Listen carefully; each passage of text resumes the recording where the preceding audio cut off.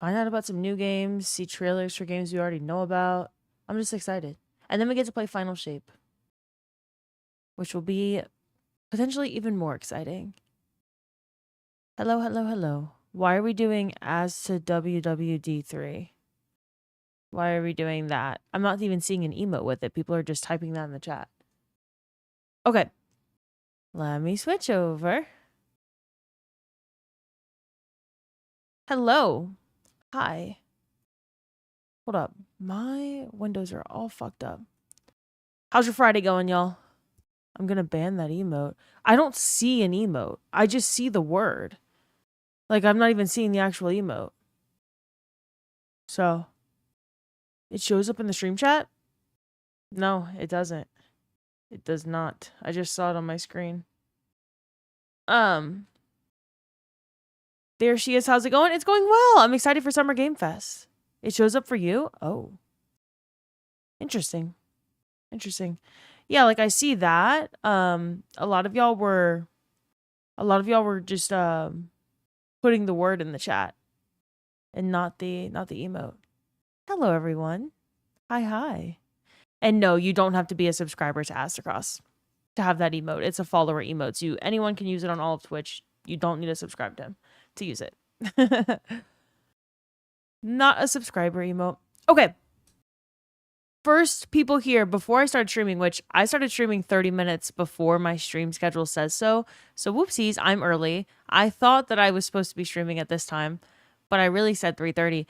Also, we're going to make a bingo card. So I'm going to get through roll call, and then we're going to make a bingo card of all of our predictions for Summer Game Fest. I need to put like a Miss Piggy related prediction on there, like Miss Piggy and Jeff fuck on stage or something like that, you know? So because they're always up to something. So we're going to put that in the bingo card. So it doesn't just have to be game predictions. It could be anything. Noah, what's up? Noah, I was just about to DM you. Dude, I didn't even know that you DM'd me. And I went to go DM you like 10 minutes ago. And I'm like, oh my fucking God, I already had DMs from Noah. I'm going to answer you. 1, 2, I got to tell you something. So starting off with a bang. Oopsies, I'm early. You've changed. I know. I'm a different woman. Bro left me on red for 3 weeks. I'm so sorry. I'm so sorry. 46 and 2 ahead of me. You must be a lurker because you are not someone who yaps in this chat. Thank you for the 100 stream streak. 100 streams in a row and you don't even talk in 100 streaks in a row and you've never said a single thing in my chat. Thank you so much for the 100 stream streak. Say hi when you're ready. I hope you've been doing well. Thanks for always being here. Hello! And a Pikachu emote is your very first chat. Hello, 46. 100 streams without a single chat. That's crazy. Thank you so much. Gam with the 20 stream streak. Dark Lord Revan with the 15 stream streak. Thank you so much for being here. Just straight vibing with the 100 stream streak. Thank you for being a big part of the Destiny community. You've made such a warm and welcoming community. Well, thank you for being a part of it. There is no warm and welcoming community without every single one of you in it. So thank you. Professional lurker. That's what I like to call them. 46. I hope you've been well. And everyone else, of course. But I get to talk to y'all every day. Someone like 46. I'm like, 100 stream streak and I've never even seen your username before? That's an interesting one. Oh, nice. Just Fry Bright. Good luck with your interview or good luck with the news. Let us know how it goes. So get your predictions in mind for Summer Game Fest because we're going to make a bingo card once we get through roll call. The braid is kind of cute. Okay. Kind of. Thank you. Elric. Hold up. Let me hide this. Elric, Ghost Reapers, Taken Prince, Too Tall, Pirates. We're all here before I started streaming. So those are early birds because I was an early bird today. I streamed before my own damn schedule said to. Chaos Destroyer, what's up? Wolf Nova, Fat Scorpion, Archer, Nighthawk, Laser J, Red Room, Samson. Wolfing says, Zoo's actively hoping you wind up having to shave your head. Why wouldn't someone be hoping? Like, we all want D3, you know? So I think we're all hoping for that, except for maybe me. Jean, Cypher, Robert. I don't know why you're calling me Liver Queen. I don't even know what that means. Newcastle. That's something that people call me here. Not something I enjoy. Archer, hello again. Bryn, Noble Bulls. Gam, Majin, Unicorn Apocalypse, Voids Tacos, Larkin. Wait, is Liver Queen just like a reference I don't understand? Is that just something I don't get? Or no? Like, bro, what does this mean? What the fuck are you talking about, Helflon? Sazerac, Ravaged, Sleeping Gamer, Taken Prince, hello again, Blob, Mr. Kibbles, welcome to the chat. Oops, what's up? King Beck, Jossum. Do you mean if they announce it at any point? No, Jossum. If they announce D3 today, then I will shave my head bald. I'm not saying if they announce D3 in 5 years, I'm going to shave my head bald. That'd be fucking absurd. Because, like, at some point, I mean, it's more likely than not that some sort of Destiny game gets announced, you know, down the line. Dark Lord Revan, thank you for the stream streak again. Quantum Owl with a 7 streak. Great week of streams, miss. 100 stream streak. Here I come. Oh my gosh, thank you. Thank you so much for being here. Also, Just Straight Vibing, thank you again for the kind words. Zipper, Zip, what's up? GU, Voids Tacos. Liver King is that big jacked dude. And like you're jacked. Oh, there's someone named Liver King? Oh, he sounds like I'd hate him. Liver King sounds like Liver King sounds like someone that only eats meat and is like on one of those carnivore diets. Cypher! Cypher with the just dropping the fucking 50 gifted subs out of nowhere. That's a switch up. Cypher usually comes in with the bits. What are y'all doing? Did y'all all just like have a fucking committee meeting and be like, we're going to gift at the same exact time? What the fuck is going on? Cypher with the 50 gifted subs. Y'all better put some fucking Snorlaxes in the chat. Cypher's got his own emote here. Please put some hype in the chat for Cypher. And separately, please shake some gator ass or something. Put some hype in the chat for Voids with the gifted sub. And Oxian with the 10 gifted subs. Holy fuck. Oxian, Void, Cypher, thank you so much. I feel like that all happened within the span of about 10 seconds. So y'all are just in sync or some shit. Cypher, thank you so goddamn much. Oxy and Voids, seriously, y'all are the best. I hope y'all are excited for Summer Game Fest because I really am. Sony's is always like, look, I get excited for Sony's announcements. I knew D3 wasn't going to get announced, but I get excited for any sort of game announcement because it's like, I love gaming. Like I want more games out there that I think I'm going to love. But Summer Game Fest gets me a lot more hype than something like Sony because you know, like certain announcements are going to be Sony only, Nintendo only, Xbox only, or Microsoft only. But then Summer Game Fest has like the mix of indie games as well that get in the mix. And we've seen some crazy good indie games in the past couple of years. So I'm just excited for what they could show tonight. Cypher, thank you so much. On top of 50 gifted subs, this man drops 500 bits too. Cypher, thank you so fucking much again. Too Tall, thank you for the bits as well. Oxy and Voids, seriously, y'all are insane. Y'all are insane. I just started streaming. Insane. Today's final announcement at Summer Game Fest will be a single-player narrative game? Did they tweet that? Lipscomb, where are you getting that information from? These motherfuckers, we're at a level 9 hype train already, and I'm trying to get through the goddamn roll call. What? The guinea pigs are going to start screaming for veggies. Engine and Zip. We're just gonna turn this off above my head. There's no need for that. Now we said fuck roll call. No, it's okay. We're still gonna get the roll call. It's totally fine. Zip with the 10 gifted subs. Zip, thank you so much for the 10 gifted. Engine with the 50 gifted subs. Cypher and Engine, Zip, Oxian, Voids. Y'all just said we're just gonna derail the stream for a little bit. It's our show now. Engine, you sniped the train. I didn't even pay attention to it. I didn't even realize that that's what you were doing. Zip, thank you so much. As usual. 10 gifted subs. Thank you, thank you. Engine, did you even say hi, bitch? Bitch, respectfully, of course. Engine, did you even say hi to me? You know what's crazy? I love Engine. Engine, tier 3, 10-month sub, right? Been following me since the first week I was streaming. Has 100 messages total, like ever, in my chat. I don't really talk to Engine. The last time Engine spoke in my chat, said happy birthday to me on my birthday, and then in February said hey. That's it. Just Not just must be a professional lurker because I don't get to talk to Engine all that much. Engine, I hope you hear me, bitch. Thank you so much for the 50 gifted subs. Thank you so, so, so much. Cypher said, just glad to be part of the best streamer and community. Again, is this Be Nice to Live Day? Thank you so much for being here. It's you, not me. Thank you so much. When you talk about like the best community, I'm just one person in the whole community. The rest of them are y'all. Stop it. Stop it immediately. Stop. I'm gonna lose messages. I think I might have already lost messages. Jagmaster with the 3 streak. Y'all, I actually got ready today. You cannot make me cry. You cannot make me cry. Bassfoil? Bassfoil's another one. He was like, hey. Actually, you know what? I'll give it to Bassfoil. When Bassfoil first followed me, Yapper. I used to talk to Bassfoil all the time. Now, Bassfoil, I'm lucky if Bassfoil says one thing per month. Bassfoil, thank you so much for the massive 50 gifted subs. Y'all, I know I'm going to keep saying it, but I have to keep saying it. Use your emotes. Show your hype for Zip and Oxy and Voids and Bassfoil and Engine and Cypher and Clive Trotter.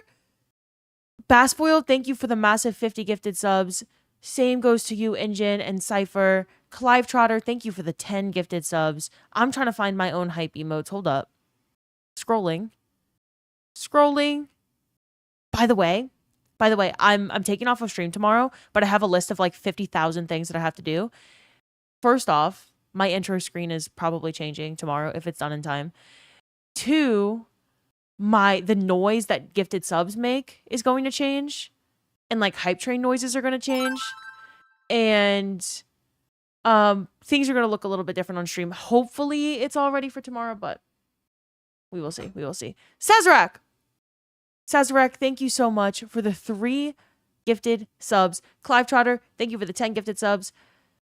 Zip, thank you for the 10 gifted subs. Engine and Bassfoil and Cypher with the 50 gifted subs.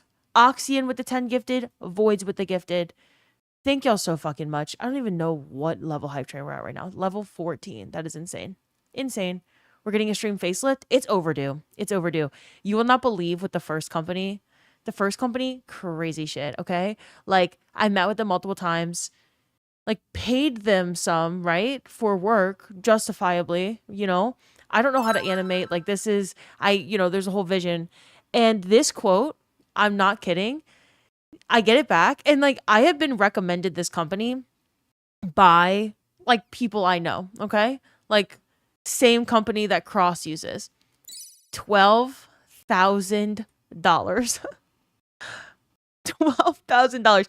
I would rather literally like saw my own arm off than pay $12,000 for a starting screen and like a couple of other things.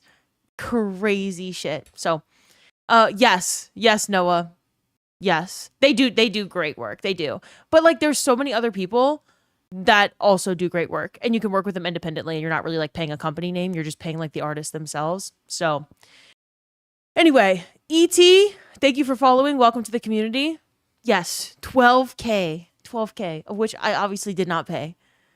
Can you put out a bid for that work, like an RFP? I mean, I'm sure you could, but I know artists, you know. Frezzy makes thumbnails, and I know like Noah's a fantastic editor. Noah, I don't know if you animate, but Frezzy like recommended a couple of people. There are so many artists out there, especially within the D2 community already, who do fantastic work. Might as well work with them instead of like some big company that does. The only reason that this company charges that is because they do like fucking like Pokimane and Valkyrae, and like, if you think of a giant streamer, the branding is probably this one singular company. So this company can charge whatever they want to anyone.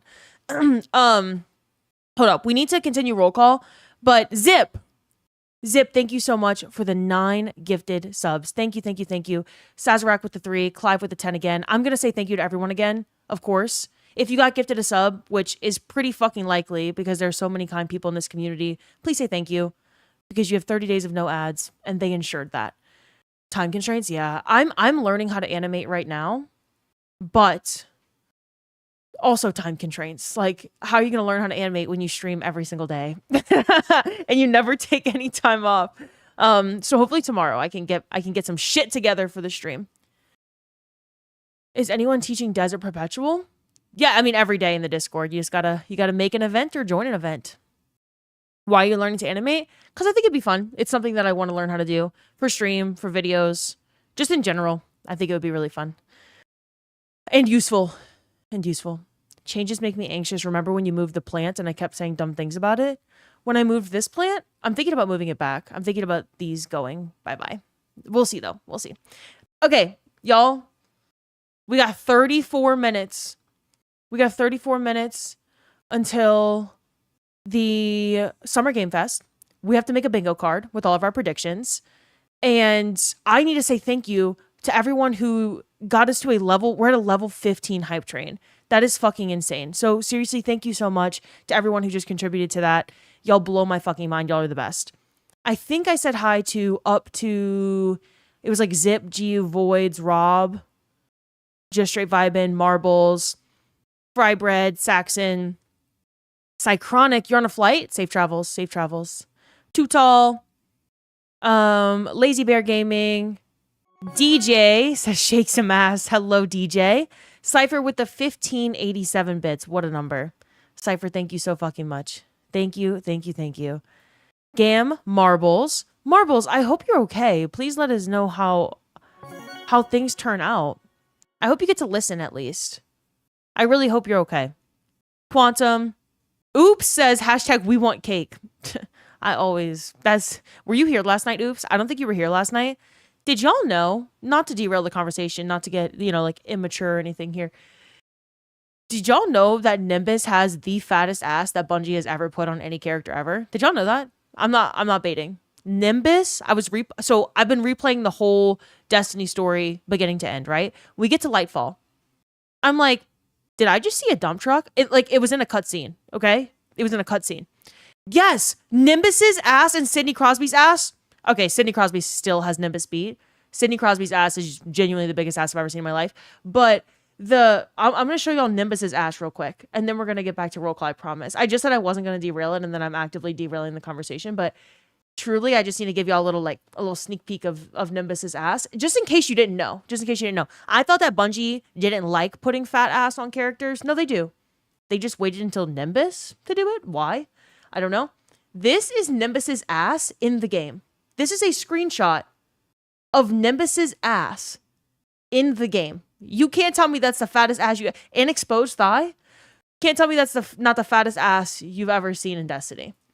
That is a fat ass. That's a dump truck. Anyway, why is Nimbus so thick? I don't know. This is a wild start to stream, but I'm here for it, honestly. Collis. Business Dave 28 gifted me a sub. Thank you, Sir Dave. Oh my God, I'm going to have to send that to him, Collis. I'm going to have to send that to him. He would like to hear it. Sir Dave. Never heard someone call him that before. Cyberpunk, thank you so much for the 5 gifted subs. Thank you so much. I really, really appreciate you. I feel like Liv got that wagon too is a real chat I just read. Like for real. Backdoor Raids, thank you for the follow. Welcome to the community. I'm guessing you just got gifted a sub. If you did, I'm glad Twitch recommended me to you and gave you a sub. Please say thank you to whoever gifted you a sub. Backdoor, welcome in again. Oops, thank you for the bits. The 6-7 bits, Jesus Christ. Cyberpunk, thank you again for the 5 gifted. I'm gonna try to fly through roll call, say hi to everyone. Thank everyone again because I cannot believe what just happened and that incredible hype train. And then we're going to make a quick bingo card with everyone's predictions. And also Nimbus's ass is on my side monitor. And I just looked over and I was like, what? I drag over windows like as I'm showing things on screen. And this happened last night too. But I out of my side eye just see fat ass on my side monitor. I close it out. Anyway, let's start a new hype train. Unnecessary. Noble Bowls, Halfway Coder, Goofy Goober, Saxon,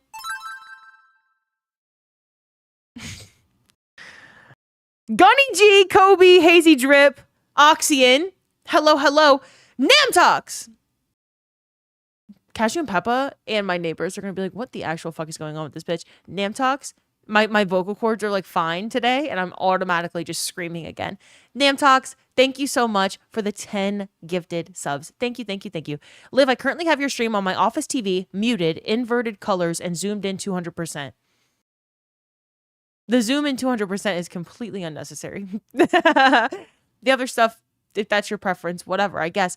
Namtox, thank you so much for the 10 gifted. 30 minutes more? Yes. So the Summer Game Fest is going to be 2 hours long of game reveals, like game announcements. 2 hours long, and it starts in 30 minutes. So we're going to yap for 30 minutes. We're also going to, I mean, I haven't finished saying hi to everyone, but I have a bingo card pulled up on my side monitor. We're going to put in our predictions for games, things that we think will happen, whatever.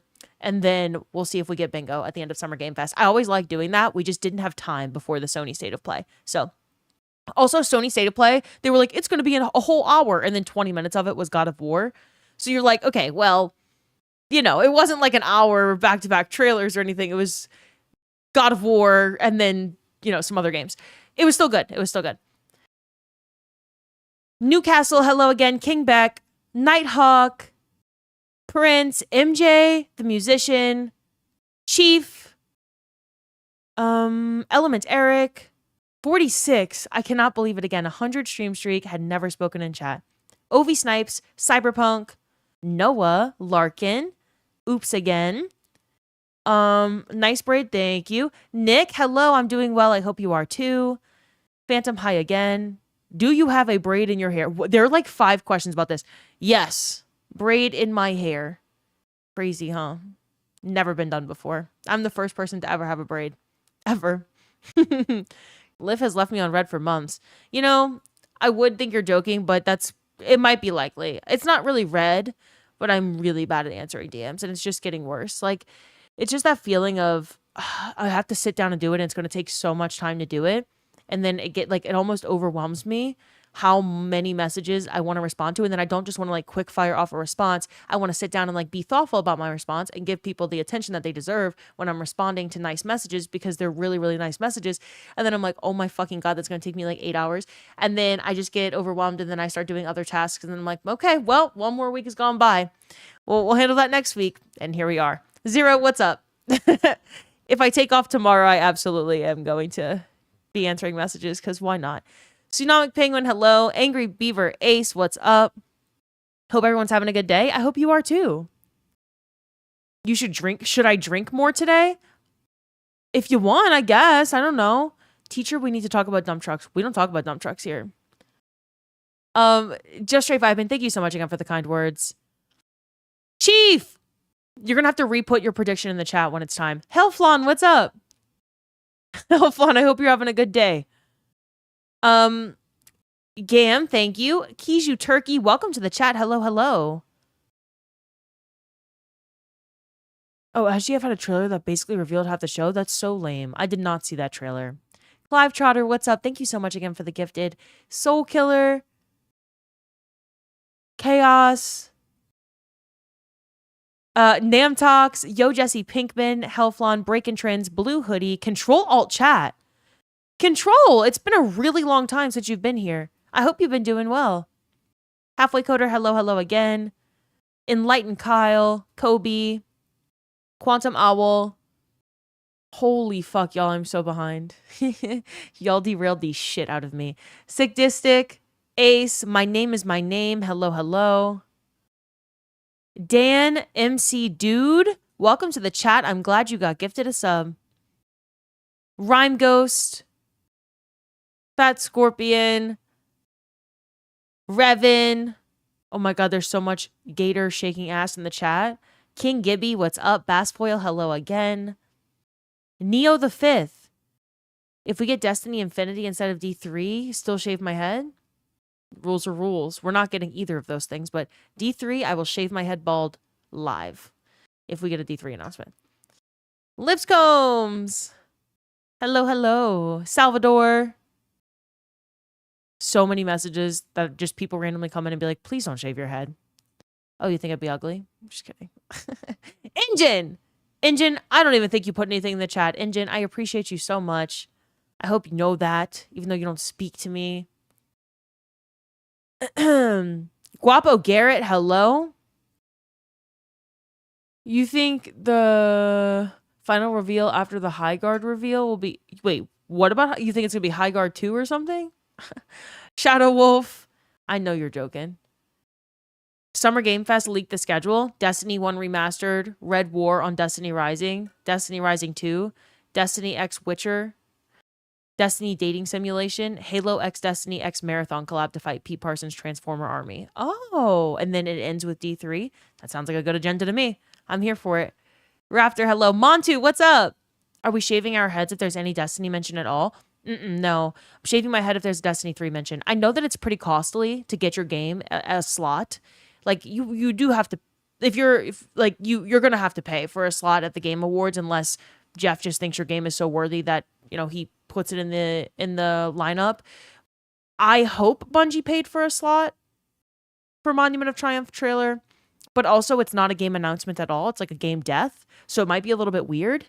But I just maybe some people out there don't know. I don't know. I think it would be cool to show that trailer, but I don't think it's realistic, so we'll see. I might throw it on the bingo card just in case. A Gray, thank you for lurking. Also, hi. Hi, A Gray.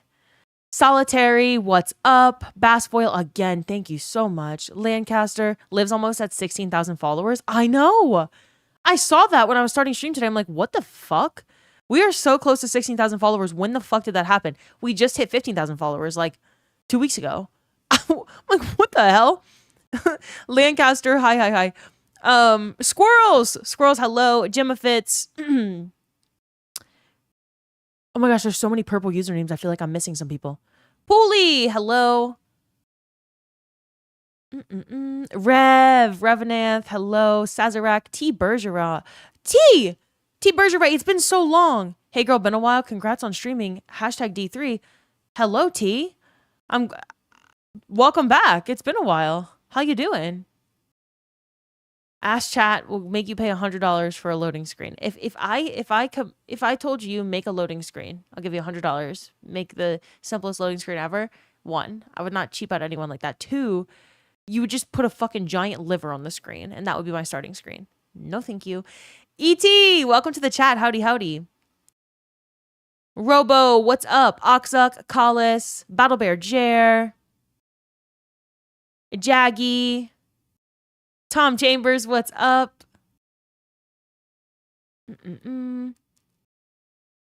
I don't know what you're telling me to do, Tom Chambers. Merge my streams. I can see YouTube and Twitch chat at the same time. They're not merged. I keep them separate on purpose, but I can see them.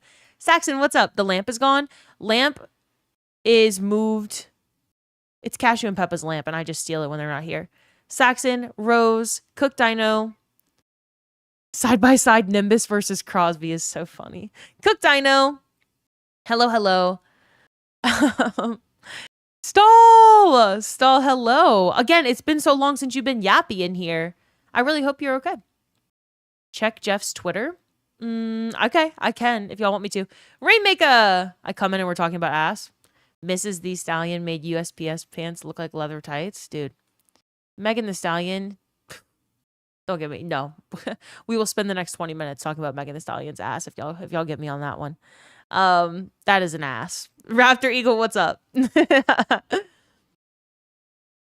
Cyberpunk, thank you so much again for the gifted. Star Fox, what's up? Hello.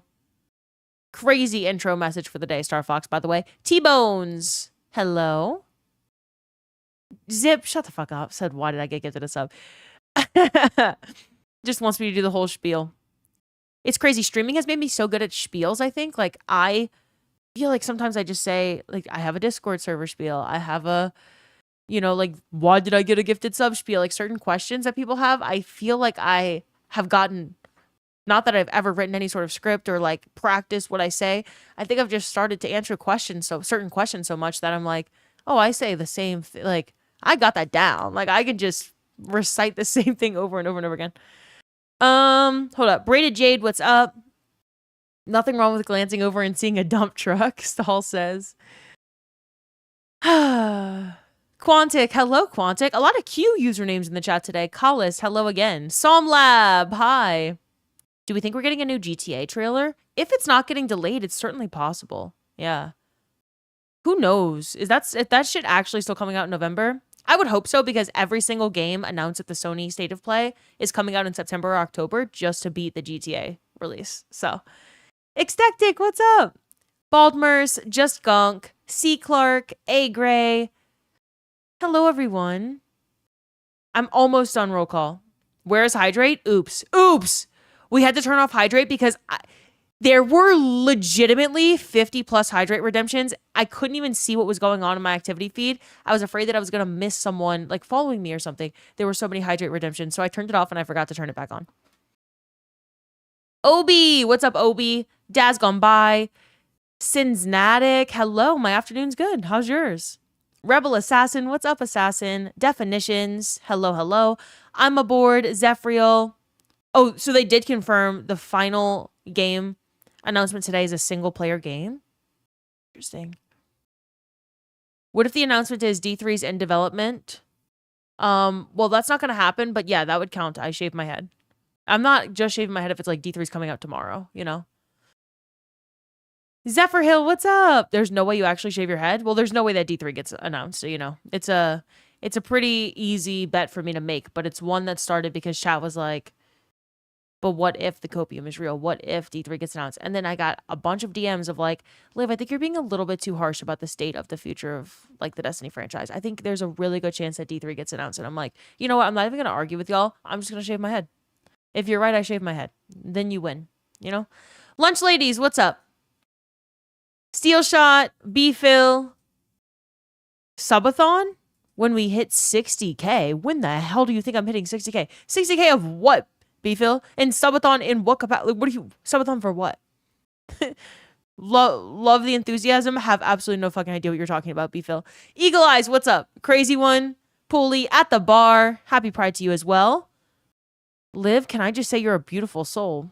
You can say that. I don't know why you're saying that, but thank you, Montu. Liat, what's up? Valerius, hi. Yeah, he's gone, Valerius. He's gone. Sherry, what's up? Oh, you were talking about learning to animate things. Yes. Yeah. The refs for tonight's Knicks game was announced. Uh-oh.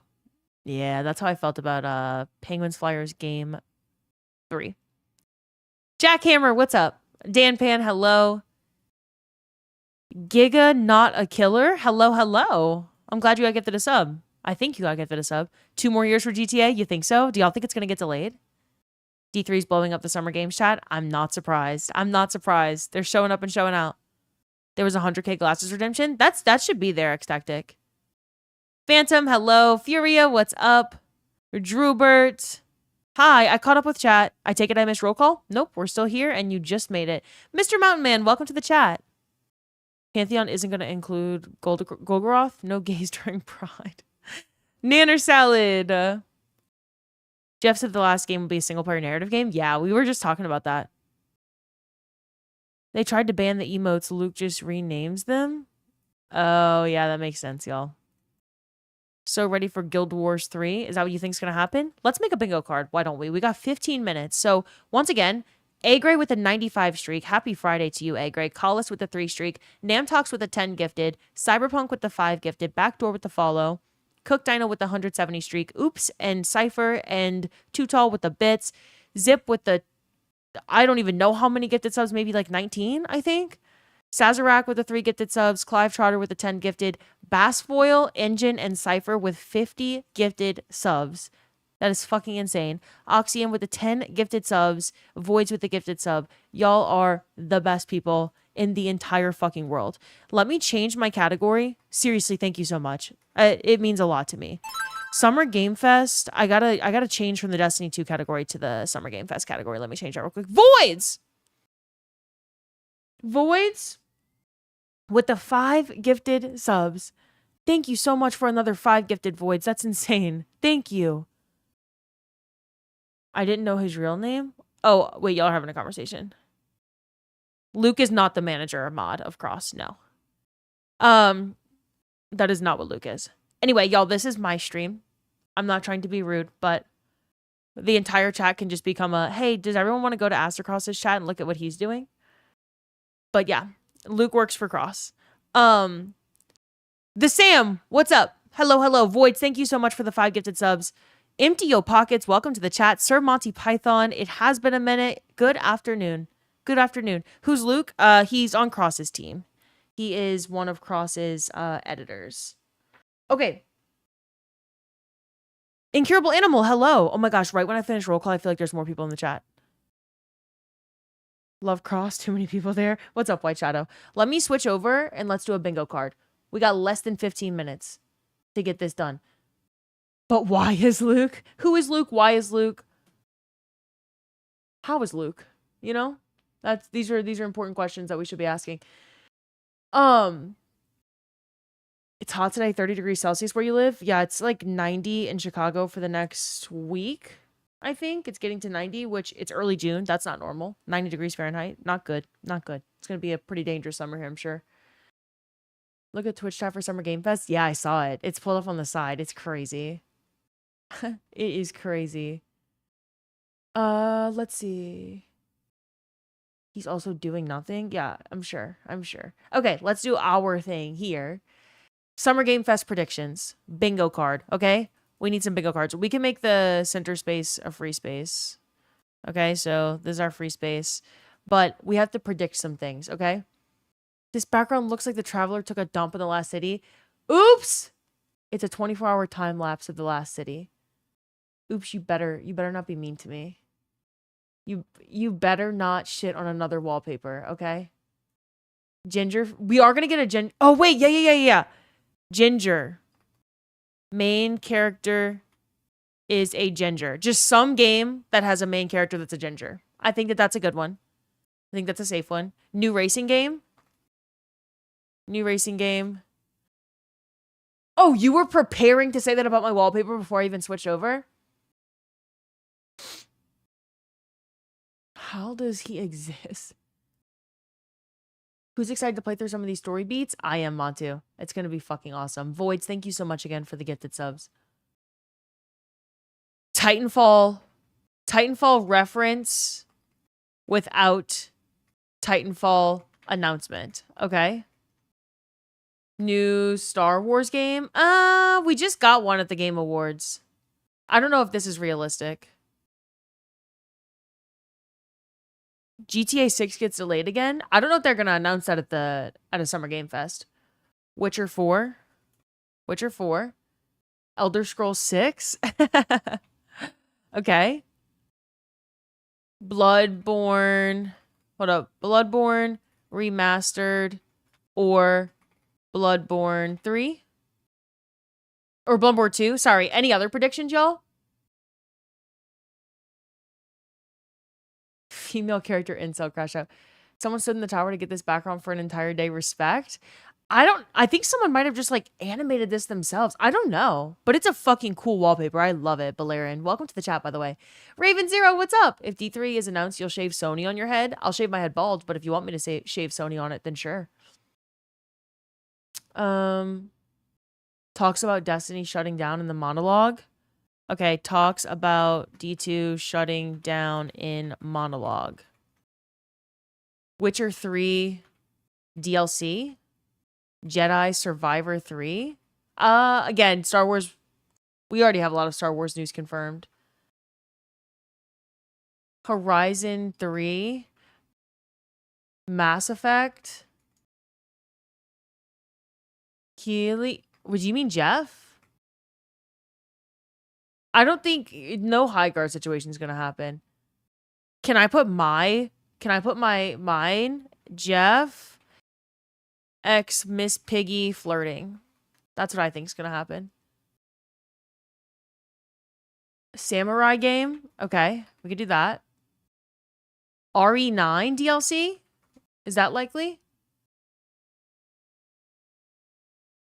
Kojima Remnant 3. Oh my god, I would cry. I like how there's so many games that are on 3. Dead Space 2. Okay. The Sam! Sam, thank you so much for the 5-month resub. Thank you so much.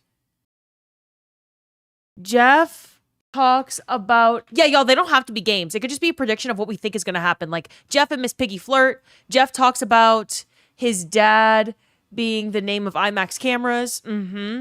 Yep, he does that often.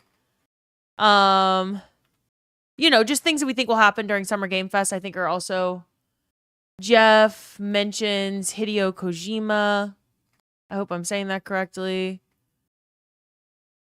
Warframe, just like any Warframe DLC. Okay. Kingdom Hearts 4. Okay. I know people are really hoping for that one today. But we already know GTA 6 is Rune Place. We already know GTA 6 is a thing, you know? World of Warcraft coming to Game Pass. I'm gonna put down the first things I see, and then with the remaining 9 minutes, we'll go around and be like, okay, I don't think that one's likely. Let's replace it with this. Monster Hunter DLC? Final Fantasy VII Part 3. Is that likely, or are we just making a joke about Final Fantasy? Oh, Among Us. Among Us announcement. We already know that. Okay, no. We already know there's an Among Us announcement, so what do we think is getting announced? Among Us show? Among Us video game? You know? Among Us 2? Okay. Because we know Among Us has some news, and I was a big Among Us player. New map? Like, new map for what, Rose? Crimson Desert DLC? Okay. Crimson Desert DLC. Now, we don't have to keep all of these. Can this fucking go away? Like, seriously? What? Can I hide it? Go away. I can't even hide this shit. Anyway. Okay, I can hide it by doing that. Among Us X Fortnite collab. Thick anime girl game. Minecraft 2. Oh, there's no way there's Remnant 3. They're currently working on Darksiders 4. So do we think Darksiders 4 might get a preview today? Is there any way that's an announcement? No way Elder Scrolls 6 is happening. That's going to be at the Xbox show. Okay, so what do we want to put there? If no Elder Scrolls 6, any other predictions of what could happen? This is the kind of shit we want. Like, we know that they're working on a Darksiders 4, but we've never seen it. So how about we put that out there, right? Like, what if it happens today? That's the kind of stuff we want on our bingo card. So more of that. Insurmountable D. Thanks for following. Welcome. Sam, thank you again for the 5 months. Ginger Jiggle Physics Simulator. Spartan. Bethesda's only at Xbox? Bethesda's Darksiders? There's no way. Bloodborne has to go to Sony. Would have announced it. Oh, Bloodborne would have been announced by Sony? Okay. We can take that off. But we do need replacements. Gotcha update teasers? What kind of gotcha? Guild Wars 3? Did we put that on here? I think I saw someone say that before. Sorry, y'all. If I don't read your message, I'm like trying to read as many as possible. Elden Ring 2? Hogwarts Legacy 2? Last slot. Oh, wait. Destiny 3 needs to be one. Instead of a free space. No, I'm just kidding. Free space needs to stay there. Destiny 3. Look how many 3s are on here. Witcher 3, DLC, Jedi Survivor 3, Horizon 3, Destiny 3, Final Fantasy 7 Part 3, Guild Wars 3. What is Final Fantasy 7 Part 3? Halo on PS5 should be announced with some more details as it nears launch date. That would be by Sony. That cannot be today. New gacha game. Okay. New gacha game announcement. Oh, it's the final part. Okay, wait. Final Fantasy 7 Part 3 is realistic. Okay, what's not realistic here? Is there anything that we could replace with a new gacha game announcement? You know what? Destiny announcement.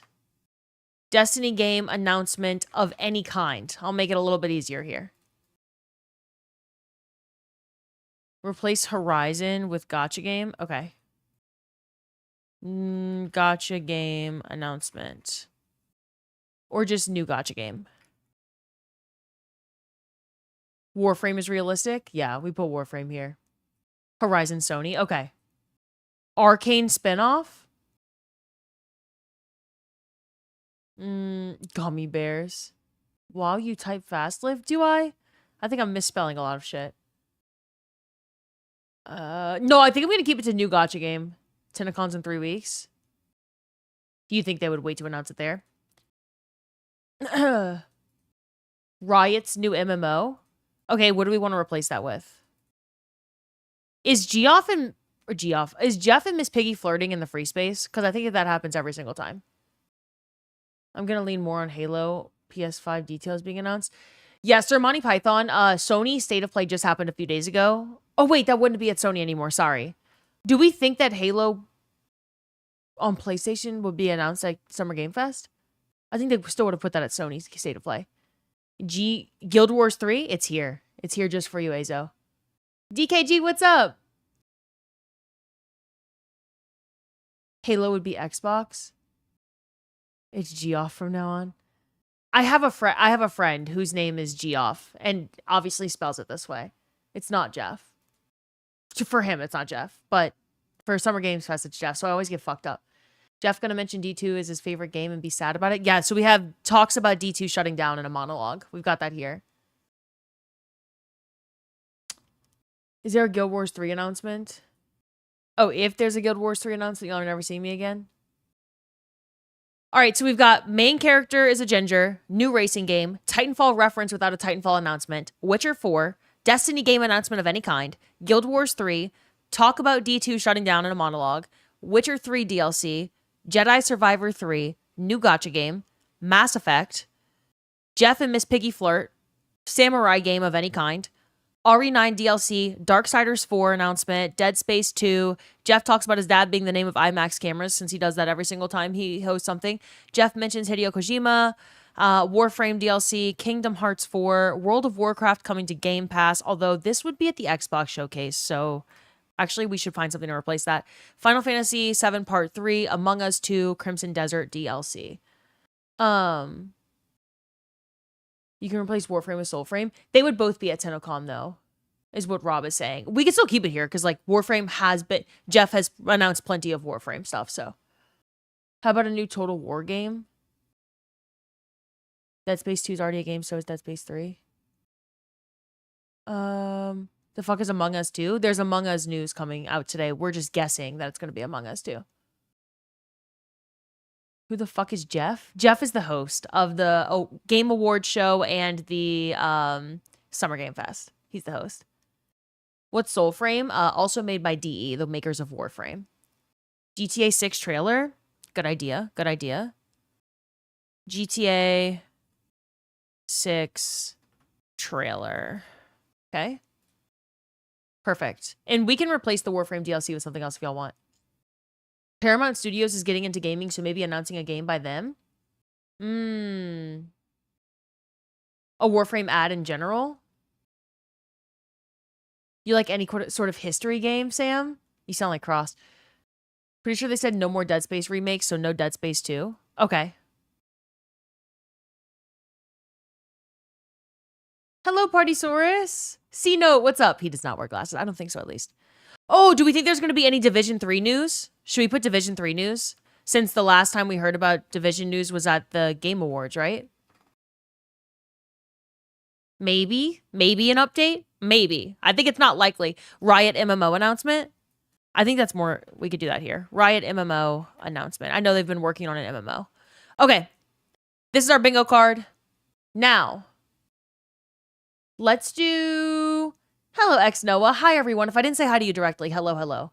Let me go to YouTube. Let me pull up Summer Game Fest for us. Summer Game Fest.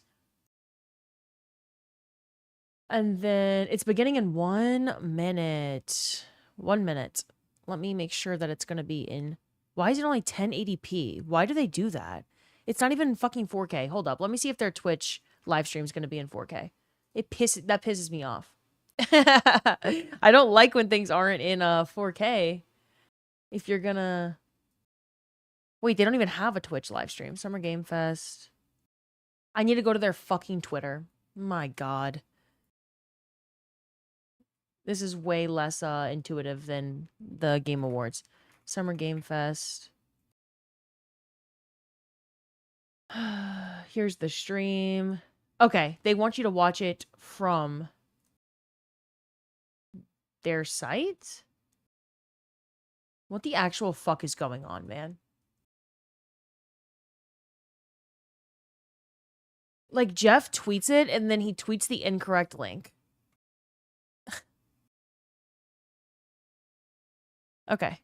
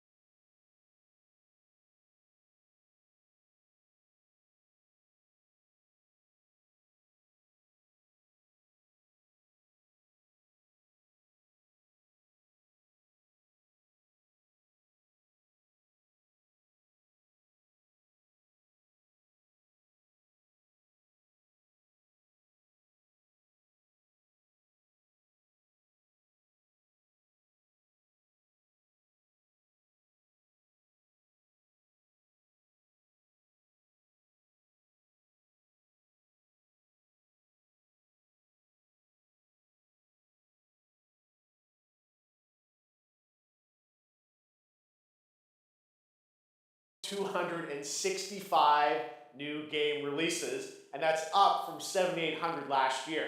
There are now more games and more creators than at any point in the history of Why is it distorted? Now, sure, a cynic might look at those numbers and think, how can anyone possibly break through with their game? Hold up. But then, great medium. Oh Now, my sure, fucking god, my cynic whole might stream look at just those broke. numbers and think, Oh my how god. can anyone We should be back. Publishers, isn't that great? What the fuck Absolutely, and most of them were brand new IPs like Mugenics, Windrose, so sorry, or Far Far West. That tells you something important. Players, you guys are hungry for new experiences. You want originality, games at different price points. And when developers take Fucking bold, Jeff. creative swings, turns out you guys show up for them. Really great, so congratulations to all those games. Now, you know, some games, they become global blockbusters, but others actually find smaller, passionate communities. We'll go that back love them after it deeply. ends and watch this today, beginning monologue both again. of those kinds of success matter. Is it loud enough? The truth is, not every game has to be for everyone. That's what makes this medium so exciting right now and makes SGF so rewarding. Because this show helps drive discovery. I hope you find your next favorite game today. So get ready to get wish listing. Should we get on with the show? Okay, it's gonna be a fun ride. So let's get started with our preview of what's ahead with our first announcement.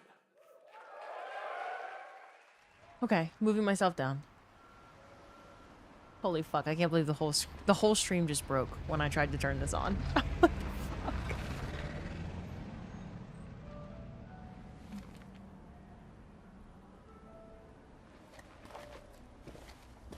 I'm scared already.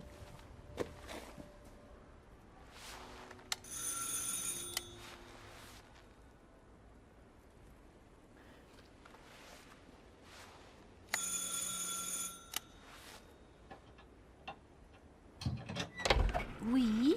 Qui est-ce?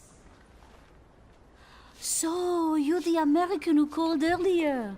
The sister of the man on the third floor. I'm scared. Ah, welcome to Paris.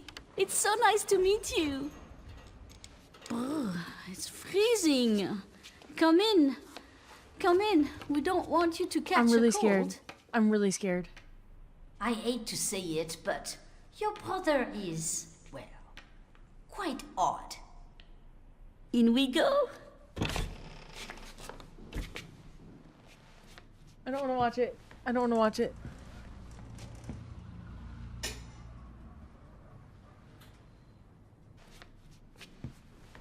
I actually can't watch it.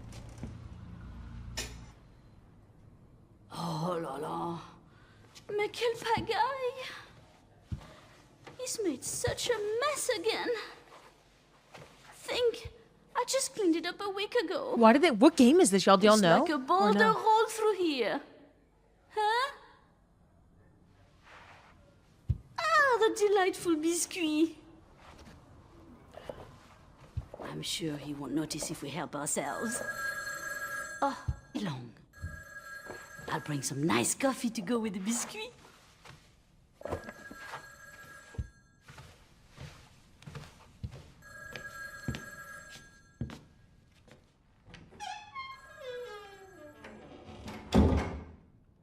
Wait, is the audio messed up for y'all?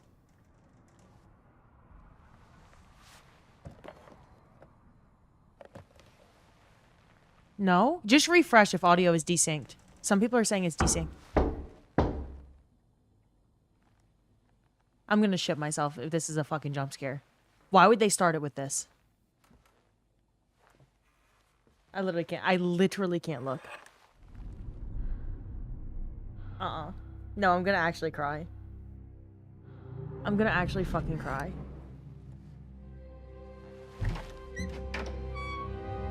I'm gonna throw up. Okay, that wasn't that bad.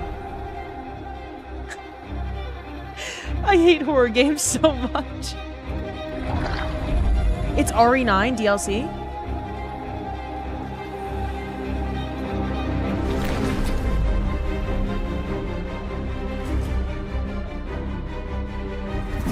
I don't think so.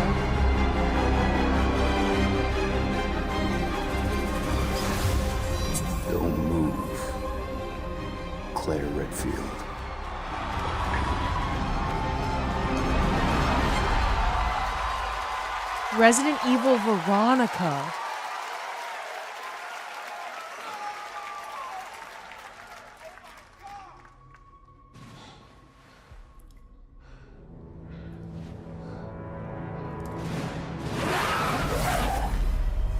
$2027. You could hear the person in the audience. Oh my god. No ginger though. Capcom on a roll. What a way to kick off the show. Resident Evil Veronica revisits a classic title from the Resident Evil universe, reimagining the experience for today's players. Thank you to Takeuchi-san and Capcom for that incredible Resident news. Evil was on the bingo card. Now, but Resident Evil 9. some surprise breaking news DLC. from one of the top independent game studios in the world. Ooh, what's this? Hello there, I'm Cuphead here at Studio MDHR headquarters. And today, we have a special Bungie. announcement for all of you. We're happy to confirm that development has begun on a brand new, hand-animated Cuphead video game. Our talented team is hard at work on this ambitious What the hell is project, Cuphead? which will take Cuphead and friends on a fresh, exciting adventure. It's still in early stages, but we look forward to revealing more when the time is right. Well, Don't say what the from all of us fuck. here at Studio MDHR, thank you for... I didn't know this was plugged in. Hello? Yes? Oh, indeed. It's a super hard platformer and Oh, you you want me think to tell I'm them? gonna know what it is? Yes, I'll tell them. Me? Platformer? Yes, right now. Right. Well, it seems I have one more surprise. A small team within our studio has been working in secret on something completely different. This new project is a love letter to the era that brought us into the world of video games. We have prepared a sneak peek, and I'd say... it's pretty radical. Over here? Ahem. Pretty radical. Let's roll the clip. So Cuphead is a platformer. It's a platform game. Development at Studio MDHR. I know what Hollow Knight is. Yeah, Silk Song. It's Mighty Cuphead Adventure. A new How long has this fast-action IP been platform dead? Shooter with arcade quality graphics and amazing sound. Mighty Cuphead Adventure. Only from Studio MDHR. It never died. AKA, when is the last time that they made a game? Oh, it's from the last few years? Oh.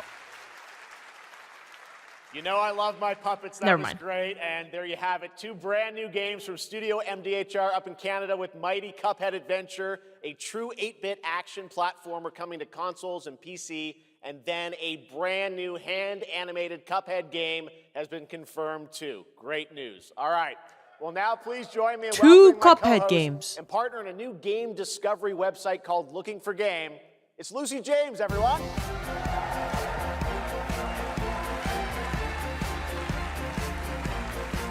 By the way, this is 2 hours of game announcements tonight. Thanks, Jeff. I am thrilled to be back here at Summer Game Fest, and I'm excited to share in so many incredible I like her announcements. dress. Now, this next one is very special for me. It's a game we've all been waiting to see for a long time. D3, yeah. Just every game, we're like D3. Pre-alpha footage.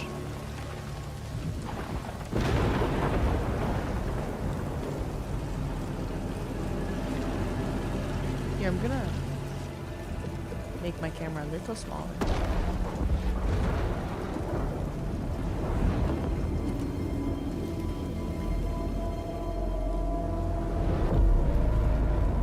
The graphics look insane. やってくれたわね。大きな損失よ。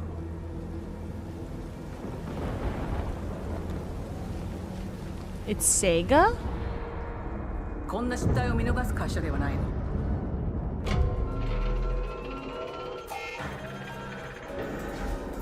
これは最後のチャンス。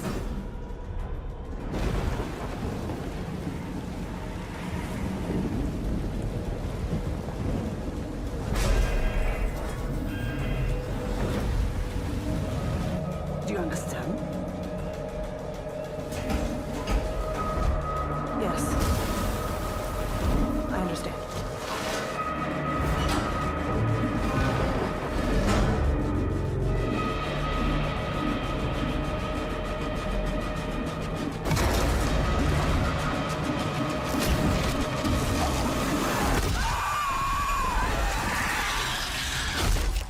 Japanese D3.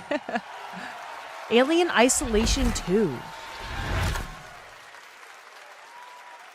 Wishlist now. Were y'all expect? I don't think anyone was expecting that.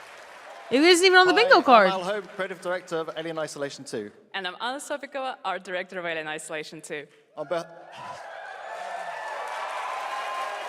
behalf of the whole survival team at Creative Assembly, we're very excited to share our return to the survival horror genre. The first game was horrifyingly good. The first Alien Isolation, and we're continuing what we started, creating an authentic new chapter which builds on that core isolation experience of escaping the terrifying, unkillable, relentless alien. And this time, we're unleashing the alien on an unsuspecting colony world.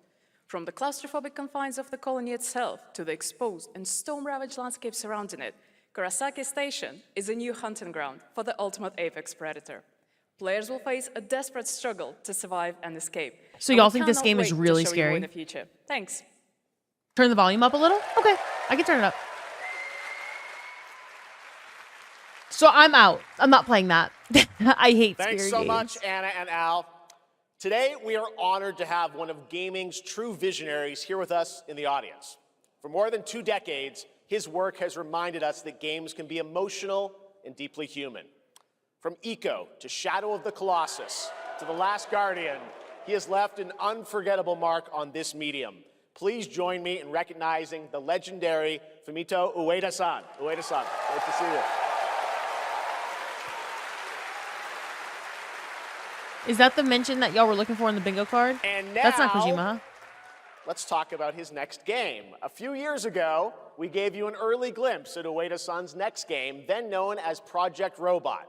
Well, now, it's time to step deeper into the mysterious, unsettling, and epic world that marks Ueda's first game in a decade. Let's take a look.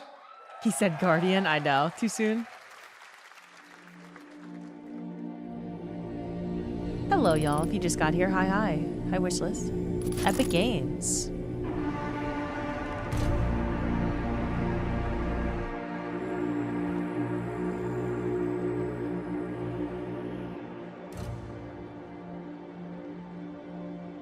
Graphics on games just look insane now, y'all. I just can't imagine, like, aren't PC requirements for something like this, these games just gonna be insane?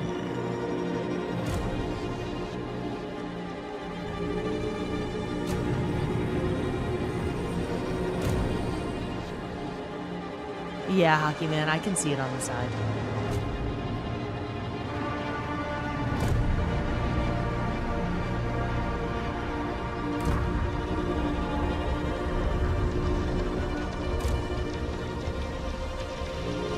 This music is good.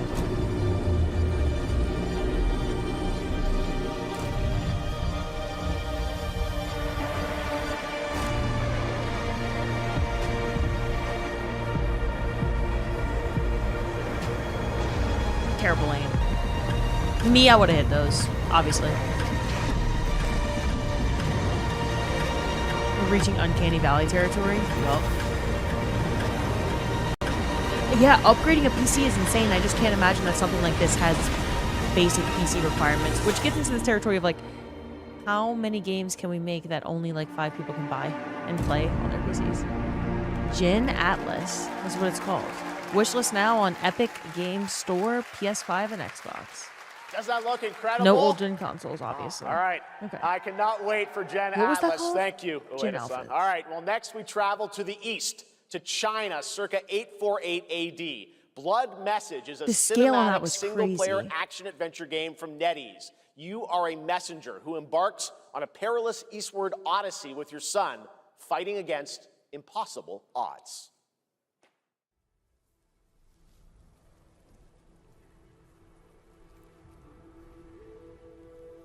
I wish I knew more about Gen Alpha, or Gen Alphas that just got announced, but it looked really fucking cool.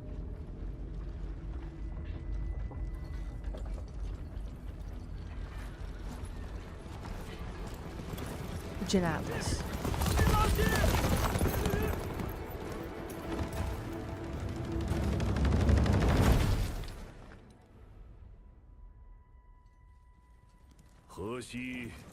始于吐蕃50余载，一齐奋起，却从未有人坚守如我等之久。今日天枪大捷，以寡破众，陪对着当即首功。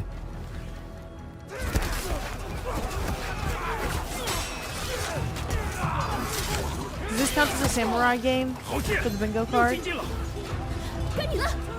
If you're a fan of these games, there are endless options. Yeah.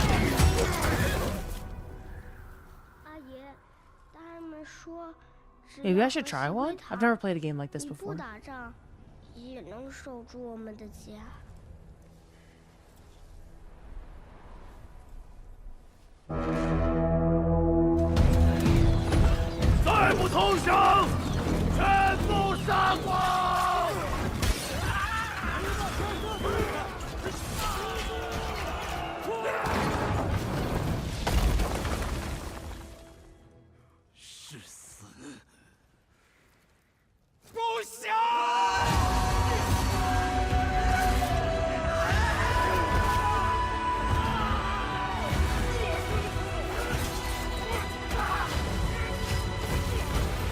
Yote is very good.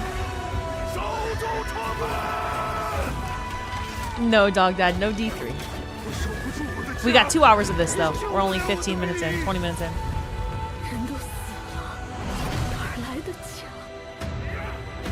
Again, graphics, fantastic in every game. Like, hyper realistic. Looks good, you just don't trust NetEase? Is this NetEase? I thought it was Entertainment 24 making this. This is NetEase?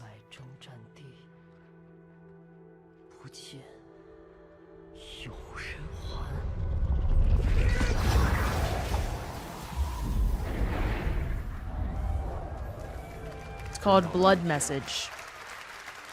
我的安宁，还有像安宁一样的孩子们，就再也不用怕没有家了。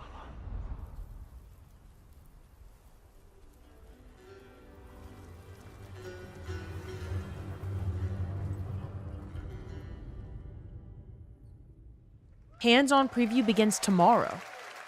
So if you're interested in it, you can play it tomorrow. I think. Now, please welcome a game developer who is visiting the US. Oh, wait, no, that's for probably the at an first event. time in 2 decades. From RGG Studio, it's Masayoshi Yokoyama.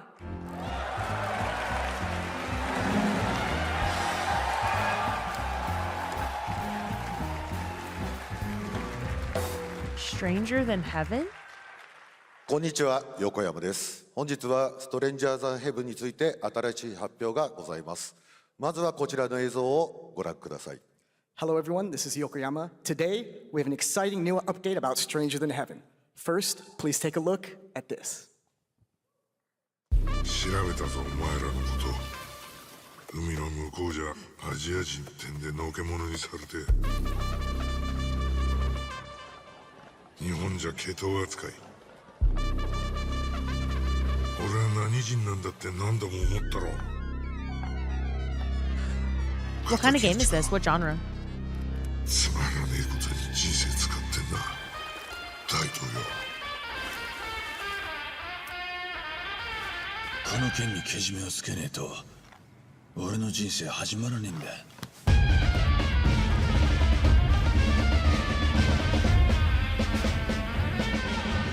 Corey Kelly?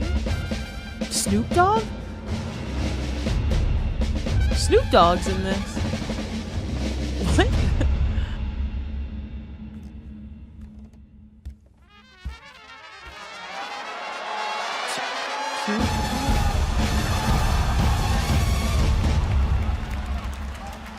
What? So they brought him back to life to voice a character, or? Crazy.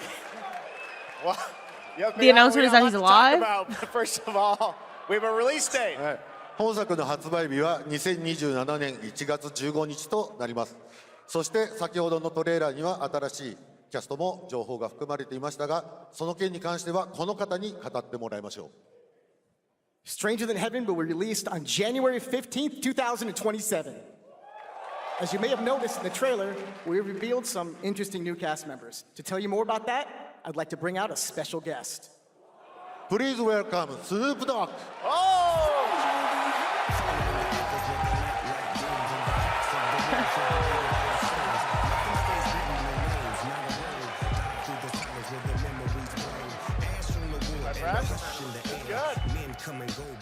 Snoops, everyone's talking about this. Snoop game. Dogg was not in the bingo card It's we so made. good to have you here, man. That's crazy.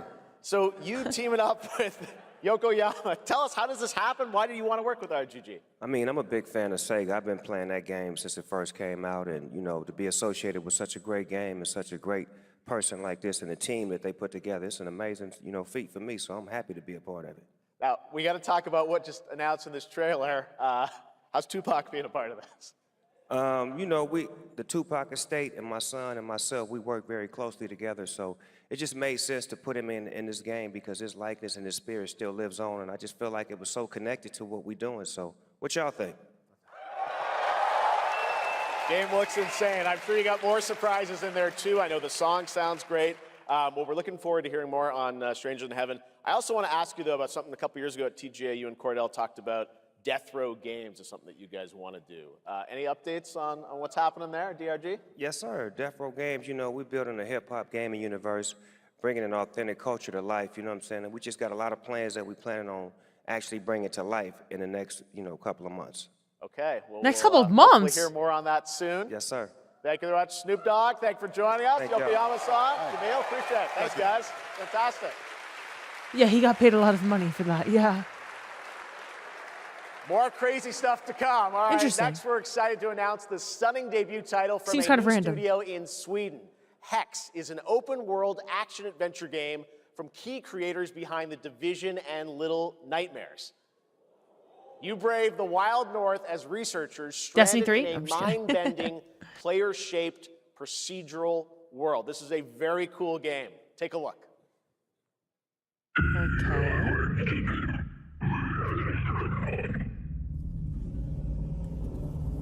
Okay.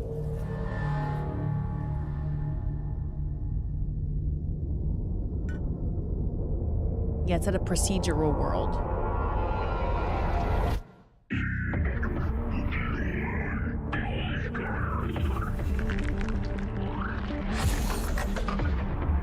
Hey y'all, it's okay if you don't like games. Like I'm here to hear it, whether you like it or not. We're just here to see game announcements. That's all. Is this the cube?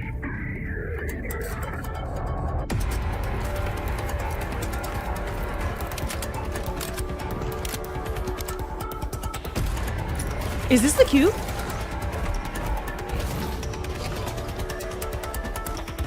The first actual trailer? I think it is. Why did I not put that on my fucking bingo card? I forgot. I knew this was coming. It looks like Destiny. It does.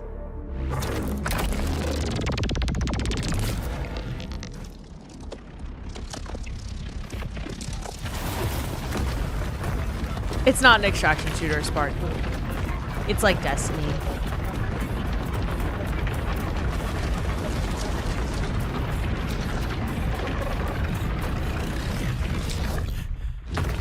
I think this is the first actual cube trailer. Like, gameplay related. No. It's called Hex. Hex? That's not the cube. I can't wait to see more from Hex. It looks absolutely stunning. We have much more SGF to come, but first on June 14th, Dead by Daylight is celebrating its 10th anniversary. Watch this closely because here's a that little looked tease really of good to what's me. ahead. Looked good, of course. Like, I don't know a lot about the gameplay. Could change my mind, but...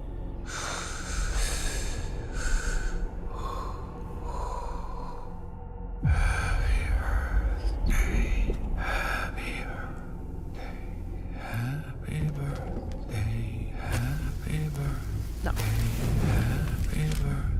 No, they... Are horror games just in? Can this please stop?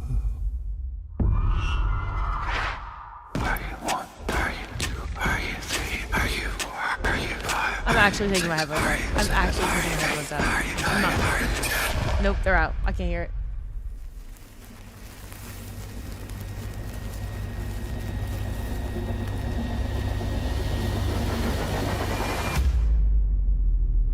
June 14th. How old are you now? Dead by Daylight 10. June 14th. It's coming out in 2 weeks. Or less than 2 weeks.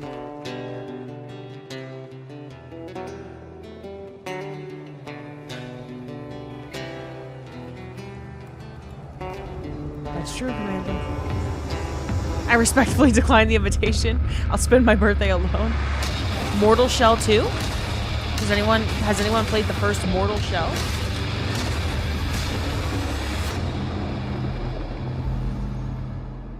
Beta now available?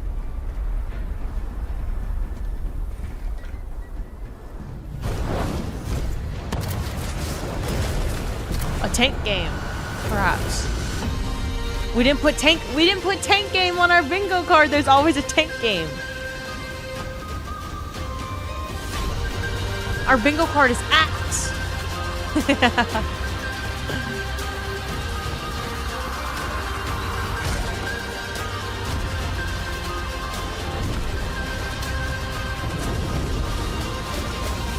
Mecha game, but steampunk. I'm pre-ordering.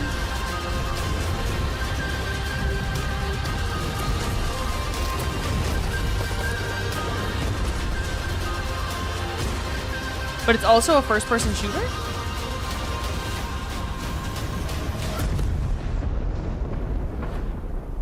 Sand Raiders of Sophie. Play the server slam now. Is it dangerous? Edward. Privateering. Is it dangerous? Wouldn't pay so nice if it weren't. Ginger! Ginger! First Ginger! Gentlemen, we do not plunge headlong into folly on the orders of a single madman, but act according to our own collective madness. So I'll put it to the vote. All those in favor of storming this cove and taking this ship, stomp and shout aye!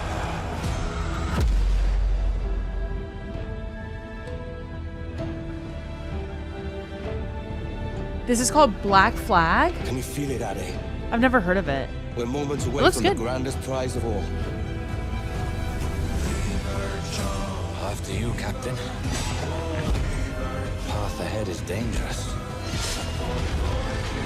Don't save me a spot in hell, Shaka. I ain't. Path ahead is dangerous. Me a spot in hell. This is their stream, not mine. Their stream just did that. Welcome back to SGF. That was Assassin's Creed Black Flag Resynced, which is arriving July 9th. Okay. Now it's time for the announcement of a game that reunites one of the best action game developers in the world with a legendary franchise. A legendary franchise? I know a couple of those. Oh, fuck. Okay, never mind. That's all they paid for. They said cut it away. Black Flag was fantastic.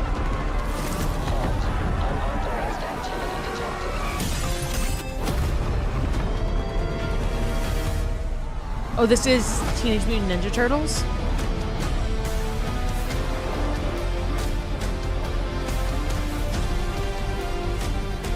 Platinum Games, sign me up. Is Platinum Games a good studio?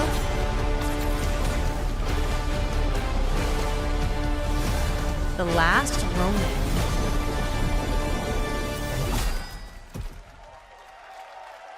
You thought it was canceled, Cheeks? You guys having fun yet? We are just getting started, believe it or not. All right, well, that's another TMNT game from Platinum Games, and I cannot wait to learn more about Last Ronin. Now, please welcome two-time TGA loser for Expedition 33 and Final Fantasy 16. It's Ben Starr, who voices the Visitor in Fortnite. Two-time loser. Yeah, there's so many goddamn games coming out. Oh my goodness.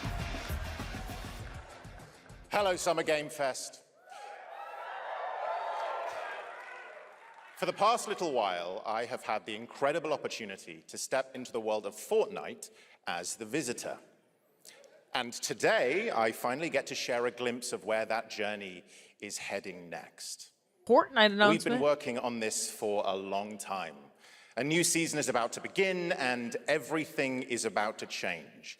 Fortnite's trying to stay relevant. Fortnite's next season runners. Trying to stay on top. Launching later tonight. Divs. The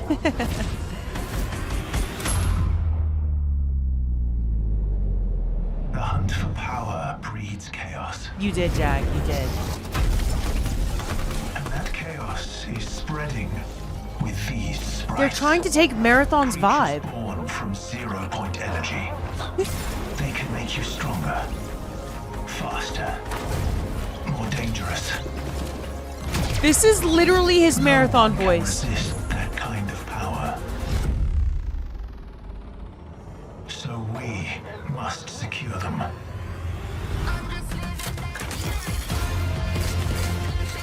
That's just his voice? No, I know. But it's not. They're like, you know, a whole lot of tuning effects on his voice to make it sound exactly like it does in Marathon.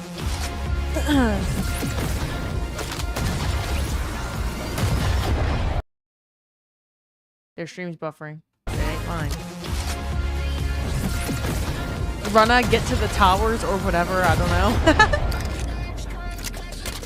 You were partially... Yeah, you did. A lot of people said Fortnite collab. Fuck. Fortnite runners. Alright. They're even called runners, like in Marathon. It's literally what they're called in Marathon. Now, if you're wondering how we end up on this new island, you'll have to jump into the Shattered event happening live inside Their audio Fortnite is really right desynced. after Summer Game Fest. This season, we asked every player to choose a side. That's and not in me, the live right? event, that choice changes your experience. It has all been building to this moment. The party starts at 7 p.m. Eastern Time, but the doors open early, and trust me, you'll want to stay to the very end of the event. I've got a little surprise waiting for you. The stage is set. This is their stream. I'm gonna try to refresh it real quick and we'll go back a couple seconds. What the fuck, man?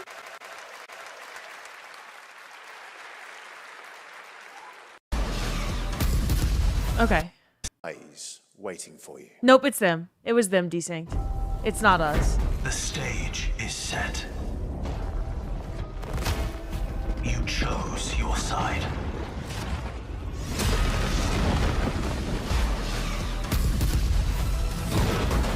This ends now. Fortnite Shattered? Is that separate?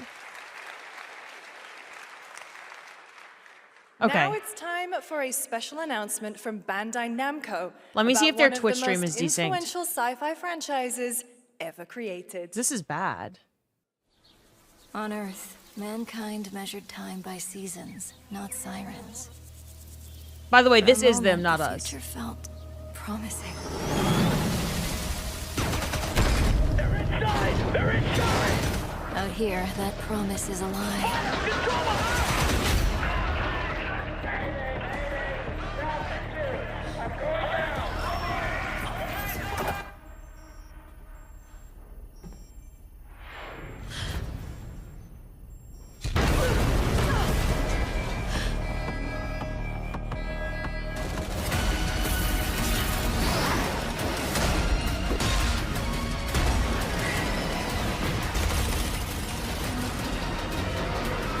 Every breath taken is inside an armored shell.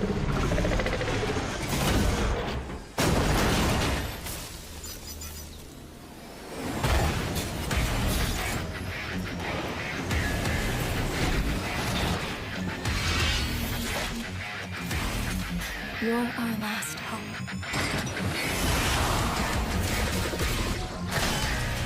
The darkness coming for us.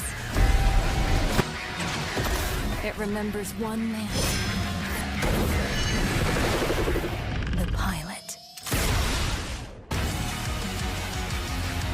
Is this Gundam?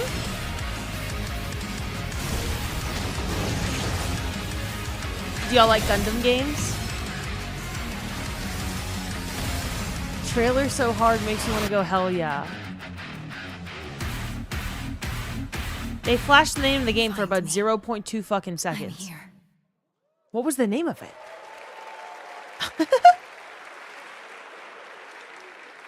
Thousands of games launch every year, so finding your next favorite can be tough. That's why I'm launching my new newsletter, Looking for Game. Thank you. I'll be curating and selecting games that deserve your attention every week and sending demos and exclusive playtest invites straight to your inbox. Head over to lookingfor.game to sign up with player.gg.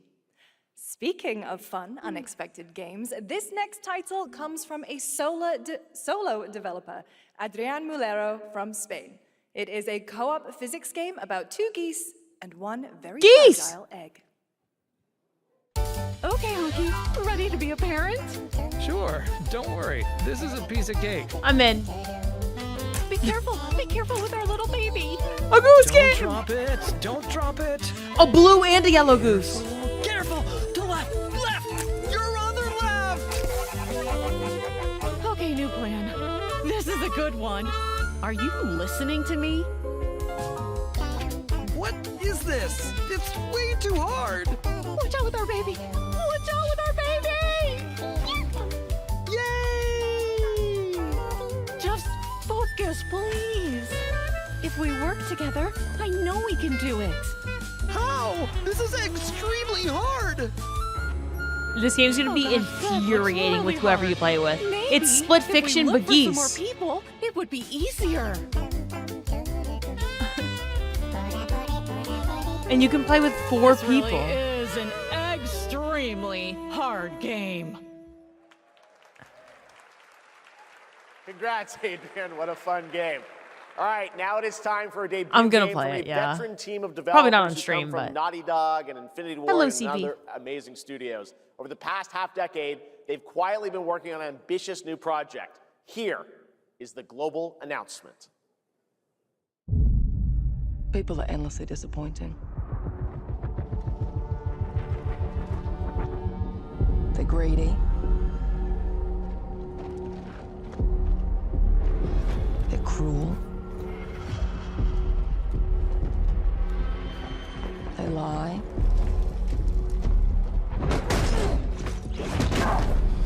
Ginger! Hey, Stokes? Yeah, I got one of them.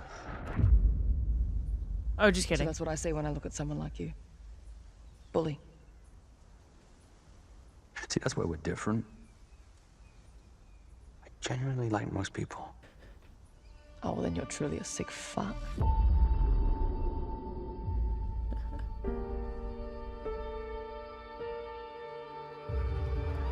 That's no moon?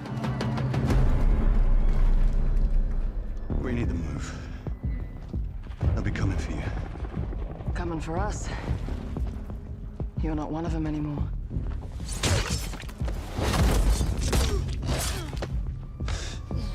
Yeah, well, that's temporary. Just like you and me. You guys don't understand the His real name threat. is Cross. Not like we do.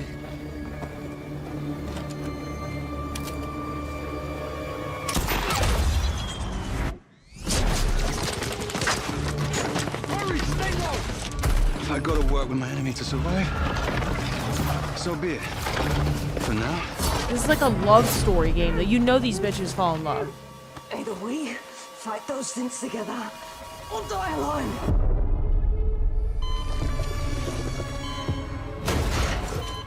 I have the phone. No. Do not touch him.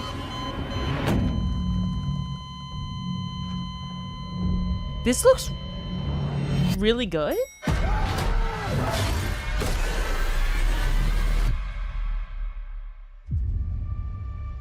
we fight together or die alone.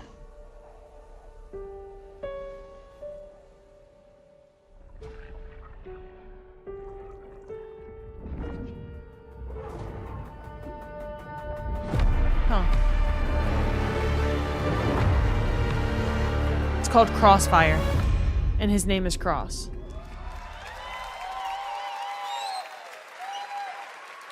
For over 18 years, Jacob and I have developed character-driven games with the goal of thoroughly connecting design and story. And her In name is Crossfire, probably Fire, yeah. two opposing operators must form a temporary alliance. Depending on one another is their only chance of survival. To support this narrative stance, to react to the complex terrain and the enemy's line of sight. It fundamentally changes your relationship with the environment and becomes an active skill to master. Shout out to our amazing team at That's No Moon, who are meticulously crafting Crossfire. It's for all of you who, like us, love high agency, single player, story driven games. Thank you. High agency. I like it. Anyone interested in it? Amazing. Thank you so much, Jacob and Taylor. Now, last year at the Game Awards, we introduced the next game from Remedy Entertainment. Here's a new look at the mind-bending world of Control Resonant. No, because it's in third person. It's been 7 years. The oldest house has fallen. Ginger. Everything we tried to contain is now loose in the streets of Ginger Manhattan. president? This was caused by a new type of hostile resonance. It is beyond anything that we can currently measure. It's all quite terrifying. And fascinating. I'm pretty sure there was a Ginger president. Isn't this Control too?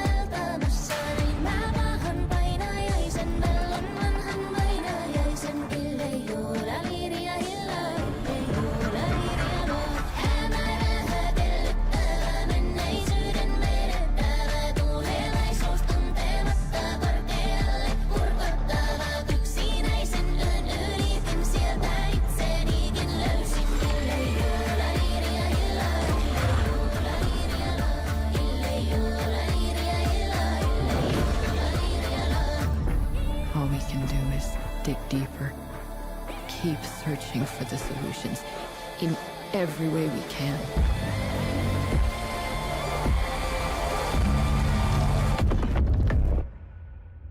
Very trippy trailer.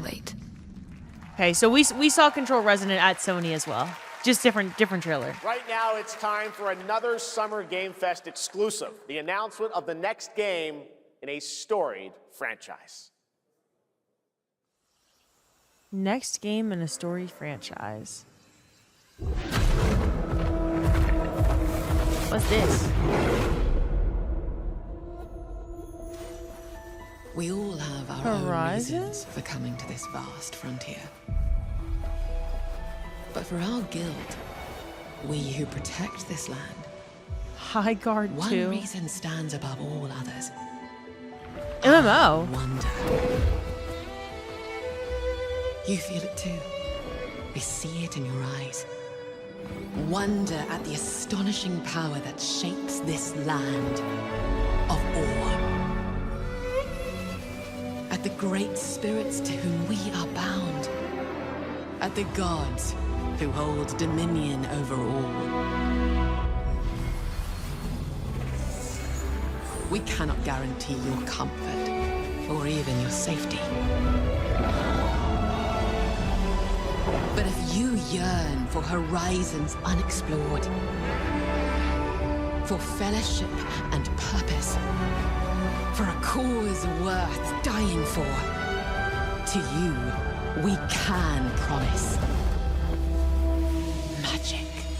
Guild Wars 3. Has anyone played Guild Wars 1 or 2? Is it good?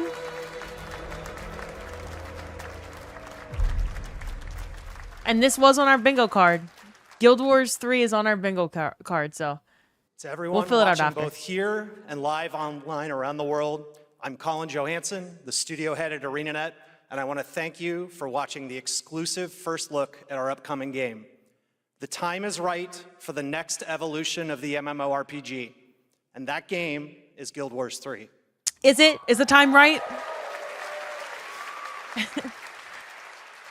glad you all agree. Guild Wars 3 is an epic world that is both beautiful and fun to explore. The time is where right the joy for of the next movement is powered by MMORPG. your character's momentum, and combat will usher in an entirely new type of MMO experience. By launching on PC and PlayStation 5, we're inviting the biggest audience yet to experience the world of Guild Wars. Was it on console We're only so before? excited to welcome all of you to join our Guild Wars community. Go to guildwars3.com to sign up for our newsletter right now. Thank you. More MMOs.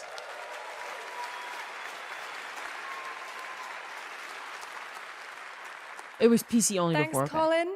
Get ready to blast across the galaxy with daring races, dangerous rivals, and some very familiar faces. Okay, so Guild War 2 is old. Star Wars Galactic Racer. I'll give it a shot. Is Guild Wars 3. coming this October. And now it's time to head to a brand new planet, Dervanakos. Now this is pod racing. Pod racing news. Pod racing trailer. Welcome to Dervanakos, where champions are born and losers annihilated.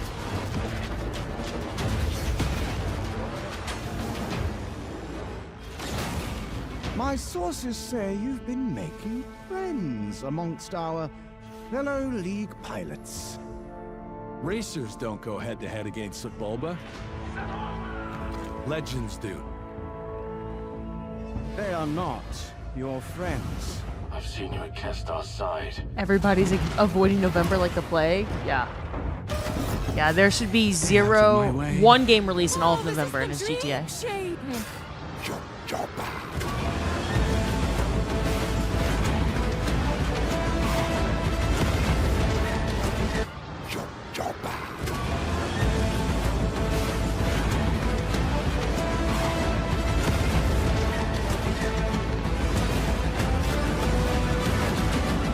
There's a reason why they call Kestar Fool the champion. The chat is crazy. Yeah. The golden age of the Yes, it Galactic is. League begins now. Star Wars Galactic Racer. Okay. Star Wars Galactic Racer. I'm writing down all the names of the stuff that they say so that we can fill out our bingo card after. Epic Games again.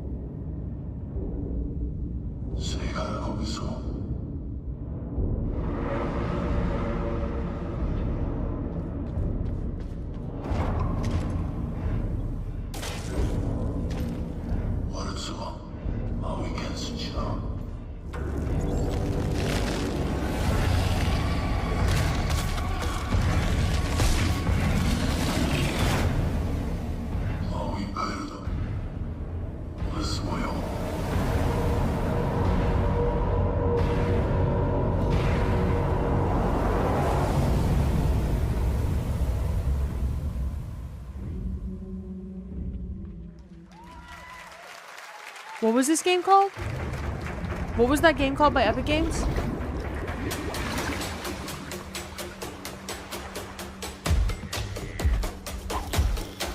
Fishing! End of Abyss. Okay. Hello, y'all. Hi, Miss Craig.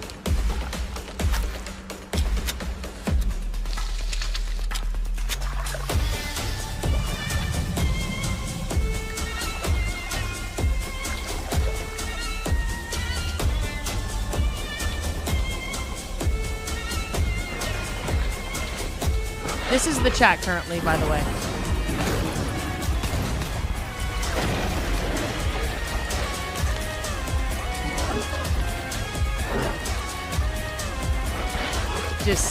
There has not been a singular message about these games in any chat. Just D3, D3, D3, D3. Last Harbor, you can wishlist it now, Steam only. A few years ago, we announced Sega's plans to bring back many of its classic franchises, including Jet Set Radio and Crazy Taxi. Another one is Virtua Fighter. Today, we've got your first ever look at the surprising scale and scope of the next installment. This is Virtua Fighter Crossroads.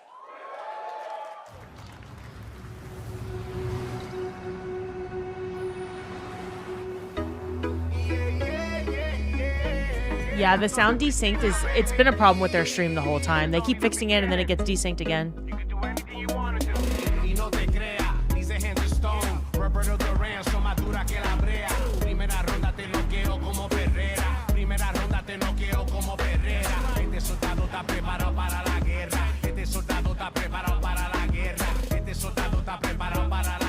Are we talking about your ex? Hey, I've got an idea for you.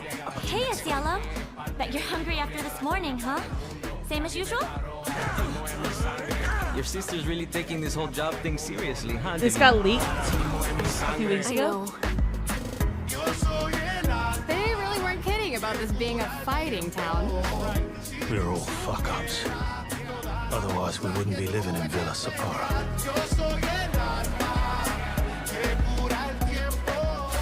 Hello, Zadek.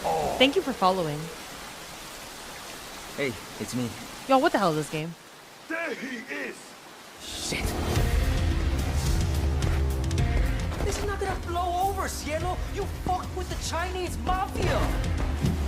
A Chinese mafia game?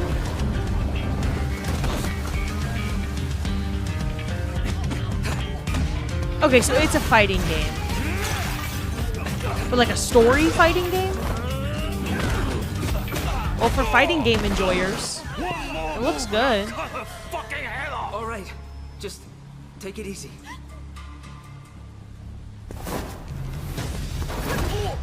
Oh, Virtua Fighter, it's an old saga?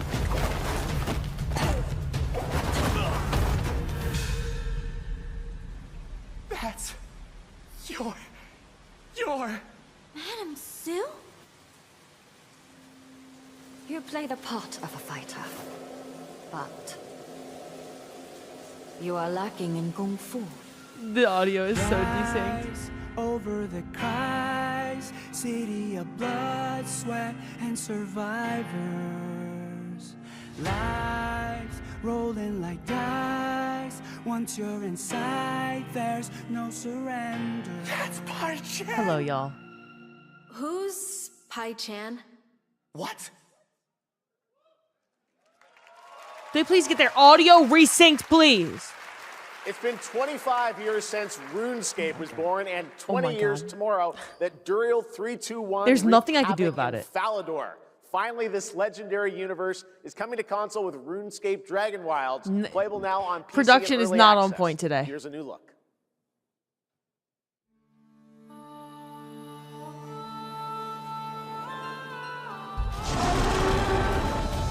We saw RuneScape at Sony State of Play. The land of dragons. But some seek more than survival. They fight. They adapt. They build. Okay. They stride boldly. I can't into ask the Cross this unknown, question because he's so biased. Is RuneScape good, claiming y'all? dominion Like, should I try this game? and forging. Asking their Cross is legend. asking the most biased person in the whole world. It's good, it's fun. You won't ever stream again if you get addicted.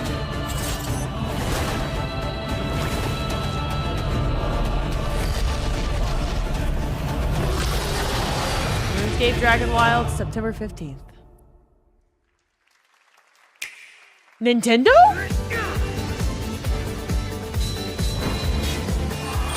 Okay. Usually they do this at their own directs.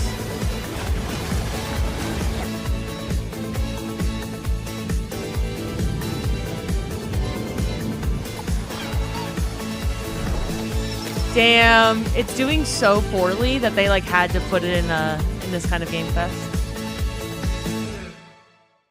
They're saying, please buy a Switch. In the ebbing spring, the skies will clot. Our shedding seeds made piles of rot. And I almost put Soul Frame on the bingo Odions card. cast with tempers rare. Red minnows squirm in tainted clay. Three virtues known, not all recast. For wrath, and doom, and death. last. Find me, Fawn, or I'll find you. Soulframe pre-alpha. There's a Soulframe ad or trailer. Okay. Obsidian. Welcome to Brook Hollow Park. I mean, they're not Azo, actually Warframes, and monsters. beta. We're just You know how it goes. a lot smaller now. Clever girl. Is this grounded Looking too? at a living fossil. Hey guys, you're gonna want to see this!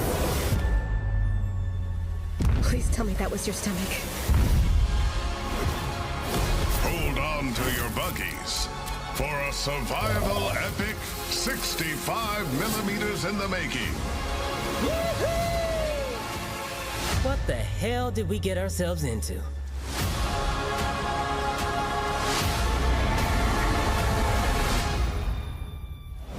Okay, grounded 2. Xbox, PlayStation, and Steam. What kind of game is that, y'all? Just an adventure game?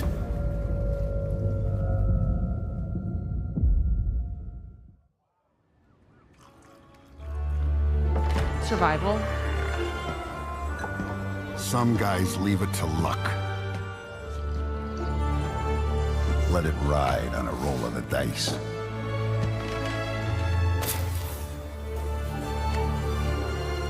Not me. You can have all the luck in the world. But what matters is the choice you make when the cards are on the table. Mafia: The Old Country. Does anyone play that? What the hell is that, y'all? Yes, that was y'all like indeed it. a young It's good? Salieri from the original Mafia. Man of Honor expands Enzo's journey in Mafia: The Old Country this August. Okay, can you imagine working on something for 16 years of your life? Back in 2010, the creator of Assassin's Creed set out on a journey to build his next time-bending epic. Today, after many twists and turns, it is finally time for Patrice Désilets to invite you in to his new world. Y'all, should I refresh, or is it just a lost cause? I don't think it's me at all. I was born to be the collector. To protect a world I cannot be a part of. Is their stream? Other streams are having the same issue? Okay. Destined to be feared for what I am. I thought so. I'm like, I'm not showing any sign of it is my stream being choppy.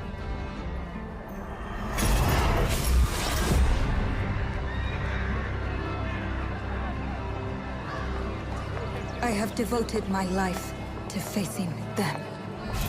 Those granted the power to raise souls. Those corrupted by their gifts. Tilting the ancient balance. Is this Assassin's Creed? But at last, their debt is due.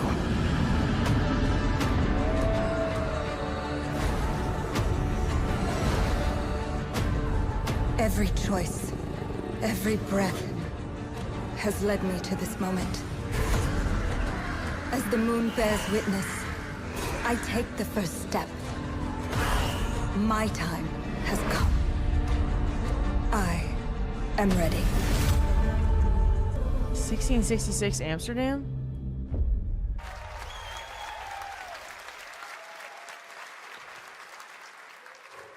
Thank you, Jeff. And thank you, everyone. I was only saying 1666 has been Assassin's Creed because monumental someone said that in chat. An emotional journey. David Lynch once said, "The film is the talking." That's how I feel today about the game. Instead of explaining features, I'll simply say this. As of right now, the prologue is free to download on Steam and Epic Game Store. You can download the prologue. If you're interested in this game, you can download it now. It's a 30-minute story experience, an amuse-bouche, if you will. I like when they do that. Like, go play a bit of it now. On early access later this year. Join us for the journey. Merci and panache Calis. Right on. So you can play a 30-minute prologue now. If this is your kind of game, if it looks interesting to you.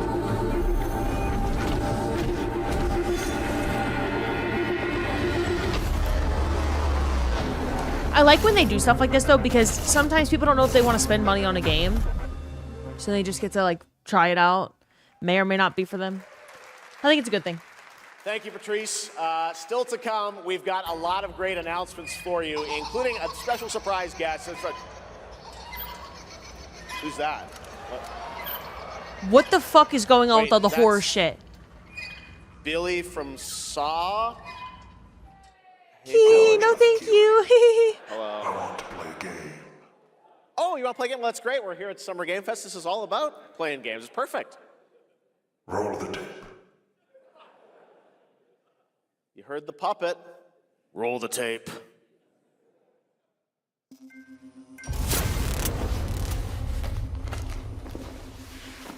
Should I turn around? Should I 100 years have passed since the genesis of your legacy. They call you a monster. Is this Frankenstein or some shit? A prophet. Pain is our only true path to redemption. Oh, it's Saw? It strips away the lies that people tell themselves. Only then do they get to see what really makes them tick.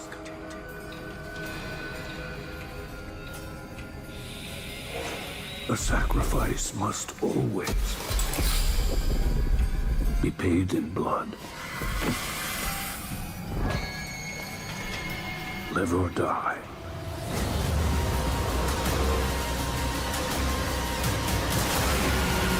This looks terrifying.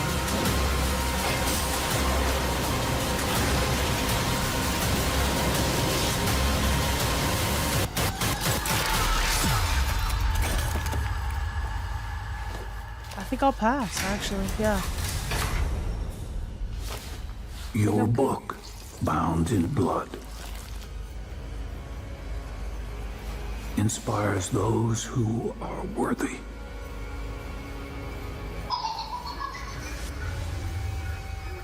Saw The spiral Genesis. bleeds ever deeper. Let the games There begin. are so many horror games. Our war's end Crazy. approaches. We should have put horror game on the bingo card. Fuck.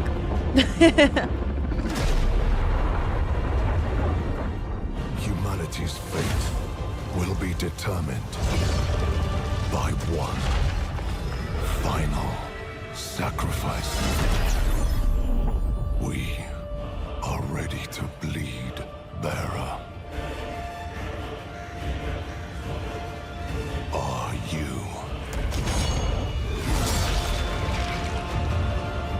The veil between. Of course, I look over and it's just boobs, boobs, boobs.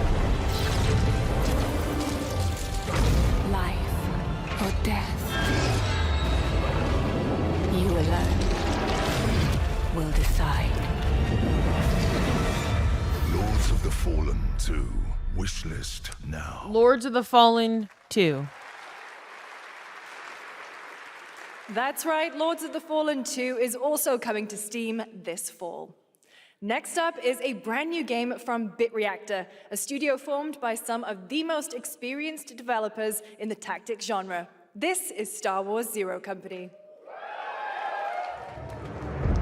Intelligence was just briefed of a Separatist fleet massing in the Serralona system. Then we need to make our move.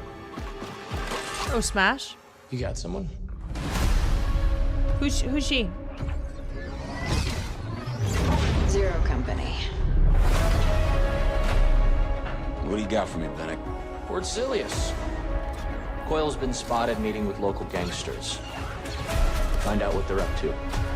I've been tracking Fathom for months. She's at the center of it all. All right, let's get a team together.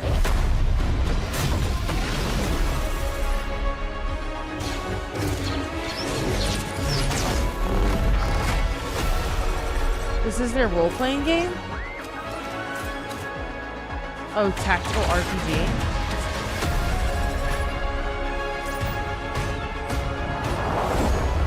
We work with all kinds of folks. Ex-separatists, ex-noble, ex-cons. And we're better for it. We're almost there. We just gotta finish this job. There we go!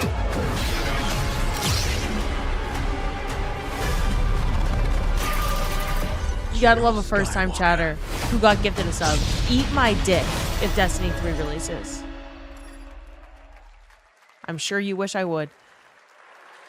A little surprise at the end there. All right, dark fantasy has always been about one thing, the monster within. And today, one of Europe's most ambitious studios is ready to take you into a brutal new world where vampires have emerged from hiding. Okay, so that's just Star Wars tactical RPG.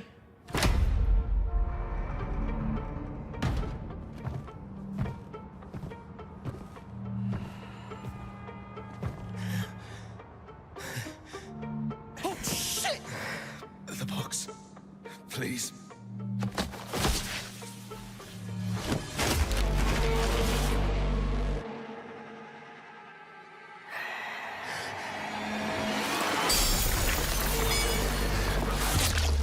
What the hell?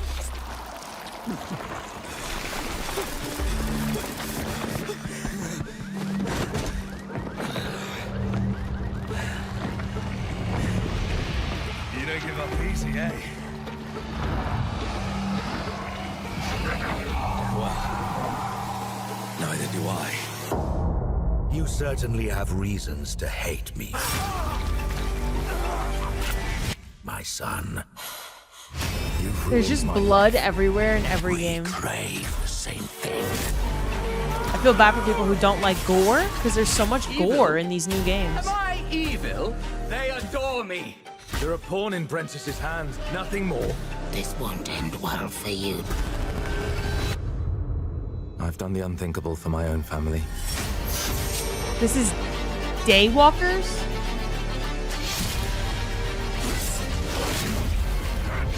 Determination is not enough to cheat your fate, Dawnwalker. How many innocents did you train dry?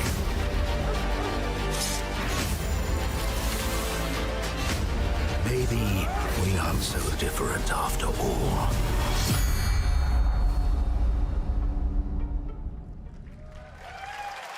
September 3rd.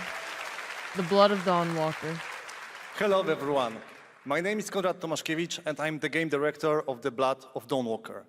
What you just saw was an invitation to join us on an adventure. Adventure through eras and cultures in our story-driven open-world dark fantasy saga.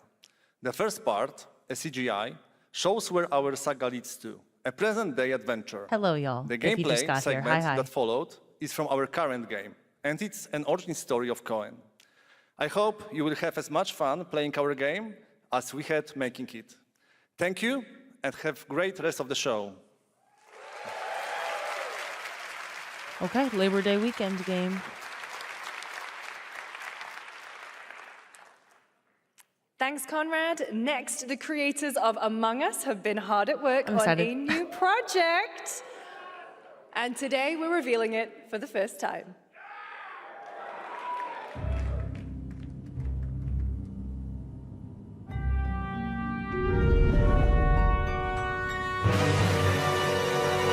A new standalone game.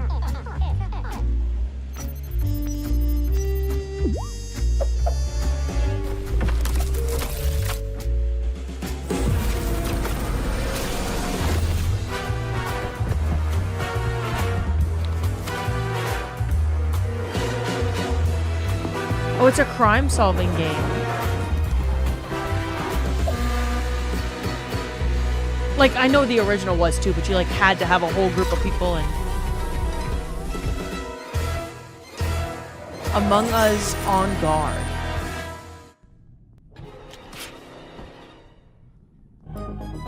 Looks like a browser game in the best way. From the Among Us TV series, please welcome Yvette Nicole Brown and Liv Hewson. I know not every game's gonna be for everyone, y'all. You don't have to shit on my game taste. I don't shit on y'all's when I hate like 90% of game announcements. I like Among Us. Hey! We are so excited about the future of Among Us. As crew members ourselves, our task is sharing even Oh no, I know more you good weren't, news Rob. about the animated series. I wasn't talking to you. Yvette? Wait, they dropped an Among Us TV series Look, I know on fans Paramount have been Plus dying today? for updates, but there's a dead body right there. And the imposter could be any one of us. I think this calls for an emergency meeting. So you'd rather call a meeting than complete our task? That's suspicious. I'll have to report this to Mira HQ. Oh, no, I mean, I don't think there's any need. Take it up with admin. And now, the moment you've all been waiting for. Get hyped for chaos, betrayal, and more in the Among Us series. Enjoy. Emergency meeting. Crewmates, our fellow mates of crew, hath perished. They would have Why are you talking so weird? Let me yeah, but I just don't understand why you're... The official cause of death, acute ripping off of the face. One dead crewmate, that's an oopsie. 3 makes it a murder mystery. Any one of us could be the killer. Was it you? Whoever smelt it dealt it. If only there was someone who could take charge. No, I'm not watching this. I don't watch TV shows. But it is funny that they made a TV show. White, blue, brown, yellow, lime. Deborah Wilson! Deborah Wilson is in this TV show. What's back there? Oh, really? We have to kill the imposter! We're so happy to have you among us. Or is it amongst us? I always forget. Your kids are gonna love it? Yeah, it's like a cute little show. Interesting that they took that turn. Would you believe me if I said some of our biggest surprises at SGF are still to come? Stay tuned. And it turns out there's more coming from one of this year's best reviewed games, 007 First Light. Here's a first tease of a new story mission coming later this year. Okay, new 007 mission. We've received an urgent call from Aleph, James. King Bavma requests MI6's help with a matter most sensitive, and he's Has asked anyone for you been playing the personally. 007 game and liked Our it? alliance with Bavma is fragile at best, but if he has what he claims to have, well, M figures the reward is well worth the risk. Go back to Aleph and find out what this is all about. Best of luck, 007. Bama will return. Another Switch 2 commercial. Another one. They are desperate. Holy.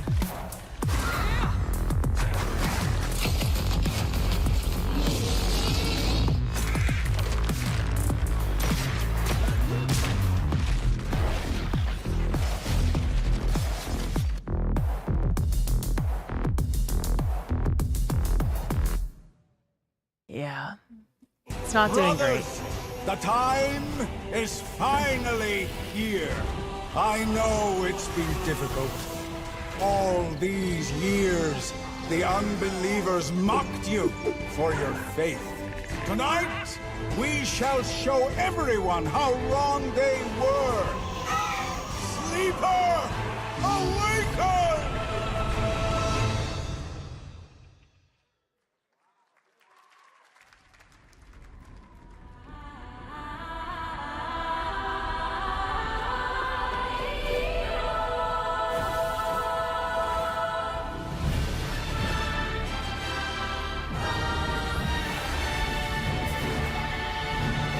Well, y'all know what this is?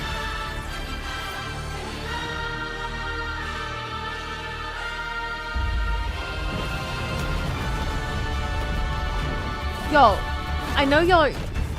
My Switch 2 is right here. I love my Switch. It just turned a year old this week and it has no games really. The average Switch 2 owner owns 2 games per device. Like that's the actual stats on it. It's selling terribly. It's not doing well. They need to make games for it. I'm not making fun of Switch 2 enjoyers. I am one. But Nintendo is very desperate if they're putting commercials in Summer Game Fest. Ginger!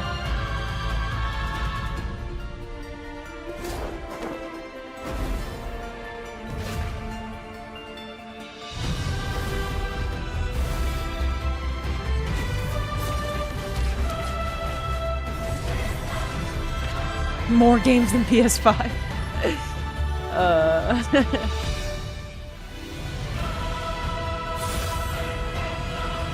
Aeon 2, September, as every single game on Earth is coming out. I'm looking to find the source September of the disturbance 2026. ended. To do Before that, GTA. I need a complete picture.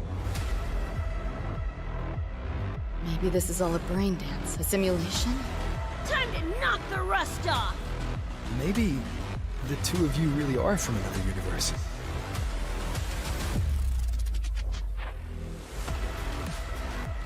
Is this a racing game or a fighting game or a shooting game? A scanning game. I'm just kidding. Run. I'll erase you at the finish line. Deleting your ass. It's a gacha game?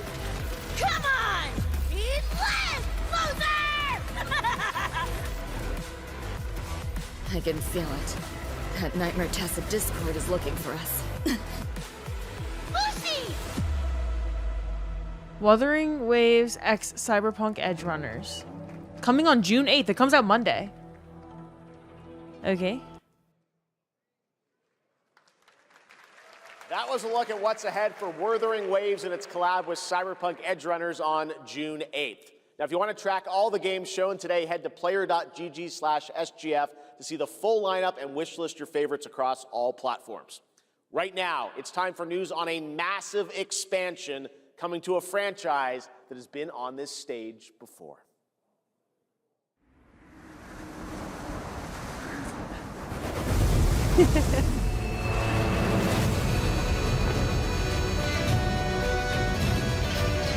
Looks like shit. It's just choppy animation. Is this Monster Hunter? White area negated the weight of buildings and mounted the sky. Tig's gonna be so excited. I can't stop wondering, how can all this exist up amongst the clouds?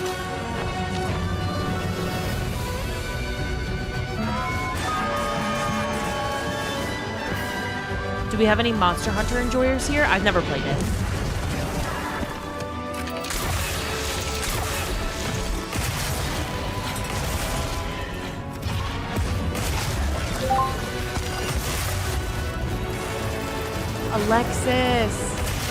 Alexis, thank you so much for the raid. Hi, y'all. They can affect the environment with just their presence. Hello, T7. I hope you had a good stream, Alexis. Too powerful to tame, too difficult to reproduce. Sounds like an elder dragon. At the bar, what the hell are you saying in the chat? Alexis, thank you so much for the raid. Thank you, thank you. This is Monster Hunter Wilds Ascendance DLC. Okay.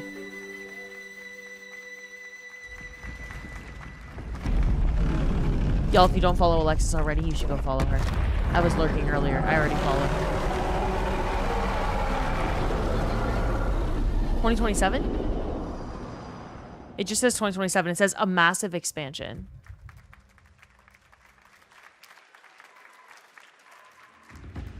You know it's all for nothing. Still you press on.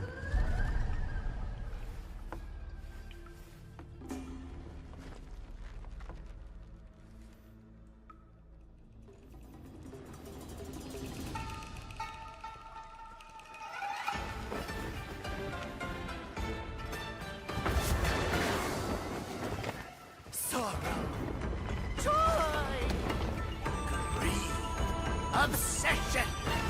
Step to the dream! Howling gales! Soul-raping squall! Sky sprouting! Halberds from the vessel! Souls game.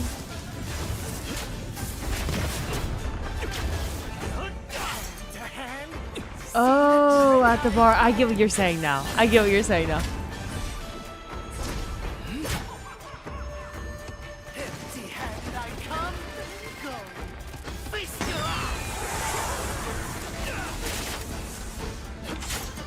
Actual gameplay, that's a first today.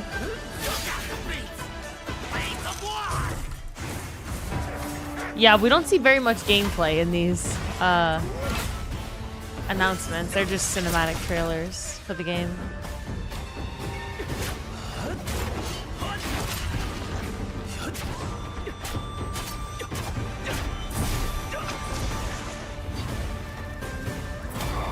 I got you.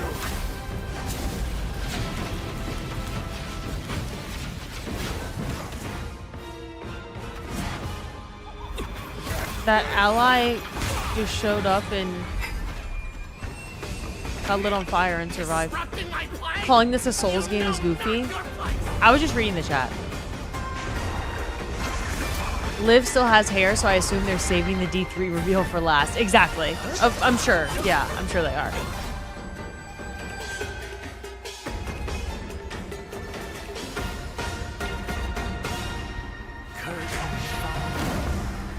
Dream is over.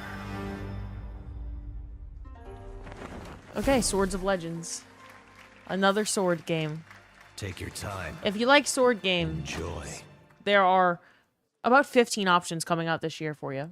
That was a new look at gameplay from Swords of Legend, a fantasy action RPG. Oh, thank you, Dry There Breezy. you saw a boss fight against Kong Kong Zi, with each move pulled from real centuries-old Chinese magic tradition.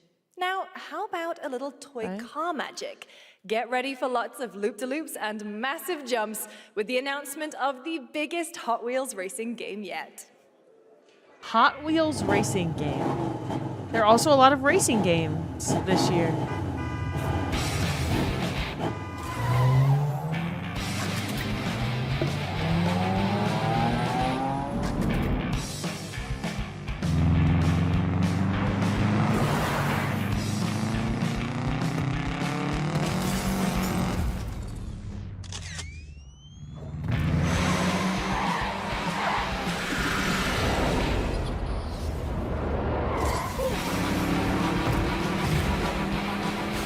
If this came out when I was a kid, I'd be having a field day.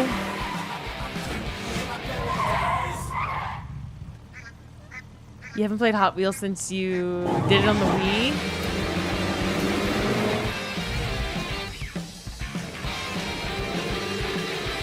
Forza Killer? Just kidding.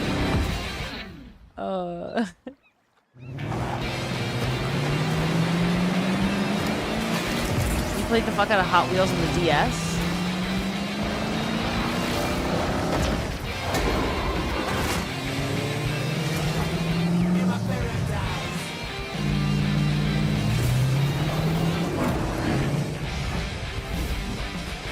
Hot Wheels Infinite Rush.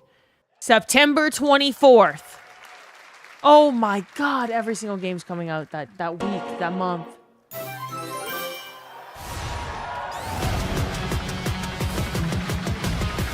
Sonic? Another racing game.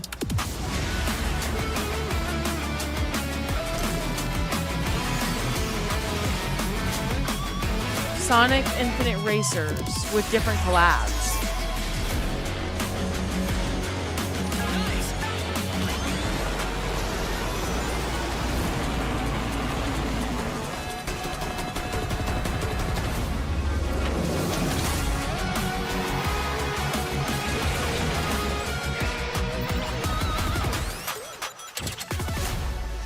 A new indie game. Sonic Pico Park? Wait, I actually fuck with Pico Park so heavily. I wouldn't do the Sonic version of it, but Pico Park is a very good game. But that's not a new indie game. Happy anniversary, Sonic, and happy birthday, Sega. All right, now the world premiere of a project that depicts the entire story of a famous anime from beginning to end. Dedicate your heart to this.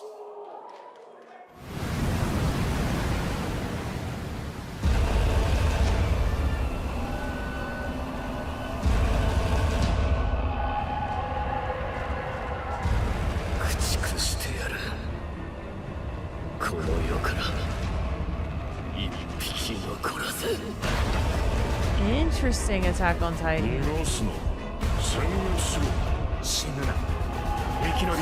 Cross is gonna eat this shit up. He's gonna eat it up.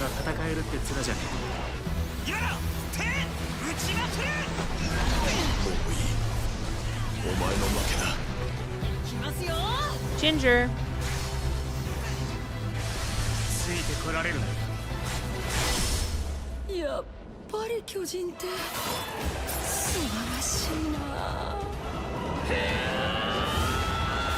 Cross is just an anime lover. He loves all anime. Almost all anime.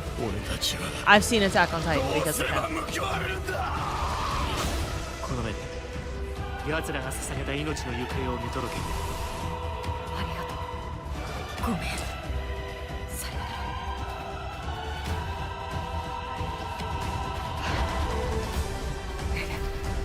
It doesn't look particularly good, but Attack on Titan 3. July 1st. Scouting report coming out July 1st. From many of the creative leaders behind Forza Horizon comes a new cinematic open-world driving experience. Set in Monaco and the French Riviera, where the worlds of pro and underground street racing collide. This Another is one? Clutch from Maverick Games.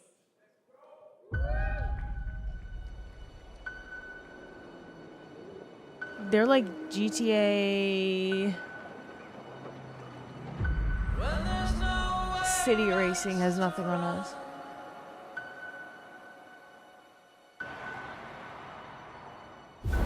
We have 2 drivers Monaco dead. Grand Prix tomorrow? You going to 3 Monaco more for your in birthday? intensive care. I'm jealous. I'm Yeah, done. oversaturation of racing games, for sure. My friend said you can help me. Some people are meant to be outlaws, Theo. But this one...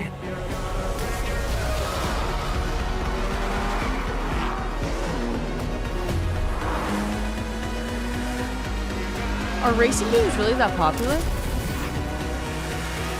Music's great, I yeah. did all that for you to get out of trouble. Now I'm in deeper than when I started.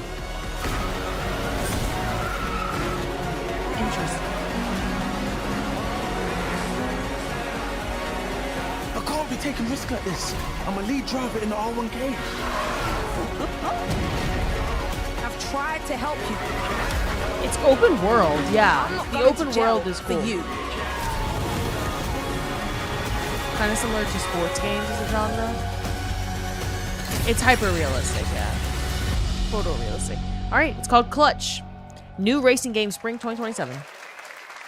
From the previous, their Forza devs. The dead won't rise. I think it's enough time between like Forza and that too, and they give it also a break from GTA release. Plant fear. Or respect. Yeah, it seems more story driven. You'll harvest. Zoo. One. All right, this is made by Raw Power Games. I think my camera was covering it.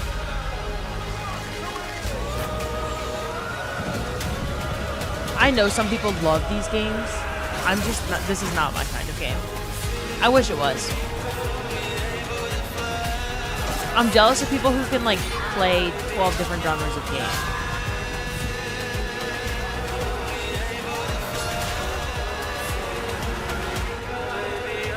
Yes, Tech, there was just an open world racing game announcement, Clutch. You're buying this without a doubt? A game for people who think about the Roman Empire every day.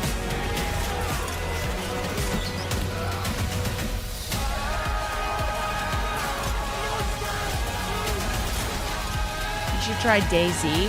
What kind of game is that? This is called Chronicles Medieval.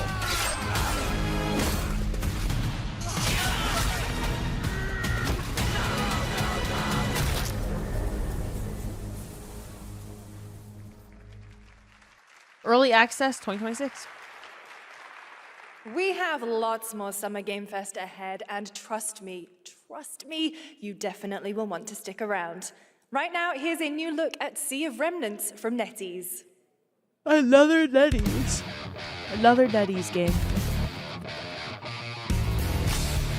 Different art styles.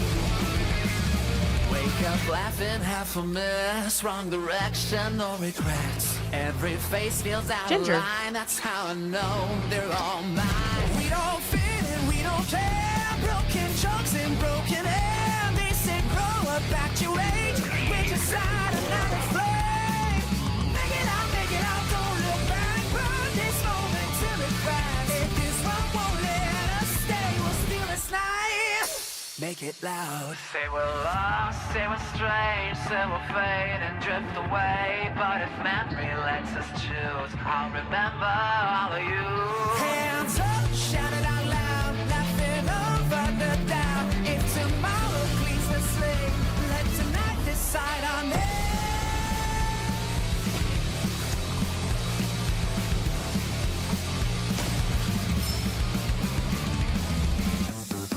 This reminds me of a different game we saw at the Game Awards that was also, like, the whole trailer was based around them being in a band and singing a song.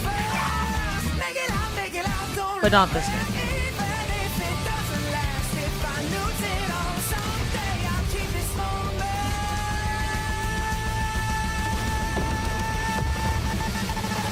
Loud.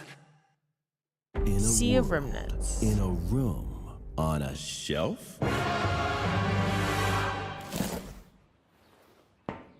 Guys, is it me or is there something off with this one? Yeah, he seems different. Has he always had that mustache? He doesn't have a mustache. Oh, yeah. Hey, buddy, what's your deal?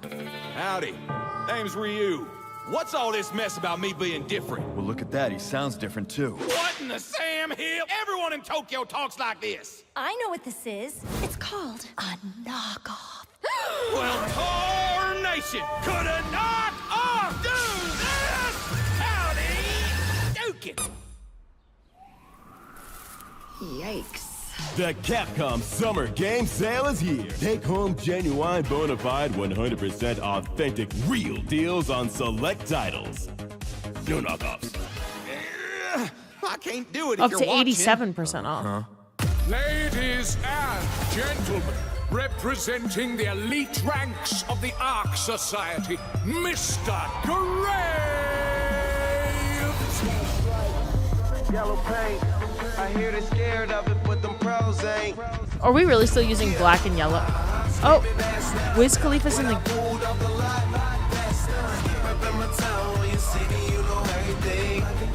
What?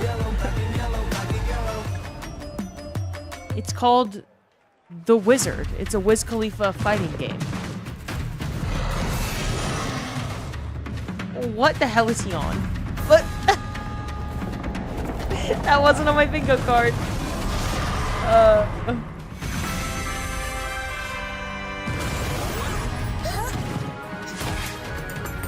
Oh, it's a Hitman expansion? Oh, it literally said The Wizard.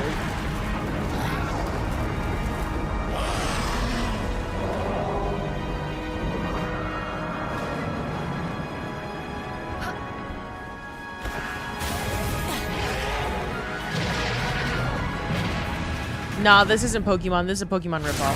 Ginger!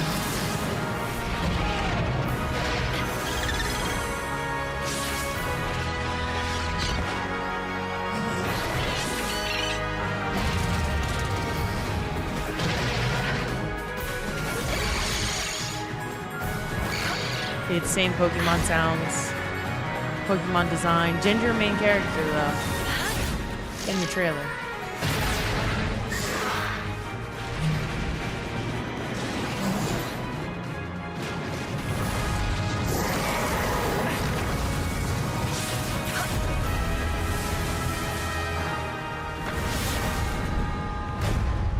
Power World 1.0. I like her hair. It's selling me a little bit.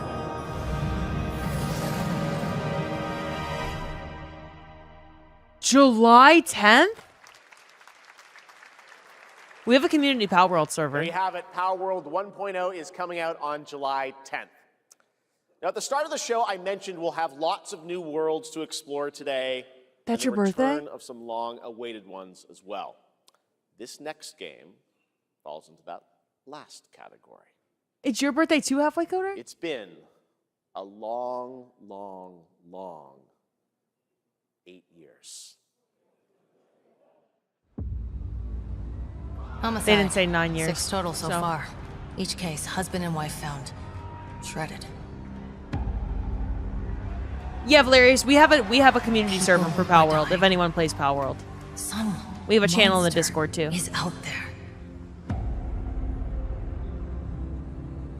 Word around the precinct is you're the guy to call.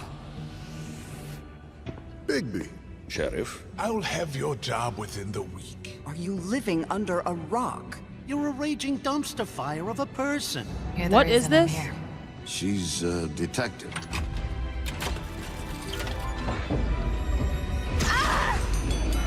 Wolf Among Us? Ginger main character. Ready to get to work? Lots of gingers today again. The Wolf Among Us 2. 2027. Yeah, it was very Borderlands-esque animation. I agree, Dyer. It reminded me a lot of Borderlands. You thought Telltale went under? This is huge. Oh, no, I don't look human. His lips are sealed.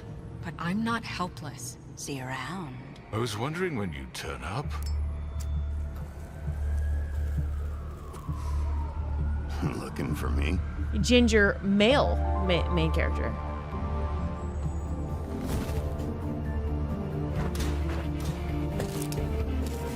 It involves fairy tale people living in our world. Oh. Wait. And then Wolf Among Us Remastered coming out holiday 2026. Bigby is finally back. And as we wait for his new adventure in 2027, check out Ginger. The Wolf Among Us Remastered this holiday. Now, this next game comes from an acclaimed studio that is deep into development on its next project.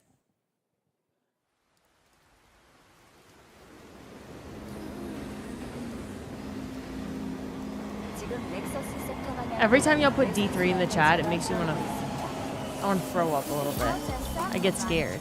Bound for Nexus sector is now arriving. Please wait for everyone to exit before boarding.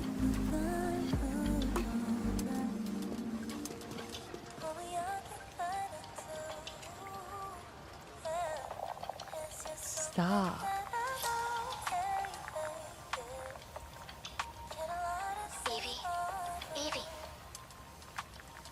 Evie!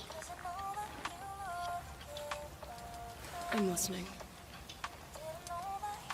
Scarlet Sin. That's the beginning and end of it all. How about you try taking a hit? You're acting a little strange today. Oh yeah?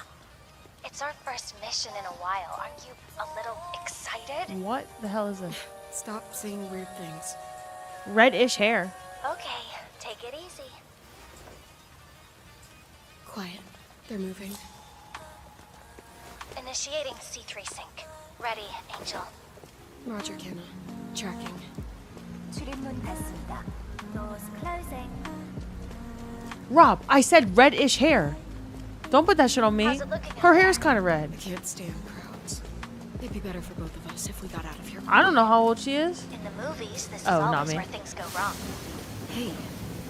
Well, just saying. It's a cliche. I'm gonna guess it's not a child since they are showing ass cheek straight up. A raw ass cheek.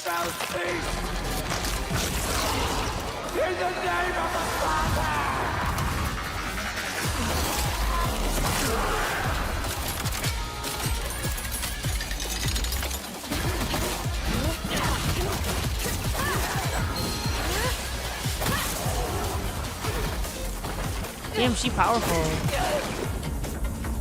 She has her ass out? Yeah, she did.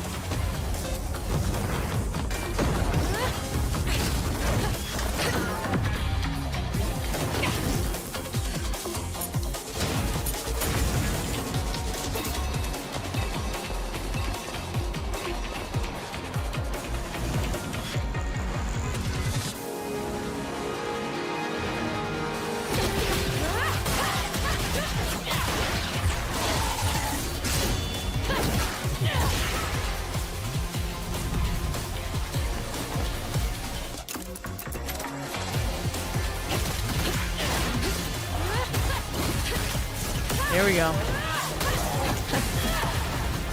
It's very first descendant character model. I fucking told y'all. If there's ass, I'm gonna see it first. So, for everyone who said her ass wasn't out, I fucking told you. Half the audience just eye rolled at that nonsense. Yeah.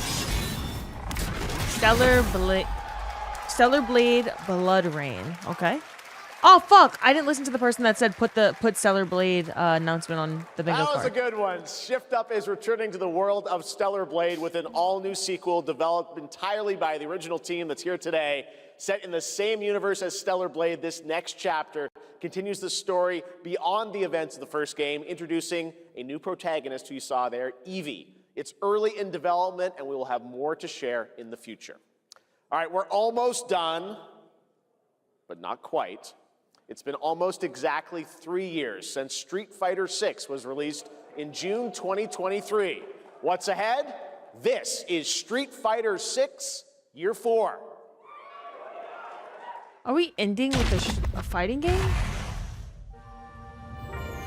No, we're ending with the single player Street game. Fighter VI is already entering Year 4, but I can sense that we already have new challengers on the horizon.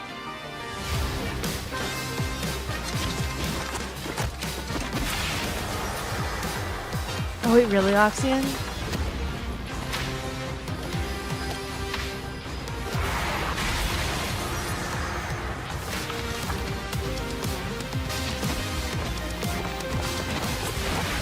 Street Fighter's getting a movie later this year.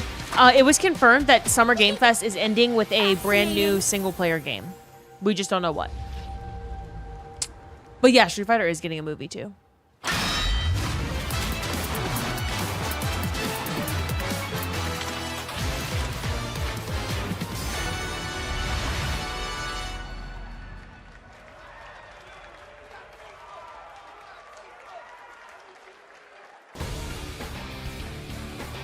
Please welcome to the SGF stage, Nakayama-san, director of Street Fighter VI, and Hamaguchi-san, director of Square Enix.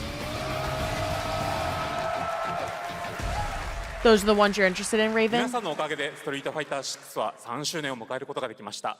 そして本日、ファイナルファンタジー7との特別コラボレーションを発表します。Thanks to all of you, Street Fighter VI has reached its 3rd anniversary. And today, we're announcing the special collaboration with Final Fantasy. This is the chat still, by the way. ティファはですね、世界中のプレイヤーから愛されてきたキャラクターです。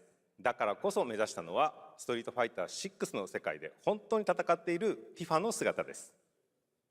Tifa is a character loved by the players all around the world. The 2 hours That's exactly straight. why our goal was this, to bring to life a Tifa who truly fights within the world of Street Fighter VI. By the way, Summer Game Fest was banning the emotes, like banning them from chat. So then Luke went and renamed them as to Wolverine and stuff like that, so that they didn't know how to ban them.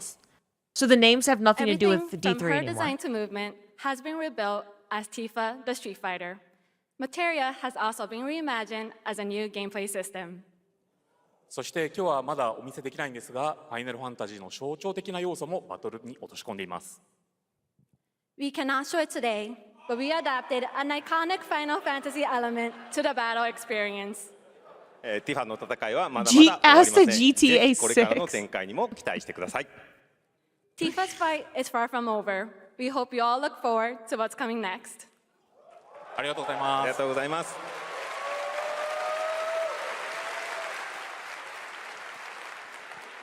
Thank you to Hamaguchi-san and Nakayama-san for coming all the way from Japan to join us for that special moment on stage. Then we'll see you guys again later this year. All right. Well, now it has come time for our final announcement. I know. What's it going to be, guys? Any guesses? No. And frankly, I don't know what I could say to set this moment up besides this. Get ready for the final battle. Long ago, a shadow fell upon our planet. Guided by calamity, one man sought dominion through reunion. By his will, A star fell. A meteor called forth to bring ruin to all. But our Final planet Fantasy VII answered, Part 3. awakening mighty weapons to stand against this celestial threat. Now, hope endures in those who fight. Long story short, the world's in trouble. Has been for a while. So what are we waiting for? Let's give Sephiroth the beating of a lifetime.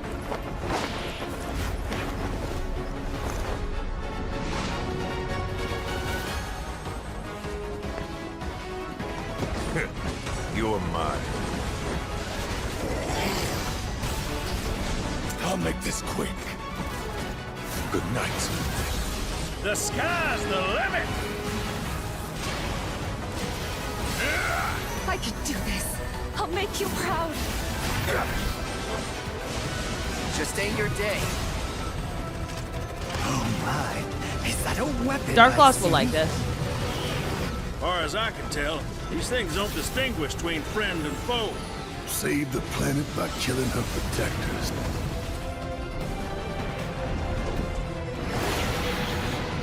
Let us put your faith to the test, Cloud.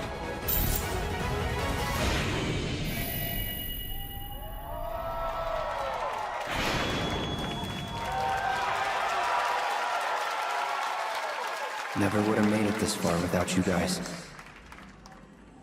And I won't let you down. I promise. No cube. Unfortunately, no cube. But there's a brand new cube-like game. When this is over, I'm gonna show you. I'm gonna show you all the ones that I'm most excited for. He's not done yet. Please join me in welcoming back to Summer Game There was a Fest, the very good-looking director of game. Final Fantasy VII Revelation. It was called Naoki Haex, Hamaguchi-san. H-A-E-X. It looked like the cube, but then at the end of the trailer, it wasn't the cube. It was a new game. So Lucy, I'll show you that one. I'm back! ようやくですね、このファイナルファンタジー7リベレーションをマルチプラットフォーム同時で、発表できたことを本当に嬉しく思います。ここまで来れたのも、この物語を信じ、待ち続けてくれた皆さんのおかげだと本当に感謝をしています。I'm truly delighted to unveil Final Fantasy VII Revelation, which is launching simultaneously on all platforms. And we've only been able to come this far thanks to every single one of you who continue to believe in this story and waited for this moment with us. 今作のテーマは決意です。クラウドたちは最後の戦いに進むため、それぞれの決意と向き合います。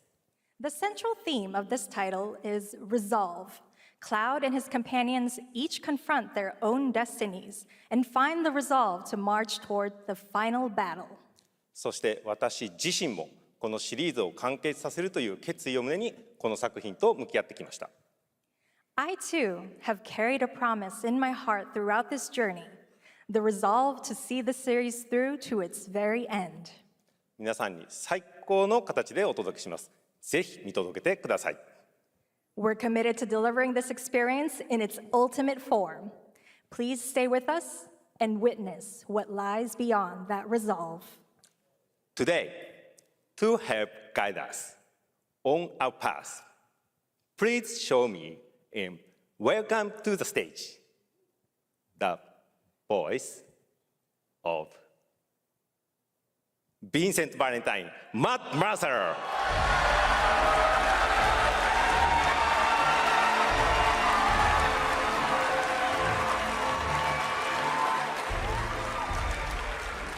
The cope is strong. I'm here for it. Thank you very much, Hamaguchi-san.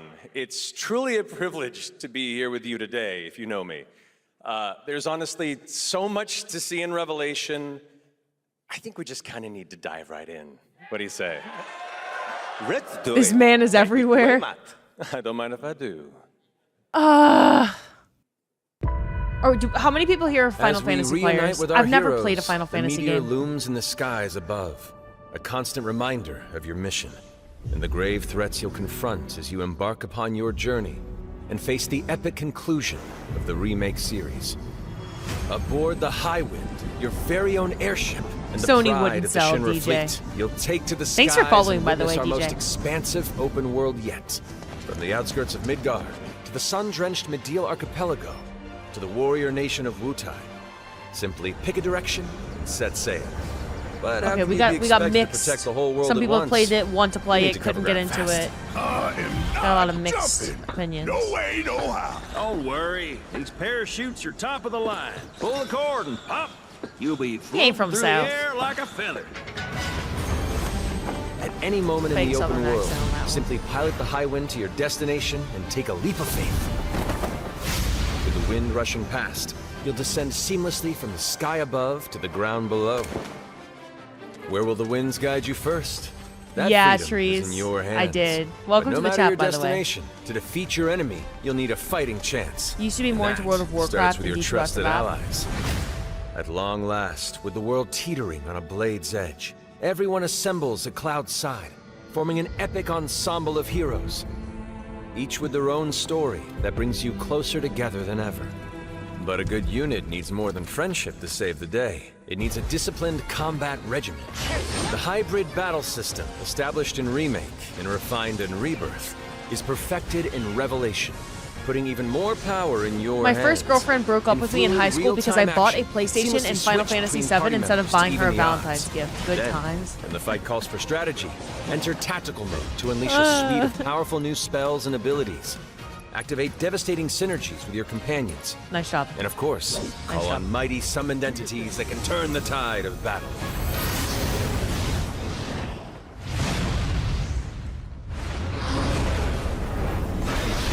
It was a high school girlfriend, you know, like, good choice, good choice.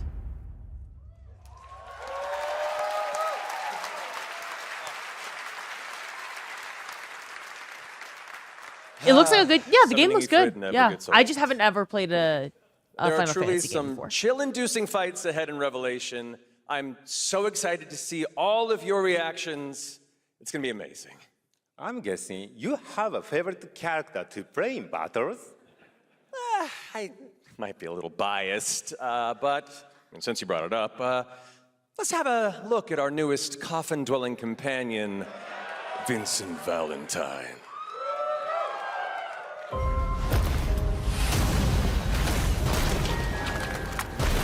I won't return to my coffin until we've put Sephiroth in case. Vincent is a deft gunslinger, capable of delivering precise, high-yield shots. But there's more to this secretive former Turk than meets the eye. The result of experimentation at the hands of Shinra. Vincent can transform into the Galleon beast at the press of a button, gaining tremendous power while transformed.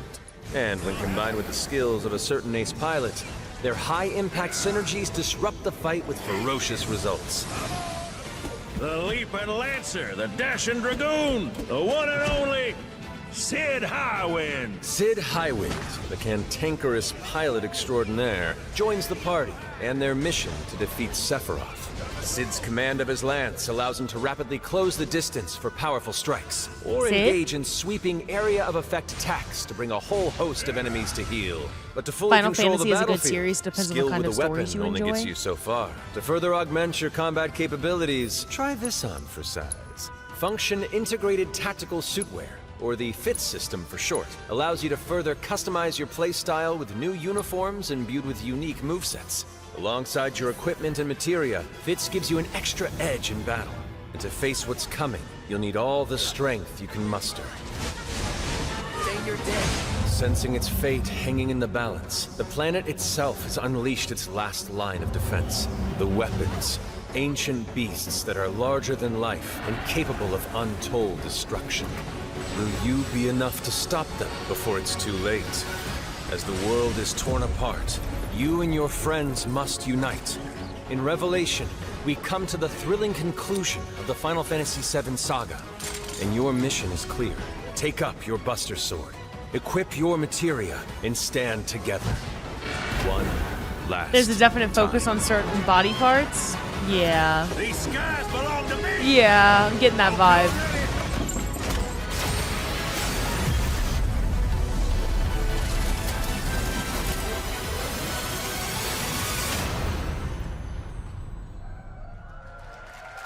So no D3.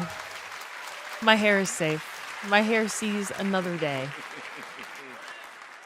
Well, thank you all. Thank you, Hamaguchi-san, for bringing us this extended look at Final Fantasy VII Revelation. I think I speak for all of us when I say we cannot wait to play it. But, Mark, I think we ended the video too early.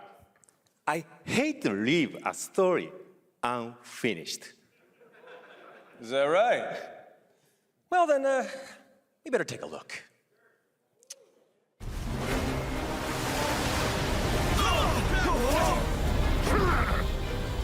Get the cannon back online, now!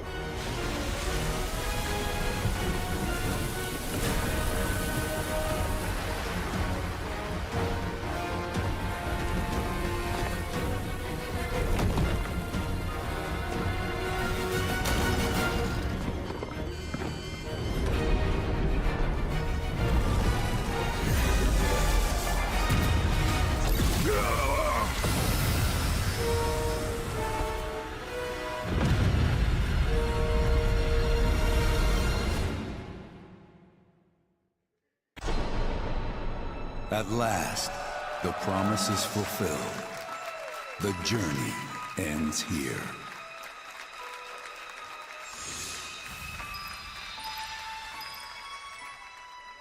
All right. Other than Mortal Shell and Cube looking games, Summerfest was very lackluster. There you have it. Final Fantasy VII Revelation. A lot of coming horror to games, all a lot of racing platforms games, a lot of next fighting spring, games. Which is But there's, appropriate for there's a today game for because mostly SGF is everyone. really a celebration of games across all platforms. Thank you to Hamaguchi-san. I kept track of Kuru-san, every and the team at single game Square release for in that order, very and special we're gonna go through announcement. the favorites. Thanks to Lucy for a great job coaching. Didn't she do great? Anyway, we're gonna show up to the tower on June 9th. And we're gonna have one last push to Sony. Amazing way One to last end the attempt show, at sending but a that's message. not all, because coming up right now is Day of the Devs with a look at many new independent game titles, including multiple new game announcements. That's right. Tons of awesome indie games, so make sure to stay tuned and watch that. Oh, do y'all want wanna watch the indie game announcements? That none of that included the indie game announcements. Streaming live on Tuesday, August 25th. Until then, have a great summer, everybody. Thanks for watching. Day of the Devs starts right now. Yes or no to watching indie game announcements, y'all? Definitely? Yeah, maybe we got some indie bangers. I mean, a lot of the best games of the last year have been indie games.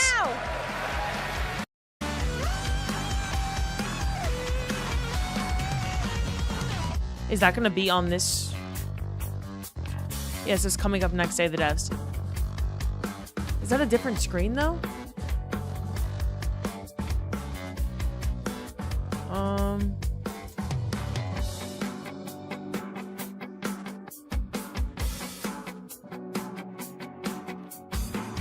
Let's see.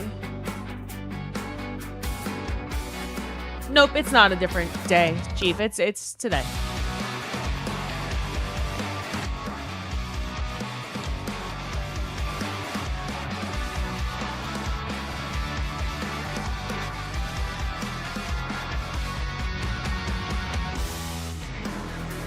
So what we could do is, because this is the tweet from Day of the Devs. It says, it's here. Today's Day of the Devs Summer Game Fest edition. The presentation will start right after the main Summer Game Fest showcase, so make sure you're ready. We could do a couple things. We could go back and look at our favorite games from the Summer Game Fest and then catch up. Like, we won't watch it live, but we will watch all of the indie games where we get to, like, we'll fast forward through, you know, some in between if it is fluff. And then, or we could just continue to watch this live stream. We could go play D2. Yeah, and we will. We will. No need to be negative here. Grumpy Kitten, same goes to you. Miss Crit, thank you for the 20 streak. Helios, thank you for the 25 streak. Sparty Fan, thank you for the 10 streak. Yeah, if you're not willing to support an indie game, then you know, whatever you like most about Bungie, maybe you should reevaluate, because what you like most about them is when they're giving the vibes of an independent studio and not a corpo one. Gotta go lock in on an edit. Have a good rest of stream. Thank you for being here, Noah. Thanks for watching with us. Dark Lost, hello. Dr. Reverend, what's up? Your favorite games lately have all been indie? Yeah, indie games are awesome. If you don't want to support indie games, you should probably take a good look in the mirror, because indie games, They're not just trying to, you know. Wait. Why is it not? Literally, no matter what I go back to, it's not showing me any other screen. That's so strange. Hold up. Oh, Day the Devs did also... It already restarted. Interesting. I wonder... Okay, I'm going to let that play for a few minutes. I want to see... Yeah, more than having to make... The Summer Game Fest stream. They already took it off. You literally cannot rewind. The production was actually really bad today, I will say. A lot of choppiness, a lot of audio desync. They're not even putting up their VOD. You can only go back 2-3 minutes now. Interesting. Maybe they'll post it all once 18 it is years over. old. I just... But yeah, they restarted their live stream. Yeah, I can... So, the whole time we were doing that, I actually kept track of every single game announcement. And so, this is what... It was Resident Evil Veronica. Started with a very, very scary trailer. My VOD and my YouTube video will be up, so you're going to be able to... You can go click back through that. They're both up right now if you want to see a specific trailer. But this is it in order. Cuphead. If you've played Cuphead before, there's Mighty Cuphead Adventure. And a separate animated Cuphead game. Alien Isolation 2. Gen Atlas. Blood Message. Stranger Than Heaven got a launch date. There's a hip-hop game being developed by Snoop Dogg. No word on it. He said in the next few months. Hex is the one that I was interested in rewatching. So I do wonder if they posted their trailer separately. Yeah, here it is. If y'all want to see it. It sort of looked like... It's less than 2 minutes long. It sort of looked like it would be the cube at first. But then it wasn't the cube. So, hold on. Let me pull it up. And then we made a bingo card. We made a bingo card with our Summer Game Fest predictions at the beginning of Summer Game Fest. So we're going to need to go fill that out. Merkaza, thank you for the 125 streak. But let's watch. Also, I pulled this up in the middle of the fucking... I couldn't derail the conversation. But I said Ginger every single time there was a Ginger character. And then Wolf Among Us is coming back. And people were like, he's not Ginger, he's not Ginger, he's not Ginger. He is literally Ginger, so I pulled up proof. He is literally Ginger. I don't know what fucking world you're living in, but that is red hair, baby. That's brown. Nope, that is a ginger. Not all gingers are strawberry blonde. Okay, let me look at the Hakes reveal trailer. Not brown. It is not brown hair. AC4 remake's gonna hit so hard. Interesting. Wait, what's AC? Assassin's Creed? Is that what it is? You think spam affected the stream? No, I think they were just production issues on their end. Lucy, this is the one trailer that I was wanting to rewatch. This is probably the game that I'm most excited for out of everything that showed today. But I do want to hear what y'all are most interested in out of the list.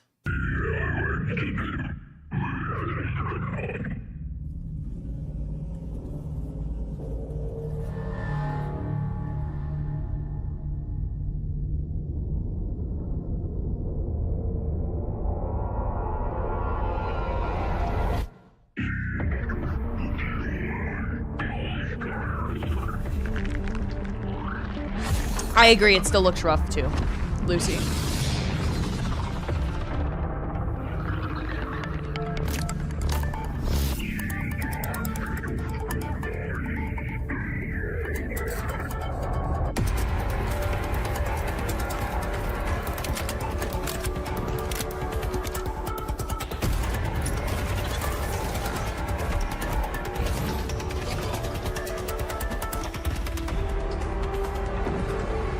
I legit thought this was a Cube trailer. I'm like, the Cube 2 gameplay before the Cube gameplay?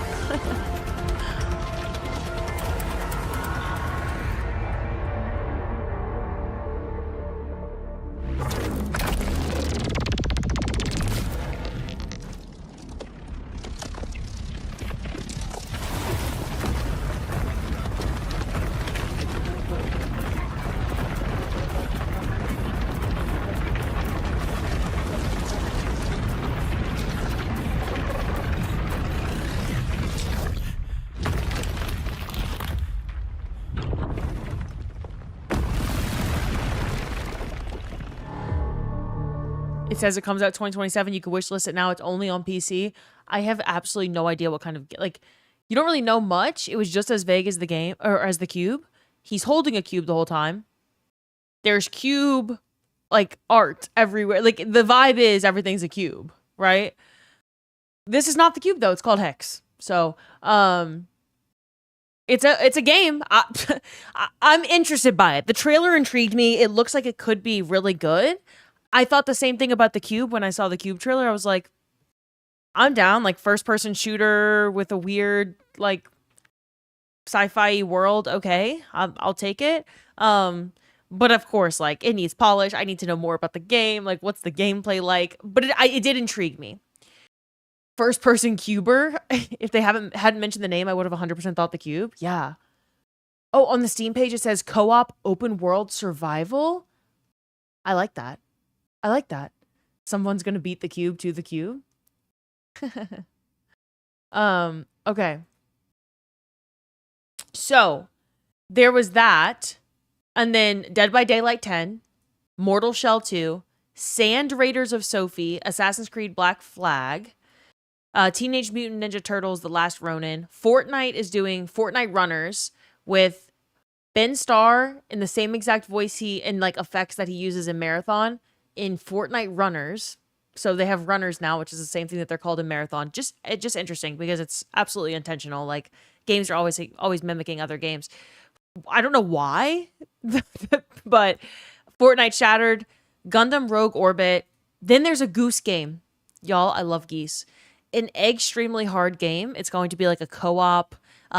Think like It Takes Two or Split Fiction, where you need the other person in order to beat the game, but it's geese. And you have to protect the egg. Like, the egg can't break. And you're in like this like adventure game. Crossfire, single player game, looked pretty good actually. I was interested in it. If y'all want to see the trailer for that one, I'll show you. The character's name is Cross, and you play as, I assume, Fire, but it looked like it could be good. Another Control trailer, Guild Wars 3, Star Wars Pod Racing trailer, End of Abyss, Last Harbor. These were new games. Virtua Fighter, Crossroads, RuneScape, Dragon Wilds, another trailer. Please buy a Switch 2 commercial break #1. There's multiple. Soulframe trailer, Grounded 2, Mafia: The Old Country, Man of Honor expansion, 1666 Amsterdam, Saw, a Saw game. So much gore, so much horror in that Game Fest. Beyblade, I know you asked me what I thought of Game Fest. I thought it was good. I mean, I thought it was fine, right? Like, I think we all have a game in mind that we'd like to hear about that we're not going to hear about. So you're like, for me right now, I'm going to be honest, it feels hard with the news of Destiny to feel super, super excited about any other game. And I know that might sound selfish of me, like, live, get over it, like, try other games. And I will try other games. And I am excited for new games. And I always, I think new games and are always a great thing. And I hope that, like, we all fall in love with another game. But with June 9th on the mind and Destiny ending on the mind, I'm like, that's the game that I care about the most. And D3 is not in development. It's not greenlit. I was never expecting any sort of D3 announcement. It's all a joke. Like, I would not have offered to shave my head bald if I thought there was going to be a D3 announcement. I do like my hair and I don't want to be bald, but, yeah, that's where my mind's at. I'm like, I just want to play Destiny and I want more Destiny. That's what I want. Lords of the Fallen 2, the Star Wars tactical RPG. I didn't get the name of it. Blood of Dawnwalker vampire game. Among Us is making a new game, a new standalone game called On Guard. And then they also launched a TV show today. New mission content coming to 007 First Light. Please buy a Switch 2 commercial break #2. Aeon 2, Wuthering Waves is doing a Cyberpunk Edge Runners collab. Monster Hunter Wilds is getting an Ascendance DLC. Swords of Legends, Hot Wheels Infinite Rush racing game, Sonic Infinite Racers collaborations, Sonic Pico Park collaboration. If you don't know what Pico Park is, it's a very fun co-op party game. I like it a lot. Attack on Titan 3, Clutch, which is an open world racing game, Chronicles Medieval, Sea of Remnants, Capcom Game Sale commercial break, a Hitman expansion where Wiz Khalifa is in the game, and it's called The Wizard. Pal World Power World 1.0 is launching. We do have a community Power World server. There's a channel right here in the Discord. So if you are interested in playing Power World or you play Power World, there is a community server. And then where are we at? The Wolf Among Us 2 and Remastered. 2 different games. Wolf Among Us 2 comes out in 2027. Wolf Among Us Remastered comes out holiday 2026. Stellar Blade Blood Rain, Street Fighter something. I don't fucking remember the name. And then Final Fantasy VII Revelation, which is the last of the trilogy of Final Fantasy VII remakes. So if you ever want to check out any trailers, it's in the general gaming channel in the Discord. I put every single Summer Game Fest announcement in there. Sea of Remnants looks cool. I said that I thought you would like it. Obi, thank you for the 10 streak. Merkaza, thank you for the 125 streak again. 007 mission sounded cool. The game is amazing. No, Skelly, there's no D3 in announcement. Or there's no D3 in development. When is Power World 1.0? I don't know when the date is, actually. I don't know, Doctor. Did bum ass losers... Tig, yeah. Yes, the chat was D3 the whole time. I don't think anyone who's legit is expecting a reveal. They want publicity and pressure on Sony. For sure, for sure. Summer Game Fest don't have anything to do with Sony, though. And Sony games stay exclusive to the Sony state of play. So the D3 today, like, it shows the gaming industry that D3 is wanted, but they know, right? Like, people know. People know D3 is wanted. I'm not saying it's a bad thing. It's a public chat. You can say whatever the fuck you want, but Sony doesn't have anything to do with Summer Game Fest. And I think people have this misconception that someone higher up at Sony is paying attention to like articles or chats. They're not. It's like definitely the job of someone who's severely underpaid to report that to their boss, who then reports it to their boss, who then reports it to their boss, who then maybe reports it to someone higher up at Sony, maybe, if they care enough that emotes are made. And I know that sounds like really, really, really sad, but it is sad. And that's how it works. The Sony state of play, cool, good shit. Spam your emotes, you know. I think it's cool. I think public pressure is never a bad thing. I'm never going to deter people from like making their voice heard and being loud. I think the Sony state of play spam was definitely a note to the devs. I know DMG tweeted after like just the word wild period. They see it, right? They see it, and people at Sony know, whether it's higher ups or not likely higher ups, but I think the best way that you can spam your love for Destiny 2 and show a message that you would still show up for the game if the updates are good, the content is quality, and you let the team cook, you show up on June 9th because the team got to cook. They got to put a lot of love into this last update. And, you know, you love the game. You want it to continue. Show up. Show up and play the game. Don't just log on for 5 minutes. Like, play the game. Show them that you love it. That's the best way that you could do it. So. Sony one made sense. Watch them do it on the Xbox One too. Yeah. The sales will be double, marathon, or triple. The update's free, so it will be absolutely 0% of marathon sales because it's free. July 10th. Oh yeah, Power World 1.0, July 10th. Sorry, that's your answer. Okay. We know they will. Yeah, Josh. Yeah. Let's fill out our bingo card, and then I want to check out a couple of the indie games. We'll just go to the trailers. We don't have to watch the whole, like, all the interviews and stuff. We could just watch the trailers and see if there's any indie games we're interested in. And then we're going to start our Final Shape replay, which some of those cutscenes are they're gonna hit me hard. Okay, so Ginger main character in trailer. Yes. Wait, how do can we be serious here for a second? Okay. Ginger main character in trailer. I'm going to make it green because that's what makes sense. Green. Racing game. I don't like this green. I like this green. There were many, many racing games. By the way, if you don't know what this is or you just got here, before Summer Game Fest, we made a bingo card with like predicting things that we thought we'd see today. And we're going to see if we can get bingo. There was a Ginger character in a trailer. There was a racing game, many racing games. Titanfall reference without a Titanfall announcement. I don't think we had any Titanfall references. Tell me if I'm wrong. The Witcher 4, nope. Destiny game announcement of any kind, nope. How'd you like the show? Nage, I literally just talked about it like 10 seconds ago. It was good. I always love when new games come out, but you know, my mind is on Destiny right now, and I'll worry about new games later in the year when every single game that's coming out in 2026 comes out in the same week in September, because they're all trying to avoid GTA. Talks about D2 shutting down in a monologue. They did not. Again, this has nothing to do with Sony, and clearly they don't find it impactful enough to talk about it. Witcher 3 DLC, nope. Jedi Survivor 3, no. New gacha game, I don't think we're counting it because the only gacha game was Wuthering Waves, Cyberpunk collab. So that doesn't count as a new gacha game. Yeah, Free Space might as well have been horror games. Yeah, it's a Free Space all the time now. Mass Effect, there was a new gacha game. What was the new gacha game? No Mass Effect. Miss Piggy didn't even show up today. That's a new thing for a Jeff-hosted game show or game announcement show. Samurai or another Eastern Sword game. Yes, absolutely.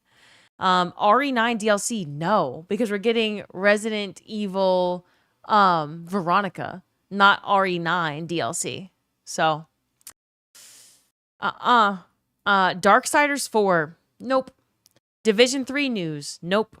Geoff talking about his dad in IMAX, no. Geoff, I keep saying Geoff because of my friend. Sorry, y'all. Jeff mentions Hideo Kojima, no. Riot MMO announcement, no. Kingdom Hearts 4, no. GTA 6 trailer, no. Final Fantasy 7 Part 3, yes. Among Us game, yes. Crimson Desert DLC, no. So, conclusion here is that we're pretty ass at predicting what's going to happen. We got 1, 2, 3, 4, 5. We got 6 of our own. 6 that we made that were in a free space. No bingo for us today. We'll try again next time. We could try for the Xbox showcase on Sunday. We could try then. The game with the band singing and shit was apparently a gacha. Oh, was it really? Oh, the new gacha game. Okay. New gacha game. We are still ass. No bingo for us. But we're less ass. Less ass. Who is we? Didn't put Monster Hunters in there. It was a big mistake. You weren't here, bitch. We made the... I didn't make this. Chat made this. I just took recommendations from chat. What was the best game I played this year? You don't even need to get characters for the story, and the story slaps. Interesting, Roma. I'm not a gacha game player, but I mean, absolutely no hate to anyone who likes any genre of game. There's plenty of games I don't like. I don't typically like pirate games. I don't like gacha games. I don't like super old, like ancient civilization games. I don't like horror games. I hate horror games. I hate horror movies. So if I can't watch a scary movie, I certainly can't play a scary game. I don't like... That's kind of it. I think those are the games I don't like.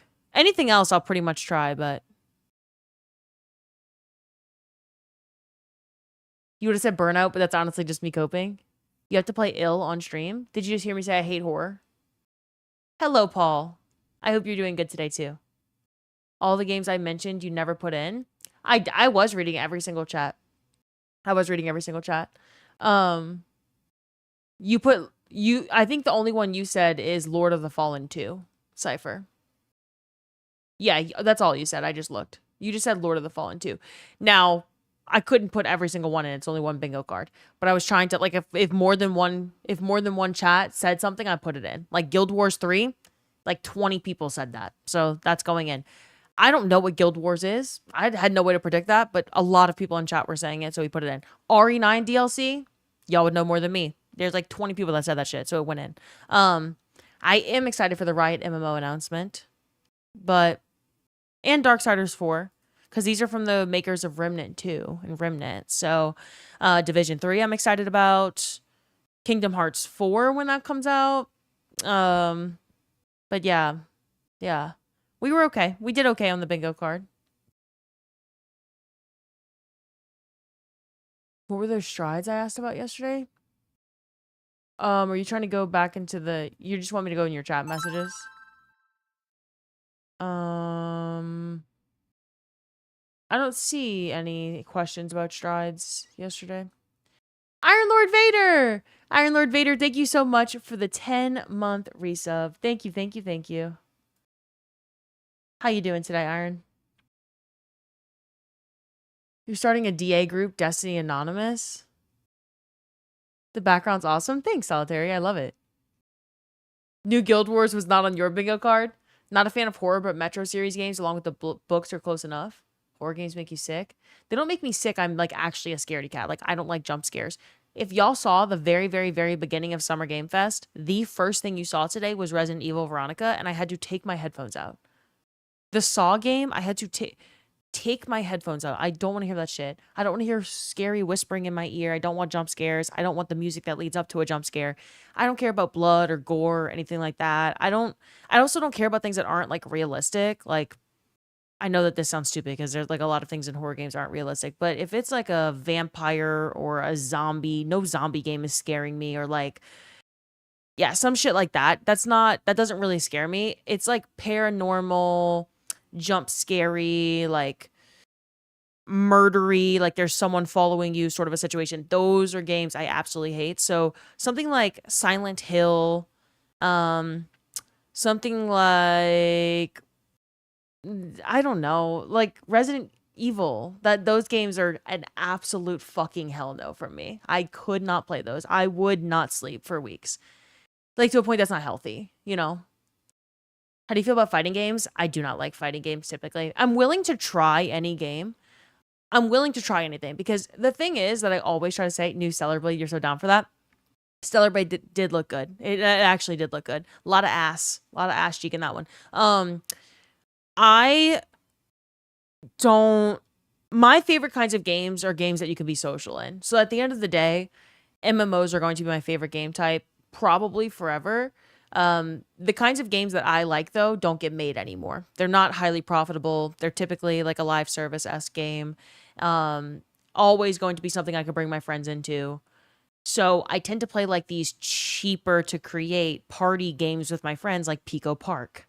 Because Pico Park costs absolutely fucking nothing to make and maintain. But it's a fun party game. It's a co-op game. Split Fiction was really good to me. I really liked Split Fiction because I like games most when I can play them with other people.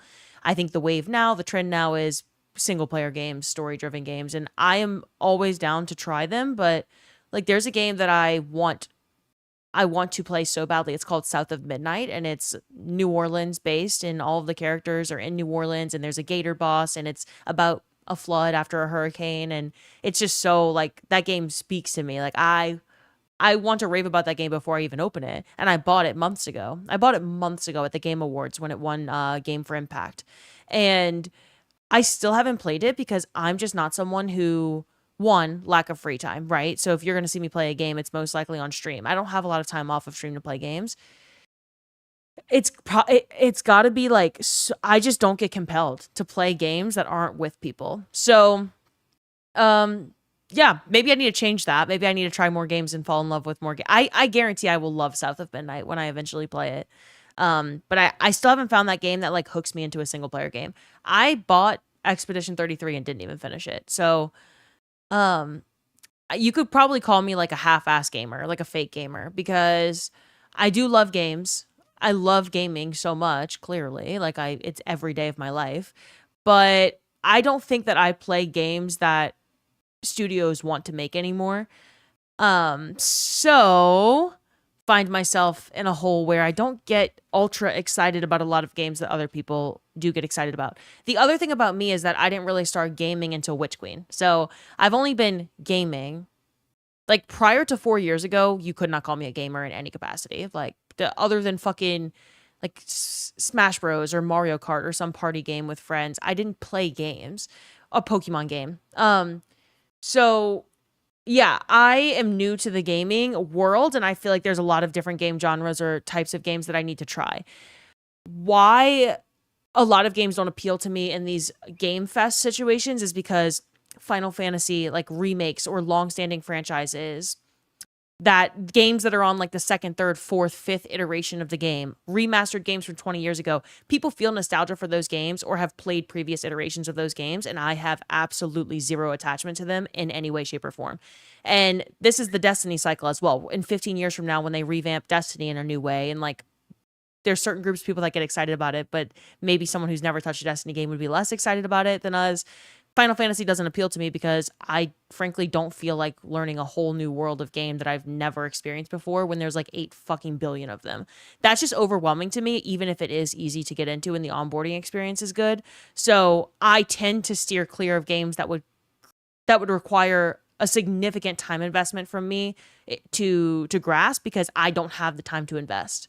So yeah, I'm like the most basic gamer you could possibly imagine that happens to play games as a full-time job. You know, God of War, I've never played a God of War game, no. Witch Queen was the first game I played as an adult. They're putting Final Fantasy 7, or sorry, Witch Queen's not a game. Witch Queen expansion, Destiny 2 was the first game I played as an adult.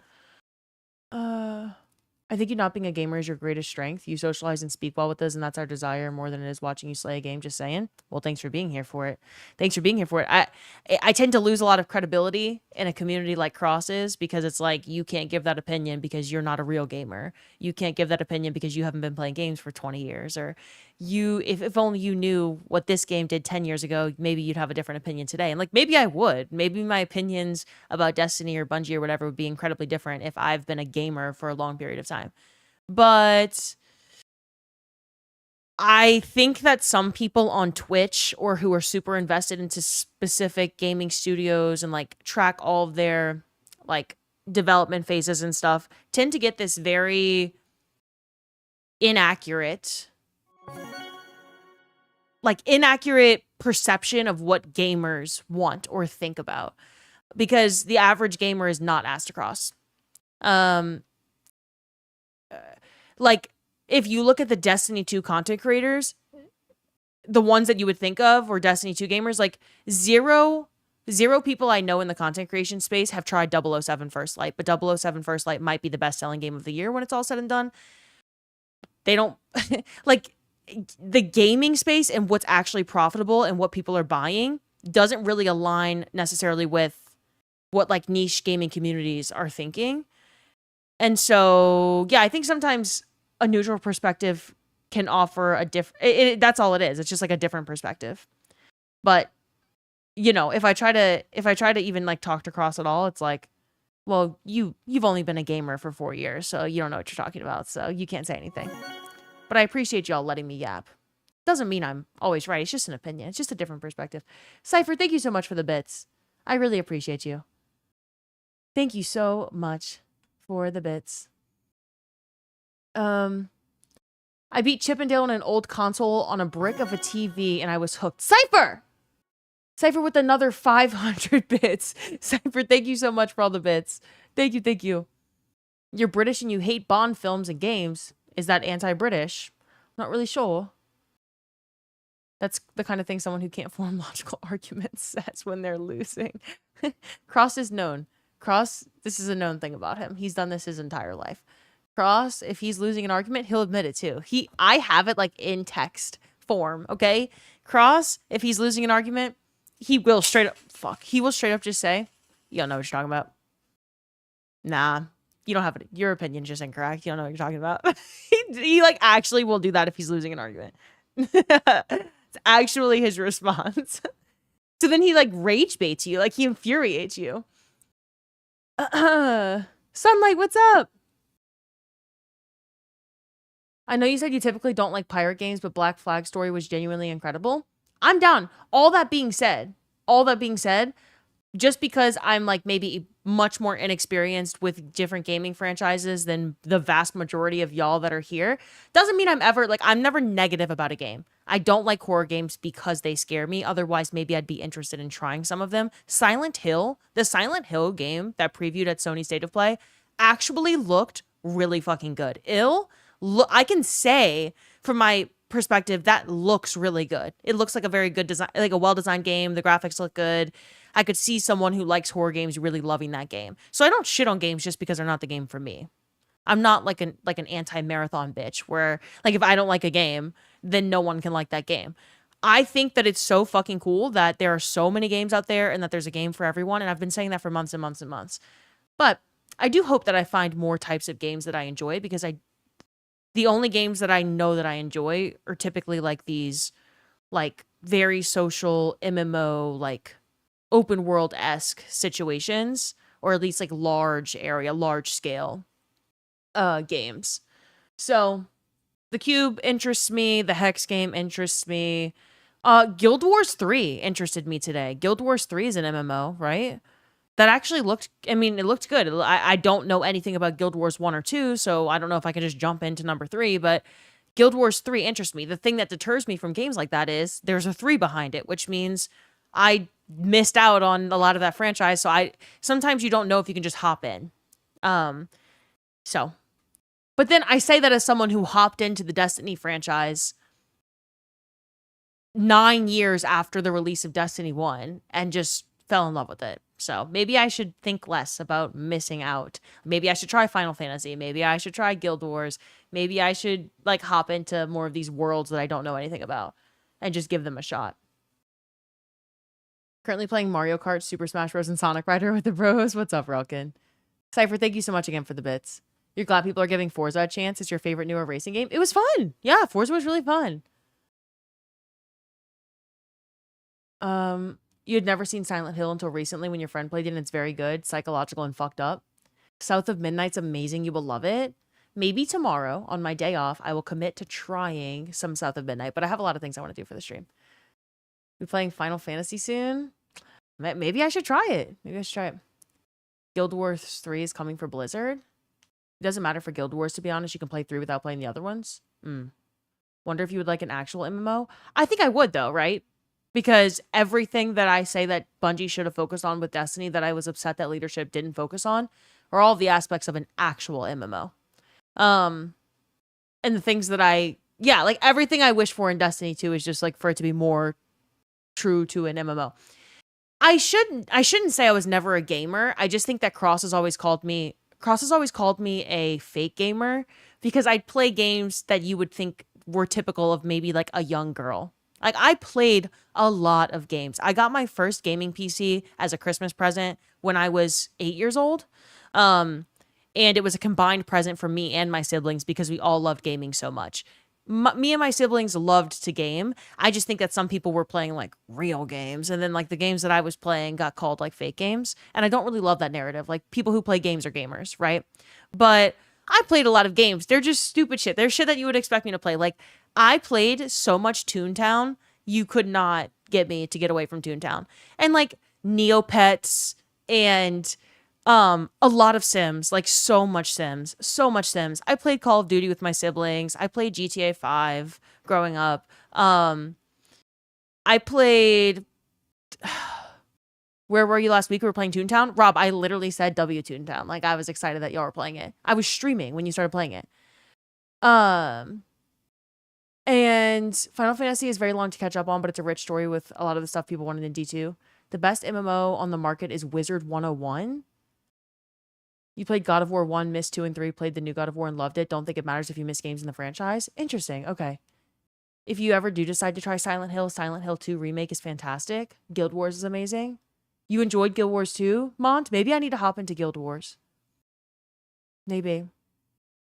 None of the Final Fantasy games link to each other unless it's a numbered one. Okay. I feel like most MMOs besides Destiny are pretty easy to jump into if you didn't play the others. There's this game, and it's like so vivid in my head that I used to play with my cousins. And it's, I cannot think of the name of it. And it's actually been bothering me for like the last week because I should just text my fucking cousin, Christy, but I cannot, like, it was social, okay? Like, you would be in this world with all kinds of other people. And then I can't really describe it that well. Like, I know what the world looked like and I can picture playing the game in my head, but I have no fucking idea what it was called. It was giving RuneScape vibes, but it was not RuneScape. That's all. Like, you would collect materials and you'd craft things and you like had to survive. But there were like other people in the world. I swear there were other people in the world. I have no idea what game it was. Distorted Kick, what's up? You played Guild Wars, Final Fantasy, World of Warcraft, Elder Scrolls, few others. They all have their own thing that makes them unique and special. Final Fantasy 14 is your favorite, though, with how rich the story is.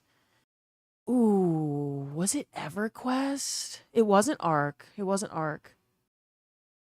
it EverQuest? Did I play EverQuest? I'm actually going to text my cousin Christy because this is actually going to, like, really fucking bother me. Like, really bother me. Like a lot. So pause while I text Christy. What if she's like, I have no idea what you're talking about. No, I swear we played this game a lot. I haven't spoken to her in like 3 years though. This is gonna be the most random message ever.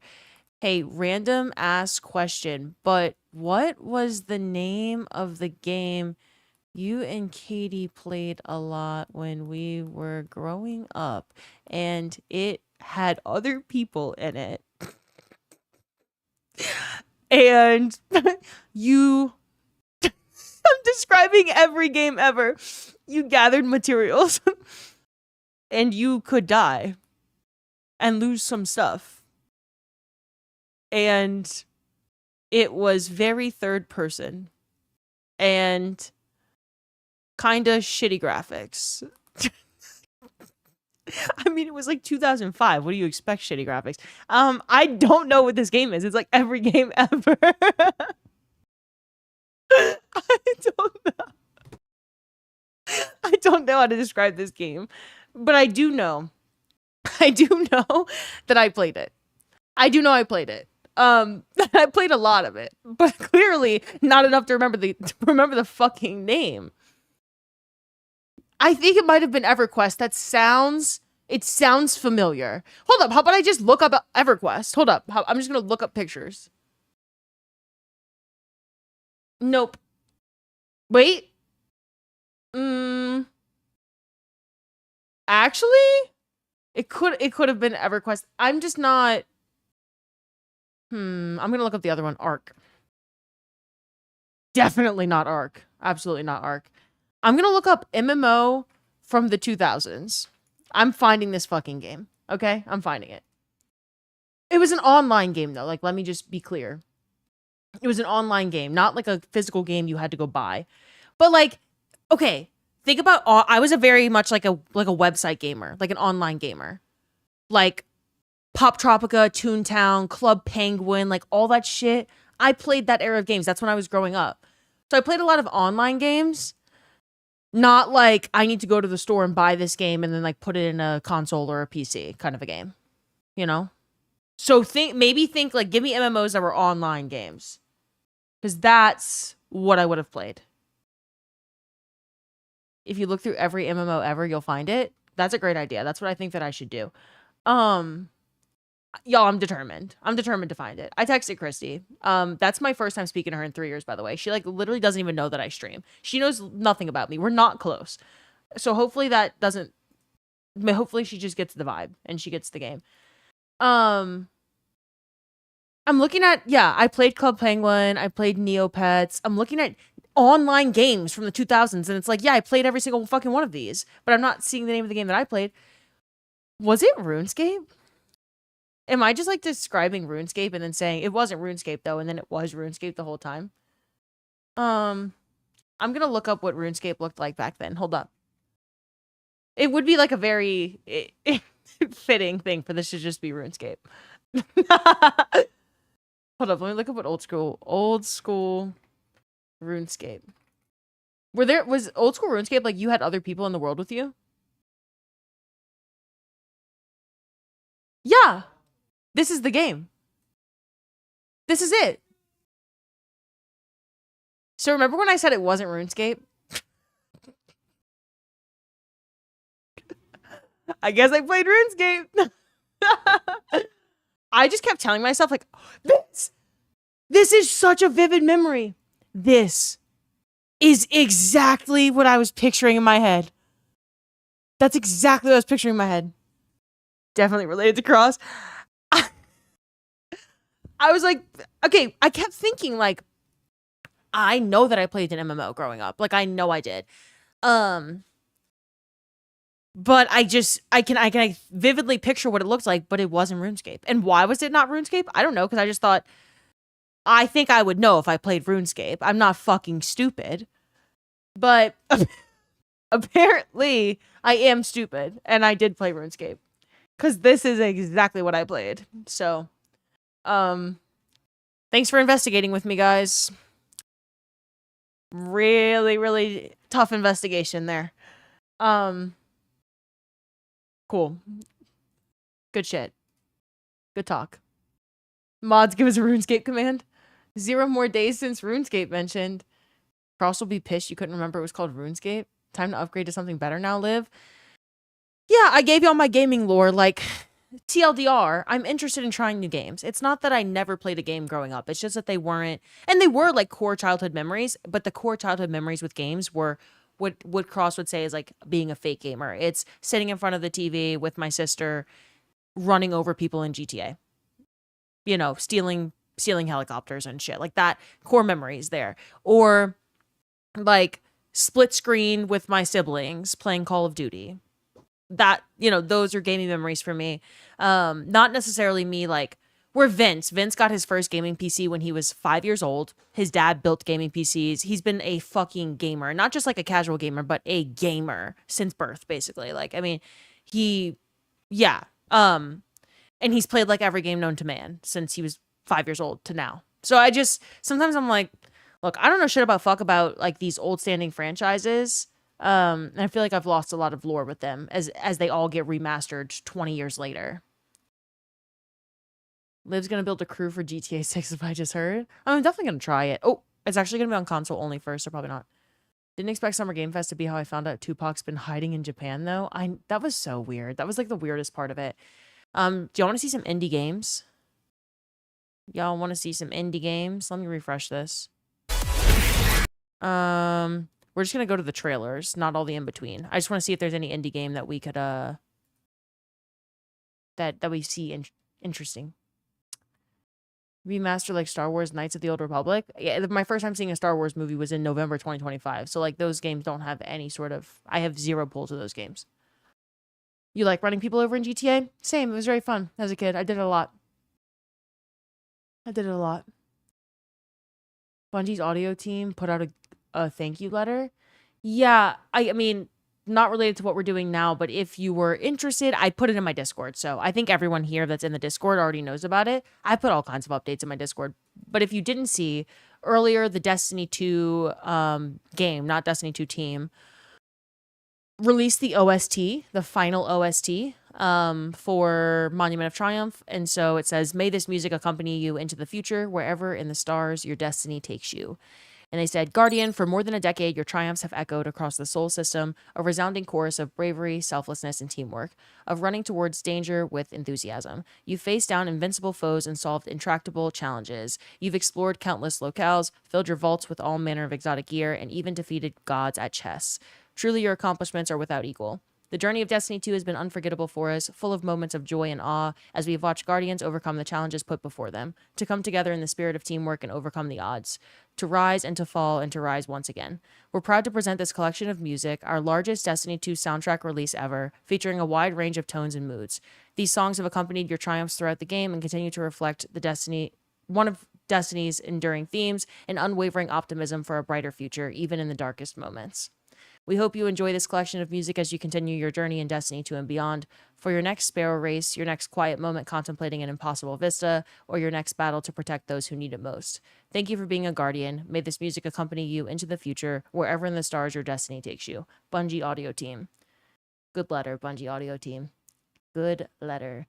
Especially, one of Destiny's enduring themes is an unwavering optimism for a brighter future, even in the darkest moments. Because if that ain't Destiny, I don't know what is. Good job. Corey, what's up? Why don't you remaster your attitude? Fuck you, Corey. Cisco, thanks for following. Welcome to the community. Black Flag was pretty universally hated because it wasn't like other ACs. Interesting. Wait, really?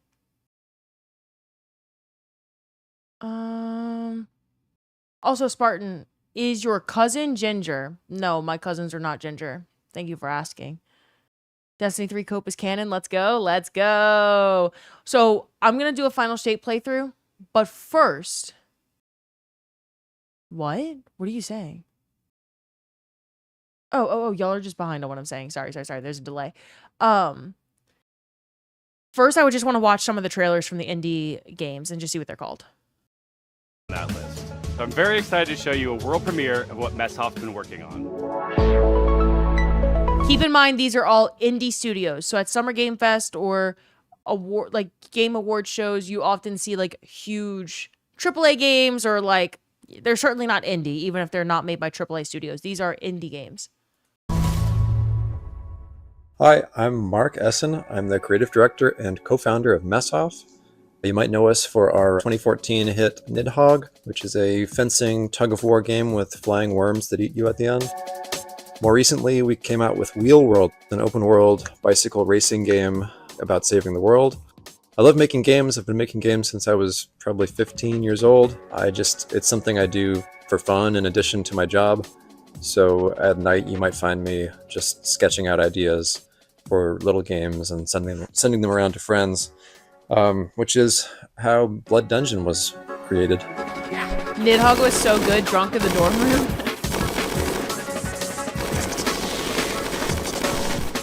Blood Dungeon is a platforming game where you're not just standing on platforms, you're crawling on the sides of platforms, you're hanging from the ceilings, you're walking across tight ropes, you're jumping onto nets, climbing ladders. It's not a Metroidvania, you're not like learning these skills over time, so you can think of it like Vampire Survivors crossed with Spelunky. I really missed like animation. This dude only makes shit that came from an acid trip, and I love it. And just being able to hand animate pixels, and so it was fun to just... I think people who don't give games like this a chance aren't real gamers. Let me just throw one back at people like Cross. But like, indie studios have brought us some of the best games of the last few years. The best games. And some of them that have blown up in the last few months are like made by one human being, like this game. So I don't know. I just like watching trailers like this and giving games a fucking chance. I'd rather play this than like half of the AAA shit that comes out. And I'm not kidding. Give me this over a new racing game every single day after I already got 3 new racing games in the last month. That's how I feel though. Calm down, new kid. Turn them out, make lots and lots of silly little characters. And I feel like we need a new category to highlight these really small devs that get lumped in with huge companies like Larian. Yeah. Amazing stuff. And I think the game turned out really fun. There's a handful of arenas to explore. You'll unlock over 100 weapons. It's like these other Survivor games you've probably played where you're kiting the enemies and they're sort of following you in a big mass. But in this game, you're in a maze as well, a maze with gravity. Okay, this whole game is you're in a maze with gravity. I would like be terrible at this game, and this is the exact kind of game that I would have played as a kid for fun. Like, I love these games. It's really a game about routing. You get to know the levels, you get to know which weapons work with which other weapons, and maybe you find a character that you really connect with based on the art or just the way they move. So I'm excited to share it more widely when it comes out later this year. Cool.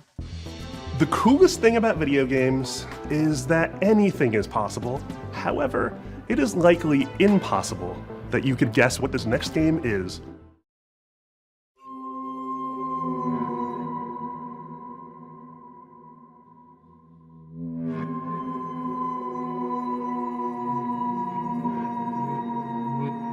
Nope.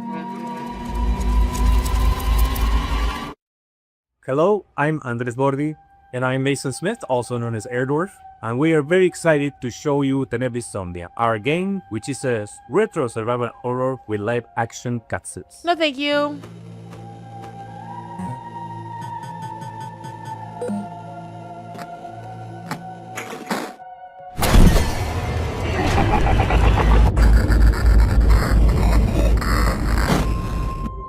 Oh, hell no. That's right. These insane madmen actually played a live-action horror movie made by a professional production company and an award-winning special effects team right here in their Fixel horror game.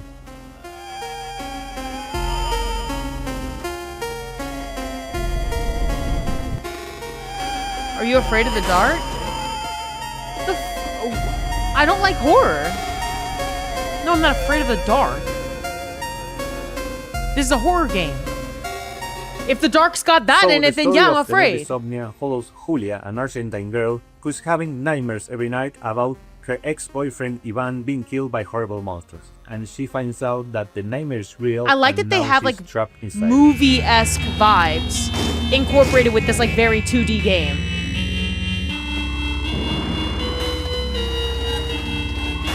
Like, it looks like the cutscenes are Tenebris Like they said, made Somnia by a has classic film company. survival horror gameplay that you would remember from games like Resident Evil, but it has this super retro, chunky pixel aesthetic.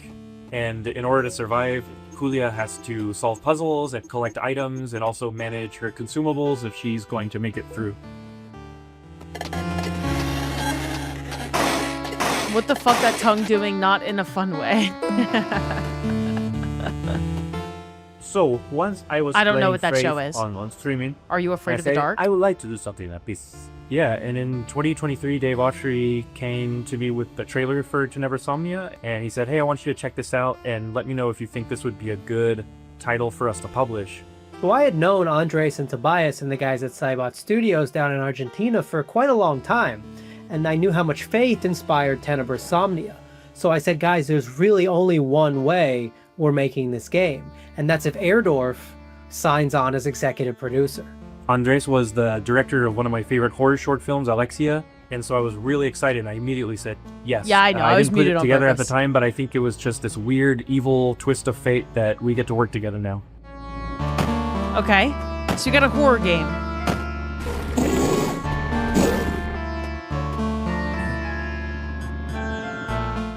It's something that... Then we have this game. Enjoy the Wait. mechanic, so it's next. This one's called October 16th, Thank you. 2026. Oh, October 16th. Dark Loss and others who are interested in this horror game. Get ready to get your groove on with our next title, Mr. Records. Two of the game's designers, who you'll meet in a moment, are also its composers. That is so cool. French developer Glitchies has put together a combination of mechanics and music that'll leave you nodding your head and tapping your feet. Enjoy this world. Universio Revelio Amen. is what people call that now.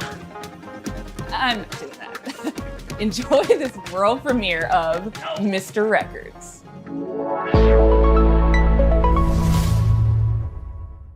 Hi, I'm Charles. And I'm Valentin. We are the composers and game designers behind Glitchy Studio, creators of Headbangers Rhythm Royale and Musical Story. Our small studio focuses on crafting innovative music games, and today we'd like to introduce our new project, Mr. Records. This is George. He has an extraordinary gift. He can travel through music. Hell yeah. As soon as he hears the first notes of a record, he's transported into vivid worlds where Same. he interacts rhythmically with the environment and unfolding events. Sun in your ears. Give up your fears. A wide range of musical gameplay experiences shape these journeys, letting you feel the music in a truly unique way.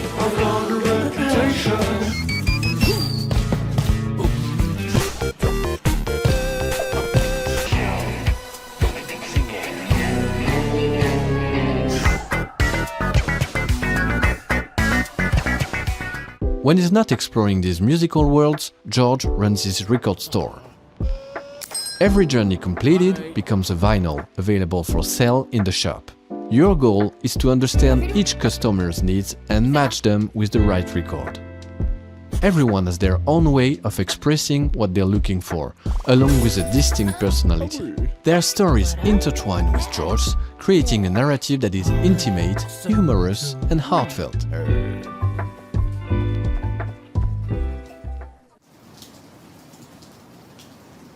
Selling records allows you to acquire new ones to play, forming a fresh and surprising gameplay loop. As composers, this record shop setting is really inspiring, as it gives us the freedom to explore a wide range of musical styles. So this is George's life, told track by track. Over 45 songs, each tied to a moment, a memory, or a feeling. We had so much fun creating and recording all those songs, and we'd like to give you a quick preview of the result. Okay, I'm into it. We have a lot of shit to look at, so I'm gonna go game to game. Then we gotta get into Final Shape. Let us wonder what's up. If you're just getting here, we're just looking at some of the indie games trailers, and then we're gonna go play Final Shape Replay, which I'm excited about. With fellow Canadians, Day of the Devs alum. Canadians? In the spirit of camaraderie with fellow Canadians, Day of the Devs alums, and makers of Spiritfarer, here is Thunder Lotus with some exciting news. Hello, my name is Jem, and I'm a game designer. I'm Stefania, I'm our director. We're from Thunder Lotus in Montreal, Quebec, and you might know us from our game, Spiritfarer. For the past 7 years, we've been working on something quite different. Our latest game, 33 Immortals. How many games have you played where you really wanted to play with random strangers? How many times have you felt the primal thrill of defeating massive enemies in epic raids without the stress, the grind, or wondering if you're good enough? Welcome to 33 Immortals, our co-op action roguelike for 33 players. No waiting around, you jump straight into the action through instant matchmaking, you tear through hordes of enemies sent by God to punish you, and rebel against the wrath of God together. You can play solo if you want, Sounds with intense. 1, 2, or 3 friends, because in 33 Immortals, everything is about cooperation. Bye, Ravage! We spent Thanks a for lot being of here. time designing the game so that you want to play with others, even if you don't know them. There is no voice chat in this game. You use in-game emotes to communicate with your fellow rebels. Combine your strength, whether you're a tank, specialist, ranged, or melee player, and push forward no matter what. You will die, and that's okay. Because with every run, you grow stronger. You'll have to. What you're up against is nothing less than the wrath of God. And the best part? You never face it alone. You face it together. 33 Immortals releases this summer. So come join the rebellion. You know, sometimes in life, there are things that just make you want to give up and go fishing. An apocalypse that ravaged the Earth and left us in a world filled with Lovecraftian nightmares and mutants might just be one of those things. So pop on your waders, folks, and grab your lures. From Dream Dock, this is Dreadmore. Hi, I'm Rostislav Fedorov, CEO of Dream Dog Studio, and today I'll be talking to you about Dreadmore. Oh my Lord, take it slow. Lay me at the bottom of the river. The devil has come to carry me home. Lay me at the bottom. Dreadmore is a first-person fishing adventure game set in a world where long ago a catastrophe took place, changing the land, water, creatures, and the people who survived. Now it is a dark, dangerous place that is flooded and rotting. As Have the you been player, asking you travel for on fishing a fishing back boat that is your in Destiny lifeline 2? in this world, I got the but game that for you. also means it is your I got the game for responsibility you. to keep it fueled up and repaired. You can go on the land, walk from place to place, and meet the people living in this world. Those people can be quite strange, but you'll find that as you talk to them, you'll pick up quests and learn a lot about Talk the to them. place that they live. I love his accent. The most important part of It's the my game, home! fishing. We made sure that fishing is not It's just a literally simple Swamp minigame. Simulator. You start by checking the water, casting your line, and then you wait. What happens next Do you think he's ever been depends to on what Zabayou? bites. That is straight up Louisiana Simulator. Every type of creature needs a unique way to catch them. The right rod, bait, timing, and some need a completely different approach. And if you want to catch the rarest of creatures, you'll need to be at the right place in the right time. Anything you catch can't be Is the sold right to place, the traders right and time? broken down He kind to of use sounds for like crafting. You like can someone who also does scavenge voodoo. and salvage If you didn't see his materials face and you that just you'll heard his find. voice, Used for crafting. he's into voodoo in You the can also alleys scavenge and of salvage New Orleans. materials that you find. You use a harpoon to pull and floating debris. One man's junk is another man's treasure. That's what I always If say. you One want to man's go junk. deeper into the game, you have to craft bait, Okay, y'all. harpoons, medicine, This is and gear. literally Swamp Very Simulator often I'm in. you'll need to make what you Rob, need Rob's from been what bitching you about can Destiny gather 2 by fishing, yourself. missing it. There are Rob, many you gotta get this things game. we haven't shown yet, and I'm sure that you'll be surprised This by is literally what just the me game has fishing in store. as So a make child. sure that you wishlist the game and join our Wishlist the Discord goddamn to stay game. updated and Wishlist get more it. information Hold about up. our game. Thanks for Stop. tuning in and welcome one and all to the world of Dreadmore. We're going to the Bayou.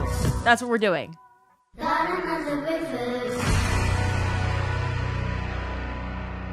Good shit. Graphics are really We've got good. some news from a game we've been following for quite some time. It's from a Canadian studio that knows their retro. Welcome to the end, Lossy. hero. When would you like to begin? Ginger.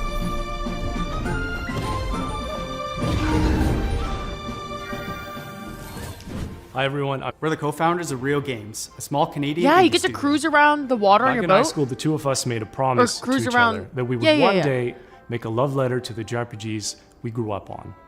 Games like Chrono Trigger, Final Fantasy, Xenogears, the sorts of games that we played right Hell after yeah. school, huddled next to a Good morning, CRT, Tat. and the kind of games that decided what we wanted to do growing up. That was over 20 years ago. A few years back, we walked away from our jobs to actually go and do it. The game is called Threads of Time, a turn-based, time-traveling RPG. Some of what you're about to see here today hasn't been shown anywhere else yet, including a first look at our time ship, the Needle. You captain the Needle, and you fly between the eras and gather party members from across history, all in a quest to restore the order of the fallen Time Knights. You can go to the future, you can go to prehistory and see the dinosaurs, and if you'd like, you can even prevent them from extinction and see them evolve through time. Combat is turn-based, the kind that we grew up on. Each character manipulates time in their own way with the goal of interrupting enemies' attacks. How you bend time is key, as are combos between party members. Time is the through line for our whole game, and you'll definitely feel it in combat. The team that we've put together still does not feel real to us. We've been able to find all of these JRPG fans from across the industry. Honestly, this from game looks really good. AAA veterans to indie darlings who've worked on games like Shovel Knight, In my opinion. and Deltarune, and more. We're also super fortunate to work with legends from Japan, whose work on Final Fantasy, Xenoblade, and more is part of why we're here today. We can't wait to share more about these legends that we're collaborating with soon. Threads of Time represents our lifelong goal to create cherished game experiences, just the way like others did for us back in the 90s and beyond. That's our Also mission adding that we this set one out to at the Real wish Games, list.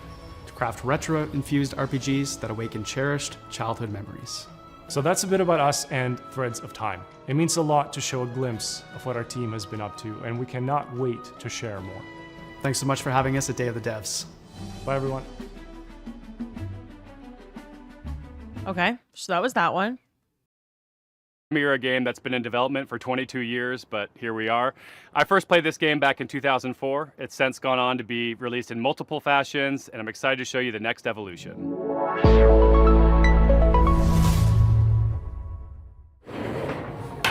Oh, hi there. Hi, I'm Mare, I'm Reagan. and we're MetaNet Software. You might have heard of our games N, N+, and N++. Today we're delighted to announce that we're back on our bullshit with a little something we like to call N plus infinity times 2.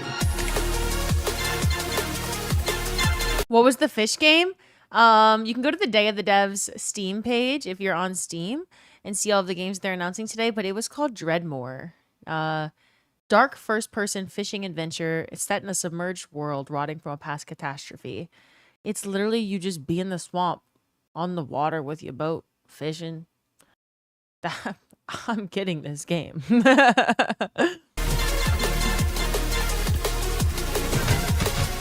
I would It's play an Monster all-new Hunters. online multiplayer-focused iteration of the world's best platformer. TM. And we're so excited to tell you all about it here at Day of the Devs. For those of you who aren't familiar with our games, they're a bit different from other 2D platformers thanks to their unique momentum-based movement mechanics that give them their own distinct flavor. We call it parkour platforming. So you play as a ninja, gracefully and effortlessly flowing through the levels. Hey, Westfire. It's all about hello. pure distilled gameplay and game feel that you can't get anywhere else. Unlike the previous games in this series, N+ Infinity times 2 is not so much about the hardcore single-player experience. Although there will of course be a solo campaign for you to hone your ninja skills. Instead, this one is about platforming with your friends. And if you don't have any friends, no worries. There's matchmaking. We've taken our unique brand of acrobatic, virtual athletic 2D action gameplay and used that as a foundation to build 5 fresh, local and online multiplayer game modes. Some game modes are tried and true staples, some are new to the series, and some are new to the world. Mingle player, co-opetitive. With this game we're really Ouroboros-ing the lexicon. You'll be running around with your friends, luring enemies I like into their your vibe. opponents, making the ultimate sacrifice. I'm not a for your platformer. teammates, We've seen me. and We've hunting seen each me other with go rockets. platform to platform. That's my but favorite part. I like it. There are only 3 buttons, so it's an easy game to get into, and anybody can pick it up and play it casually at a party. But there's no skill stealing, so it also supports legit competitive play. We like to think of it as couch-ready, tournament-worthy. We've been making this series for a disturbingly long time, and we're very excited to put our 2 decades plus of game design experience into your hands. This is going to be launching sometime next year on all the platforms. If you want to get a taste for yourself, please head over to our Discord and sign up for playtesting. We can't wait to play with you and see what you think. And most importantly, please wishlist N+ Infinity x2 on Steam so that the algorithm doesn't hate us. Thanks so much, Day of the Devs, and enjoy Hell the rest yeah. of the show. I'll add it to my wish list. Story of one strange cat. Oh, hello there. My name is Morten. I'm working on a small Swedish indie studio called She Was Such a Good Horse. We're working on a game called Into Dunwell. It's a rubber hose roguelite game.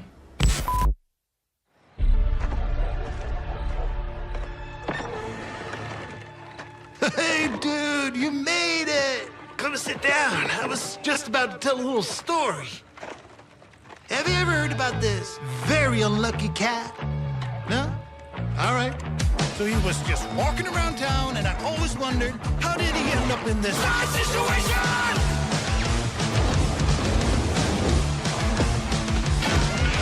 Oh, and he spent his whole life savings. His dreams of domination ended up in sanitation.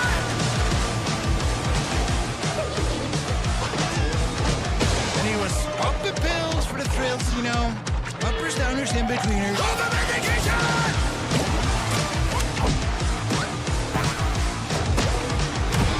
One day he met some cute and odd-looking friends. They tried to work it up and there was a cooperation!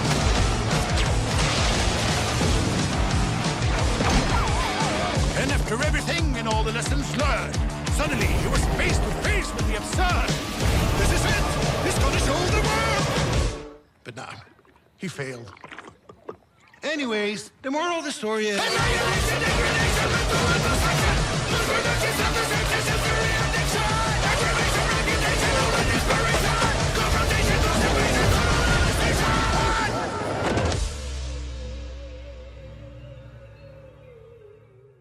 It's always a pleasure to debut games in Day of the Devs that intertwine the personal stories of their creators. This world premiere Why debut? is intimately special and worth paying attention to.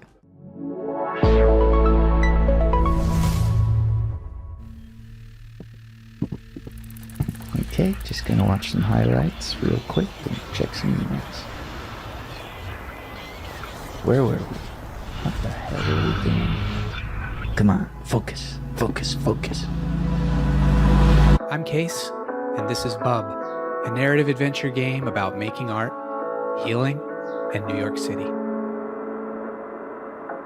Hey everyone, I'm Todd Anderson. I'm a software artist, poet, and educator based in New York City, and I did gameplay design and code for Bub.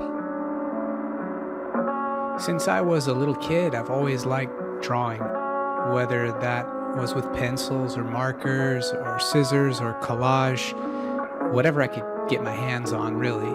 And I wanted to create a gameplay structure that showed off all those different styles in different worlds. The main story takes place in New York City, but Bub is an artist, and he's constantly bringing the player into his memories and into his art. And so you might dive from a pen and ink style New York City directly into a childhood school hallway and into a show choir performance where he's nervous if he'll be able to dance correctly. It's that approach that gives the game a very textural feeling, and those textures mimic the emotional underpinning of each scene. 3 years ago, Todd and I were making really good progress on the game.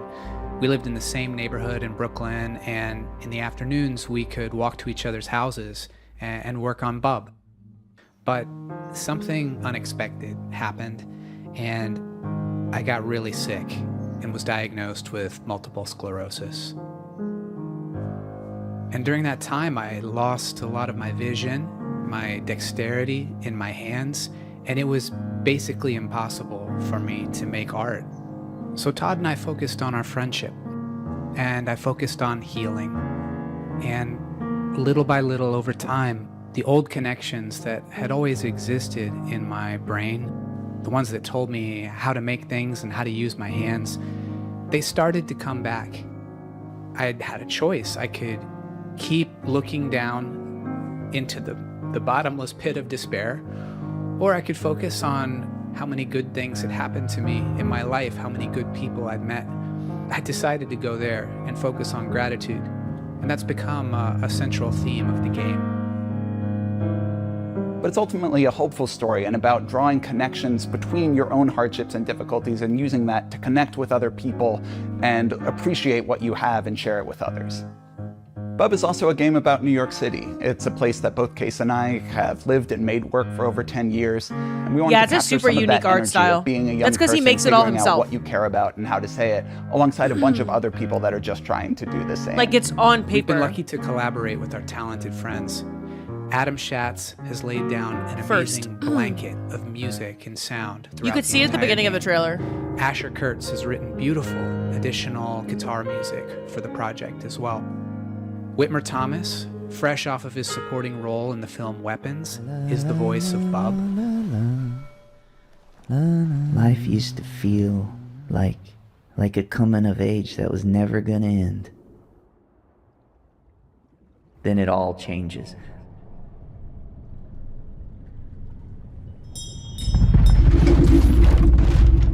And our friends at Some Point Sound have built a rich layer of effects that's really bringing the game to life.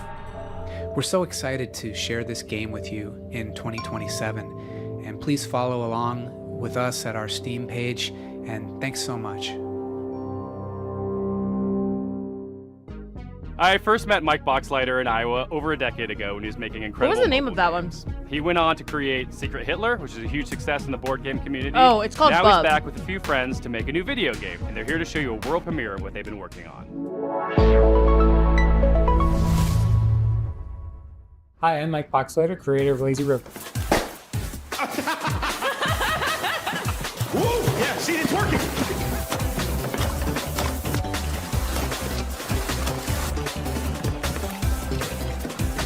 New co-op party game.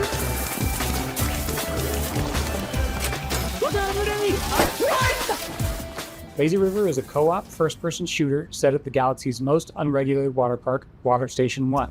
The water park is connected by an infinite lazy river that runs the length of the park. Since the water park is on a space station, they can only use special space water.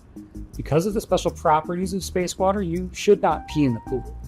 If you do pee in the pool, the pee will go back up into you and turn you and everyone else in the water into zombies.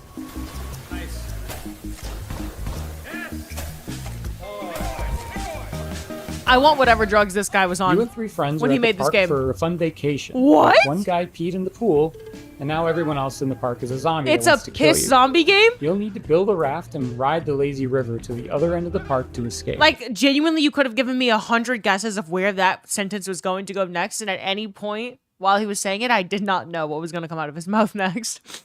Like, infinite lazy river that... It's a co-op first-person shooter on an infinite lazy river on a space station. The water park's on the space station, and if you piss in the pool, the piss comes back into you and turns you into a zombie. Like, okay, yeah, I think that's a unique experience, and I also think that this game is one of one. Yeah. The first objective in the game is building your raft. It's your floating base, your greatest resource, and the strongest weapon in the game. Start building by gathering inner tubes and lashing them together. You'll have to leave your raft to scavenge for materials from around the park, however.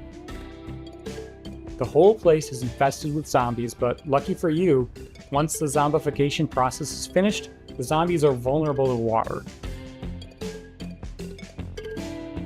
I will say, fun game, looks fun. I'm gonna wishlist it. This is the kind of shit that we would get into a voice chat in the Discord and play. Every single caveat that you could possibly have, like, I think he tried to put every game genre in one too. It's like you're gonna build a base, you're gonna have weapons, pool noodles and such, zombies, sci-fi, piss if that's a game genre, yeah, it's there's a lot of things in one game that are going on. If average Tuesday for a guy like me. What's up, 9? I hope you're doing well. Fight them with pool noodles, water guns, and water balloons. You do and have make your friends way in the back to Discord raft with your server loot. taking prints. On your raft, you're safe from the zombies. Unless you get some hop-ons. You're gonna get hop-ons. If you get hurt, cook up some hot dogs on the grill to regain your strength. Use scavenged materials to craft armor, turrets, and engines for your raft. Make sure to build something balanced and don't make it too heavy. A raft that can't drive straight is a sitting duck. Build smart and create your own custom floating fortress. Are we some trouble afoot? You'll need to choose your path along the river carefully. The robot security forces will set up blockades and strong defenses. Get too close, and they'll shoot out your inner tubes. Is it weird that I'm like really into this game? And make sure not to set off the park alarm system. Setting out the alarm will start the park's self-clean cycle, which will obliterate all organic life in the area. And that would really ruin your summer vacation. It's maybe moving a little faster than we're moving. What's the name of it? It's called Lazy River. There's a, if you're on Steam at least, you can go to the Day of the Devs page on Steam and it shows you every single game that's being announced. This one's coming soon to early access. So, yeah.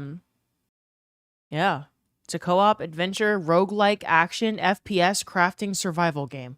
I'm telling you. Like, your base can't be too heavy or it sinks or it's imbalanced. You got fucking turrets and pool noodles, wide spectrum of weapons. You have to grill hot dogs for strength. Once you defeat, there's like caveats, like zombies have vulnerability to water after XYZ happens. It's like kind of, like there are a lot of layers to what's going on here. It's certainly not like just like a slop game. It's kind of, it's actually good. It looks really, really good. I'm seeing a theme with this streamer. What is it, Lovesome? You called me a Tig alt account and I never thanked you for the compliment. Dude, Tig's fucking hilarious. Loki, the gunplay looks really good. That's why I paused it. I'm like, hold up. Look. Which will obliterate all organic life in the area. And that would really ruin your summer vacation. It's maybe moving a little faster than we're moving.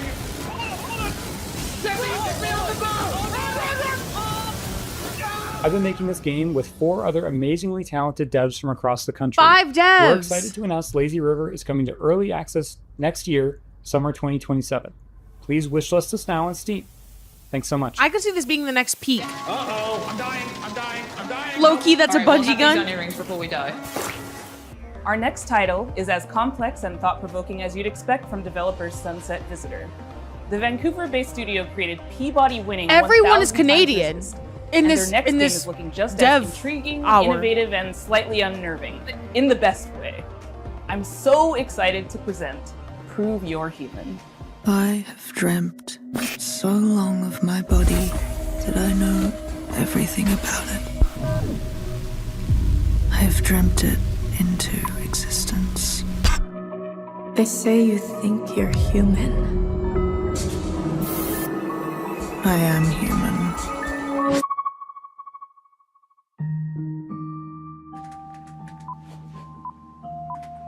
Oh, welcome.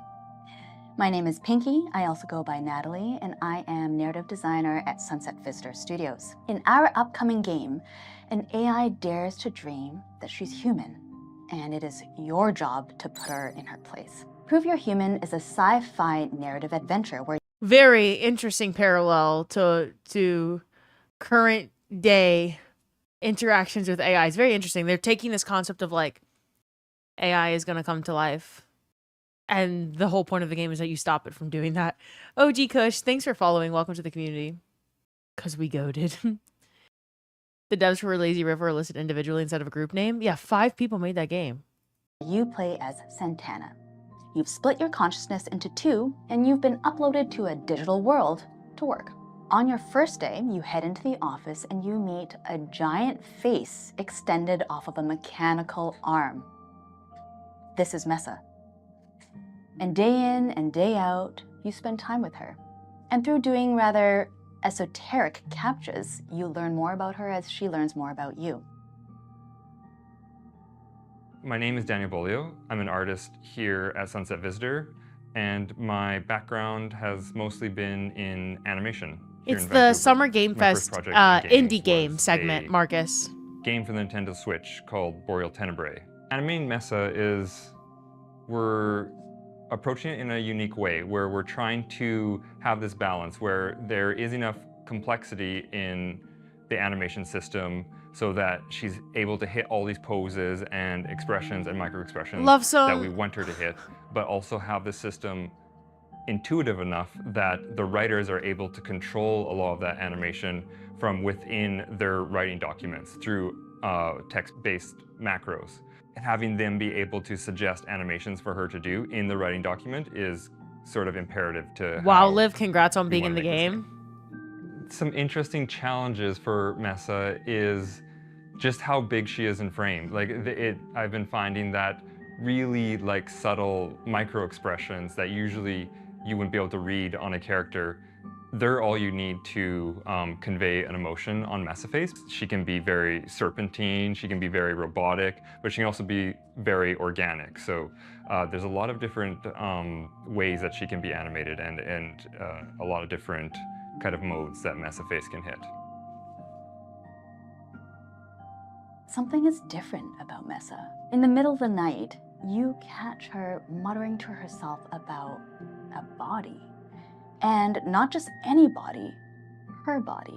She is certain that she has a body just like you, which is impossible. So, of course, you do not believe her until one day. It says redacted and then it just says wish list now. I This wish next listed. world I actually would. premiere I would play that by myself. hails from Paris, France, from a developer Hello, who F isn't and beef. afraid to peel away the layers of the humanity onion. Wait, Liv is in the game? No, Marcus. It was a game about, that game is called Prove You're Human. And it's where's it at? Prove You're Human, and it's literally just this AI that swears she has a body and she's real, and I'm sure it becomes more of a threat as you play the game, but it's a single player game, and you just have to stop the AI from like becoming human. Is the gist. And since people call me AI Liv, Siri voice, ChatGPT voice, whatever, Tig said congrats on being in the game, because people tend to say that I am AI, even though I am not. Olame, what's up? This in Lazy River? There's some good shit in here, y'all. I just went on this whole tangent about how Cross calls me a fake gamer because I play like online games, like not AAA games, like at least I did growing up. And then every single one of these games, I'm eating them up. This is my kind of game. Whereas I watch like fighting game after racing game after another racing game after like 15th installment of a franchise that's been around for 20 years, and then I'm like, none of those like really grab me. But these games, I'm like, hell yeah, wish list instantly.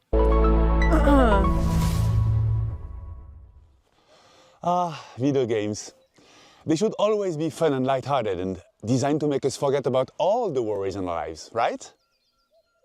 Right? Wrong. I'm Florent Morin from The Pixel Hunt, and we are known for making video games about the most depressing topics imaginable, like forced migrations, or grief, or child abuse. Also, we made one horseback riding game, but this one doesn't count. But why would we do that, you ask? Well, it's not just because we are a bunch of mean, depressed French wannabe existentialists. Why is he Of touching course grass? we are, but we also believe in the power of video games to tell stories that you will care deeply about. Stories we can't afford to ignore. So let me tell you about Ithaca. Oh, I've heard of this, I In this think. road trip RPG, you play as Penelope, a 30-something environmental rights lawyer who spent the last decade trying to sue big polluting companies and failing miserably. Today, you hop in your car and decide to drive to a place called Ithaca, where you're supposed to meet with friends from the Earth Protection Association you just joined. A perfectly normal thing to do, except there's the boss of a big petroleum company tied up in your trunk. Ithaca starts at the game where you, the player, have to figure out what's going on. From the comfort of your vehicle, you'll be able to call and text Penelope's friends and family. You'll get to know her better as she pretends everything is normal. And as the story is moving forward, you'll gain experience points that will allow you to shape her personality. Depending on your skills, you will pass or fail checks that will open or close new narrative routes. You'll also be able to explore your own thoughts in search for answers about who you really are. Stop in service stations to meet with strangers. Investigate the interior of your car for clues that may have been planted there. or call mysterious phone numbers to learn info that will shed a new light on the operation you're part of. And in the end, So it's like a crime solving, like you're the character kind of a game. you'll be left with the most complicated Like you're part of the question crime. Penelope has ever faced. Will she go all the way and finish what she started? Or will the road change everything? We're not making Ithaca to give answers. We're making it because we're living through questions that feel increasingly hard to avoid. About power, about violence, about the world we live in and how far we're ready to go to defend it. About what still feels possible when nothing seems to work anymore. And we hope Ithaca will be one way to sit with those questions for a while. Carefully and comfortably. The raft From game's gonna inside be the fun car after that I've keeps been moving drinking. forward. If that sounds Lazy River interesting looked to you, very, very, very we good. just launched a Kickstarter I'm and a excited for Steam that page, game. and we hope to release the game in late 2027. Also, you never know, there might still be a cute horseback riding minigame in there somewhere. Ever since we first showed this next game, we've been eagerly anticipating its release. Well, have we got some news for you? Hi there, my name's Will. I'm part of the dev team here at Radical Forge, and we're working alongside the guys over at Crescent Moon Games to bring you Screenbound.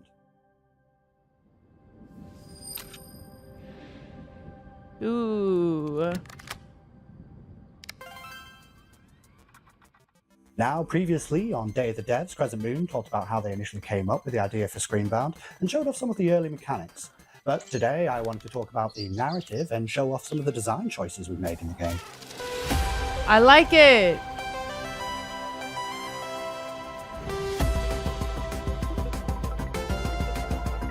I really like it.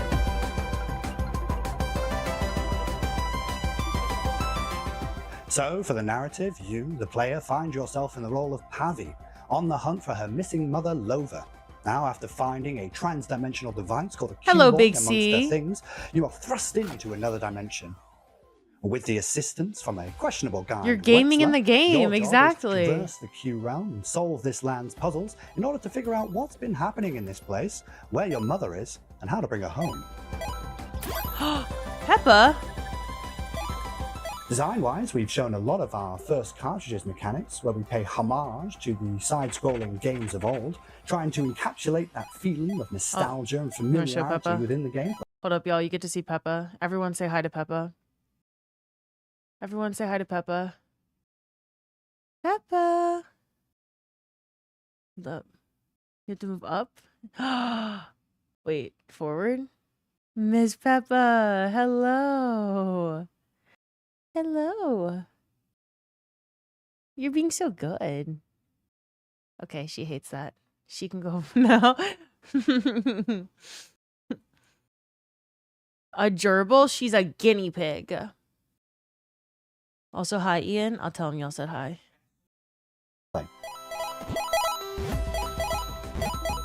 Oh, shit. Oh, Cashew's also here. Cashew's also here, y'all. Cashew time. Cashew. Oh, wait. She's very out of focus. Cash. Wait, why is she so out of focus? Move your hand down a little. There we go. It was discrimination. It's because Peppa's white. Cashew. Okay, that was Cashew and Peppa visit. She's a ginger. She has a lot of different hair colors. Okay. Do not say you would eat my children. Do not. Those are my children. This game has Nintendo energy. Well, I mean, this is certainly supposed to be a Game Boy, right? Mechanics like head stomping and momentum-based movement really makes you feel like you're playing a game from that era.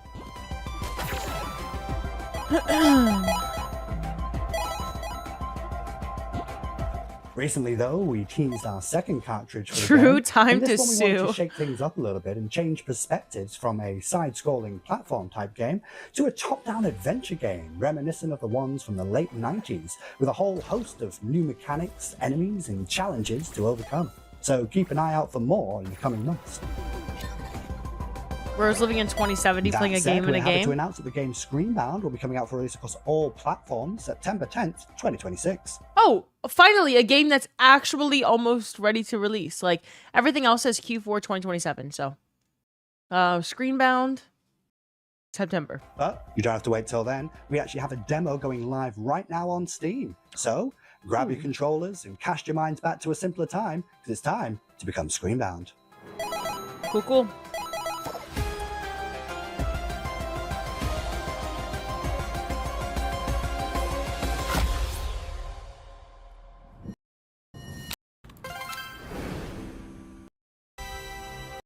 This game's been making the round at PAX and EVO, and we're excited to show the first gameplay footage. It's from Red Moon Workshop out of Austin, Texas. This is Shot 1 Fighters. Hi, Day of the Devs. My name's SB over at Red Moon Workshop in Austin, Texas. Our team's been super hard at work on a brand new type of roguelite, with combat inspired by classic fighting games. So check out the trailer for Shot 1 Fighters. Okay, there's a few more.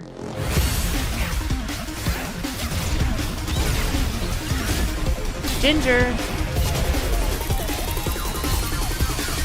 Why are some of these so goddamn loud? November's gonna be dry as fuck? Yeah.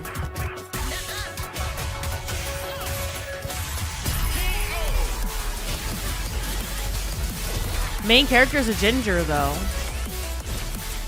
But yeah, GTA 6 is literally scaring off all games. Like, nothing in November, nothing for December.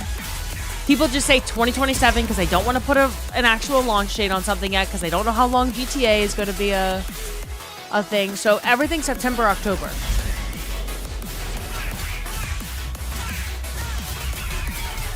Okay, so fighting game where you play as a ginger with tits. That's this. Not to diminish it to that. That is a very strong compliment coming from me. But we need to get to Final Shape. Or I'm not going to be playing Final Shape till 9 p.m. Don't open the door. Oh, Path of Exile 2 is going to be November, December. Hey, Jessatron! How's my favorite niece? Hello, I'm Annika from Happy Broccoli Games. You may know us from our games such as Duck Detective, The Secret Salami. I'm the Duck Detective. I'm here to investigate a case. It's the Salami Bandit! However, today I'm very excited to be sharing with you an exclusive first glimpse of our newest title, Apple Crumble.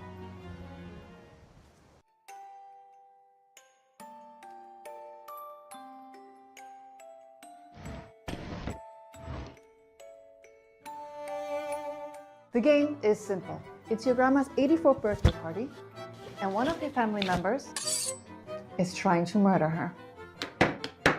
Could it be your stressed out mom, your midlife crisis uncle? Your younger sister Millie has been acting weird lately. Just ignore the weird man in your bedroom. So it's Clue, but in a video game. For now. We at Happy Broccoli Games are big fans of thriller narratives. We've been drawing inspiration from things like Agatha Christie, Knives Out, Mouthwashing, and many more. Reconnect with your dysfunctional family. Explore your Cypher, thank you childhood so much home for the 500 and work bits. out Thank you, who thank you you. can trust before it's time for tea. Apple Crumble. You is thought a that was creepy, me. Cozy I don't look anything like that woman, y'all. Rummage through your family's Rummers, belongings welcome to the chat. and uncover the secrets they're hiding from you. I don't look anything like Apple her. Crumble Ow. is a suspenseful interactive story, and will be piping hot out of the Jelani, oven hello. later this year. We just have the same hair color. We hope you enjoy Grandma's That is birthday. literally it. And remember, everyone is a suspect. Hell yeah. Apple Crumble. Okay, so that's Apple Crumble. Then we have a puzzle game. Excited to introduce you to Slap Out of It, our slap and solve adventure game coming to PC and console No, you play as someone who's trying to solve the case before the grandma's murdered. next year. Y'all be saying Liv looks like everybody? If they see a ginger, it's automatically me. But at Puzzle, That's we're it. putting it back together piece by piece. And we want you to join our family of on-demand experts to solve the problems of our paying customers with a personal touch. Think you have what it takes to be a puzzle-solving ninja? A rock star who's not afraid to get your hands dirty? A loner with no friends or family who'll come A gator in the swamp. Then reach out and become a Puzz Pal today. That's where you'll apply skills like personal tutor, junk removal, dry docking, commercial plumbing, tech support, caretaking, print-based marketing, whatever the hell this is. We'll slap out of it together. Slap Out of It If you is like an slapping. interactive comedy sandbox filled with silly puzzles inspired by And classic puzzles. point-and-click adventure games.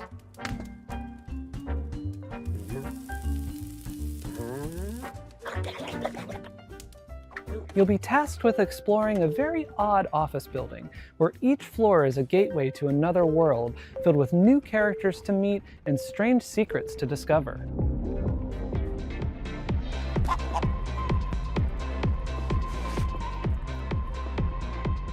Slapping is how you interact with everything around you. And just about everything and everyone react to your slaps. You'll also find a bunch of useful items along the way that you can store in your trusty fanny pack. Some items have special uses, but This of sounds like course, fun. you can slap with every item as well. Why The do so more many you indie slap, games the look more like a you learn about how drug-induced the world fever dream? Because maybe that's how many of them are made. But don't expect everyone to be happy about that. A cozy poppy playtime? Yeah.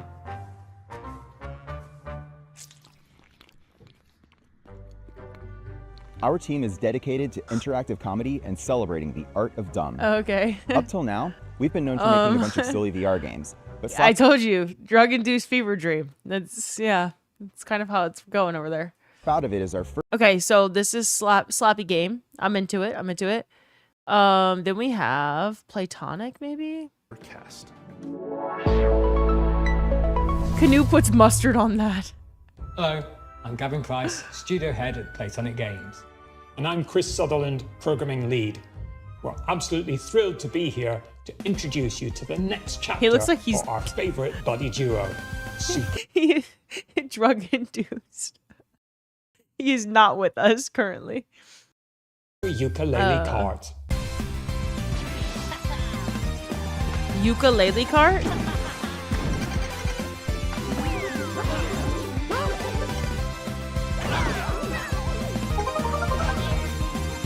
You funded Ukulele a decade ago? Ukulele are back, but this time they've traded the platforming for the starting grid.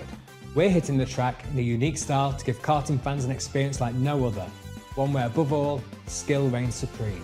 With Super Ukulele Kart, we're building a racing game that rewards mastery of its Nintendo watching mechanics, this, writing down tracks, names. items and perks. This isn't just a Sunday drive, it's a high-speed, high-skill, pixel-perfect racing showdown. Think of it as the definitive competitive karting adventure.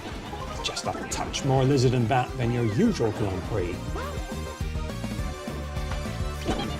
At Platonic, our goal has always been to inject a bit of that classic Has he fun blinked and once? character-driven magic back into the industry. No, We I might don't be a think so. small team, but we've got a lot of history between us. And as huge karting fans ourselves, we can sense when sometimes things have drifted too far from much of what we believe made those experiences so fun in the first place. Okay, so then we got From this. the creators of The Invincible. Oh, hi. We are Starworld Industries, the team behind Into the Fire.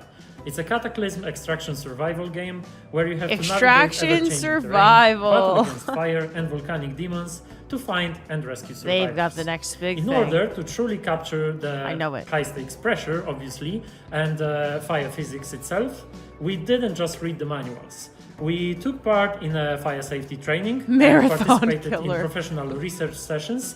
And honestly, Miraz, we are probably Mill City the most Haitian, what's up, fire-ready y'all? team in the whole industry. You could say, in other words, that we truly know how to handle the heat. Oh, look at these reviews. It was supposed to be a quiet trip, but this place was already breaking. Dust Runner here, back in New Syndra. Nothing's settled ground shifting, rocks coming down. You'll feel it soon enough. You know what to look for. Bring it back. Don't stop moving.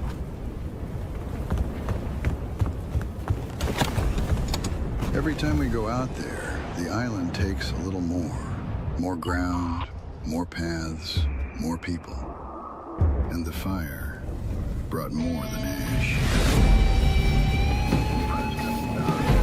The locals turned. The cults emerged. And the island fell apart. We bring back whoever we can. You make the call. Push further. I'm going in. Or turn back. Test run around final. 30 seconds to RV. So you're extracting with people, not things. I'm coming for you. Almost there. Should I play Monster Hunters, Dave? So we keep going back into the fire. Okay. So firefighter extraction game. And then this game. One of the last ones.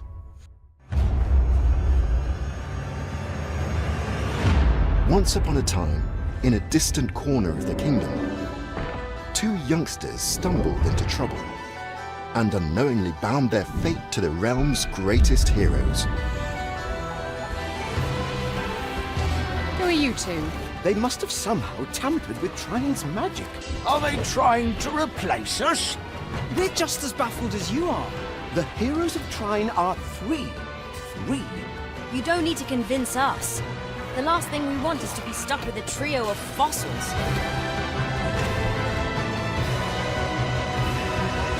Here goes. Hold on, everyone. Watch out. Don't underestimate us. That's right.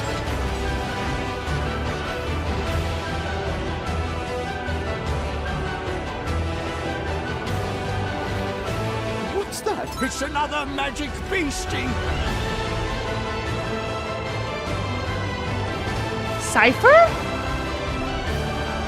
The more they travel together, Yeah, W the Cypher clearer it indeed. became that the young siblings had Cypher! been keeping secrets. With the Some of 50 much darker gifted subs. Y'all, I shall see you you soon. know the drill, but Cypher has his own emote here now.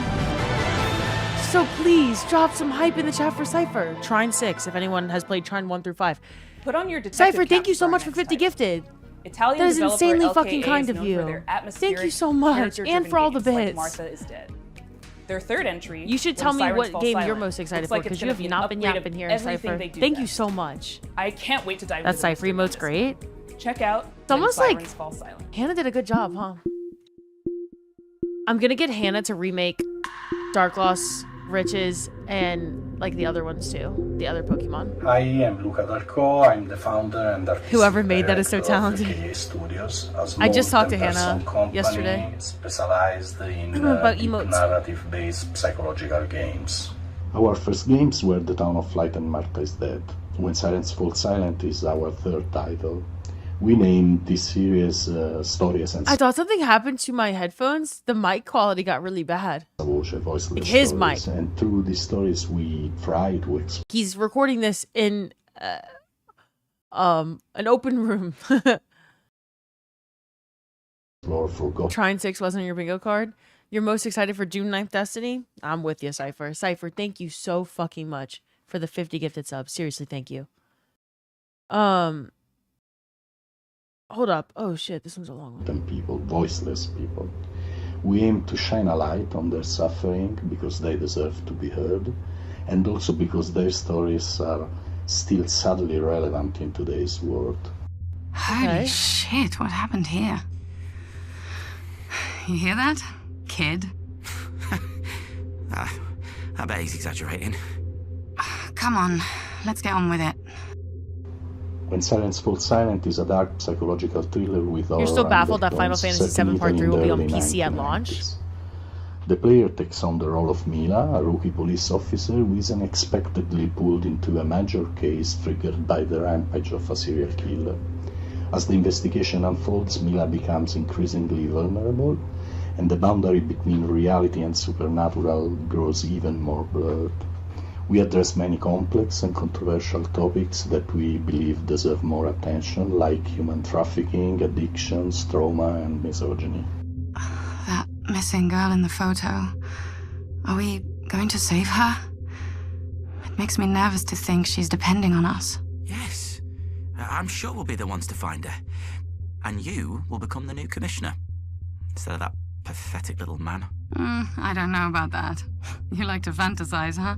Characters are at the core of When Silence Falls Silent story, and we are placing a strong focus on character interactions alongside a structured and rich gameplay experience, including branching dialogue, Sony's got to be bitching Square's ear off right now. investigation mechanics, exploration, environmental puzzles, Stabber! Thanks for the follow. and, Welcome to the community. some rather significant surprises.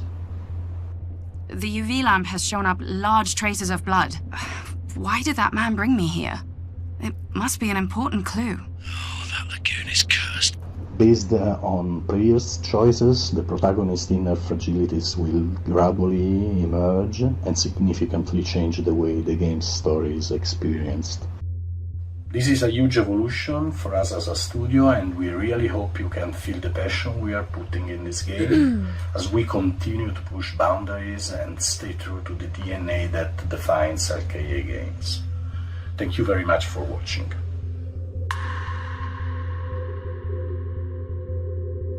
Okay, I think that might have been the last one. Or maybe there's one more. Yeah. I think that was it. Yep. Okay.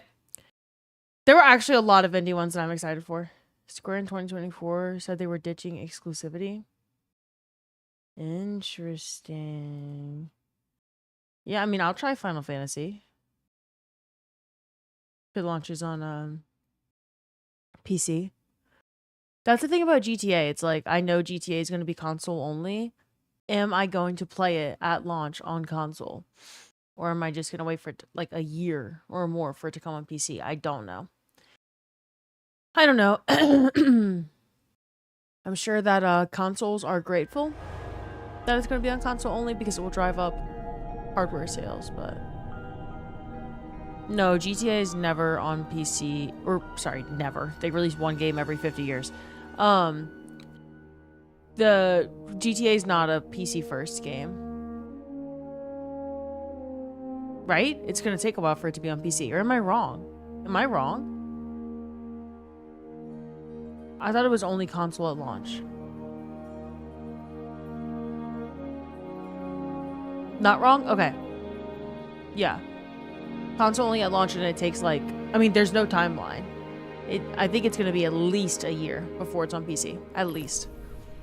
That's why some of these gaming studios that, especially like PC-only games, you're shying away from trying to compete with GTA, and like, unless someone has $900+ for a PS5 Pro, like they're not even gonna play GTA 5 at its best. I think people should be less shy about that competition.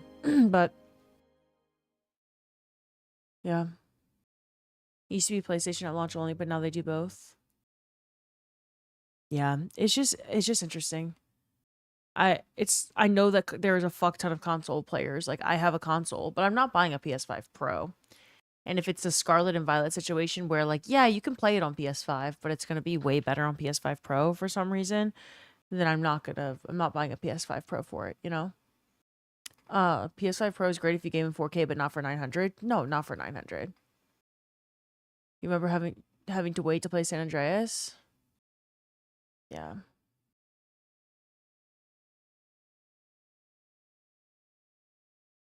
What up?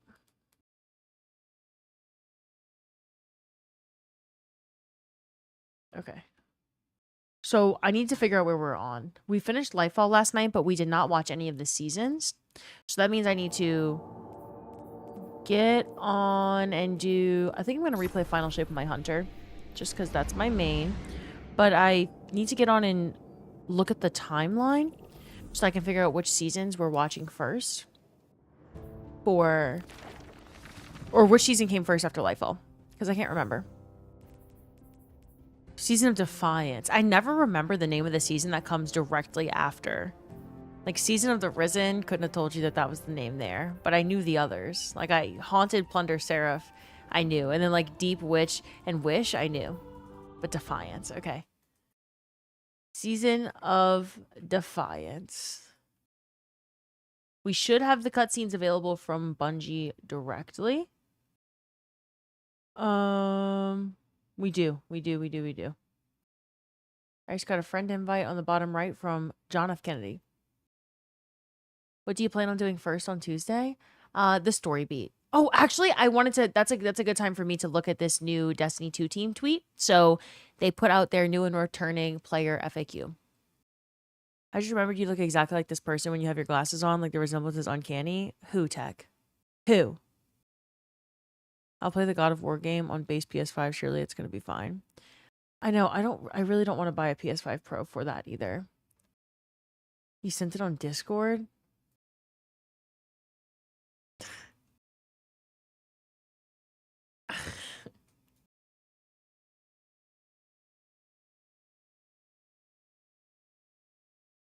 Are we serious, Tech? Are we serious? Comes in and says, "Buy you." Oh my god! I just remembered you look exactly like this person when you have your glasses on. Like the resemblance is uncanny.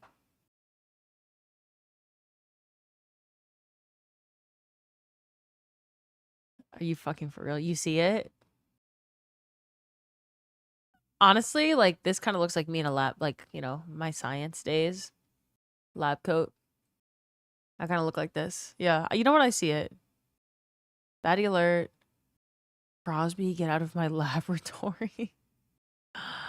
Oh my goodness. Okay. New and returning player. Frequently asked questions. Earlier this week, we asked you for questions we could answer for Guardians returning to Destiny 2 who are getting ready for the Monument of Triumph update next week and are looking to find their footing faster. Here are some of those questions and answers. As a returning player, where's the best place to start?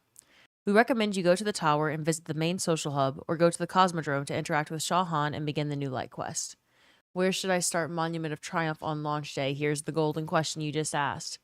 Go to the tower, visit the Monument of Triumph in the center to begin the on-ramping quest. Following that, you can go into Sparrow Racing League and Crucible Ops, fire team up your friends, fire team up with your friends to complete a Pantheon challenge, play some dungeons, battle distortions on destinations, and more. We have a very thorough guide covering this update on Bungie Help, which it links to all of the new activities and just how everything's working, maybe if you come back to the game after a while. Where can I find other people? Fireteam Finder, in-game LFG. Access it from the roster screen. Haven't played since Forsaken, Shadowkeep, Beyond Light, Witch Queen, Lightfall. What's new?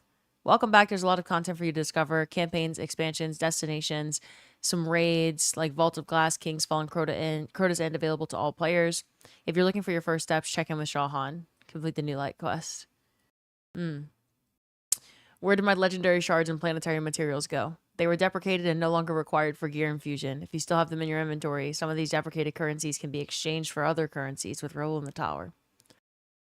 Tech, shut the fuck up. What happened to bounties? Most bounties were deprecated except for destination-specific and clan bounties. Beginning on June 9th, vendor reputation is progressed by playing certain activities or by completing missions and bounties on destinations. There's an informational tool tip in each vendor's inventory screen that explains how to gain reputation with them. Where is Guardian rank? Or what is Guardian rank and why is it important? An overall progression system in D2, completing higher Guardian ranks unlocks certain systems like loadouts and mods. Guardian ranks also prove to others that you are proficient in Destiny 2. Y'all heard that? My Guardian rank 11 shows that I'm proficient in Destiny 2. That's the point of it. How do I get more special green and heavy purple ammo? What happened to white ammo? With Edge of Fate, we improved ammo generation systems. While primary ammo remains infinite, special and heavy now drop when you fill ammo generation bars at the bottom left of your HUD. I forgot that change happened with Edge of Fate. I like that change. Your weapon stat on your armor determines how fast those fill up. You can increase your weapon stat by using armor mods or receiving armor with a high weapon stat. What do all these weapon perks do? Most weapon perks offer informational tooltips. Hover over the weapon perk, it'll tell you what it does. Best way to figure out how a weapon works is to use it. Where did resilience, recovery, and old armor stats go? I forgot that these were changed too. Edge of Fate had a greater focus on specific areas of combat. Health stat increases the amount of health you gain each time you pick up an orb of power. Yeah, because resilience went to health, recovery went to something, and mobility went to something as well, right? I don't really remember which one went to which. What are armor set bonuses and how do I use them? Okay, so they're talking about 2 and 4 piece sets. These are for like new players. Why are so many people DMing me to read this? Y'all, like 3 people came into the chat and I got 10 DMs on the side of like, read this, read this, read this. Why don't want me to read this? This is for people who have never played Destiny in their life. Or haven't played in a really long time. Will power cap be increasing? Maximum is 550. Powerful gear now loosely refers to anything that provides your guardian with the power boost. Okay, what do I need to own to access darkness subclasses? Stasis is Beyond Light, which is available to all players. Strand, Lightfall campaign requires ownership of Lightfall. Prismatic, Final Shape requires Final Shape expansion. Okay, I thought the Beyond Light campaign was paid only. Cypher, thank you for the 500 bits. Cypher, you're on one tonight. Thank you so much for the bits and the gifted subs. Thank you.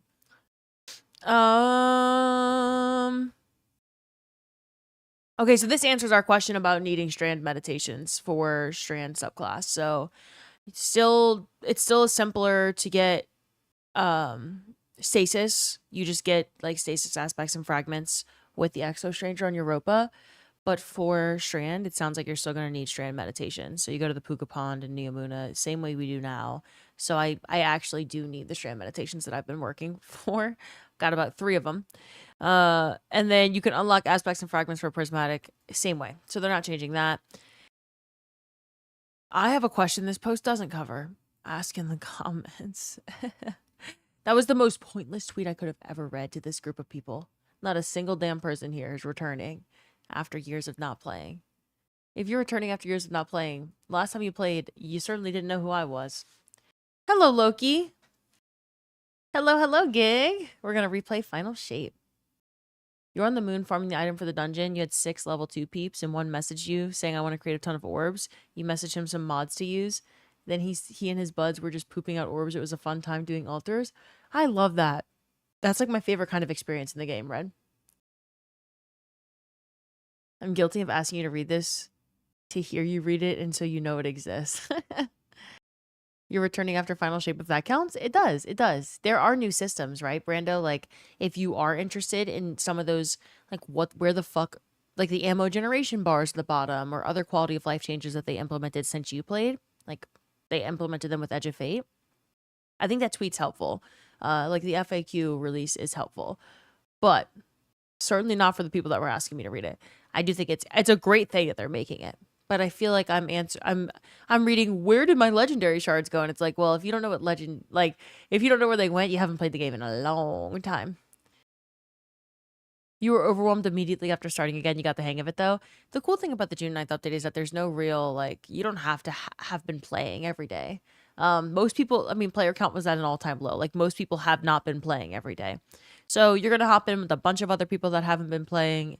And I think it's going to be very easy to get acclimated with, like, I mean, there's new armor bonus sets and new weapons and weapon perks and distortions and everything else that's coming on June 9th is new to everyone, not just you. So you're not going to be alone. Everyone's going to be in it together. So we finished, if you are new here, we watched a lot of it sunset. Like the seasons are sunset, and then the year 1 and year 2 of Destiny were sunset. So I can't play Red War Forsaken. So what we did was we started at the beginning of the D2 timeline and we went through the whole story beginning, and we're going to end with Final Shape. We'll watch the cutscenes for Edge of Fate and Renegades, but we're going to end with Final Shape. So we watched all of the playthrough of Red War, Curse of Osiris, Warmind, Forsaken, all of the Forsaken seasons, Shadowkeep and the Shadowkeep seasons, Beyond Light and the Beyond Light seasons, Witch Queen and seasons, Lightfall. Now, I finished the Lightfall campaign last night. Now we need to watch Season of Defiance, Deep, Witch, and Wish. So goal is get into Final Shape. I'm going to be streaming for a long time on Sunday, so I want to do Final Shape, Salvation's Edge, and Excision all on Sunday so that, because, like, you don't kill the Witness in the Final Shape campaign. You got to kill him in the raid. I feel like it's only right. You got to kill him in Excision. I feel like it's the right thing to do, so we'll do it all. Season of Defiance, I don't really remember all that much. Is that when, did Amanda die or some shit? What happened in Season of Defiance? Oh, I love that, DJ. Yeah, if anyone does need help or need people to game with, you want to do raids and dungeons when the update comes out, you have questions to ask, you just need answers with other people who are gaming, the Discord's a great place to, you know, people are talking about Destiny all day, every day, and other games, of course. But we're also, this channel, I gotta clear it, but this channel, when Monument of Triumph drops on Tuesday, will be like a place to ask questions or put like lore Easter eggs that you found or whatever in this channel. And then there are always people like gaming together. So they're doing a Desert Perpetual Sherpa run right now. People are learning how to do this raid. So don't be afraid to hop in, because everyone is super fucking nice and it's a good time. So, okay. Defiance was also around the time Lance Reddick died. I do remember that. I just don't remember what happened in the season. Question about replaying stuff. Do you get XP? Yeah, absolutely. You do. You get XP for just playing anything in the game, Brando. Darkglass, thank you for the Discord link plug. I'm new here. You're a returning player, just replaying the story. Hey, Nicole, welcome to the chat. I'm glad you got gifted a sub. No, I am, I've been playing for years. I am replaying the whole, we started with Red War. I don't know if you heard the explanation. I don't know when you came in, but I started with Red War and going all the way through Final Shape just to, like, re-experience all of the lore. So. Defiance was focused around the Ascendant Realm. Oh. Hello, Denny. You can earn previous passes, so don't worry too much about it. Yeah, Brando, you don't have to complete the season pass before it goes away. You're able to earn things from previous passes. It's called Chronologues, and you can go into the tower now. That is also a new system since you last played, I believe. So if you don't finish the season pass, you'll be able to come back on June 9th, and you'll get a currency that allows you to buy or get things from previous passes. So there's no fear of the season pass going away. That list of stuff on Triumphs is only one page. There's extra stuff. Excited to see all the stuff you can earn. Yeah, same. Good note, Lovesome. DJ, what are you LOLing at? It isn't really everything, is it? Just look like a handful of stuff? Well, because a lot of the in-between stuff is just like XP boost and enhancement cores and stuff like that. Anything that you would actually value from that pass, yeah, you can get it in the tower. But a lot of the other stuff is fluff, you know. Okay. Season of Defiance is first. DJ, I have absolutely no idea why you just came in the chat and said LOL. Beats me. Hold up. Oh, it's only 5 minutes and 55 seconds of cutscenes from Season of Defiance. We watched a lot of lore, y'all. I cannot fucking believe that we are on season 20.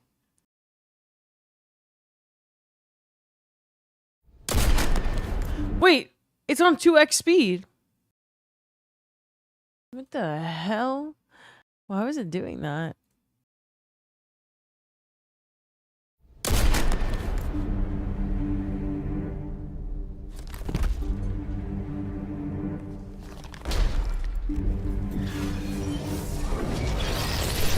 Hi, Maple.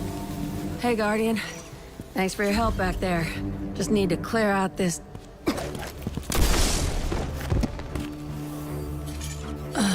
That's true.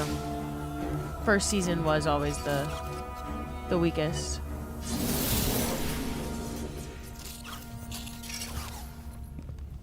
Skip this now. Ow.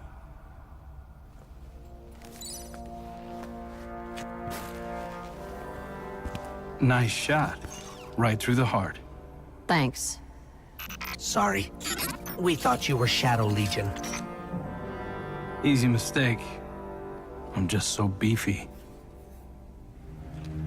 You're leaving again? What? I don't remember that. I absolutely would have made fun of him for saying that if I remembered that cutscene. What the hell did they just write him saying? Space Shank, thank you for the follow. Welcome to the community. Oh. Nostalgia, everything we've been doing is so, it's just so nostalgic. It's very bittersweet. Holy good times, what's up? I gotta replay that, because what the hell? Love the armor of the season. The story is sad. I don't remember too much of this season. I used to play so much expansion content and then like kind of drift off a little bit during that first season after an expansion. And then like, you know, get back into it after a bit. I burn myself out with how much I grind after an expansion. Writing that down as an opener. Thought you were Shadow Legion. Thanks. Sorry. We thought you were Shadow Legion. Easy mistake. I'm just so beefy. You're leaving again? Don't you ever slow down? Nope, not when there's work to be done. Amanda! When your ship... I thought I might never see you again. No time for that kind of talk. I'm here now. Let's get moving.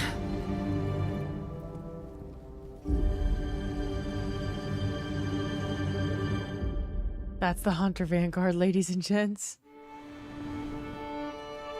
I grew up on the road. Long as I could remember, my family had been walking toward the last city. My mama told me we'd be safe there. She said that was all that mattered. But at the time, all that mattered to me were the jump ships in the sky above. I thought they were the greatest thing I'd ever seen. My folks tried their best, but the road's a dangerous place. When the House of Winter attacked, my mama fought them off best she could. Even killed a captain before they shot her. Pneumonia got my daddy not long after. I'd heard tales of people resurrected, chosen for immortality. But not them. They were just gone. When I finally reached the last city, I knew my mama was right. I'd be safe there. I was finally home. I learned to fly as soon as I could reach the stick. I never had powers like the Guardians or a ghost to resurrect me. But in the cockpit, I'm every inch as tough.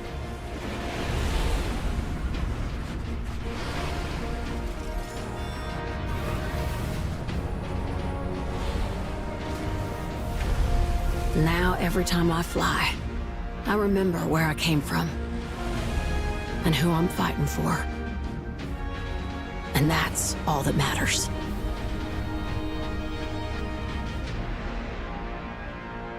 She doesn't have a Southern accent. She has a Texas accent. Let me follow up with you real quick. Where is Texas located? Quickly. Rapidly. I get what you're saying, Sazerac. I'm just messing with you.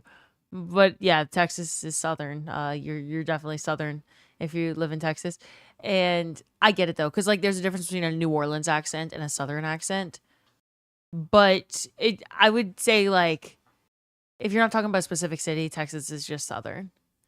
So is Alabama, Mississippi, and South Carolina. They all sound a little bit like this, unless you have the specific dialect of a certain city. She should have gone out in the cockpit. Nolans is a whole different language.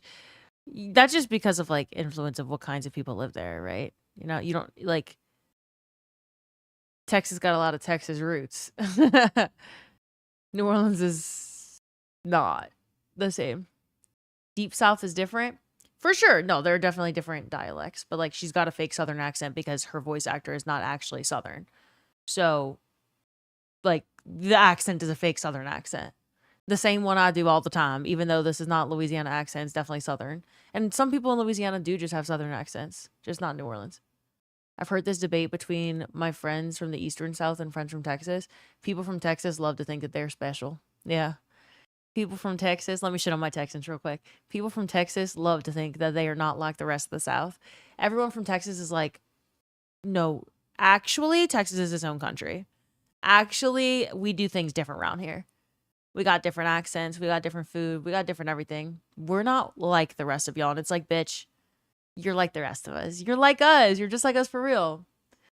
Has Keitel had new dialogue since this time? Because I wondered if the actress was quitting, so that's why they killed her off. She's also the voice of Keitel. I'm not sure. I'm not sure. Texas has multiple different accents. It does. Guess what? You want me to tell you a secret? A lot of states do. A lot of states have a lot of different accents. Like a lot of states. You doing the Southern accents tickling my... I'm tickling your brain? Try and do an Irish accent. I can't. I can't. No.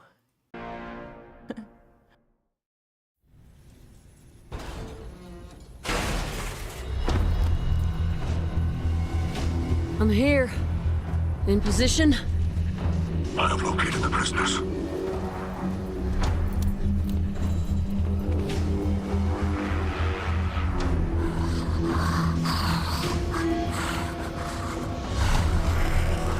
Come with me. Quickly.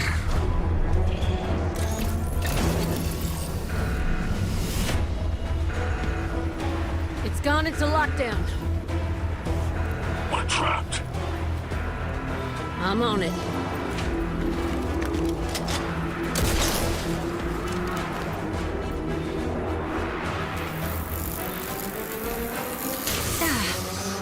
Boom.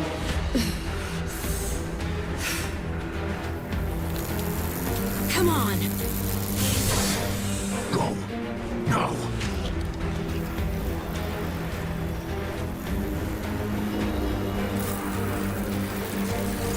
We are through.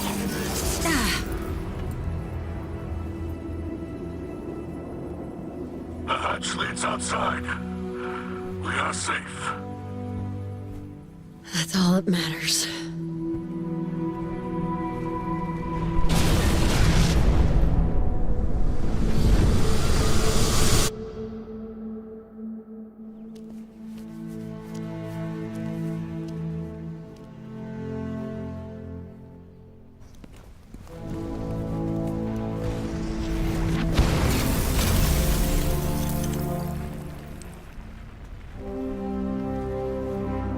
Live casually not watching, I literally can see on my phone and my side monitors and my main monitor.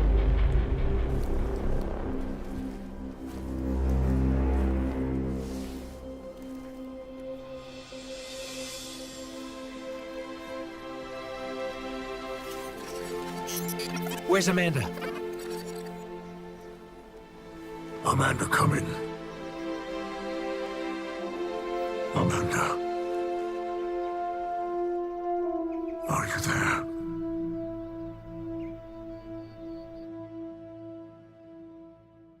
I'm bummed she dies and didn't want her to, but also didn't hit like Cade did.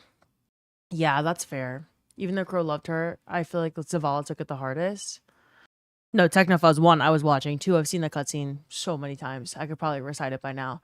Because back then I was like, Amanda's a southern gal. I like Amanda a lot. So I remember, you know, when I was seeing that, I didn't know a lot of lore about Amanda before, but I watched that cutscene so many times. That set of cutscenes. I think it didn't hit because we didn't really know her very well. Yeah, and that's what, like, I like that she was southern, but I didn't, it's not like I knew her very well, so it didn't really hit. Hello, Richard.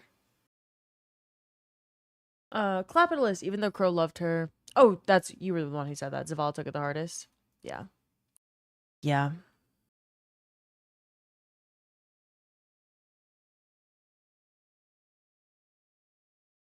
You loved Solstice because of her? Okay, Season of the Deep. I liked Season of the Deep, so I'm excited about it. Raziel Soler, thanks for following. Welcome to the community. Vince. What is Vince doing? Hold up, y'all. What the hell is Vince doing? Vince. He's not even streaming. I'll be honest. Vince, you just sent me a collaboration request to stream together, and you're not live. So what in God's green earth are you doing? Why did Twitch put that beside the icon? Oh, you didn't mean to click that. Uh-oh, we got some Alabama shit going on here. Miss Crid and Vince in the same chat at the same time. Please accept? Dude, I can't. He's not live. I got this pop-up, and I'm like, there's no way he's streaming. Absolutely no way. Give me an RPG where I play as Zavala. He has main character energy. I do think that would be a very good game. I've never been more proud of the Destiny community than this last week. Yeah, it's been good times. Everyone coming together because of the end of the game. It's been good shit. So there, I'm excited for Tuesday. All right, so we got almost 10 minutes of cutscenes for Season of the Deep, so double. Almost double the cutscenes for Season of the Deep. I really liked this season as well. I know some people didn't, but I like Ghost of the Deep. I like the underwater vibe that they were trying. It's a cool one-off, like, let's do something we haven't done before type situation. We're coming off of Amanda dying, and I feel like some people pretended like Amanda's death hit them hard. And I was like, there's no way Amanda's death actually hit you hard. None of us knew her that well. Like, none of us. But then it just felt like, okay, let's get away from that. Like, the season that revolves around some sort of character that you don't know very well that you're supposed to feel really sad about. I was like, this comes after we just watched Rohan die in the campaign, and we didn't really know him that well, and we weren't feeling very sad about that. At least we knew Amanda for years, but like, Bungie, can we please stop killing off characters that we don't like have a super strong attachment to? So I was excited for Season of the Deep. I thought it was good. I agree, clean up on Aisle 7. She was a big part of certain parts of Destiny 2. Some people did get attached. It's fair. Just even if she was a big part, she really like wasn't. She wasn't actually ever a big part of the game in Destiny 2. You didn't know Amanda at all. You joined Destiny 2 in the Final Shape stuff. What are you doing? Oh, tech. You're waiting 10 years for Osiris to go? Why do you want Osiris to go?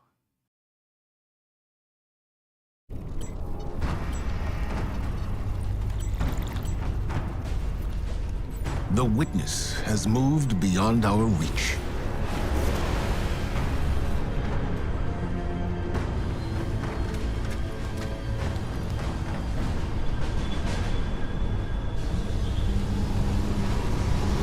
Yeah, Osiris is great.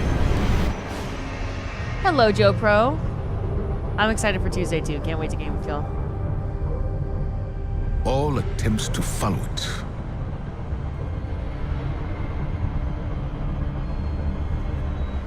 have failed. But there is still hope.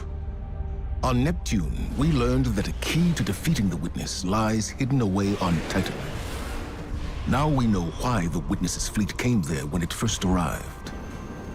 Deputy Commander Sloan held the line on Titan to the bitter end, right up until the Witness took it. Then, we lost all contact.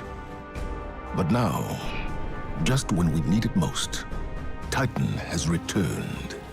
And when it did, we were greeted with something we could have never predicted. To any Guardians listening, this is Deputy Commander Sloan requesting emergency support.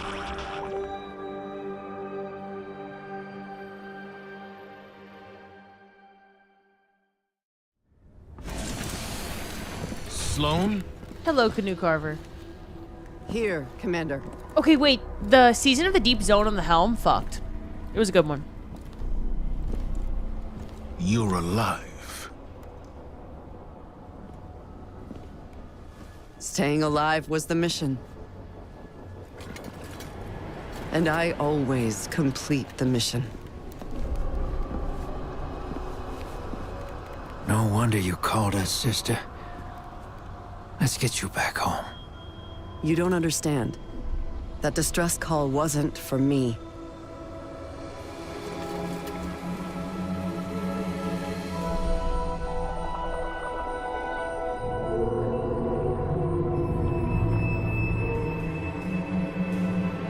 Oh yeah, and they added fishing this season. Yeah. I thought the seasonal activity was also good. Her. She's pretty. You were so excited for fishing?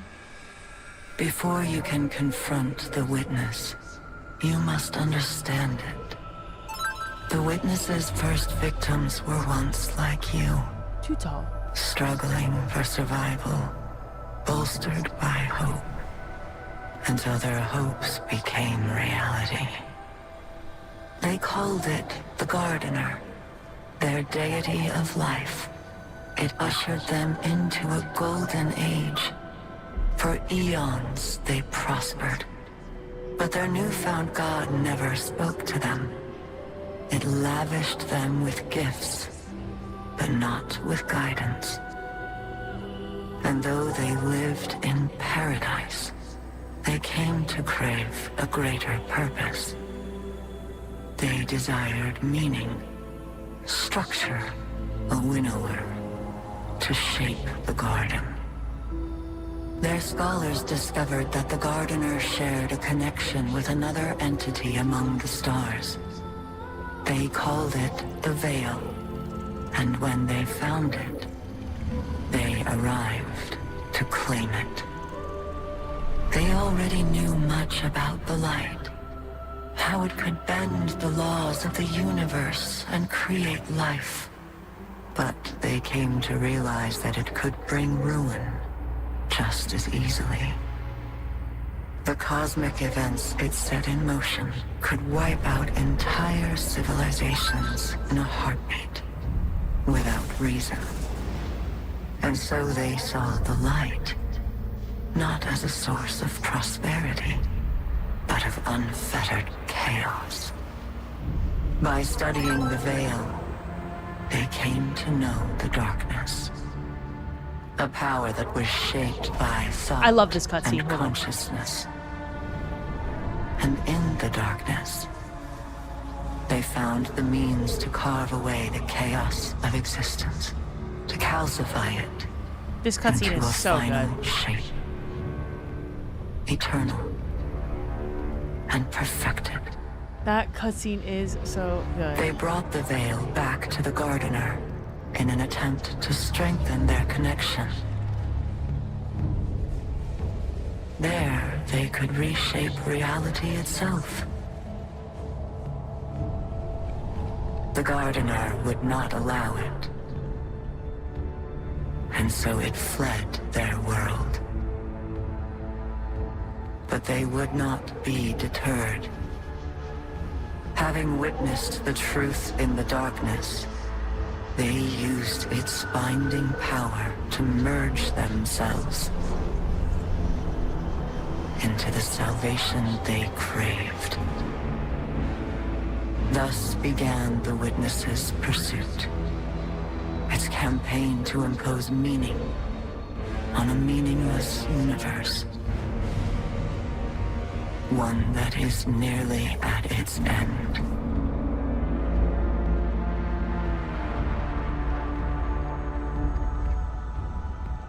Y'all ruined one of my favorite goddamn cutscenes in the game by being freaky in the chat with tech.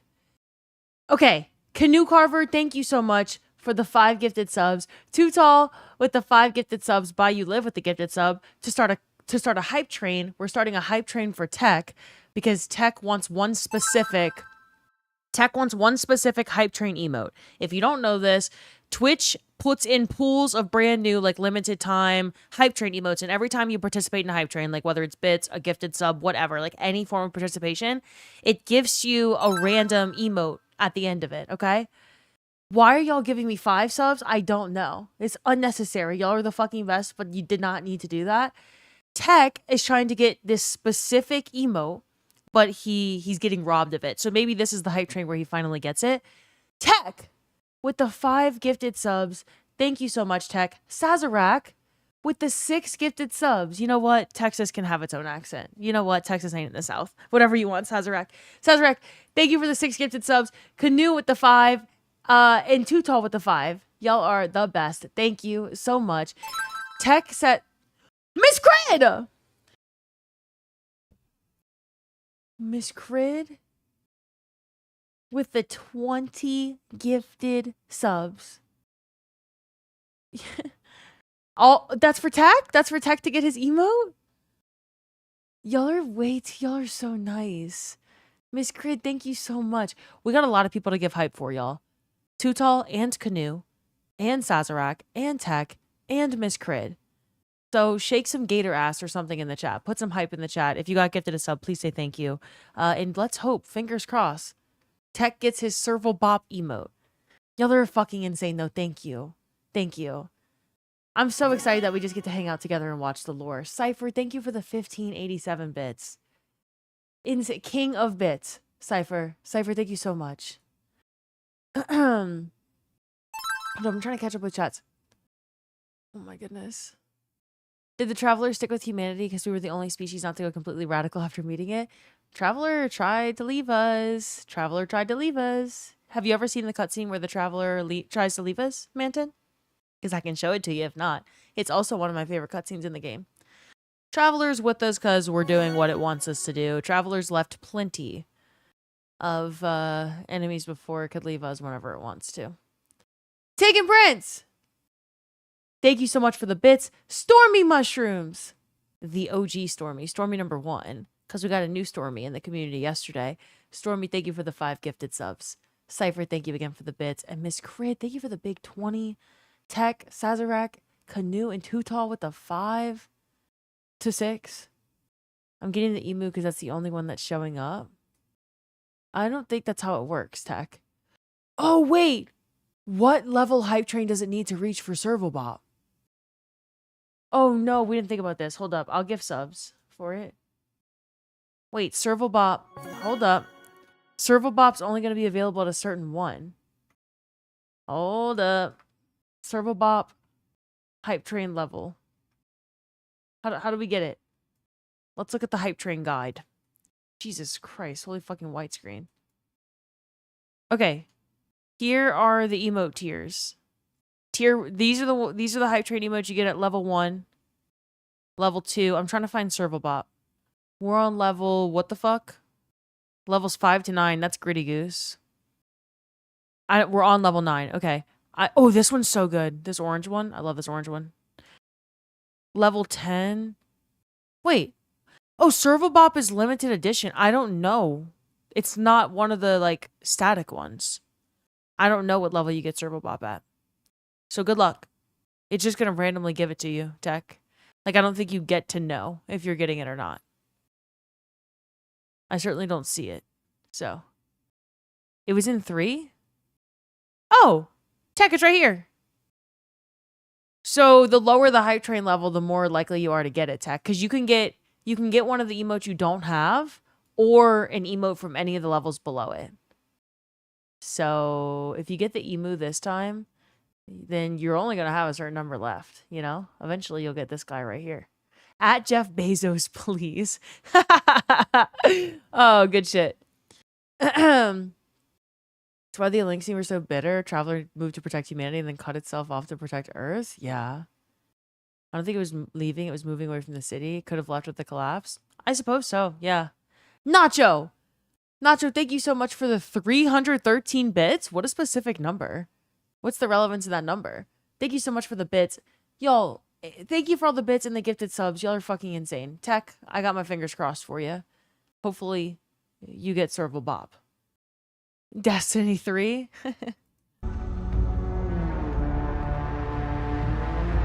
He went to Earth instead of leaving after IO. DJ has Servobop. It's a good emote. It's a good emote.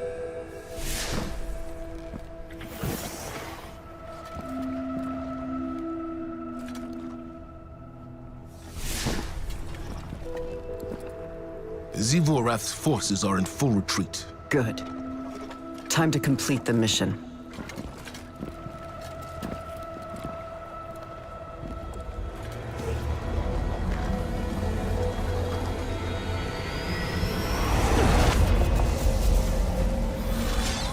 Our dance will never end.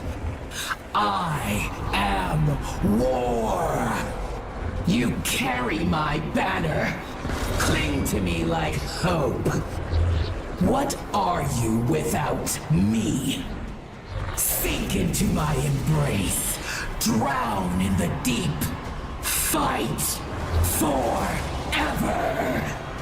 Baddie alert. Stand down, Deputy. Sometimes the battle is stepping away from the battle. Fucking bars, actually. You know, I'm not Titan or anything, but Zavala does give main character energy, and you know what? Yeah, I would play a spin-off game with him. Whoever said that earlier. He has bars sometimes. He pisses me off sometimes too, though. Yeah, Lance is so good playing him. Zivu Arath or Frank the Cube? Zivu. If you pick Frank the Cube, you are unserious as a person. Lossy, thanks for the gator love. The whole point of the Vanguard is that it's a voluntary force. IMO Sloan sucked in this season. She treated it like an army. You will not talk shit about my Sloan. You will not. We're with you all the way.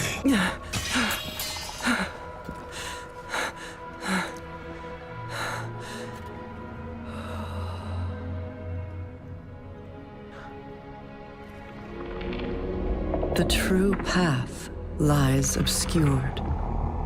Tech. But she knows the way.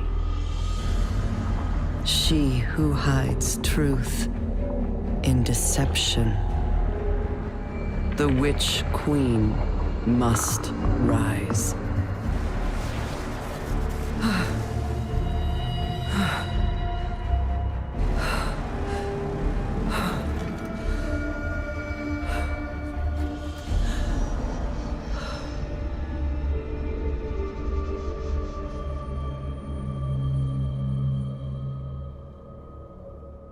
Okay, that was Season of the Deep. Alexander, suck my cock if you think that that was not good, because it was.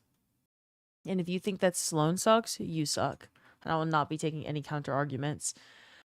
Season of the Witch. Oh my god, my actual fucking queen. It just got better and better. I liked Season of the Deep, and then Season of the Witch. Every single day, I fix my drip in this game. And by fix it, I mean put on Season of the Witch armor. Because I feel an immense connection to the Throne World, Savathûn, and my homeland of the swamp. And I love Season of the Witch. I liked the seasonal activity. I thought it was so good. Anything with Hive, like, obviously I'm in, but the the armor from Season of the Witch, good shit. Liv, you just sounded like Cross? What? How did I sound like Cross? When? You want the grapefruit technique? What are you saying? Oh. Come back with a better attitude. Yeah, Tech did not get Servalbot, by the way, y'all. He got some other fucking emote. So I'm so sorry, Tech. I hope next time. I hope next time you get the emote you want. It didn't even give you the emote. The good shit was Astrocross coded. Good shit? I've been saying good shit my entire life. Perhaps we speak similarly. He would say similarly because we're from the same place. We're from the same place. We say the same shit. Cypher! Cypher with the 5,000 bits. Thank you so much. That is fucking crazy, Cypher. Cypher ain't even talking to us. He's just like, I'm gonna have a bits party. I'm gonna drop it down tonight. More Cypher emote, please. Put some fucking hype in the chat for Cypher. Cypher, thank you for 5,000 bits. When is Cross's next family vacation? He's not here home today. Luke was live from his account. But, I mean, he's not at Bungie. Servals ain't even all that. No, Tech, you're gonna love the emote when you get it. This was me with Gritty Goose. I hope you know that. It took me months to get Gritty Goose. And it became a whole thing. Everyone else would just Gritty Goose in my fucking face. We had a Gritty Goose channel in the Discord server where everyone would just Gritty Goose at me every day because I never had it. And then right when I got Gritty Goose, I was like, I'm never going to stop using this fucking emote. I spammed it everywhere. I made sure that everyone knew that I had Gritty Goose. And then I got my own Gritty Goose emote because people just kept rubbing it in my fucking face, Tech. So when you get Servalbot, it's going to feel good. It's going to feel good, I promise. It took me months, though, to get Gritty Goose. It took you months to get Gritty Goose as well? You gave up and just made your own? Wait, are you serious? Or did you just copy that from me? When did I get this? Vince, I'm pretty sure you've been having it. You probably resubscribed to me during a hype train. And if like a resub counts as participation in a hype train. And then you like get hype train emotes too. Yeah, you're serious? Wait, great minds think alike, Tech. We're twins. Also, Vince, nope, actually, I know when you got it. Hold up, pause. Vince, you have literally gifted me a sub before. You probably got it during a hype train. Okay, Season of the Witch. No one talk. I don't care if I can't hear you and you can only hear me. No one talk. This is very important. This is a very important season. Listen up, little bums. This is First Ghost and Maru talking.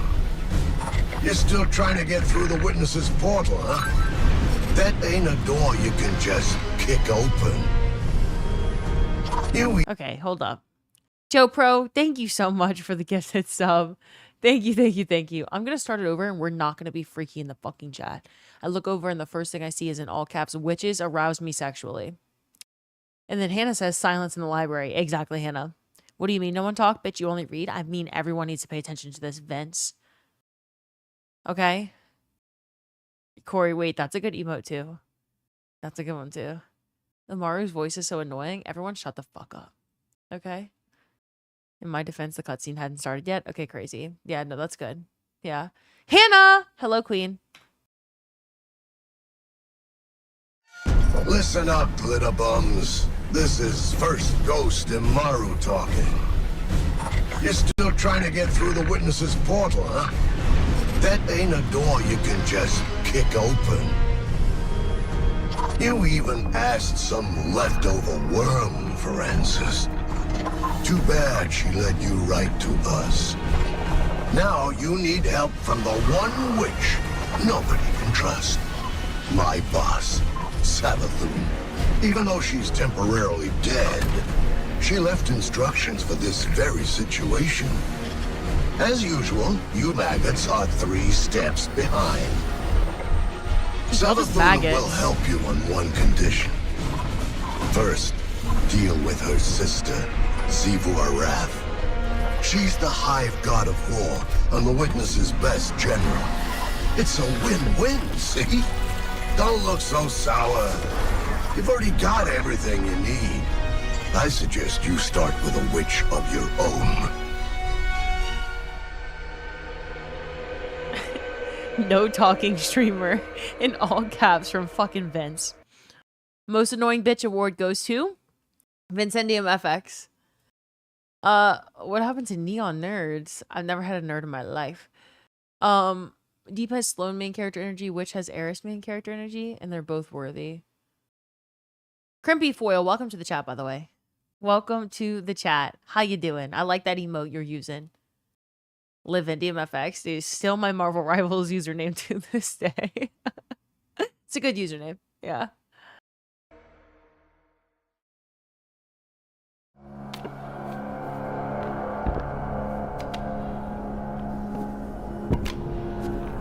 Zivu Arath draws strength from our conflict. She believes her logic absolute. I will grasp it and contravene its power. There is no other way. Will you come back from this? Does it matter if I do? What I am has served me, and has served humanity. Aka, Zita, Sel.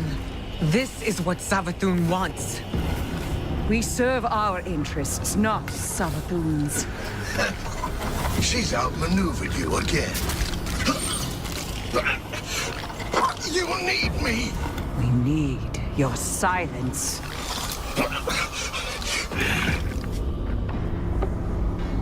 Do not be afraid. Bear witness to my sublimation.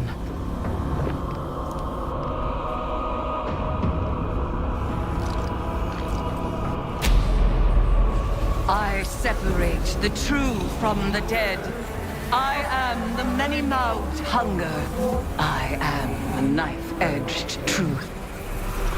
I devour the free.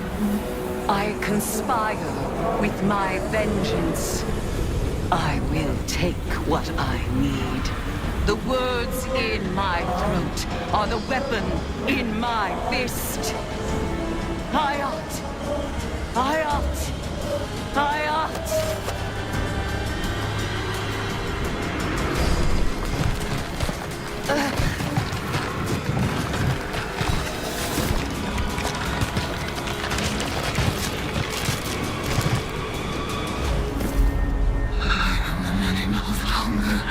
I am the knife-edged truth.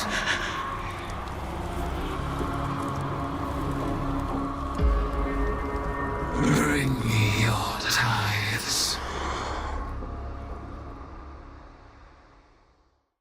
Imagine Drifter kissing that thing. They cooked so hard with that season. Yup, I agree. By the way, I did not say the Drifter statement. That was Herka. Badass, such a badass. Such a badass. You love the lore about Saint making Amaru resurrect Savathun over and over again so he could just beat her ass? I actually did not know that lore. Nacho! You first with the 313 bits, now it's the 212 bits. Nacho, thank you so much for the bits. Drifter's a baddie. You know exactly how I feel about the Drifter. Y'all already know, I don't have to repeat it. Cholo, what's up? Hello, BJ, hi.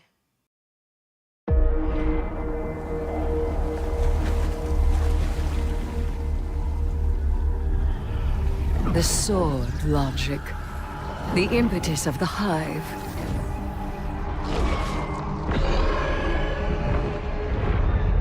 Oryx, the Taken King, brother to Savathun and Xivu Arath, sought whispers from the worms of fundament and dredged this truth from the deep. All things must prove their right to exist. The rest will die in terror. There is neither escape nor exemption. Simple, essential, beautiful to know. Oryx led his sisters down the bladed path. We have tested ourselves against horrors. We emerge changed. Through this, we become stronger. We become free. We will avail ourselves of our enemy's tools. Xivu Arath believes every death proves the sword logic. That she unveils the false shape of the Traveler's lie by her blade. But she needs her truth. She is desperate for its vindication. She wishes for a world without grief, or pity, or doubt. Not baleful, not beautiful. A childish cry. The Hive call us liars, the unfree, deniers of the all-edged truth. But I take the power the sword logic offers not out of desperation, but desire. For Crota.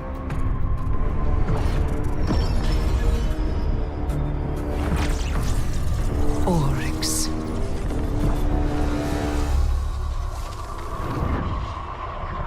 Savathun. I wield their killers as a knife. The Hive know this truth as well as any logic. I am here, and they are not. Oh yeah, bad. I wish it'd be cool if Destiny made a novel series for lore. If you are actually interested in lore books, I'll try to find them for you real quick. They're on the Bungie store. Obviously it's not going to be like in novel form necessarily, but they sell 6. There's 6 editions of the lore books. Let me try to figure out where it's at. Yeah, so oh shit. One of them already sold out, but they're all on sale. Oh, there's 7 of them, sorry. In typical Bungie fashion, there's 7 of them. And you can go through a lot of the lore in these, or get them as ebooks. So, for lore heads.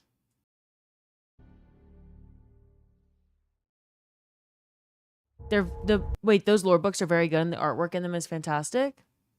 Interesting. You have one of them and they're really good reads? I need to get them. Or watch Bife, to be honest. Sure, but some people like to read. This is the best game ever made. Can it be the 9th already? I already want to play Destiny 2. You could log in right now and play. Eris, I've arranged the transmat, but once she's here, we'll lose containment. We can't go back on this one. One last atrocity. This wasn't the agreement. Xivu is still a threat. Do it.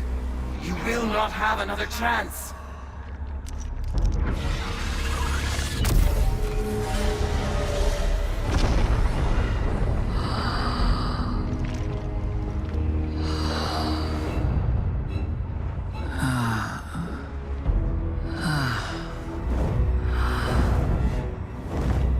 Eris Morn.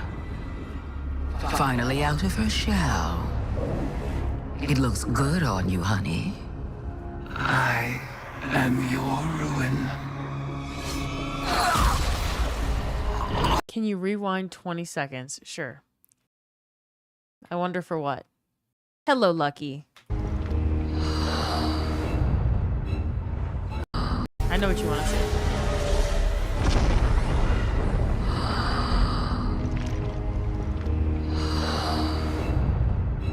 Fucking freaky asses.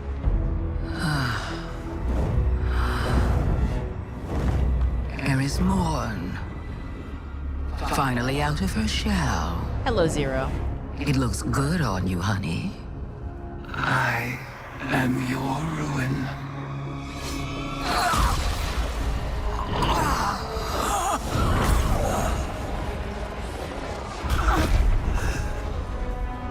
Savathun has not been killed by a hive since she lost her worm. Stored eons of potent lies and deceit. All Savathun's power, plus the tithes of the Guardians. Eris Morn is the strongest hive there has ever been. Hear me, dead things. I let this moment pass unnamed, without song. This is the rejection of your sad legacy. Zivu Araf, agitator, fomenter, what a world cyst you have built from your conquests. No more. Now and forever, you are banished. Hayat.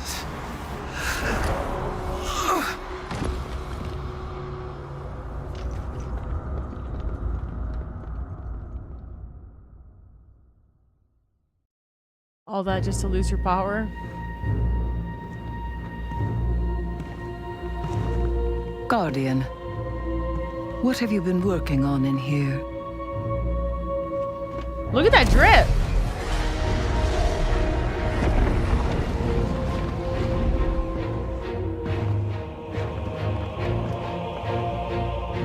A pattern in Savathun's wings. She did give us what she promised. The last wish.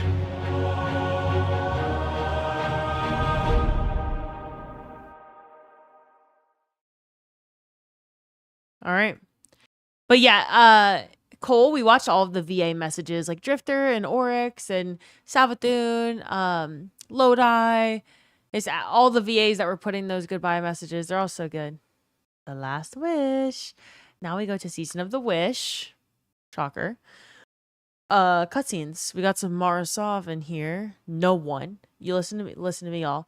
Marasov's gonna be in this video. No one be freaking in the chat, okay? All right, here we go.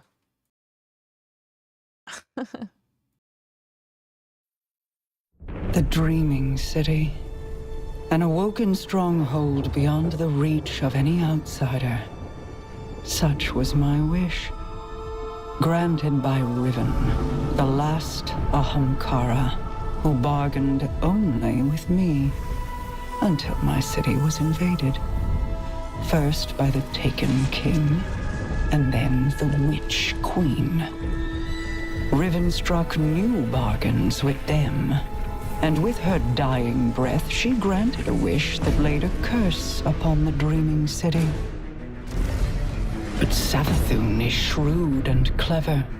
In secret, she inscribed her true wish on the wall that governs the terms of Riven's pact with me. A wish to pursue the Witness. Only Riven can open the way. Riven, whose heart was torn out by Guardians. My Techeuns assemble to conjure her spirit now. We shall make Savathun's final wish, and hear Riven's final price.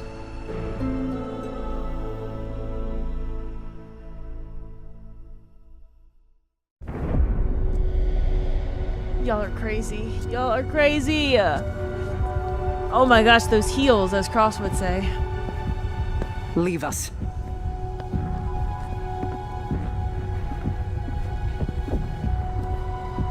Maybe the 16th wish is D3. Year of Lightfall had good seasons.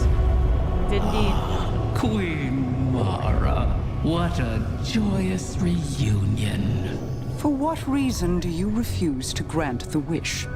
Why would I, O Majesty mine? Lest you forget, I am dead, as are the rest of my kind. The Vanguard made sure of it. I need no reason to refuse your wish, only a reason to grant it.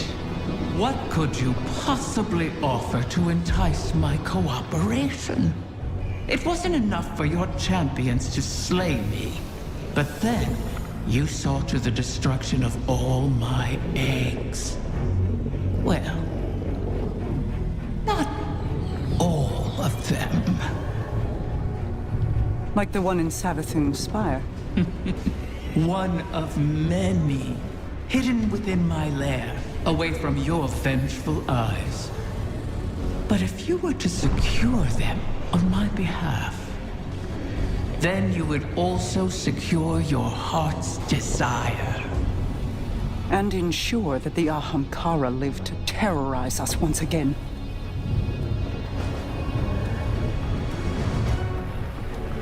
Very well, Riven. We have struck a bargain. Riven is such a cool character. Why'd she open up like that? She was showing her holes to Morozov. All of them. I was not always a prisoner in the Dreaming City. The Ahamkara were once free to roam its halls. Giomi, what's up? That's where I met Taranis. And Taranis, unlike others, unlike me, cherished those who wished to him. Those who bargained with him were safe. It must have cost him. I found his restraint intriguing. And my art, my dreaming halls, my dance with the queen, moved Taranis in turn. Together, we became the ebb and flow of the tide. Through him, I glimpsed a world without the tireless cycle of bargaining and feeding, of peace. Taranis invited me to his lair, a place where we couldn't be found, in the ontology of the Black Garden.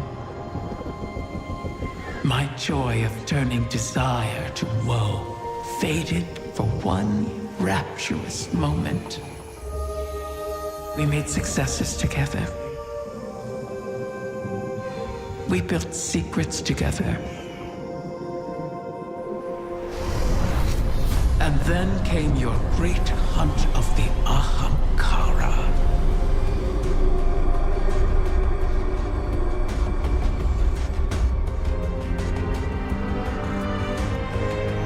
The Queen took my freedom under guise of protection. Taranis and I were forever separated. But we could still whisper to one another in the space between. At least until a king arrived and made a bargain I could not refuse. I became both king and dragon. I spoke with his voice, and Taranis knew it. So he did the one thing our kind must never do. Grant his own wish at the cost of his existence. A wish to keep the eggs out of harm's reach until someone could protect them. Someone like you. His wish keeper.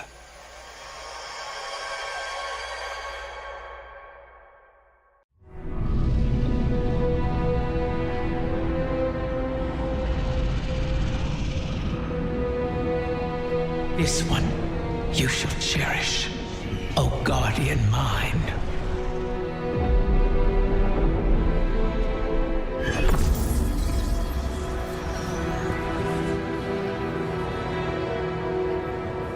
You're sure about this? I am. It has to be me. We'll find each other again. Always.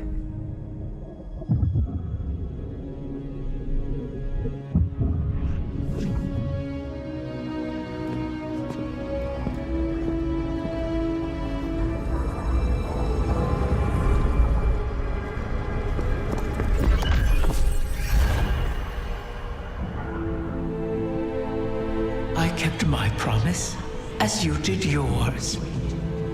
Isn't that a pleasant surprise? For that, at least, you have my thanks. And you have mine for always providing such a unique challenge. To impose your desires upon reality so artfully. You could teach my children a great deal. Until we meet again, Mara.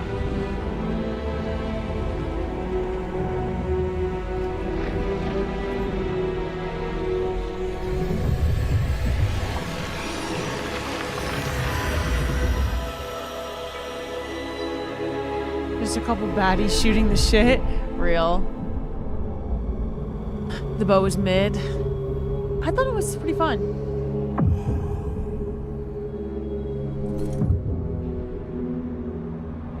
Is he? He is on his way.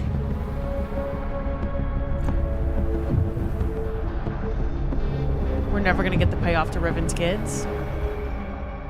No, we are not. What up? Destiny 2. What's up, Lugnut?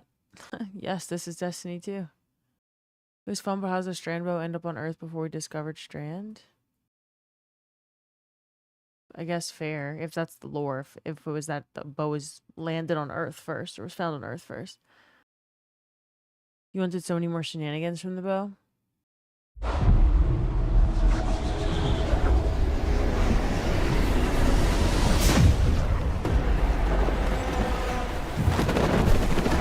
Do all Awoken have this telepathy type ability that Mara and Crow have? I'm not sure.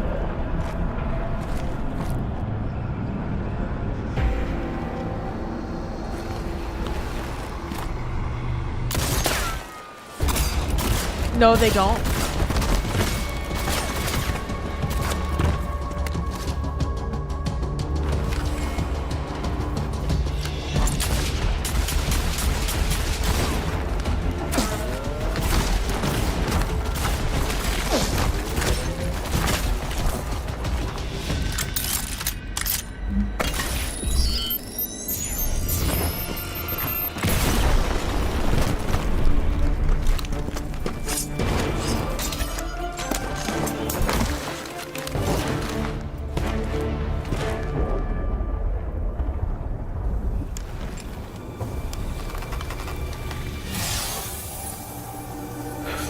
Yo, this cutscene.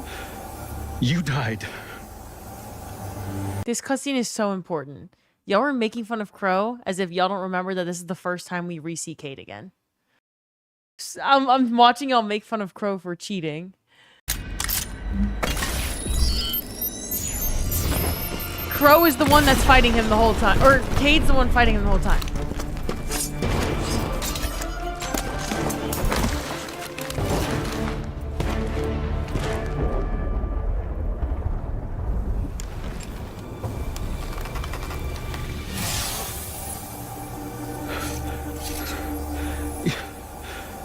You died.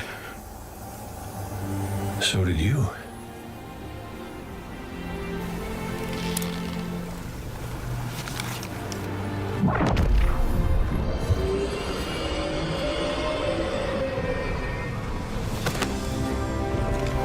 This is so good. Yeah, I don't have to call you Prince anymore, do I?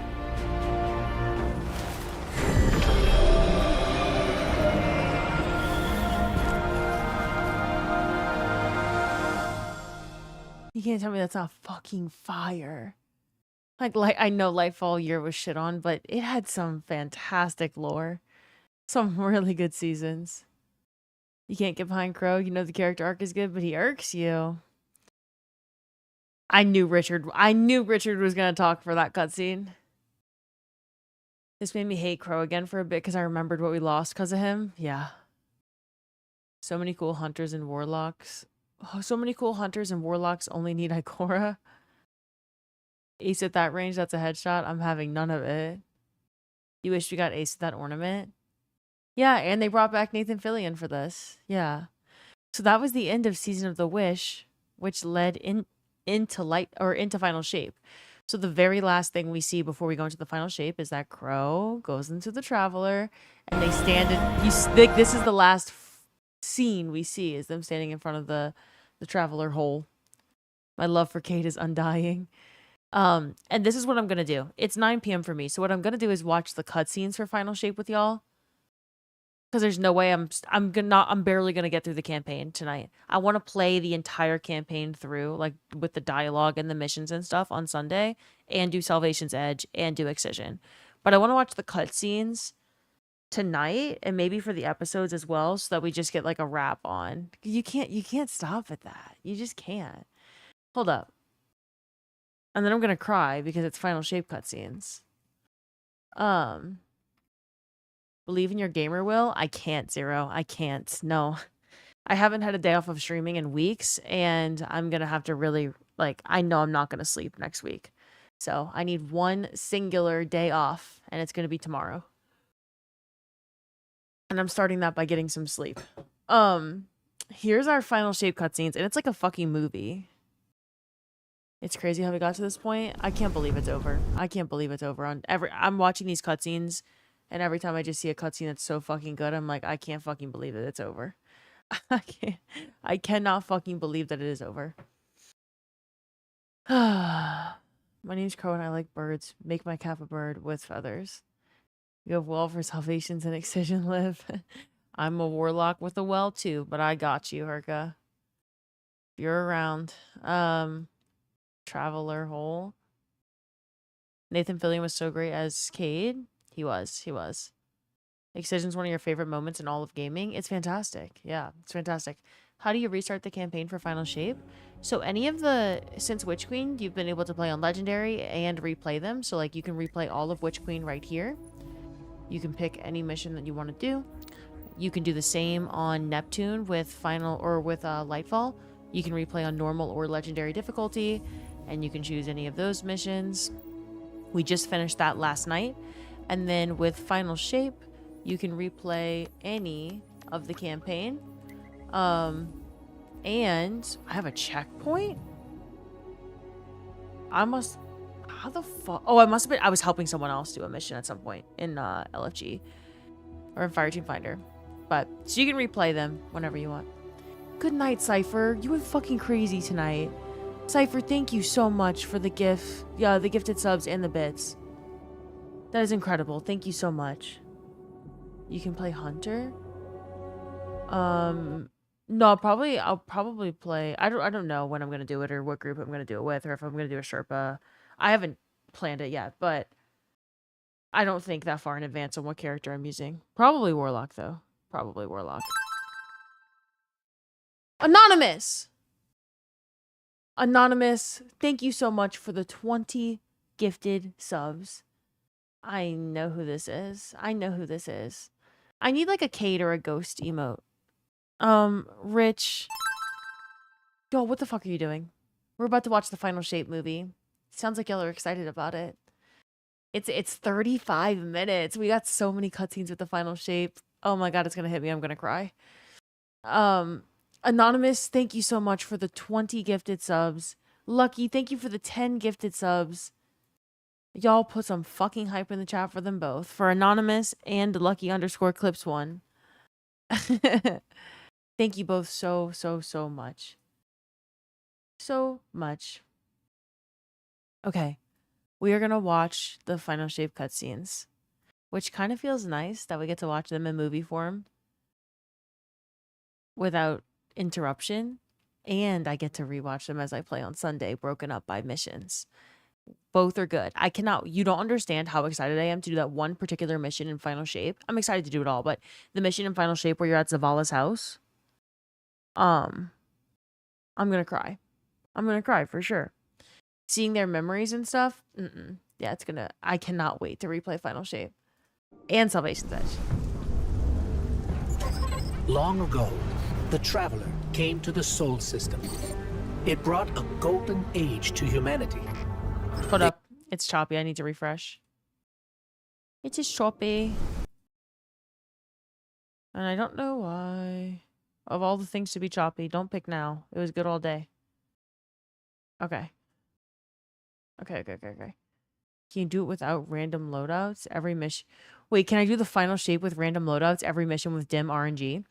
I would do that if it was no tiered weapons. Nothing that came out post Final Shape. Only shit pre-Final Shape. Lucky and Anonymous, thank you so much again. Long ago, the Traveler came to the Sol System. It brought a golden age to humanity. They explored, they built, they thrived. Until the collapse. A terrible calamity caused by the Traveler's oldest enemy. It brought the people of Sol to the brink of extinction. When all hope seemed lost, the Traveler saved humanity by creating us. With the Traveler's light, Ghosts and Guardians together protected the last city from the forces of darkness. No matter the cost.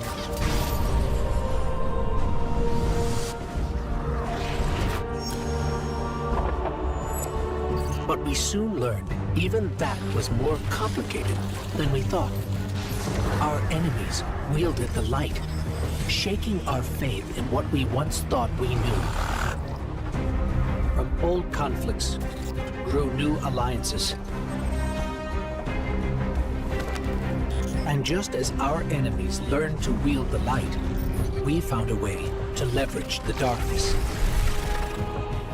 In that darkness, we rediscovered the being responsible for humanity's collapse. The Witness. It wishes to create what it calls the Final Shape. Our universe, perfected in the name of salvation. Everything calcified into eternity.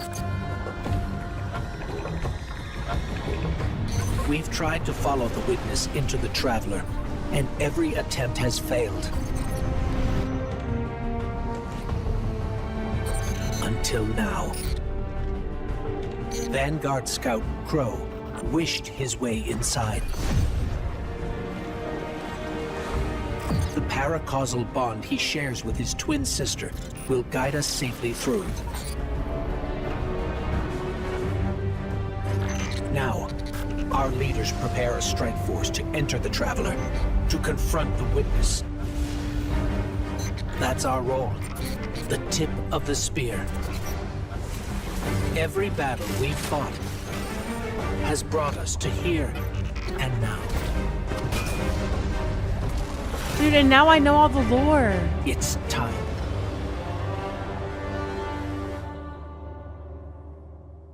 Like seeing Gaul, I just hit harder because I actually had seen it now.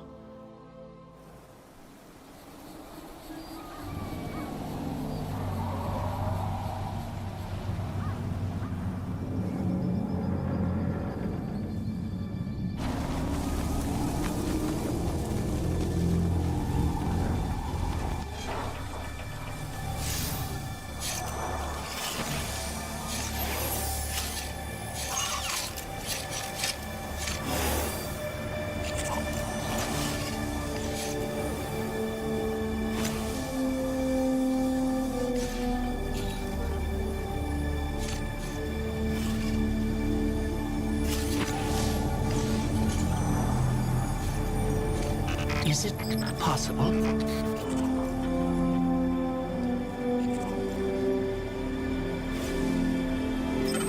you are. You don't know how long I've been looking for you.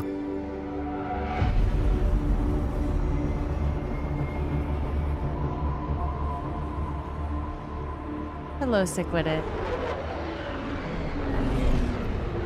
Oh, man.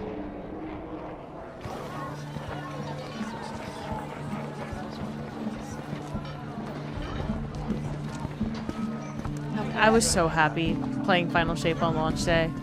Like, these cutscenes made me so happy.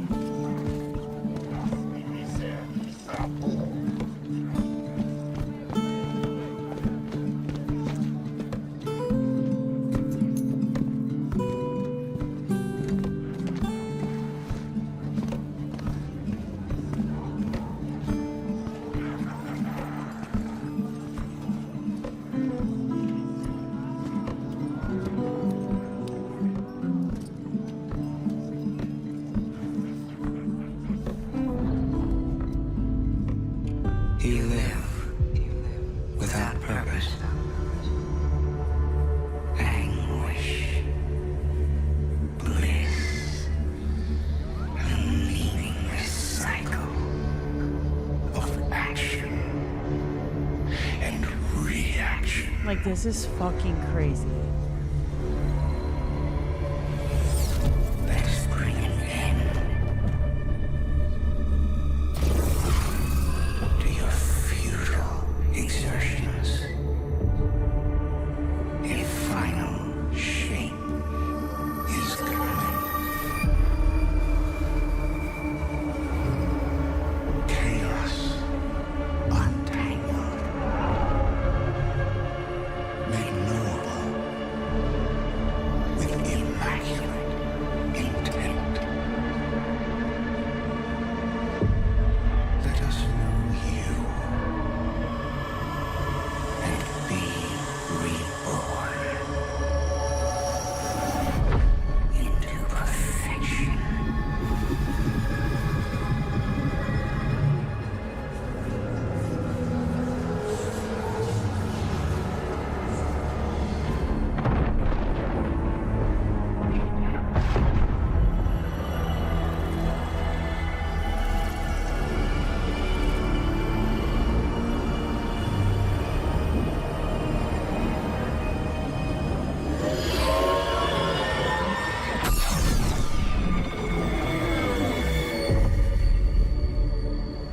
You're still resisting.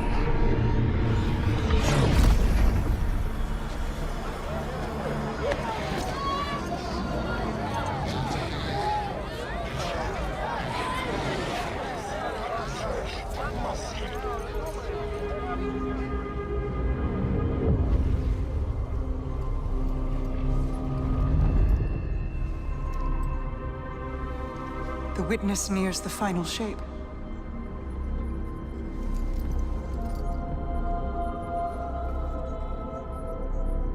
We're initiating Operation Ahamkara.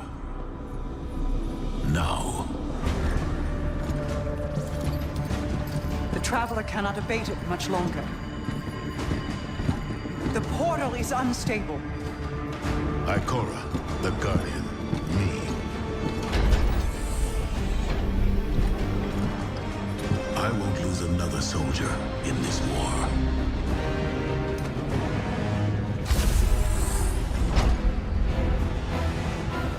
I feel the grasp of the witness. It's fighting me. This might be the end.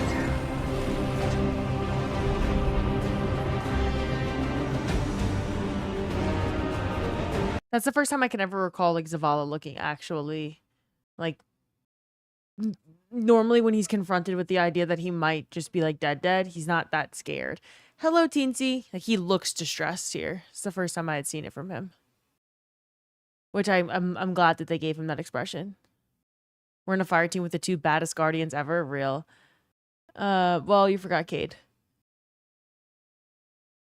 He still has a ghost too. Well, yeah, but so they showed at the beginning cutscene, like, when other guardians tried to go through the portal, everything just crashes, including their ghost. Their ghost also dies. So the ghost is, like, not really gonna protect him if it doesn't work. You think the distress was from what he lost while he was looking at Amanda's bandana on his shoulder? This might be the end. Oh. If it is, Yep. it was an honor to serve the last city with you.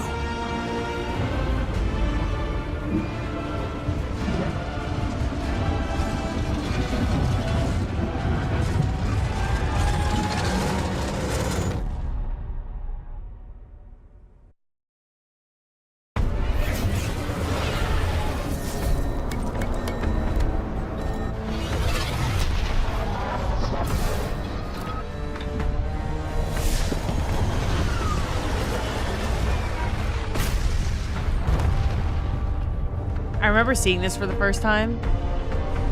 Like, I vividly remember what it felt like to land in the Traveler for the first time. How fucking excited I was for this campaign.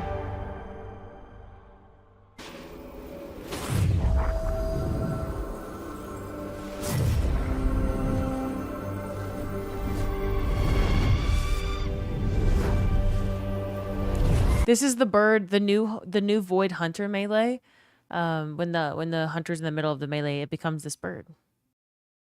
It's you? Technically, that's like a type of eagle, but we'll pretend it's a hawk.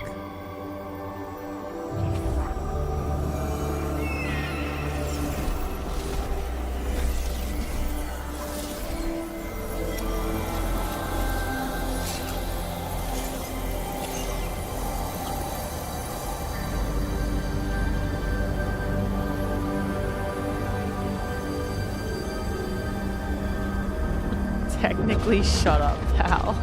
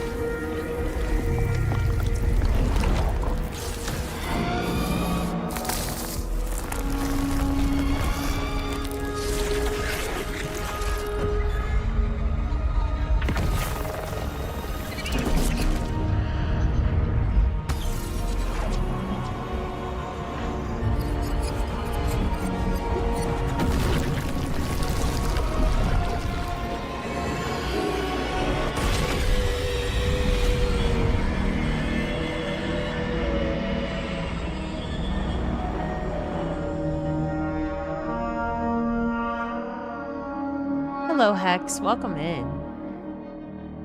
That cutscene is so good, y'all. Every Final Shape cutscene, you're just like, that is so good. They did such a good job.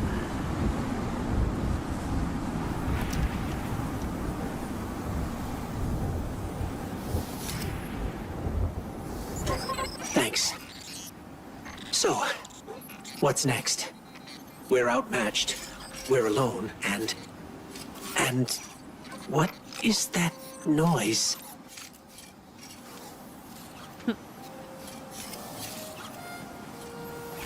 Fucking It's Cade. coming from over there.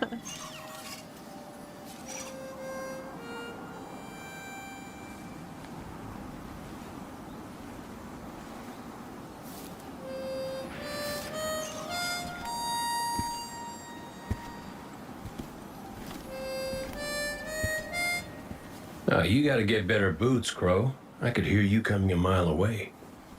Now, Aldrin. He could sneak up on a fella.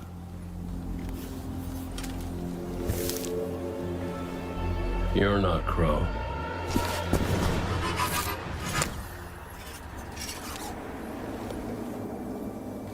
Well, I'll be damned. Cade. How long has it been? A lifetime. The kid told me a few guns were on their way. Said the Vanguard would send their best. It's real good to see you two. I finally have someone to talk to about Crow's stupid haircut. Come on. I'm guessing you have questions. And I won't say I have answers. But let's talk.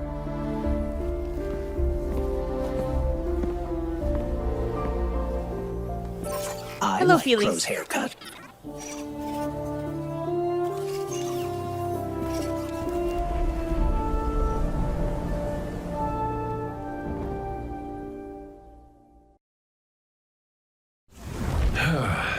Where to even start? I died. You probably remember that. Not great. Partly my fault. Lesson learned. Let's not dwell. And after that, nothing. But not a bad nothing. A peaceful nothing. I think I felt her there too. My ghost. Sundance. She was part of me. Or I was part of her. Like we were two cards shuffled back into our deck, whole again. And then there was pain. Separation, something pulling me out.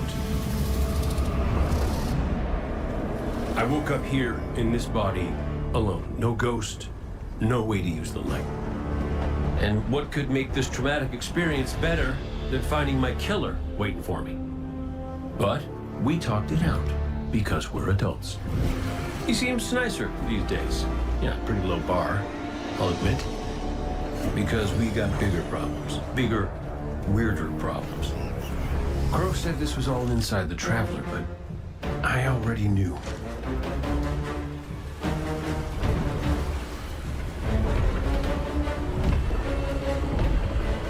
It's in pain. Pain I can feel. Somebody's up in that monolith with their hand on a knife. Crow calls it the Witness. And what it's doing out here has a name too.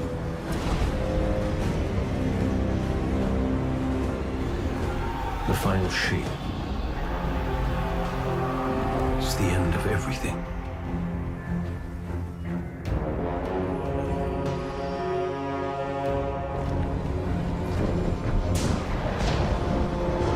So I figure, might as well try to stop it.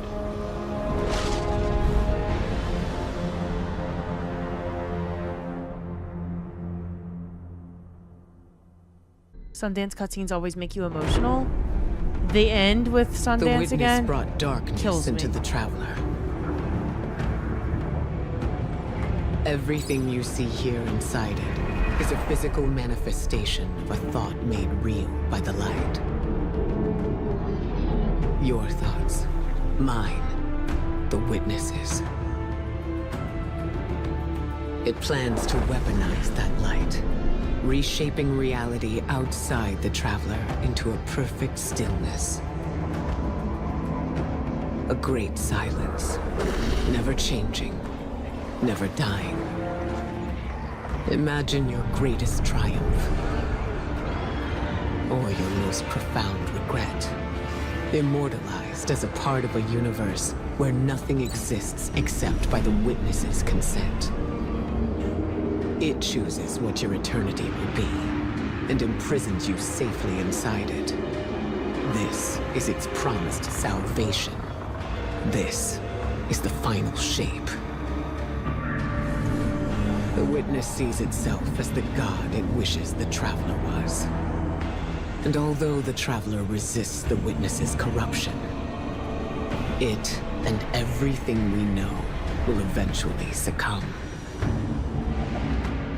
I always warn Zavala not to put all his faith in the Traveler, to save some for the rest of us. But maybe faith in the Traveler is exactly what we need.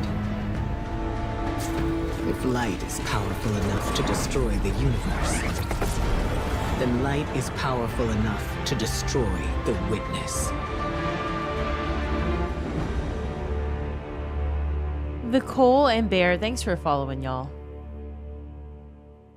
You gotta break out your Cade cloak and brush off Ace of Spades on the 9th. I used to think I'd give anything to bring you back.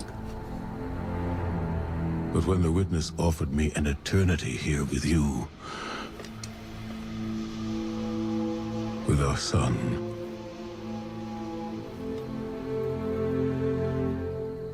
I know you understand why I refused. There are people who still need me. Soon. Safi, I'm sorry.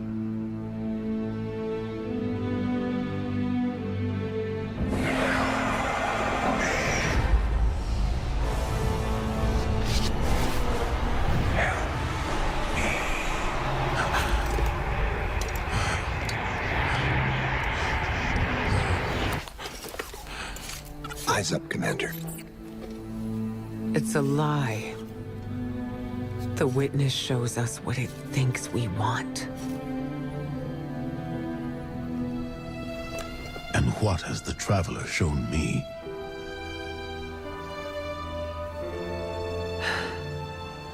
We should go.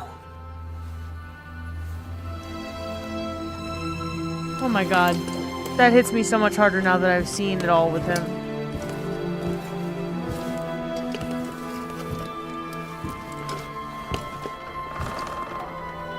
Is that the first time Zavala has doubt in the Traveler, ever? I know. I loved them too.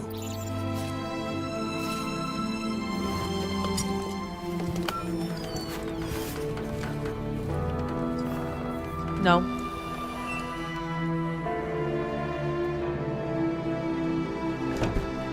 Oh, yeah. Yeah, Witch Queen, never mind. Yeah, never mind. Kind of everyone was very confused about what the Traveler was choosing to do. The Witch Queen. No.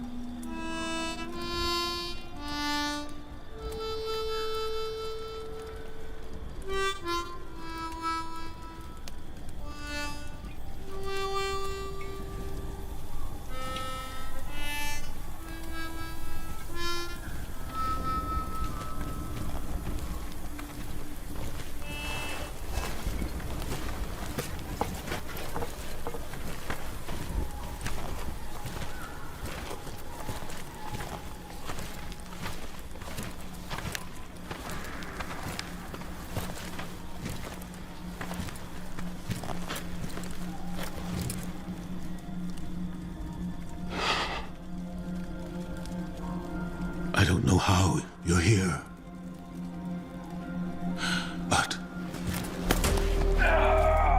Yeah, me too, big guy. Me too.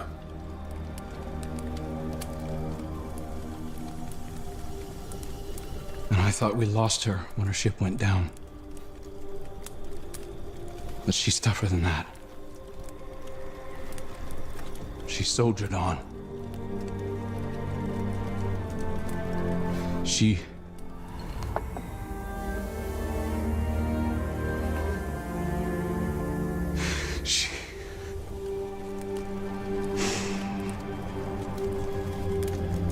Losing Amanda was like losing you all over again. I'm done burying my friends.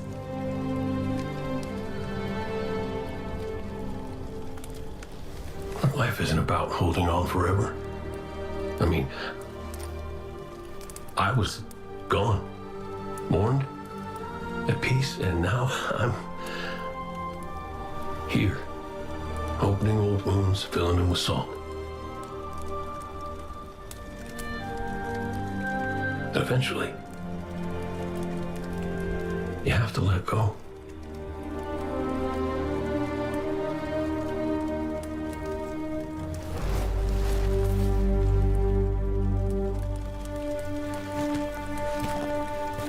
Aren't those some words right now?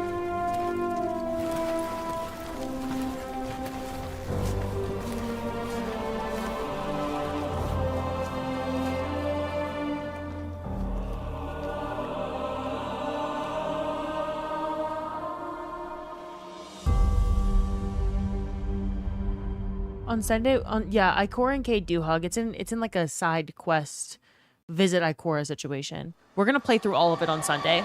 The missions, the dialogue.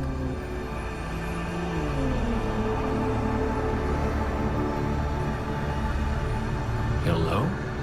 Hello? Hello? Hello? Hello?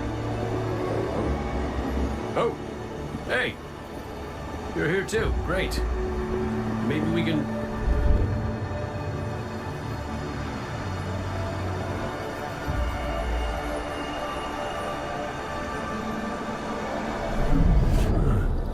What the hell?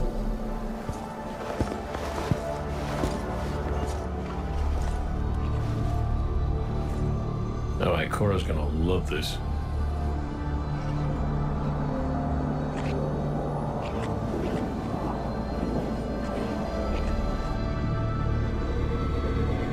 Devotion.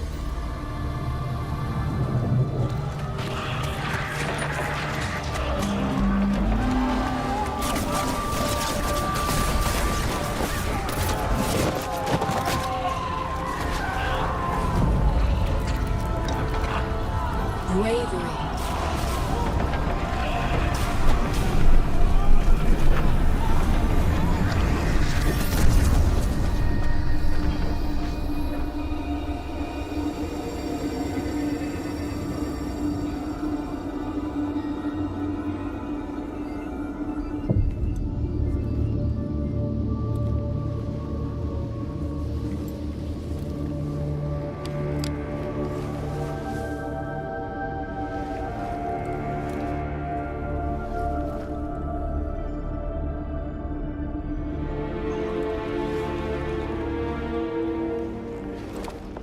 Sacrifice.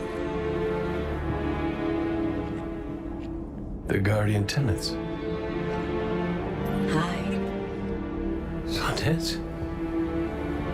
Is that really you? I'm what you wanted me to be. I don't understand. I know. You've been here before. You will be here again. You just don't remember. You can't. What comes from the light returns to the light. Well, what if what I want is to stay here? With you? If that's the fate you make. But you're always with me, Cade. Guardians, ghosts, the Traveler. We're all connected. Oh my goodness.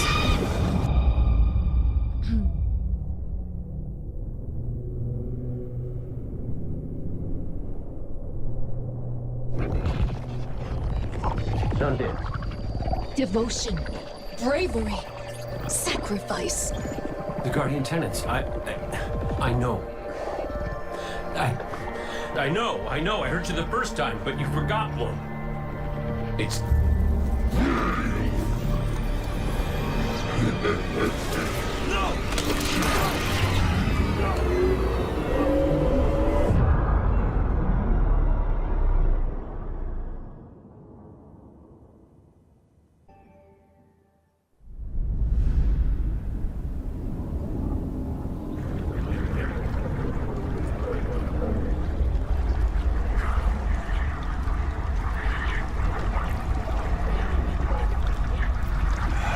Welcome back, squirrels.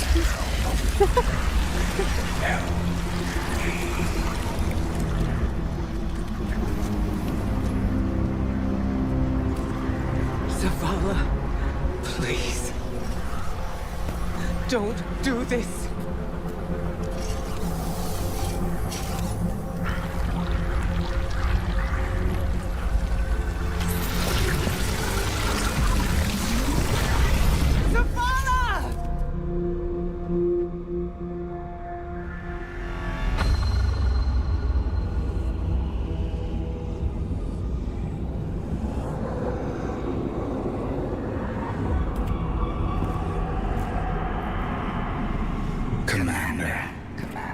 You come to us for answers.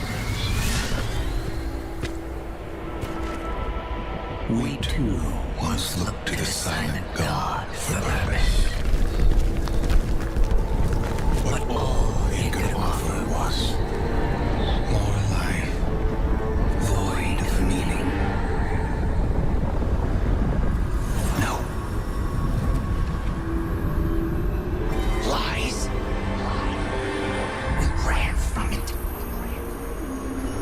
So we sought its opposite. And in it, found means to bring order to an unruly universe.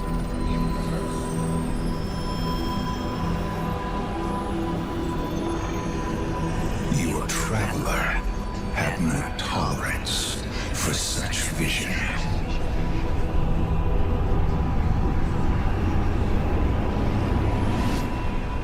And we had no tolerance for its ambivalence. We would force purpose from it, driven by a single, immutable will. So we called our doubts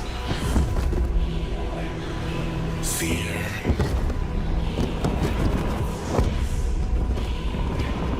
Anything that separated us, that clouded our intent, thus becoming one in darkness.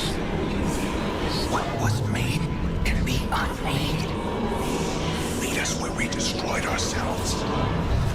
Siege lost.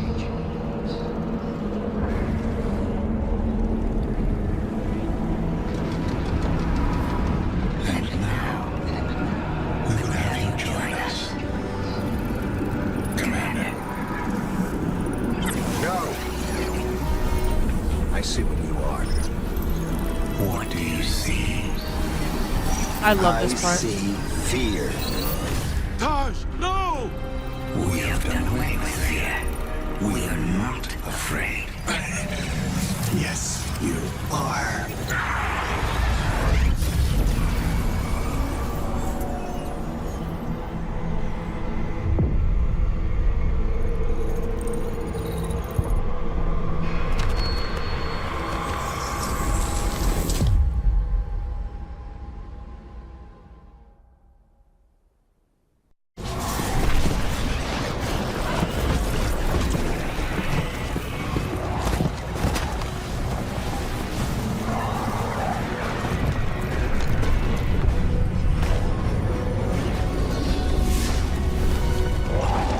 The witness stayed getting cooked by sassy ghosts.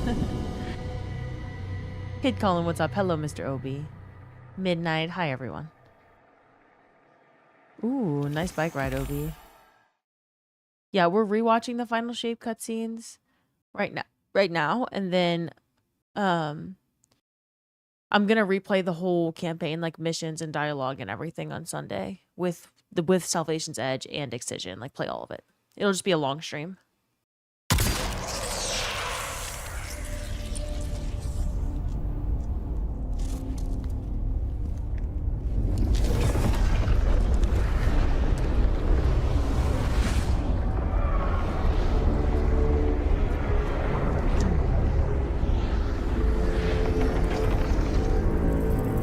We had such hope. You would understand.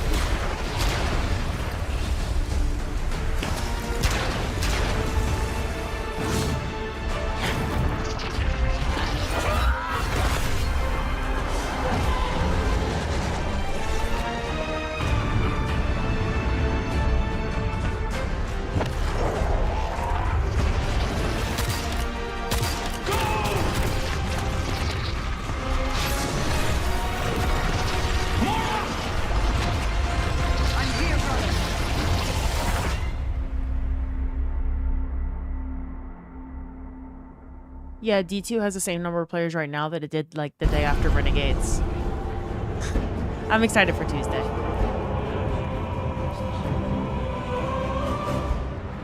All is not yet lost. The Witness may have won this battle, but it is wounded. And while you've been occupied here, within the Traveler's heart, I've brought our allies to help you land the final blow.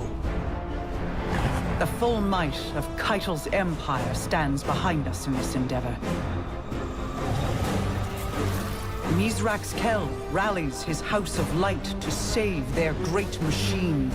And I have found a guardian of great renown, Micah 10, who comes to us with bold ideas.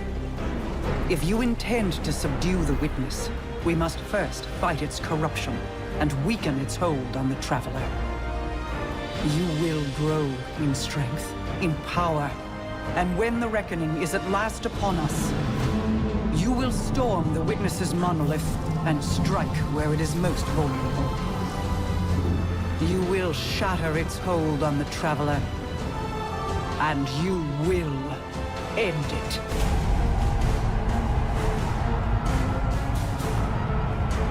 And all you saw at the end of the campaign was the final battle with the Witness approaches. And that was the very last scene you saw. And then you get to these cutscenes.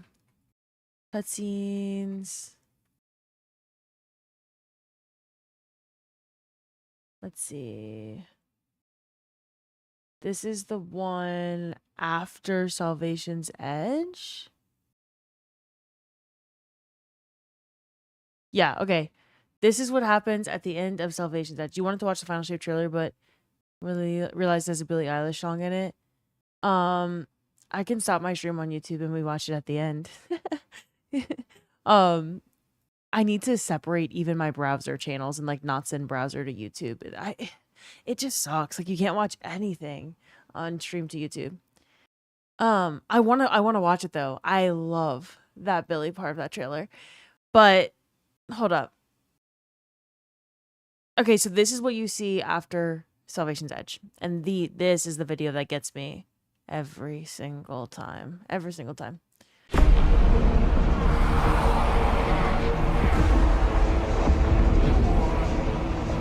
Defenders of Soul, hear me now! Moments ago, one fire team infiltrated the Witness's monolith and shattered its hold on the Traveler's light. Their courage bought us one last chance to finish this.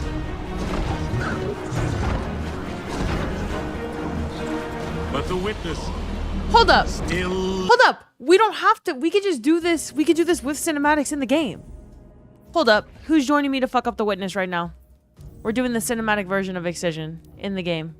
Okay? I need 11 Guardians. I need 11 Guardians to come kill the fucking Witness with me. And we are doing the narrative version so that I can just see this in the game. Why am I watching a YouTube video? What in the heck is your tag? Astrocross Clan. You? Rich, get in here. Obi's in. Squirrels is in. Tech is in. Hell yeah. Whoever can join. Whoever. I need 11 bitches in here. Rich, are you actually on the game yet? Squirrels, Tech. I want to make sure. Okay, we got to save spots for Rich, Squirrels, and Tech.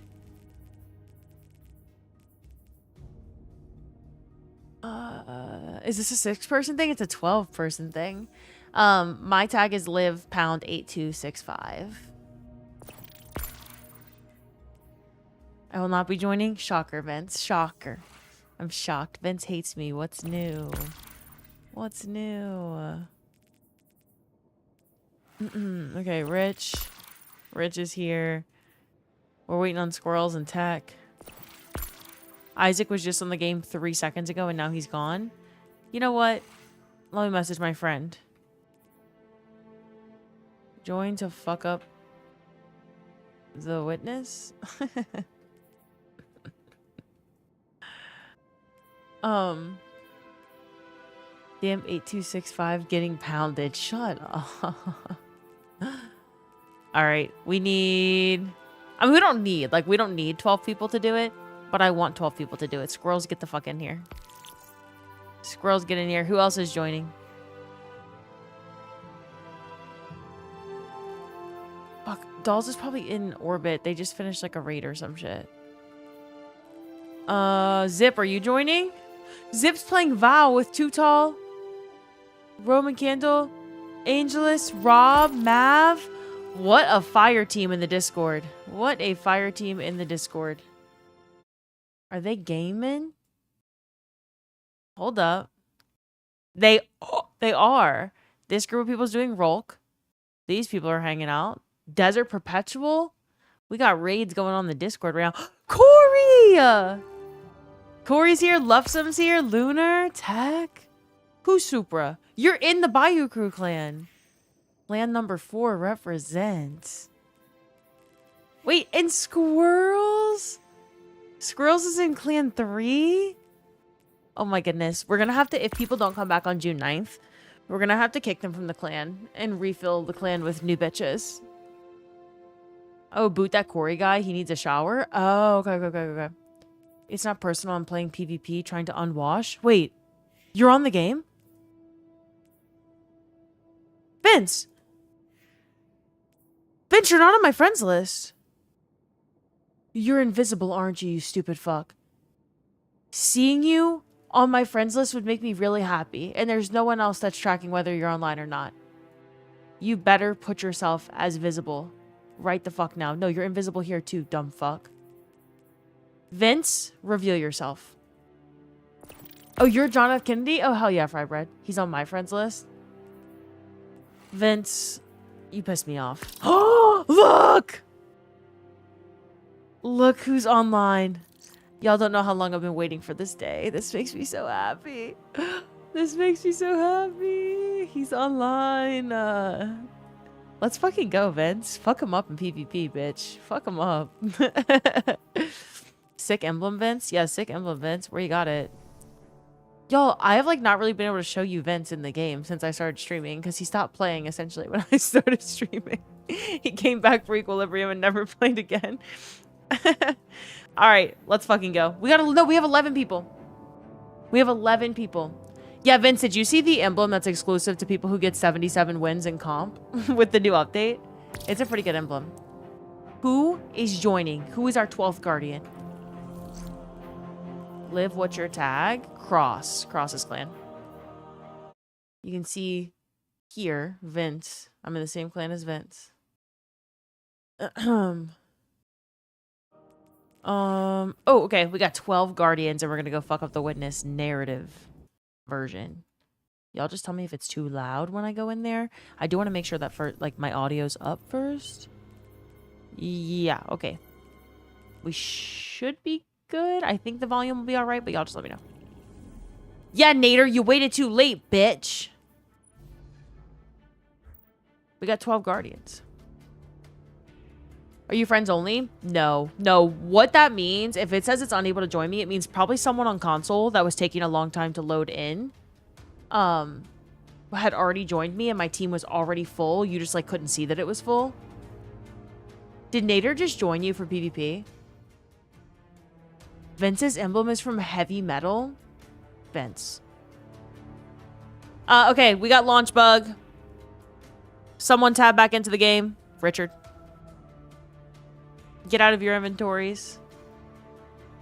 Let's go fuck up the witness. Hopefully we don't get booted because they're gonna fix the bug with Excision on Tuesday, but it's not currently fixed. There is a bug in the game where if you do narrative version Excision, sometimes it gets real messy when you bring in a fire team. Okay, it's fine. It's all good.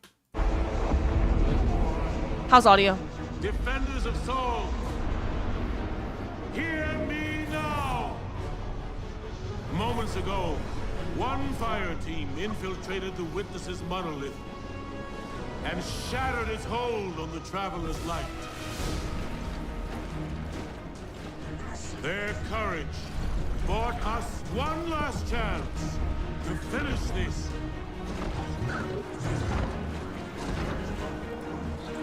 But the witness still lives.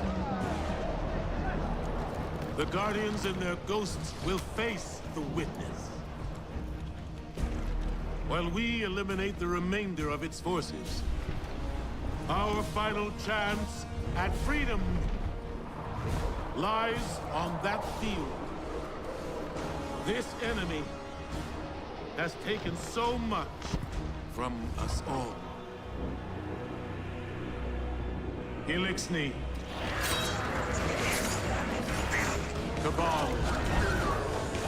Awoken. Humanity. Hive. The Witness started this war long ago. But now, we end it.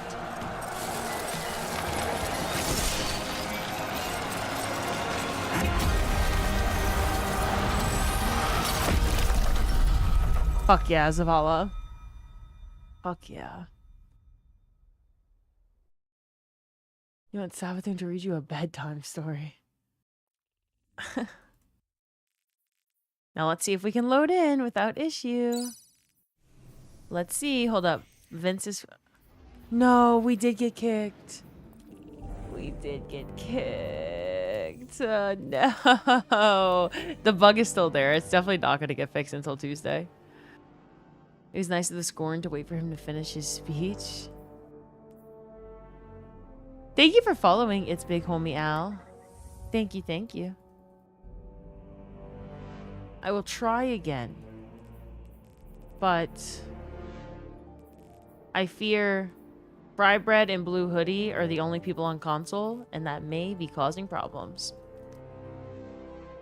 The game is scared of us? It is indeed. It's terrifying.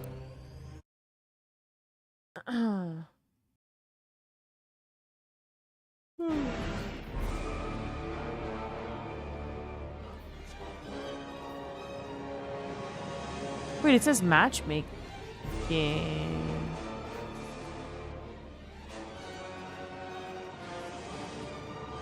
No, but it's not matchmaking. Oh, it's stuck. It's stuck. The entire game is broken for me, which means we won't go in at all. So, fucking goddamn it. All right, here's what we're gonna do. Here's what we're gonna do. Here's what's even easier. Well, it's not really easier because we don't get to like necessarily game together. It's just a chance.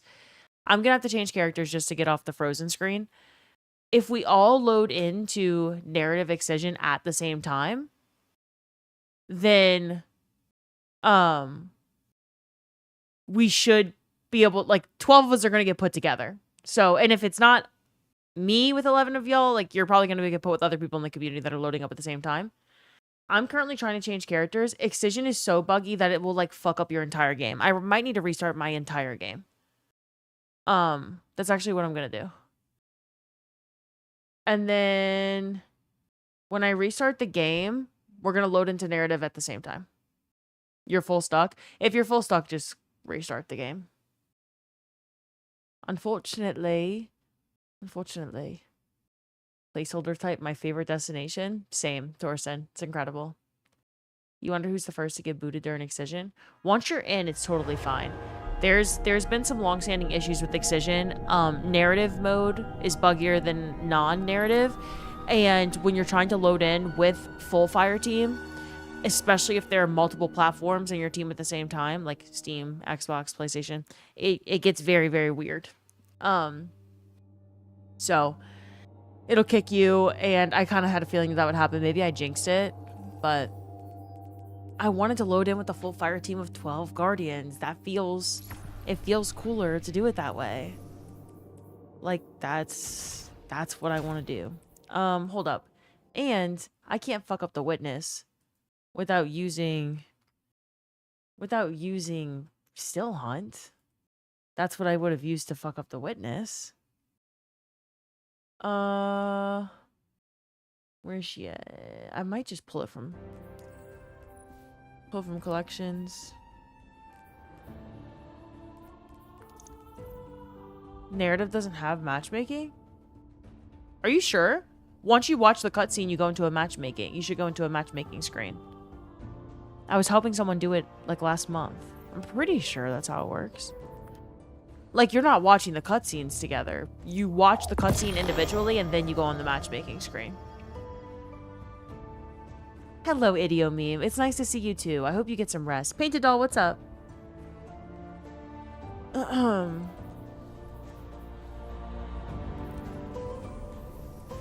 see. I'm gonna use...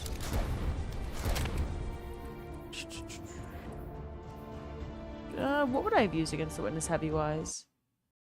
Probably a linear. Most likely. Let's see what I want to use against the Witness. I'm giving y'all time to restart your games, so that we can all load in at the same time. God, what would I have used against the Witness back then? Heavy-wise. Like, why do I not even remember what I was using during Salvation's Edge? Maybe because I don't use it anymore? Because it got power crept?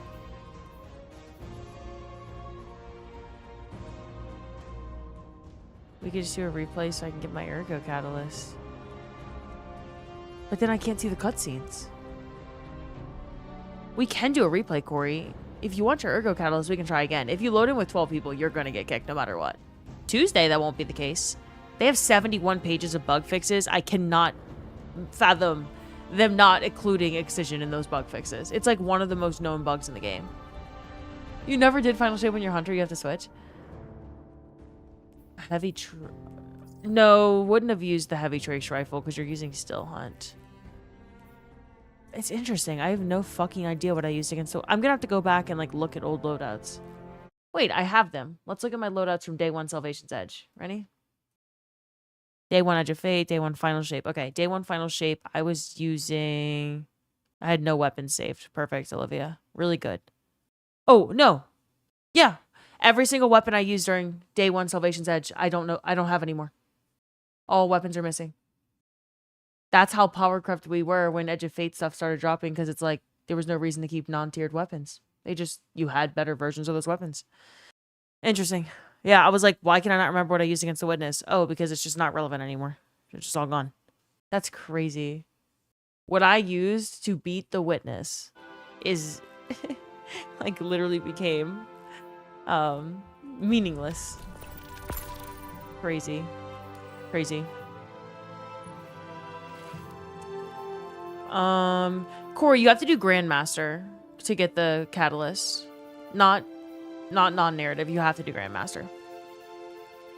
Do you want to do a Grandmaster one, Corey? I mean, I was just doing this to do the story. I will obviously do it with you, Corey, but... Hold up. Yeah, Euphony is a good choice, too. Tech. It literally says Ergo Sum Caddy as a reward. What the fuck? Did they change it? You said... Oh, it's in all of them now? Oh, they changed it. It's in all of them now. Okay. You used to have to do, the Grandmaster version. Where the fuck is Euphony at? Oh, right here.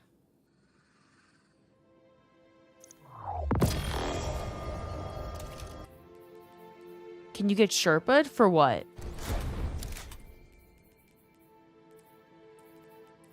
Okay. This fits the bill.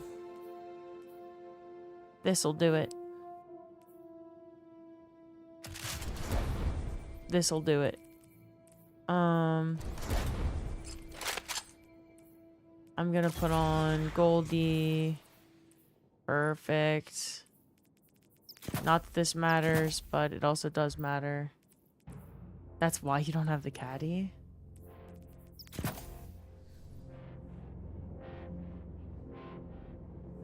Where is the Excision node? Okay, so you have to, y'all, on Tuesday, I know a lot of you are saying that you don't have Euphony. This is Corey excluded. Because, Corey, I got you, but, like, we can try on Sunday. It's not going to work. If I load in with a team of 12, it is not going to work.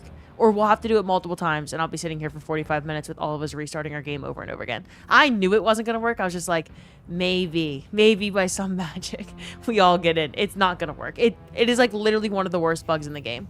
You cannot do Excision with 12 people. I would love, if they don't fix it Tuesday, they just will. They will. Like, I will shave my goddamn head.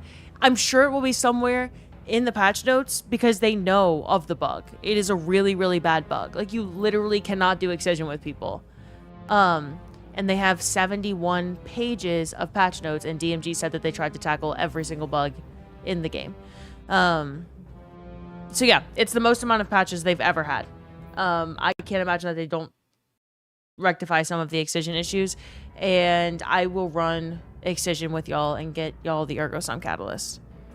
Because it is, I mean, it's a very fun mission. Grandmaster's not hard. It's just that it's impossible to do it with a team. So we're all going to load in together, all right? You go to the Pale Heart. You just keep pushing to the right for a long time.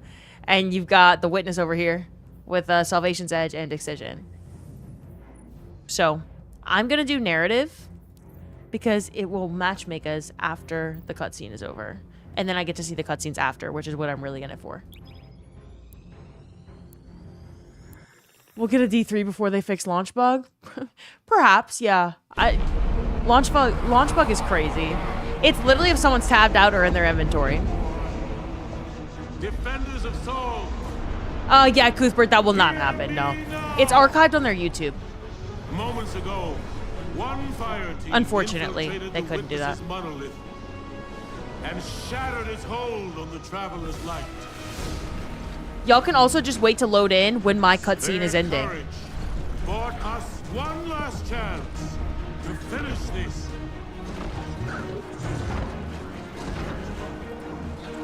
But the Witness still lives. The Guardians will face the Witness, while we eliminate the remainder of its forces. Our final chance at freedom. No, you will not get in trouble for stream sniping. This enemy has taken so much from us all. Elixni, Cabal, Awoken, humanity, Hive. The Witness started this war long ago. But now, we end it.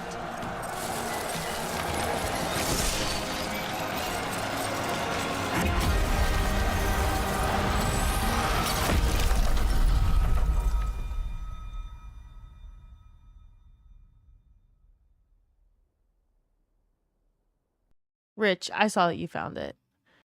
I showed you anyway, but I saw that you found it. All right. See, now we are matchmaking. Now I am searching for 11 other Guardians. And I am hoping, I already got paired with 3. I'm hoping I get paired with all of you. But there are the same number of people playing this game right now than there were the day after Renegade's launch. So there could be people loading into Excision for the first time, many of them. I know we met so many people last week that were coming back to the game after many years. I like that they showed 3 different kinds of humans for when Zavala called upon humanity. Exo-human and whatever Eris is. Yeah, just Fry. We Sherpa all the time. People Sherpa in the Discord all the time. Join a group. Make an event. Join a different event, use the LFG page, put your ID in the Salvation's Edge thread. There's so many ways to get a Sherpa. So many. Absolutely, though. Roster is updating. We kind of did it. You're on for the first time in months, Lucky? You joined a group in the Discord? Oh shit, Lucky, are you doing Desert Perpetual?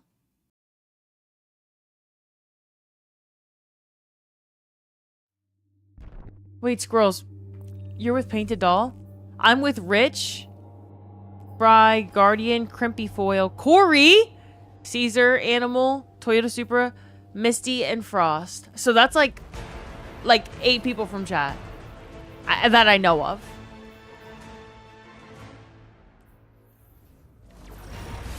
All right, we're all gonna fuck up the witness together, even if we're in different fire teams. Let's do this. What was made can be unmade.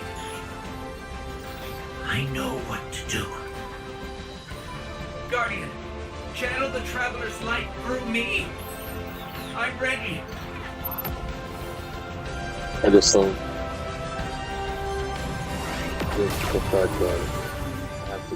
Someone's mic is on. I'm turning chat off. Wait. How are we at the end?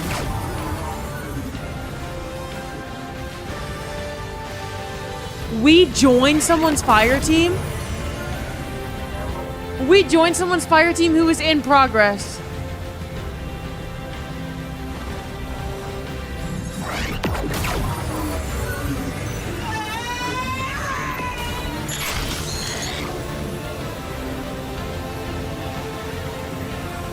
All right, Corey. Yeah, I can carry. No biggie. I'm telling y'all, Excision is fucked up right now. Like, they gotta do some serious bug fixes. I think it's stuck. I think it's actually stuck. The witness is not even here.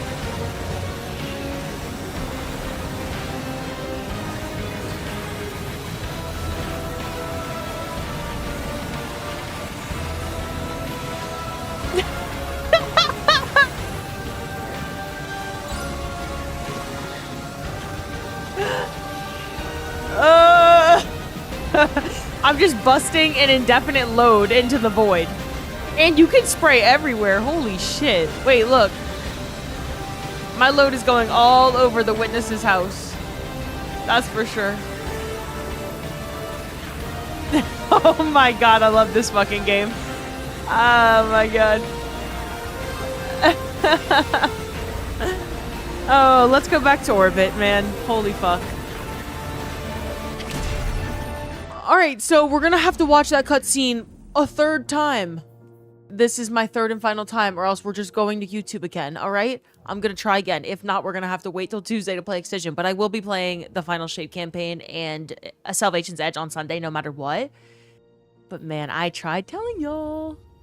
Excision is fucked. Excision is so fucked. It's literally gotten worse over the years. Like, as the game has progressed in patches, Excision was fine. Like, it was a little bit laggy for people with older PCs or consoles when it first launched, but I never had any issues in Excision, and then it just got worse and worse for more people as time went on, as the game, like, had new content put in it. Excision is in shambles now.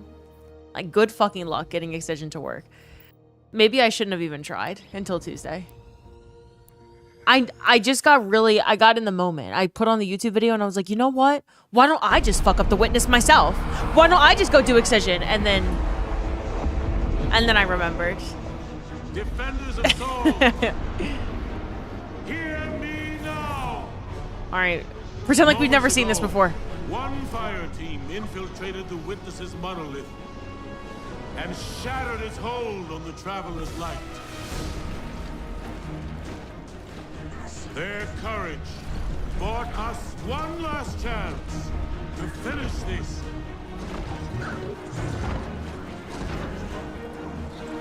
But the witness still lives. Whoa, y'all, look at this. I've never seen The this. Guardians and their ghosts will face the witness. This is new.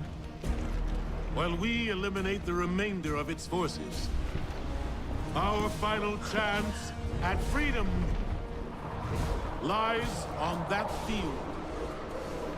This enemy has taken so much from us all. What a line. Bars. Elixni. Bars. Cabal. Corey, have you seen Nimbus's ass? Humanity. I'll show you after Excision. Hive. I'll show you after. The witness started this war long ago. But now, we end it.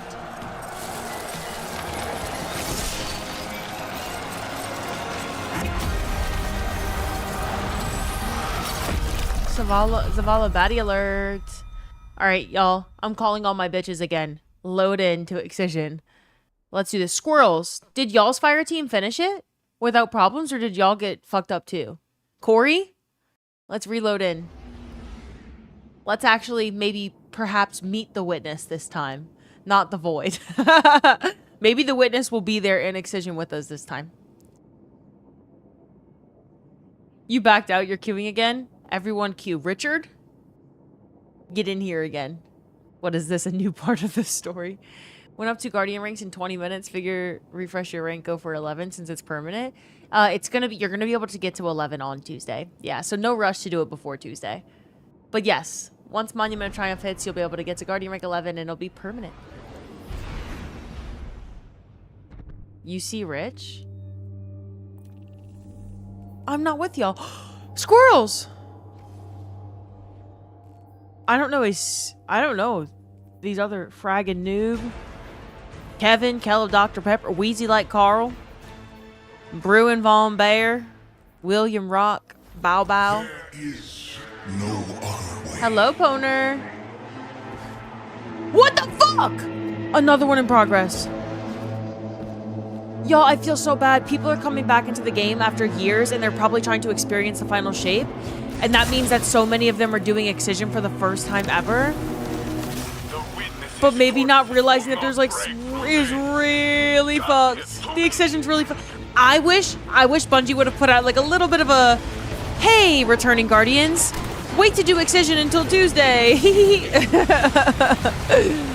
That's why I keep joining them in progress, because people are probably like, what the hell is wrong with this activity? And then they keep leaving.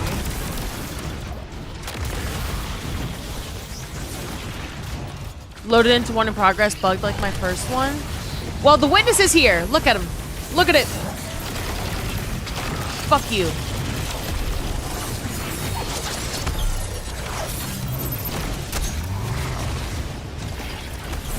Damn, that's a lot of fingers.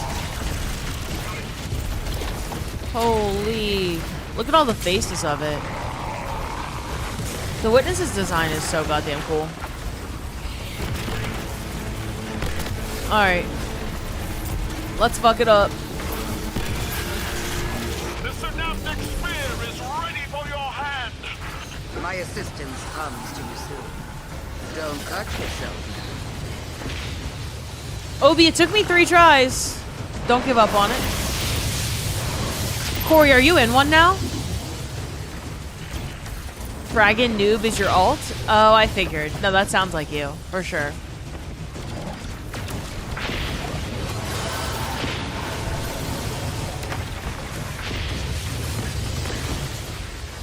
You started flying in.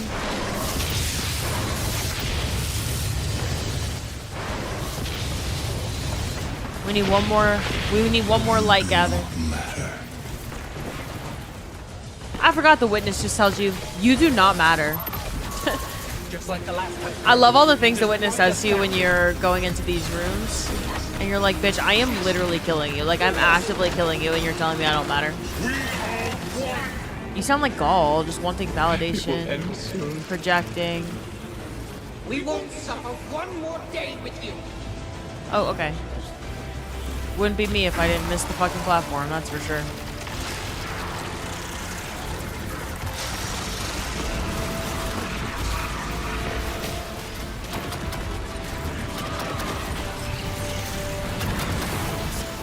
Oh wait, I died immediately. I didn't even pay attention. I died immediately. You would think I've never fought the witness before. The witness sounds like a strong, independent woman. No, the witness is a stupid bitch. The entire lobby died. Oh my god, then I jump up and it happens again. Good shit, good shit, good shit. We did so much damage to him. That was incredible. That was incredible. Good job. Good job, good job. Okay, can one of those ammo boxes spawn in? This mission was so hype after the raid. It was so good. Char Char, I will absolutely look. I will absolutely look.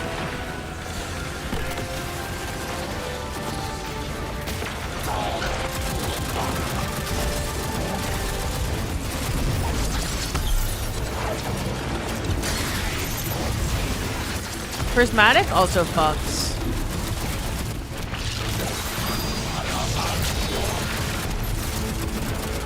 If one of you open an ammo box without me. Okay, it's ammo box time. Everyone gather at the ammo box. Hold up, I will tell the fire team. Okay, I told them. I told them in the fire team chat. Are sending you a synaptic spear. Got some cannons on loan from Shaxx. Drop it to you soon. You're so excited for Tuesday? Me too.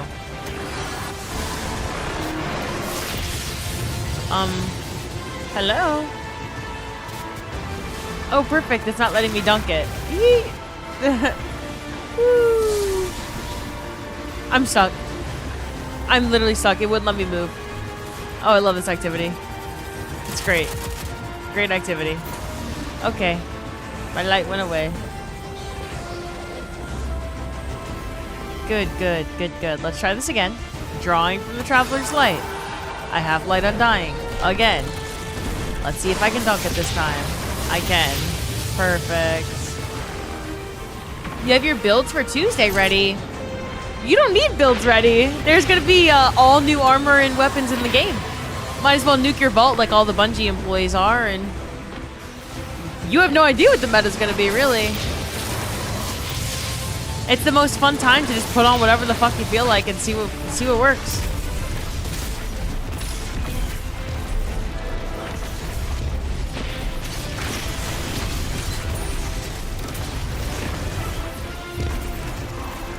It's okay, Nicole. When you're off of work on Tuesday, you should play. You want to try the updated exotics? So you made builds for those to start? That makes sense, Nick. That's a good place to start.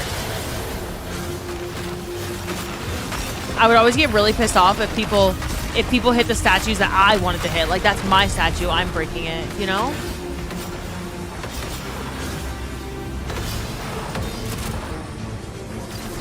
Hello, Boo. Hi. Alright, now we got ammo. We really fuck them up this time. That's our opening. I want all our firepower on the witness. Now! Oh, perfect. The shots don't even connect with his buttons.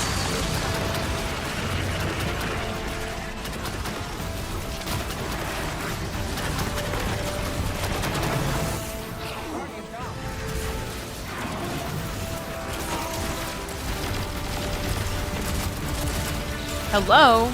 I thought I put a strand holster on. Maybe I didn't.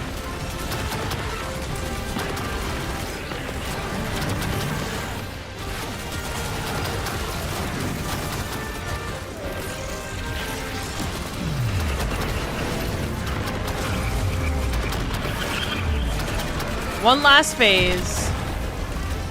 A paltry resistance.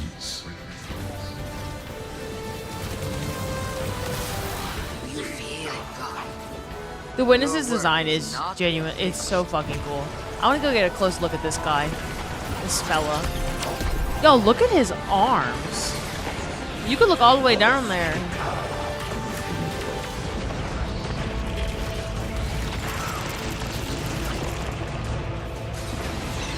Uh-oh. It's looking at me. Uh-oh.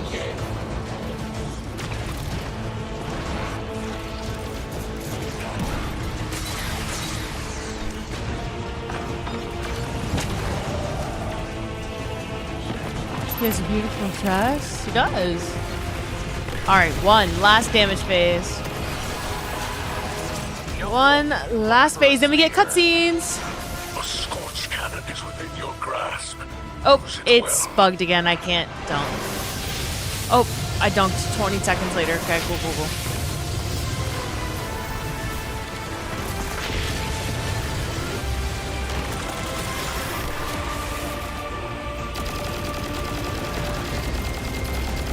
I forgot that I put on Celestial Nighthawk and Golden Gun for a mission where you don't use your super on the Witness. Oh, whoopsies. It's just delayed? Yeah. It gets very bugged.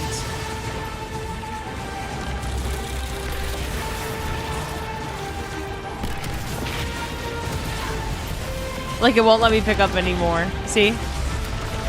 It's bugged and won't let me get more light. Even though it's there and I can see it's there. Good shit. Why is chat freaky? It's all chat, not me.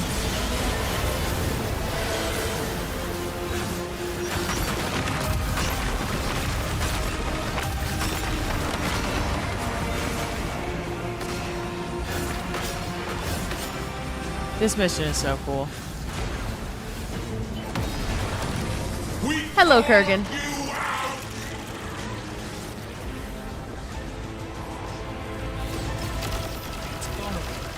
Give it all you've got, Guardian.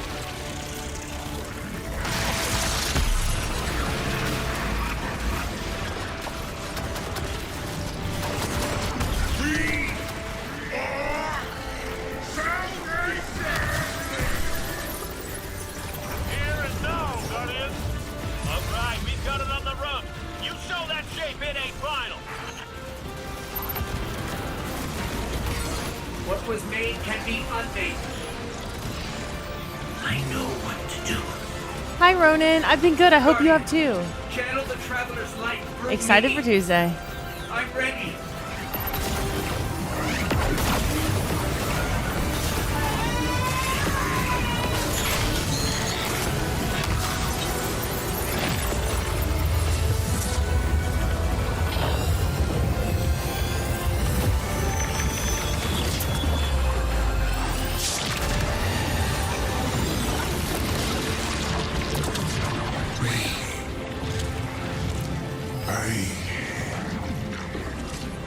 I don't understand.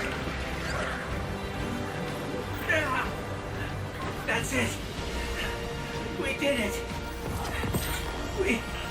We did it.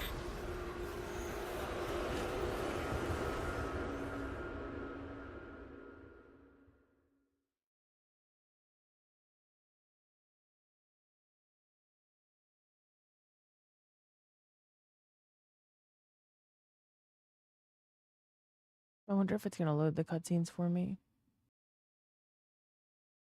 It should load the cutscenes, but it has issues after being in a fire team. That's awesome, Rob.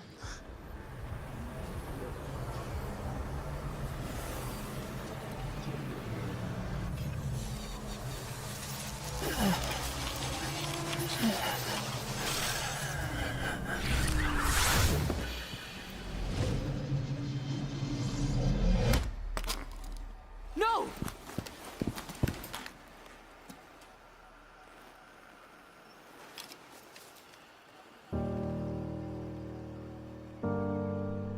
Ghost?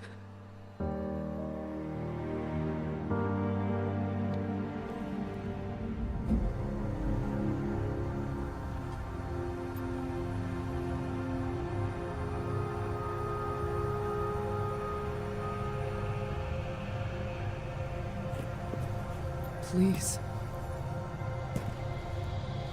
Bring him back. He's just a ghost. You raised an army. You can bring back one ghost.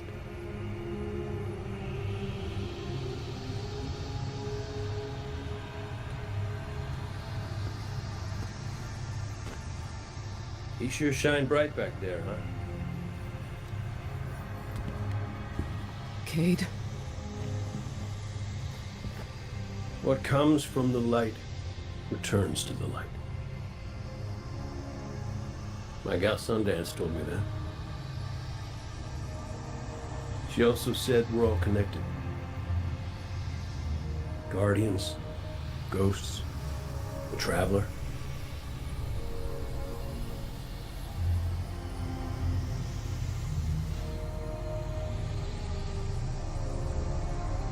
Now you tell the others this was my choice.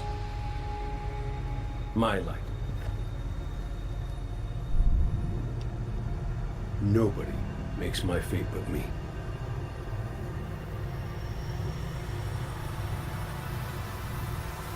You're my favorite. Don't ever forget that.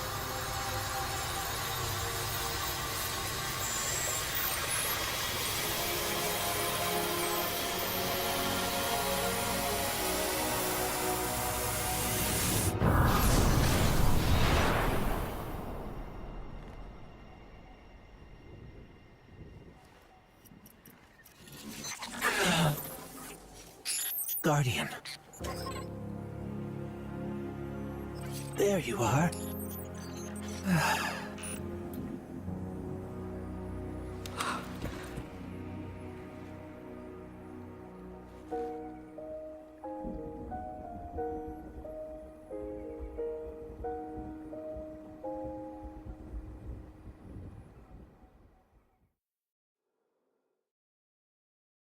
Good night, sleeping gamer. Good night, good night. Y'all, the next cutscene is, I'm pretty sure it's the one where they're all in the tower celebrating, and you could take every single word and make it applicable to what's happening with the end of D2 right now. Hi, Ricky.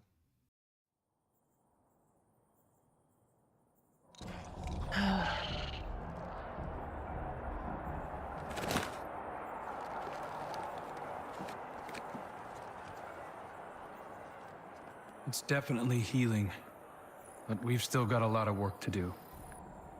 Surviving witness forces, clashes with the Lucent Brood.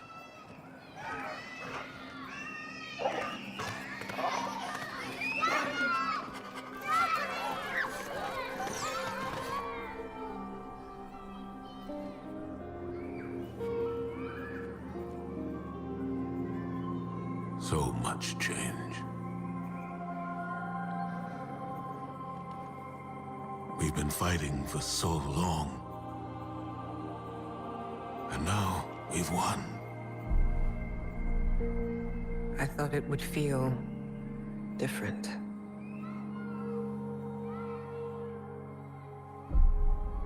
Well,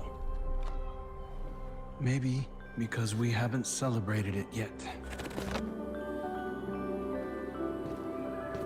Guardian, Ghost, you're just in time.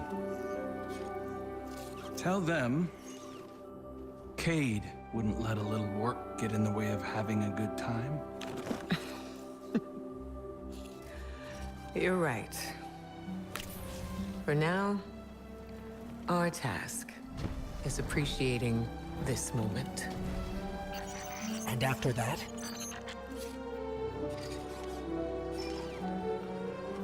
We'll face the future when it comes.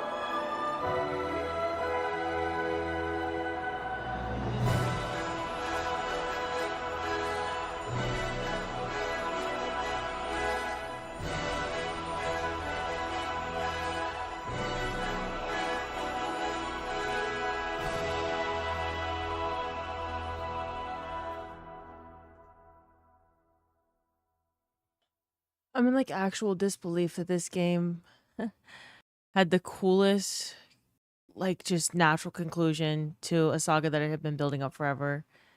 Something that so few games get to have. And there was just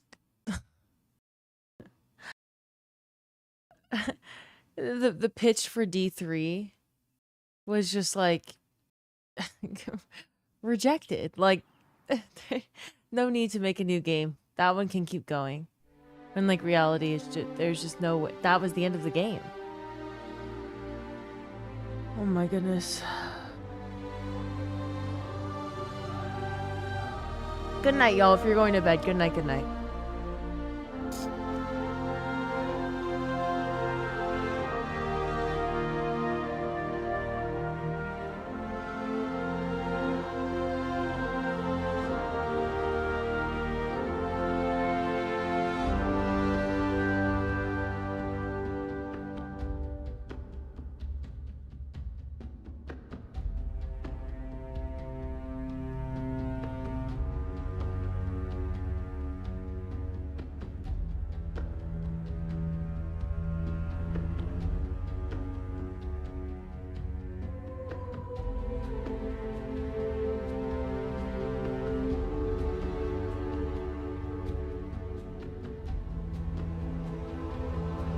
makes me so angry. Like, like to a corporation like Sony, of course, nothing matters more than money, but some things are just bigger than money, man. Like, maybe a Destiny 3 wouldn't have printed money with microtransactions or skins in a store like Fortnite or fucking like RP server situations like other games, but if you let the team cook, the game sells. Shit sells. Like, oh my goodness. Silver, thanks for following. Welcome to the community.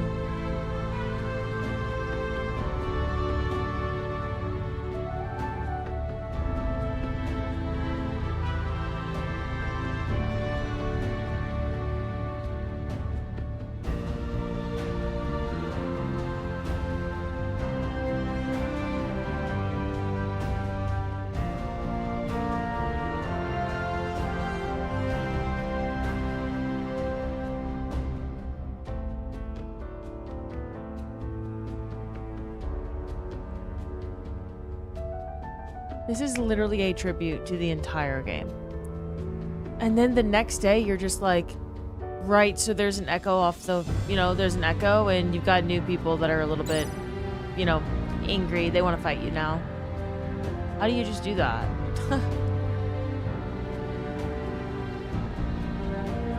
Even if we would have gotten the episodes, the episodes are planned out for the year, you handle these echoes, and then there's a future. You just gotta wait for it.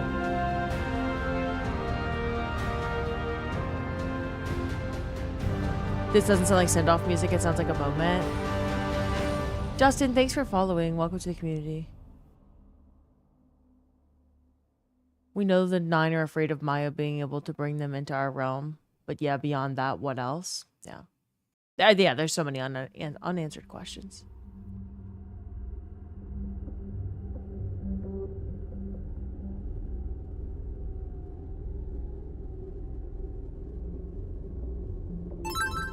You can't tell me this is not a send-off. You can't tell me this isn't where they wanted more. I know it's where they wanted more. I know it's... I know they wanted a D3. I know they did.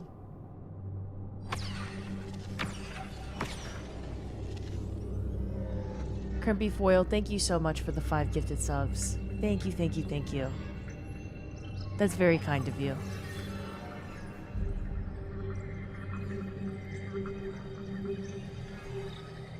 Yeah, I feel like it's only right for this to be my desktop The witness's backup. death spread like a shockwave through its troops. The instant it was destroyed, I agree with you, shifted. Hans. Most of the witness's followers fled when it fell, but its most zealous believers are still carrying out its last orders. Ziva Warath is still out there, mortal, moving in the shadows.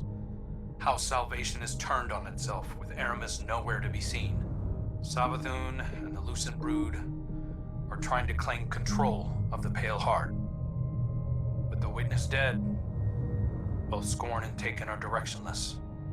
To put it simply, in the wake of the witness, a power vacuum has been created in the universe. Who knows what will try to fill it? But out of all of this, the most worrying thing is an aurora. It's bleeding out of the Traveler. Light and darkness venting into open space over Earth. We designated a no-fly zone within 100 kilometers of the Aurora, enforced by Alliance cruisers. So far, no one has tested it. During the initial formation of the Aurora, a piece of anomalous matter erupted from the Traveler, moving away at relativistic speeds. We tracked one out to a distance between Neptune and Jupiter, in the orbital path of Nessus. Then we lost track of it. I've got hunters in the field investigating. Thank you, Crow. I'll leave it to you. Copy that. I'm headed back out to the field myself. I need to see if I can pick up Fickrell's trail. Find out what's going on with the Scorn. Yeah. Distortions. They probably wanted distortions around this time. If you want to revamp the social aspect of the game post Final Shape saga ending, great way to do that is to take this aurora over Earth of light and darkness and being worrisome about it, and you put you put distortions in patrol spaces. It bides time while you're developing other stuff, right? But it's not about what the devs wanted and when. It's just about what they were allowed to do. They stuck the landing so well with the final shape. Yeah, absolutely. They really did. I changed my mind. I'm most excited on Tuesday. I'm most excited about the story beats. Finding Easter eggs and lore bits and hearing the character and the way that Allison thought that the character should be left. The fact that she said that they tried to pack in as much as possible to keep things as open-ended and interesting as they could. That is, I mean, like, I'm more excited for that than I am for old raid bosses or Pantheon or distortions or new loot.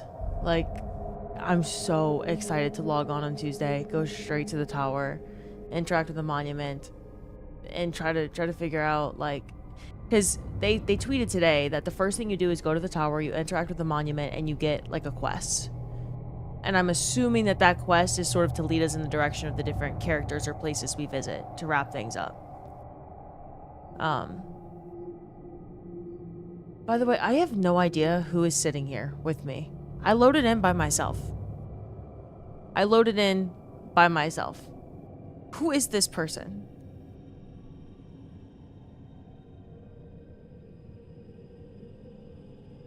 Rich? Rich, you are on my fire team? You loaded in with me?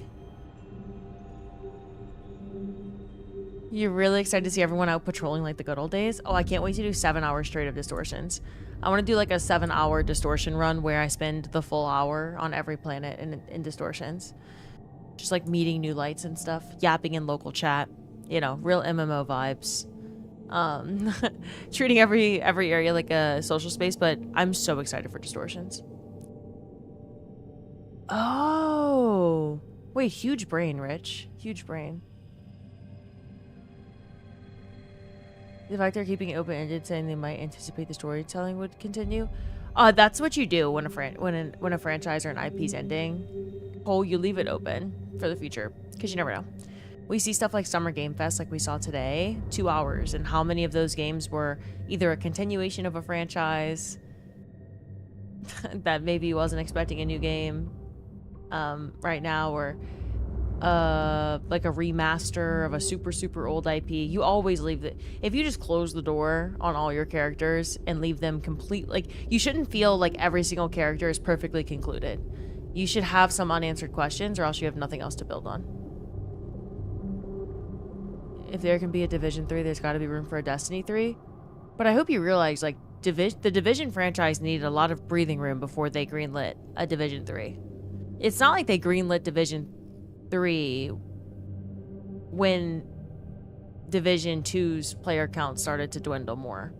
Like, of course they still released content for Division 2, but that was in anticipation of Division 3's announcement. I think sometimes a franchise needs some breathing room to get people excited again. I think that we're seeing things with rose-colored glasses on right now. At the end of the day, like, player sentiment was toward Bungie and Sony leadership all-time low. Trust in that leadership all-time low. Like, truly, it just got worse every single month.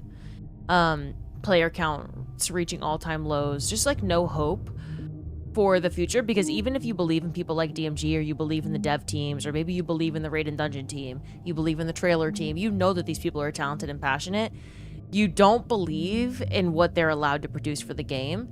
That doesn't just change if you, like, greenlight a D3 tomorrow. I think that, like, it's okay to be angry that the game's ending, but I think it needed to end a long time ago. If things, like, because things weren't different. You could say, like, oh, if only the leadership had been this way, but they weren't. Like, it wasn't that way. I wish that I had a D3 to play right now, and I wish the final shape was the end of D2. But I don't wish that Pete Parsons was the head of a studio making D3. That's for fucking sure. Because if we had a D3 right now, it would have been a Pete Parsons greenlit D3. So, yeah, I feel like it's okay to feel angry and frustrated, but I do think it's for the best. If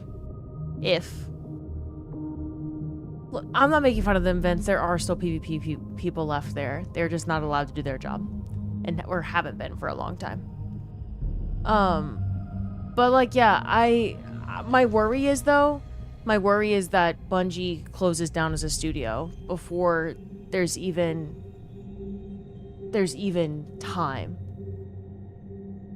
for the franchise to have that breathing room and come back. Like, and I worry because of the war that like people like Cross are waging against Marathon. They just want it to burn to the ground because it's not a D3. What happens if this franchise gets breathing room and then so Sony greenlights a different game for Bungie and they develop a different game, and then a few years down the line, you know, they return to the Destiny franchise? What happens if Bungie starts developing a new game in the next year or so? Not Marathon, not a Destiny game. And you think people like Cross are going to encourage other people to buy it and play it and support Bungie? You know? I worry that this community, some people in it, don't think that they want the demise of Bungie, but they do.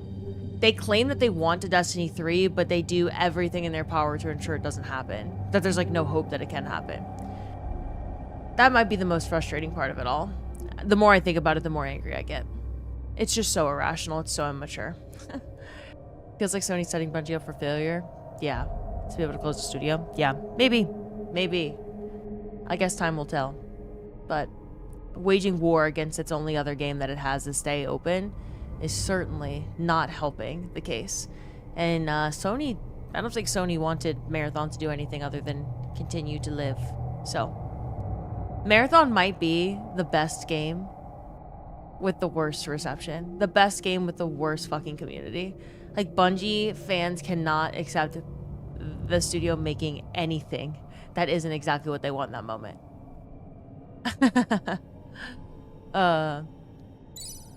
Predator, thank you for following. Welcome to the community. I think there's potential parallels between D3 movement and Zack Snyder Justice League movement. We'll see, Nam. We'll see. Like, I'm not hating on anyone who did it. I'm really not. But I just hope that people understand that, like, Cross can make a bunch of D3 emotes, and you can go spam them in the Summer Game Fest chat. Sony's not watching the Summer Game Fest. Summer Game Fest is not affiliated with Sony at all. Sony stayed, like, I think people, it just shows me how out of touch people are with what actually is, like, healthy for Bungie's future or makes a new game. It's not, it doesn't get other people around the gaming industry rallying behind you to overpower their moment and their gaming trailers with your spam. It doesn't get people to rally behind you. They have nothing to do with Sony, and they want your game too. The Sony State of Play is the perfect time to spam emotes if you want to go fucking, like, yell into a void at some underpaid Sony employee managing the Twitch chat. If that's what you want to do, absolutely go do it. Make some noise. Articles got written. I think that's fantastic, whatever. When you go overboard or you don't think about, like, what your actions do to other people, they just start to feel annoyed at you. So you gotta let other people have their moments too, I think. You gotta, like, there's just no logic in the movement at all. There's no logic in the boycott of Marathon. There's no logic in a war against any other game that Bungie makes. Bungie is not in control. Sony is in control. So tell Sony you want a D3. Why weren't you doing #WeWantDestiny3 at the end of Final Shape? I was literally in a war with Les, doing debates with Les on YouTube because Cross and Les despised the idea of Edge of Fate so much before it even dropped. If that was the case, why was there no #WeWantDestiny3 when Final Shape ended? There have been years where people could ask for a Destiny 3 to be greenlit so that they continue to play the game they love before it's too late for a D3. No one started that movement then. You started when the game has gone so far past the point of being able to be maintained anymore that it's just shut down. And it's fine. It's like better late than never, I guess. But you could look at, like, Sweatsickle's video from after Witch Queen where he calls for a Destiny 3 and 100 comments under that YouTube video are telling him that he's a fucking idiot and that no one will ever want a D3. Hindsight's 2020, I guess, but sometimes I just think that there are movements without logic. Movements without logic. Passion, but misplaced passion. Like, the passion is so needed. The community needs to, like, unite and have passion, but it's just so fucking misplaced sometimes. It's frustrating. It's frustrating. Raxbox, what's up? So what's the suggestion now? Do nothing? You clearly don't watch me, Phantom. Nah, I've told people to sign the petition since day one. I told people to make noise against Sony and the Sony state of play if they wanted to, if that's what they felt like they wanted to do. It is the Sony state of play, right? That's what Sony is paying attention to. I told people to, you know, tweet about wanting a D3. I told people to write messages on the petition if they felt passionate about it. There are definitely places to making your voice heard is never a bad thing. I just think that if it's at the expense of maybe other games or gaming studios, or at the expense of the studio that you absolutely need to stay alive, like the bare minimum requirement for a D3 is a Bungie. Unless you want some other studio making your Destiny game, which I certainly don't. If the bare minimum requirement for a Destiny 3 is a Bungie, then what the fuck is the war against Marathon for? Why are you expediting the closure of a studio that doesn't have anything greenlit to work on? Marathon ends, Bungie's done. There is no future of a Destiny franchise made by Bungie. Pete Parsons stepped down, leadership is changing. June 9th, they were clearly able to cook. Things were shifting in the right direction. And I heard this from internal sources at Bungie as well, that things were shifting in the right direction. There was so much hope that they could prove themselves. Yeah. You can tell how fucking brain rotted some of the community and the creators are for this game when in April there was like a huge leak. Someone inside of Bungie leaked to the reporters that they were moving Destiny 2 team members over to Marathon. And people took that, not even once the closure of, or the end of Destiny 2 development got announced, people did not like put two and two together and think people were probably forced to wrap up their Destiny projects and then move over to Marathon because that's the only place that they can go is Marathon, at least until they have another game greenlit, at least until something else is like there for them. It's either they get fired or they move over to Marathon, right? And people were just like, no, they must have like hated Destiny and wanted to abandon it on purpose and move everyone over to Marathon because they just like think Marathon's this golden child that's so successful. No fucking logic. No fucking logic in that thought process. So, yeah. Maz, I hear ya. It's okay to say I wish Marathon never got made because all I ever want is my own game. It is not okay to expedite the demise of a studio that you claim to support by waging war against their other game that they are proud of. And that, frankly, they should be proud of because it's a good game. And that, frankly, the people that are waging war against it should feel shame over because a lot of the reason the game is not very played is because you literally can't stream it. You can't play it, you can't talk about it, you can't stream it. You get legitimately torn to fucking shreds. Like death threats shreds. Just because you say you like the game. If I was Sony, that's not a community I would greenlight a D3 for. So I'm not surprised they did it, frankly. Though they have plenty of other reasons like profit and stuff, but... Token Corgi Dad, thank you for following. Welcome to the community. There's a lot of nuance to these situations, and I think people forget. You see things as such black and white, right? And it's not black and white. It's not black and white. These are real people with careers on the line. This is a real studio with its legacy on the line. This is like leadership that was finally maybe seeing like a thin, like a slice of light, like some real turnover, some change happening. And like everything coming June 9th was already on the table. It was already in the pipeline. It was already thought of, right? It wasn't just like some magic that they only made within a month because they knew that the game was ending. It was already there. It was already ideated. So, yeah. whatever. It is what it is. But at the end of the day, the game's ending. I don't have very much hope for a future of the Destiny franchise, and it sucks when I see something like the final shape, and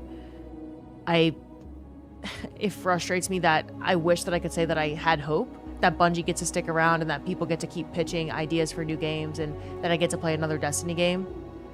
I don't have any hope. I have less hope now than ever because of the war that was started last week. Like this completely like fiery passion to end the studio. Those players and me don't love the game in the same way. And I don't think that you can ever claim to love Destiny and act like that toward Bungie, Marathon, whatever. I just don't think that you can actually love the game. You either love the game and don't have any critical thinking skills, or you actually just hate the game and you want to see Bungie crash and burn. Those are my two options there. It's just like, yeah, they're just not grounded in reality. It's so frustrating. I don't even mean to rant about it. It's just so fucking frustrating, man. Oh my god. Ace, what's up? You know what's funny? Marathon's going to put it on Steam the same day on June 9th? What? What are you even talking about, Raxbucks? If you just heard everything I say and you're in my chat shitting on Marathon, you didn't actually listen to a thing I just said. Cam, what's up? You've been firmly in the camp of, oh nice, I have 2 cakes? Yeah, it's like, and you don't even, no one's even told you. No one's even told you that you have to buy Marathon or play Marathon. It's completely made up. Cross told you that that's a thing. It's not a thing. Cross made a generalization about the entire Marathon community and then bitches incessantly when people make generalizations about the Destiny community.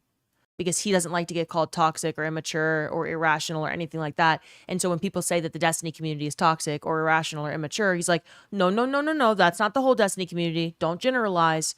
And then one singular dumb fuck says something about Marathon. He acts like the whole entire Marathon community is sitting there shoving Marathon down your throat. They're not. They're not. If you don't like Marathon, don't fucking play Marathon. Like, I consider myself part of the Marathon community that genuinely enjoys the game and thinks it's well designed because I fucking like extraction shooters. And if you've ever heard me talk about Marathon in any capacity, you know I've been like, 95% of these bitches in this chat, y'all are gonna hate Marathon. It's not for you. It's not for you. I really wanted Tig to play Marathon with me, and what did I warn Tig about? I was like, Tig, I don't think you're gonna like Marathon. I don't think you like Marathon. Like, I don't think you're gonna like the extraction shooter. Vince, I know you're not gonna like Marathon. The gunplay can feel fantastic. The game can be beautiful. It can be well designed. But at the end of the day, it's just a niche little extraction shooter. And I love my niche little extraction shooter. But it is never going to see these like glory days of Fortnite because it's just not that. Sony took a chance. People make it so much deeper than that, but like all they did was take a chance on a game because every game out there in development is taking that same chance. Every single fucking game is taking that chance. You look at my general channel, you look at what we saw in a 2-hour period at Summer Game Fest today. This list, I have to scroll through this list. Every single one of these games wants to be the next big thing. And maybe none of them will be. Maybe not a single one of these games on this list will be. But eventually, you hit the jackpot. Eventually, someone has a Fortnite, someone has a Roblox, someone has a Minecraft, someone has a Destiny, someone has a Halo. If you're faulting a studio for taking a chance and making a game that you don't like, you're just fucking selfish. You're just fucking selfish. It just enrages me. And then I see some shit. If you have no faith or hope, there's no need to rant. Alexander, fuck you for saying that. I get to rant if I don't have hope for a future of the Destiny franchise. It doesn't invalidate my opinions. And like, I'm just saying logically, I don't think that there's any sort of hope. Because of the people I just described. Oh, we've seen it before as Apex Legends released. People thought if it succeeds, then Titanfall 3 would follow, but people are still waiting for it. You didn't mean like that? Oh, okay. No. I'm ranting because I want to. Like, I just think it's unbelievable the number of people who have this, like, they're just in this cesspool of thought about how Marathon is like the most perfect scapegoat in the whole world and that we're only here because of it. And like, go through Cross's YouTube page. He had every fucking opportunity to ask for a Destiny 3 at any point in the last 7 years. He didn't. He released video after video about how Bungie is done. Bungie needs to close. Bungie is a piece of shit. Destiny is a piece of shit. No one should play Destiny. Destiny is in hell. Destiny's the worst game ever made. And then he visits Bungie and then he's like, Destiny is so back. Destiny is the best game ever made. And it's just like this constant up and down in the community. That's not just him. It's applicable to like so much of the community sentiment. And then feedback about the game has been impossible to decipher because creator feedback, player feedback, so up and down.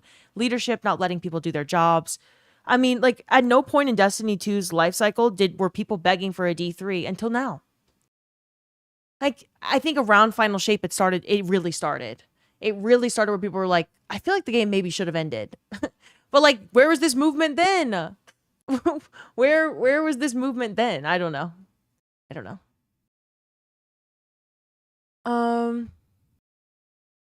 I'm starting a petition to have an IQ over 100 to use the internet.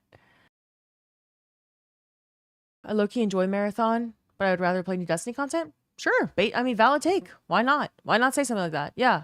Guess what? I love extraction shooters. I'd still prefer Destiny 3. You're not wrong to say that. You're also not wrong to be like, I tried Marathon out.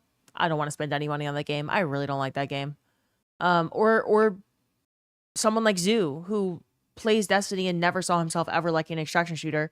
And he ended up really liking Marathon, even though he doesn't play games like that. That could happen. You could be like, I love Bungie, really want a Destiny in the future, so I support them. Like, I really hope they get their shit together, work things out with Sony. I'm not going to support Marathon, though, because, like, I'm here for Destiny. Like, I like Bungie because of Destiny, but, like, no ill will toward their other games. Like, that's part of the gaming industry right now. You're going to have to make other shit. You're going to have to see what succeeds. Destiny 3 isn't in the cards right now. Sony decided. Like, that's just a logical take. It's okay. It's okay to hate Marathon, like, as a game genre. I say I hate horror games. I hate pirate games. I hate medieval games. I don't hate gaming studios or like wish for their games to crash and burn, though. I hope that the people that like those games get to stream them, get to build communities around them, get to tweet about them, get to talk about them freely without any sort of hate, without being called a traitor, anything, without death threats, like anything like that. The level that it's gotten with Marathon is just genuinely fucking absurd. It's fucking actually absurd. No studio, like, or replace Bungie's name with anyone else's, no studio can survive something like that. These studios aren't surviving that kind of war waged against their fucking games. So, I don't know. Just wish they didn't pull resources from a game that needed more. That's not what happened. Marathon did not pull resources from Destiny. D3 was not greenlit. So after the Final Shape, when they knew that they were going to be putting out fewer seasons per year, mini expansions, nothing major, they fired people. Sony, Bungie leadership, they fired people. They didn't say, you're moving over to Marathon now because we hate you. We hate your game, so we're moving you over to Marathon because that's all we care about. They fired them. They didn't need them anymore because they didn't believe in a Destiny 3 then, so they certainly don't fucking believe in it now. So yeah. I understand people have been asking for D3 like in and out for years and years and years. It's just never been it's never been like feedback has just never been consistent is all I'm saying. Okay. Like, I can vividly remember Cross coming back from his Bungie trip in November and being like, I actually think the game's back. We don't need a D3. The game is back. There's promise. They're cooking over there. And like, maybe he genuinely believed that, right? But there's a lot of up and down. They used to invite creators out to summits, and Sweatsickle would complain. Like, Sweatsickle would complain that they would go to these creator summits, and people would say to Bungie, like, these creators would say to Bungie, like, no new game. We wouldn't want to lose all our stuff. We wouldn't want to clear our vault. And then maybe another time they're like, well, maybe a new game is reasonable. And then another time they'd be like, well, never mind. No, we don't want a new game. Just a lot of back and forth feedback. That doesn't help the direction of the game at all. No one person is to blame. People come in my chat and I can tell that they're just like regurgitating like copy pasta Astacross quotes about Marathon. That shit doesn't fly here. Where did all people working on Marathon come from? New hires?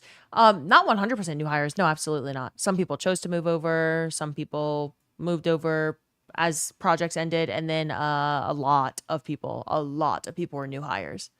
That was known though. Like I talked about it, you know. I've been talking about it forever, and I talked about it on Cross's stream forever too. And the thing is, like, you can do it. There's time machine websites. You can use a time machine website like Wayback Machine. Okay. So you go to Wayback Machine, web.archive.org. It's called the Wayback Machine. You can put in any URL and see that website over the years, okay? So then with web.archive.org, you're going to do Bungie. Let me find the Bungie job link. careers.bungie.com/jobs. Right now, they're hiring a marathon UI UX director. This is the only listing at Bungie open right now, so you can see that they're not working on any other games. Over the entire development phase of Final Shape, Lightfall, Marathon being announced, I looked at this website all the time. Anyone can. It's a public website. Like, it's on Bungie's website. You can get to it. And there were like 25 open Marathon roles at any given time. They hired Sony, Bungie, leadership, whoever decided to fund it, hired so many new people for Marathon. So many. So this idea that, like, yeah, everyone that was from D2 just like walked on over, moved to a different floor of the Bungie headquarters and started working on Marathon. It's just, it's like, I get it. It's just passion about D2, but it's misplaced because that's not what happened. Yes. Like, let's use Zach as an example, because a lot of y'all here know Zach. Zach does Bungie trailers. He did Destiny 2 trailers. That's what he was hired to do. But he didn't want to like box himself in there. He loves working for Bungie. It was a dream of his to work for Bungie, as it is so many devs there. They dream about working for Bungie. They finally get the chance to work for Bungie. They get there and they're not like, the only thing I ever want to touch is D2. They're like, I want to work for Bungie. Whatever that is, I want to put my passion, my talent into a game that Bungie is making because I believe in Bungie games. And they were so excited about Marathon. DMG was excited about Marathon even though he wasn't on the Marathon team. They're not lying or doing this for a publicity stunt. They genuinely love Bungie games. And Zach made Marathon's launch trailer. He was on the team that made the Marathon launch trailer and a bunch of Marathon trailers. That didn't mean that he was pulled from Destiny resources to go make Marathon trailers. He was doing both and had no problem doing both. And I'm sure that him, along with everyone else, were like, we're going to be so goddamn excited to make a D3 if that gets greenlit. We're going to be so excited to make anything else that gets greenlit for Bungie because it's not that fucking, like, the world doesn't revolve around Destiny only. And if the community was in a better spot to just support the studio no matter what and like be open to different concepts, and maybe things take certain time, maybe D3 comes 5 years later, maybe it doesn't. Who knows? Bungie would probably be in a much healthier spot. But yeah. No, they didn't just like pull the Destiny team and move them over to Marathon. There's so many Marathon hires. So many.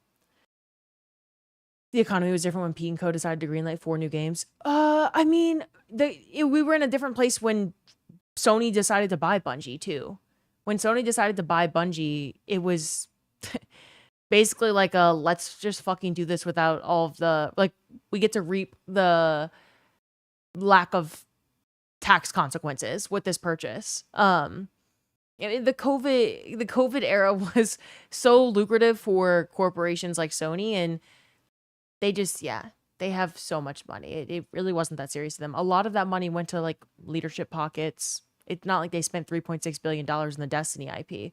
They spent $3.6 billion on Bungie in general, but like a lot of that money went to leadership pockets and payouts and all kinds of crazy shit. A lot of those payouts, I'm just giving you all a warning now, a lot of those final payouts from the Sony acquisition happen in June. We are in the month where they happen.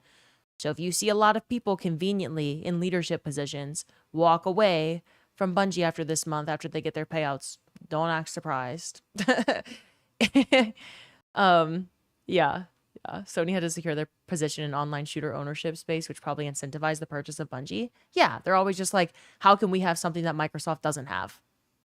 How much do we have to spend to have what Microsoft wants or what they had at one point? Or like, how can we compete with them in any way?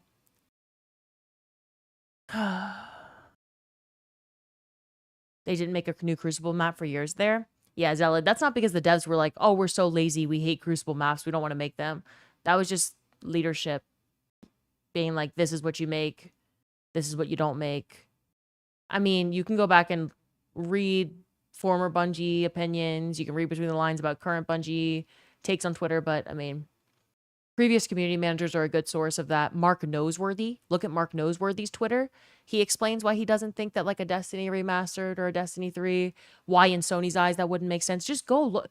Like if you don't believe some random fucking streamer, go look at the social media accounts of people who were in the shoes there. Like they were in it. They were in the middle of game development there for very long periods of time. Mark Noseworthy, Liana Rupert. Fuck, I forget the other guy who was a community manager. His profile picture on Twitter is black and white. I need to find him. His name's not Chase. Chase still works at Bungie. Ooh, Zach would follow him. I can't remember his goddamn name. You'll find him on Liana's Twitter or DMG's Twitter. But yeah, they're all yapping about it. New hires and moving people. You've seen Bungie devs update their roles on LinkedIn. Joe Ziegler was a big one. Nope. That just proves that you like literally know nothing about the... I'm not trying to be hateful towards you, Cole. Like really, really, really respectful conversation, and I welcome your opinion. But no, Joe Ziegler was poached to be Marathon's game director. Griffin Bennett. Yes, Griffin Bennett. Westfire, yes. Griffin Bennett, Liana Rupert, Mark Noseworthy. Those are the three most vocal people that I can think of where you can like go hear them talk about Lightfall cuts and the Xivu of Wrath campaign and maybe why Destiny 3 wasn't greenlit and all kinds of stuff that like maybe just gives you a little bit of an insider perspective in Bungie. Faro, what's up? Hold up. Yeah, Joe Ziegler was poached though. He did not move over. And I already said like there were both. There are people that do both. There are senior animators and trailer producers and narrative team members that like they can dabble in both. And some people, it's like a select group of people at Bungie, their bios will say Destiny 2 Marathon because those are the two games that Bungie had. So yes, there's some, but if you don't know anything about Joe Ziegler was the game director, I believe, of Valorant. Valorant is incredibly successful PvP IP, and so they poached him. They got him to move from Valorant over to Marathon, and he's a fantastic pick for the job, but he's just an example of one of many, many, many people who was hired brand new for the Marathon team. Many people. Again, you don't have to believe a word that's coming out of my mouth. I just listed the URLs for you. Wayback Machine, careers.bungie.com/jobs. Go to fucking town. Go to town. You know what? Let's do an example together, maybe. I need to go to sleep. I need to fucking go to sleep. Wayback Machine. Let's do careers.bungie.com/jobs. So you can see if I put careers.bungie.com/jobs, that the link, this particular link, February 27th, 2021 is how far we can go back, right? So you can see all kinds of dates for this website and when it's changed. It'll tell you every time that website changed. So the last time that there was a brand new listing on careers.bungie.com/jobs is May 21st. Actually May 25th, my bad. They even tell you what time of day that new website iteration went published. You can see it all. Oh yeah, he came over in late 2022 just because someone didn't have Marathon written in their bio though yet. They just maybe weren't allowed to say it because it was in different stages of like being announced. But yeah, you can see all these changes. And then so if you go back to like Marathon development time, there are so many Marathon listings, like so many. Okay, hold up. Let's see if it'll pull it up.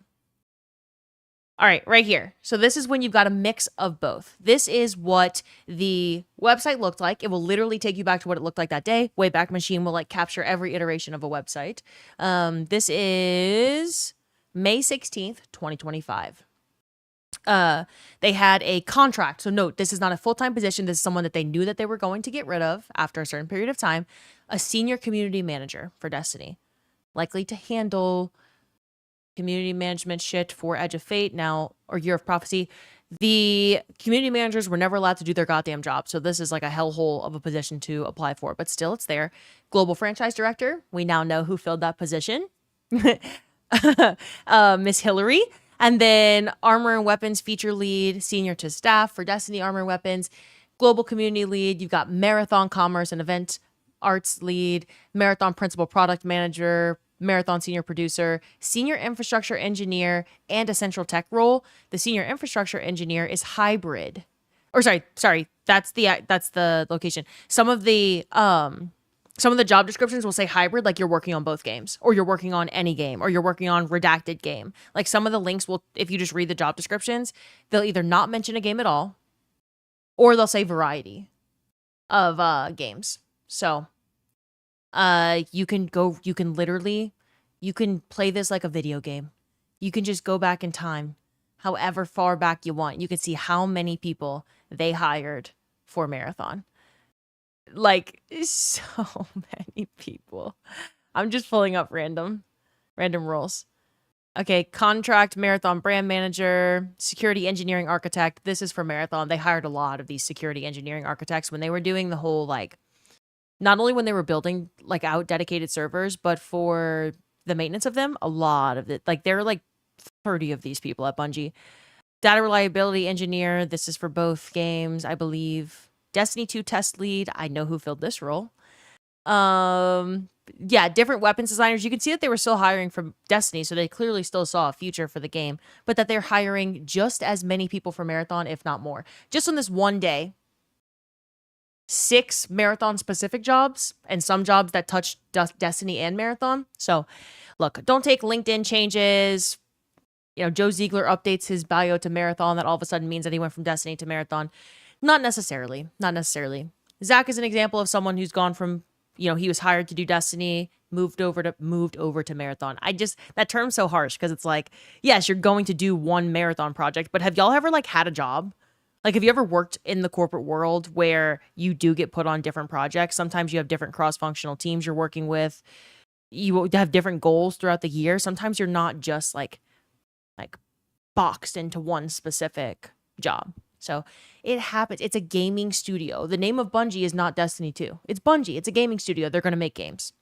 And it would have been fantastic for them if they could make Destiny and other games. And the Destiny community embraces those other games and realizes that there's a world out there where the Destiny community can have its cake and eat it too, and other games that Bungie develops can have their communities. And maybe they don't have any overlap, maybe they have a little overlap, but regardless, both exist. Here's more Marathon specific roles.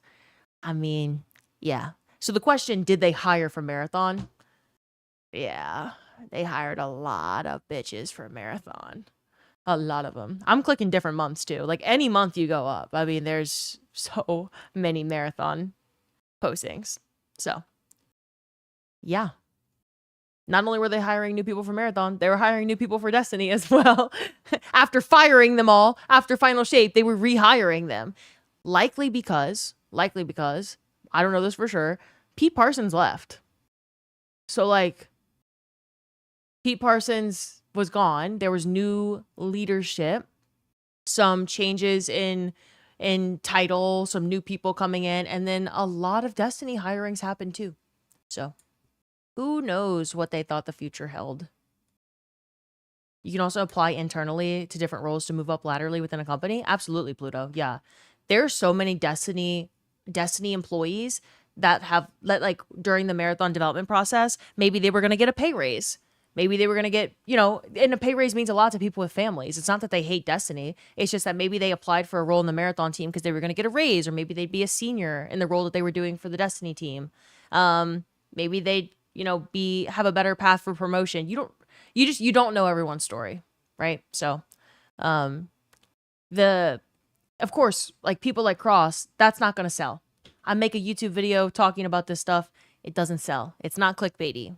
People aren't going to stick around and hear your rant for 30 minutes, but it doesn't make it any less of like a valid perspective on the game. So, just please, when you hear things from content creators, think, what does this give them? Cross's War on Marathon, as an example, gives him millions and millions and millions of YouTube views. Thousands and thousands and thousands of subscribers. Donations coming out the ass of people that feel bad for him. And that would make him objectively incredibly successful. Just take things with a grain of salt. With that, I'm going to go to bed. It's so goddamn late and I need to sleep. I think I'm going to take tomorrow off. TBD.